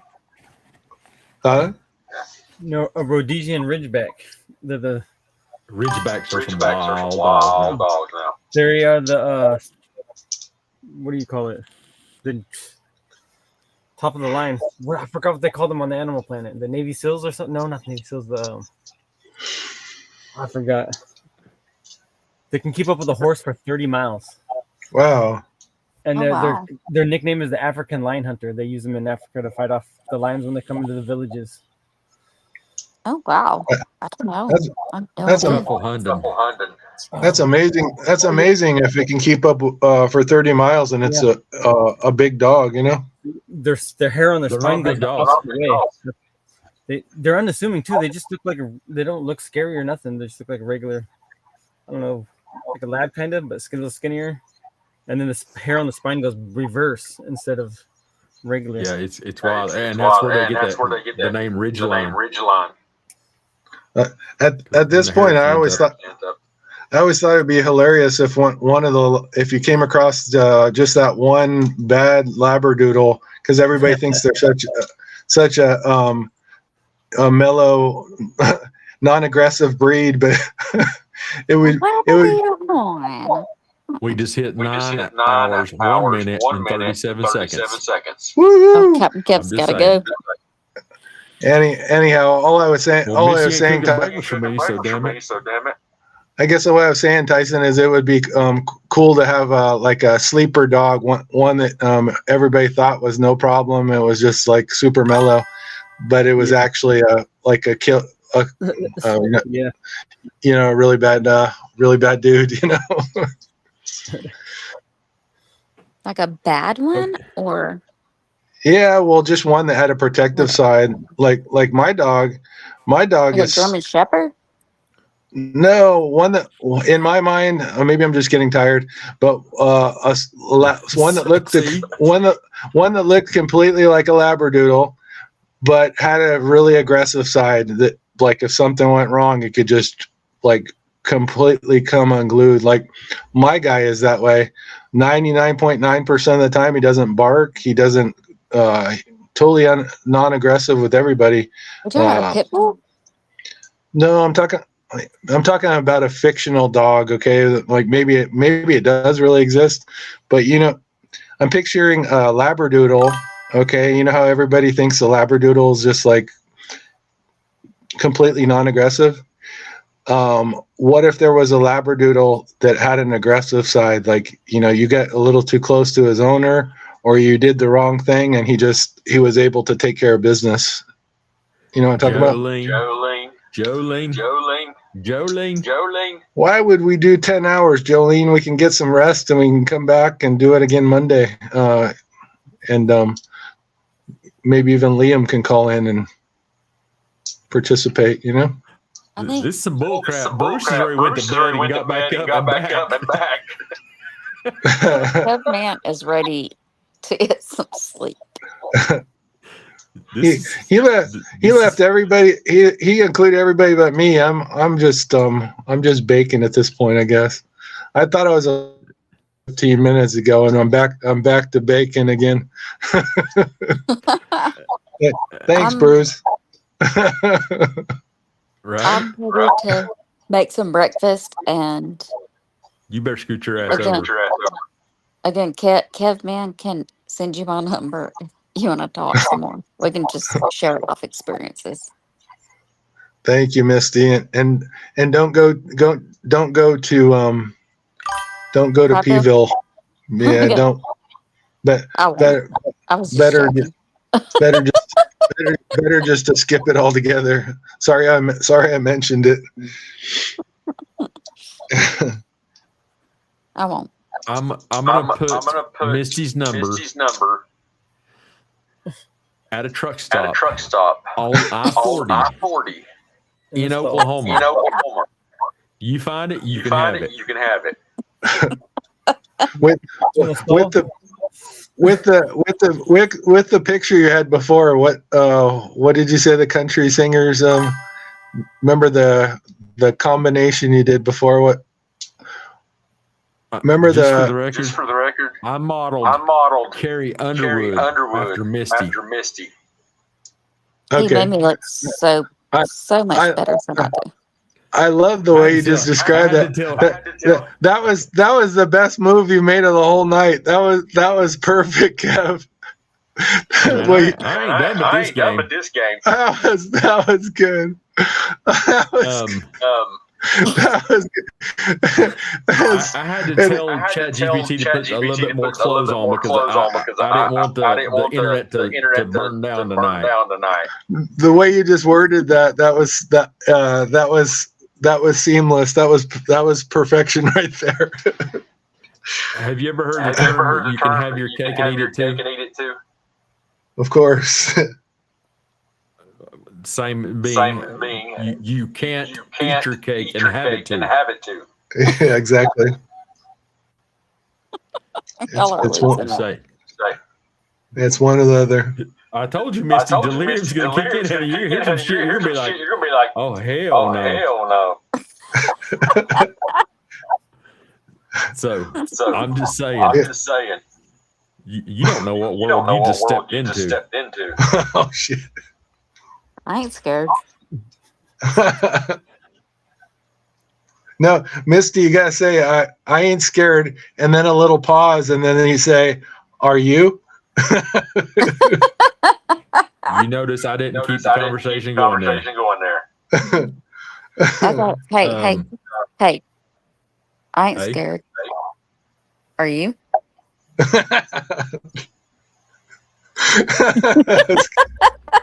Tyson.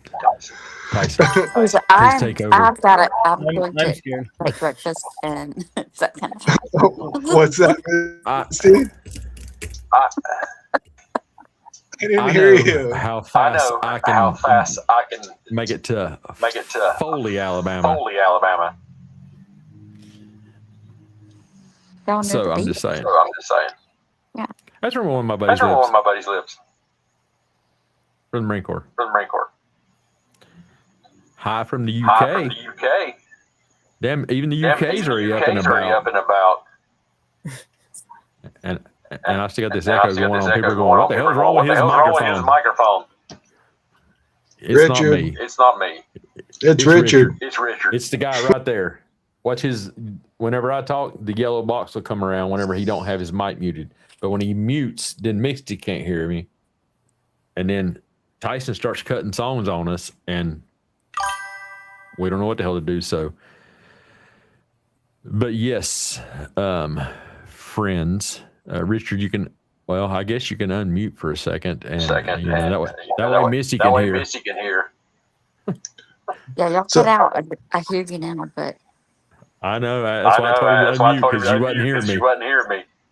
Let me move my mic way over here. It's still coming through his speakers. Richard, your objective over the next 2 days is take your behind to a Best Buy or somewhere and get you some headphones. Or maybe we can get some in the mail to you or something. Because it is driving me crazy to hear myself talk. okay, guys, I'm jumping out. I'm gonna go cook breakfast. I'm hungry. This is some bullshit. I'm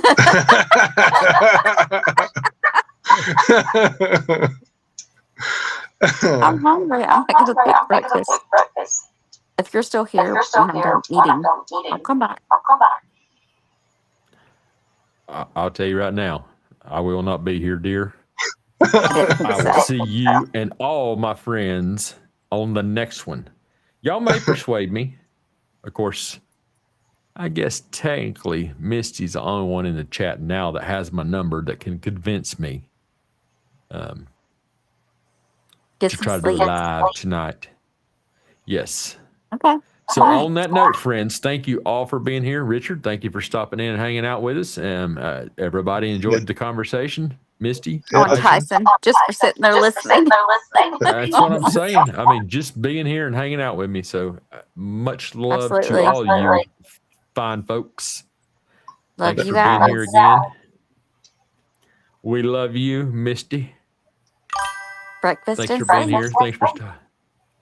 Thanks for stopping in. And I'm going to end the night with the intro song from tonight.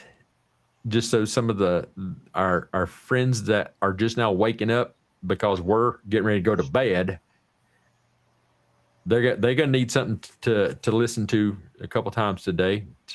So, you know, I'll get these posted to my YouTube channel in the next couple of days. I'm not doing it tonight whenever I click this end button. So again, friends, thank you for being here. I appreciate all the support, all my friends, you know, that stop in. I appreciate y'all's support.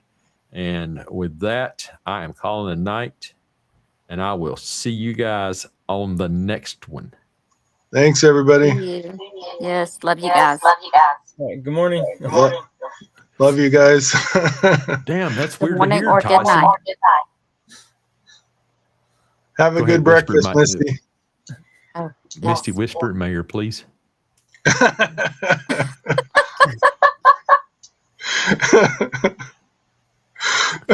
Here goes the song, y'all. And as soon as the song ends, then the stream will be over. Much love. Good night. Good night, everyone.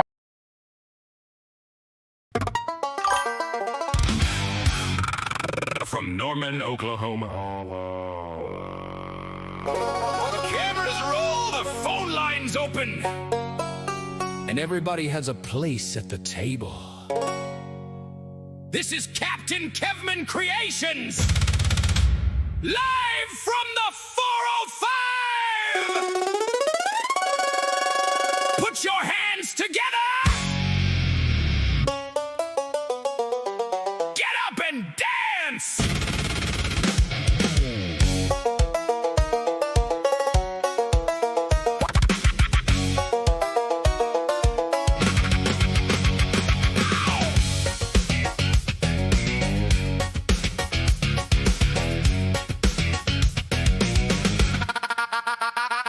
There's a light inside the studio.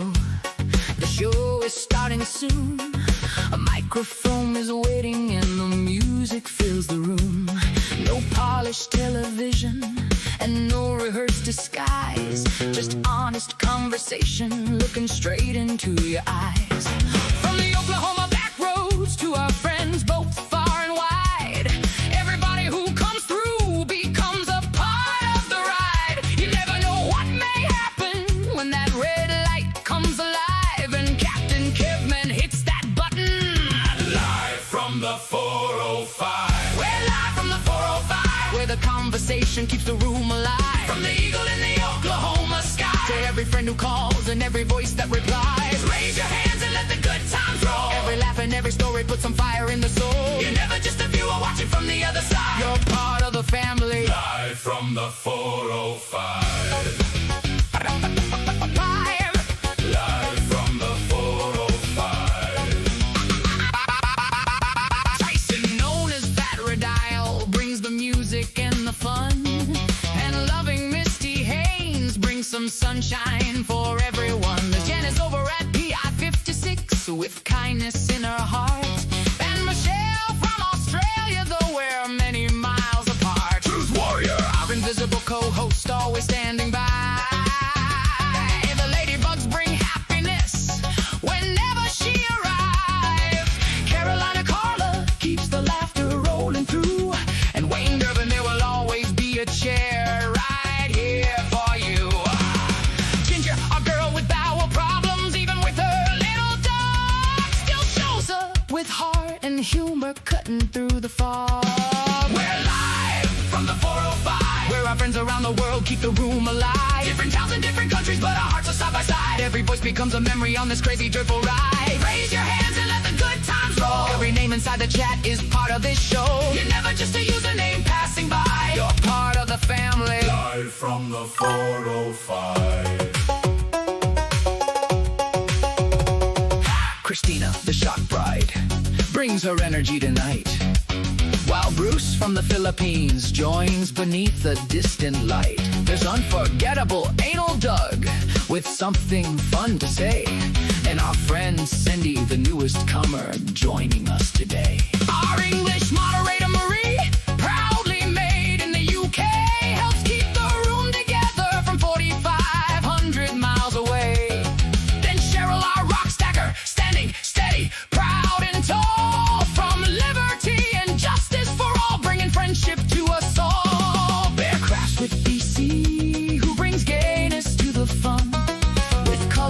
creations and a comment for everyone. And my amazing wife Sammy, always laughing at the comments. Her laughter fills the studio and brightens every moment. Mr. Greeley. Okay, that is the last time I call you Mr.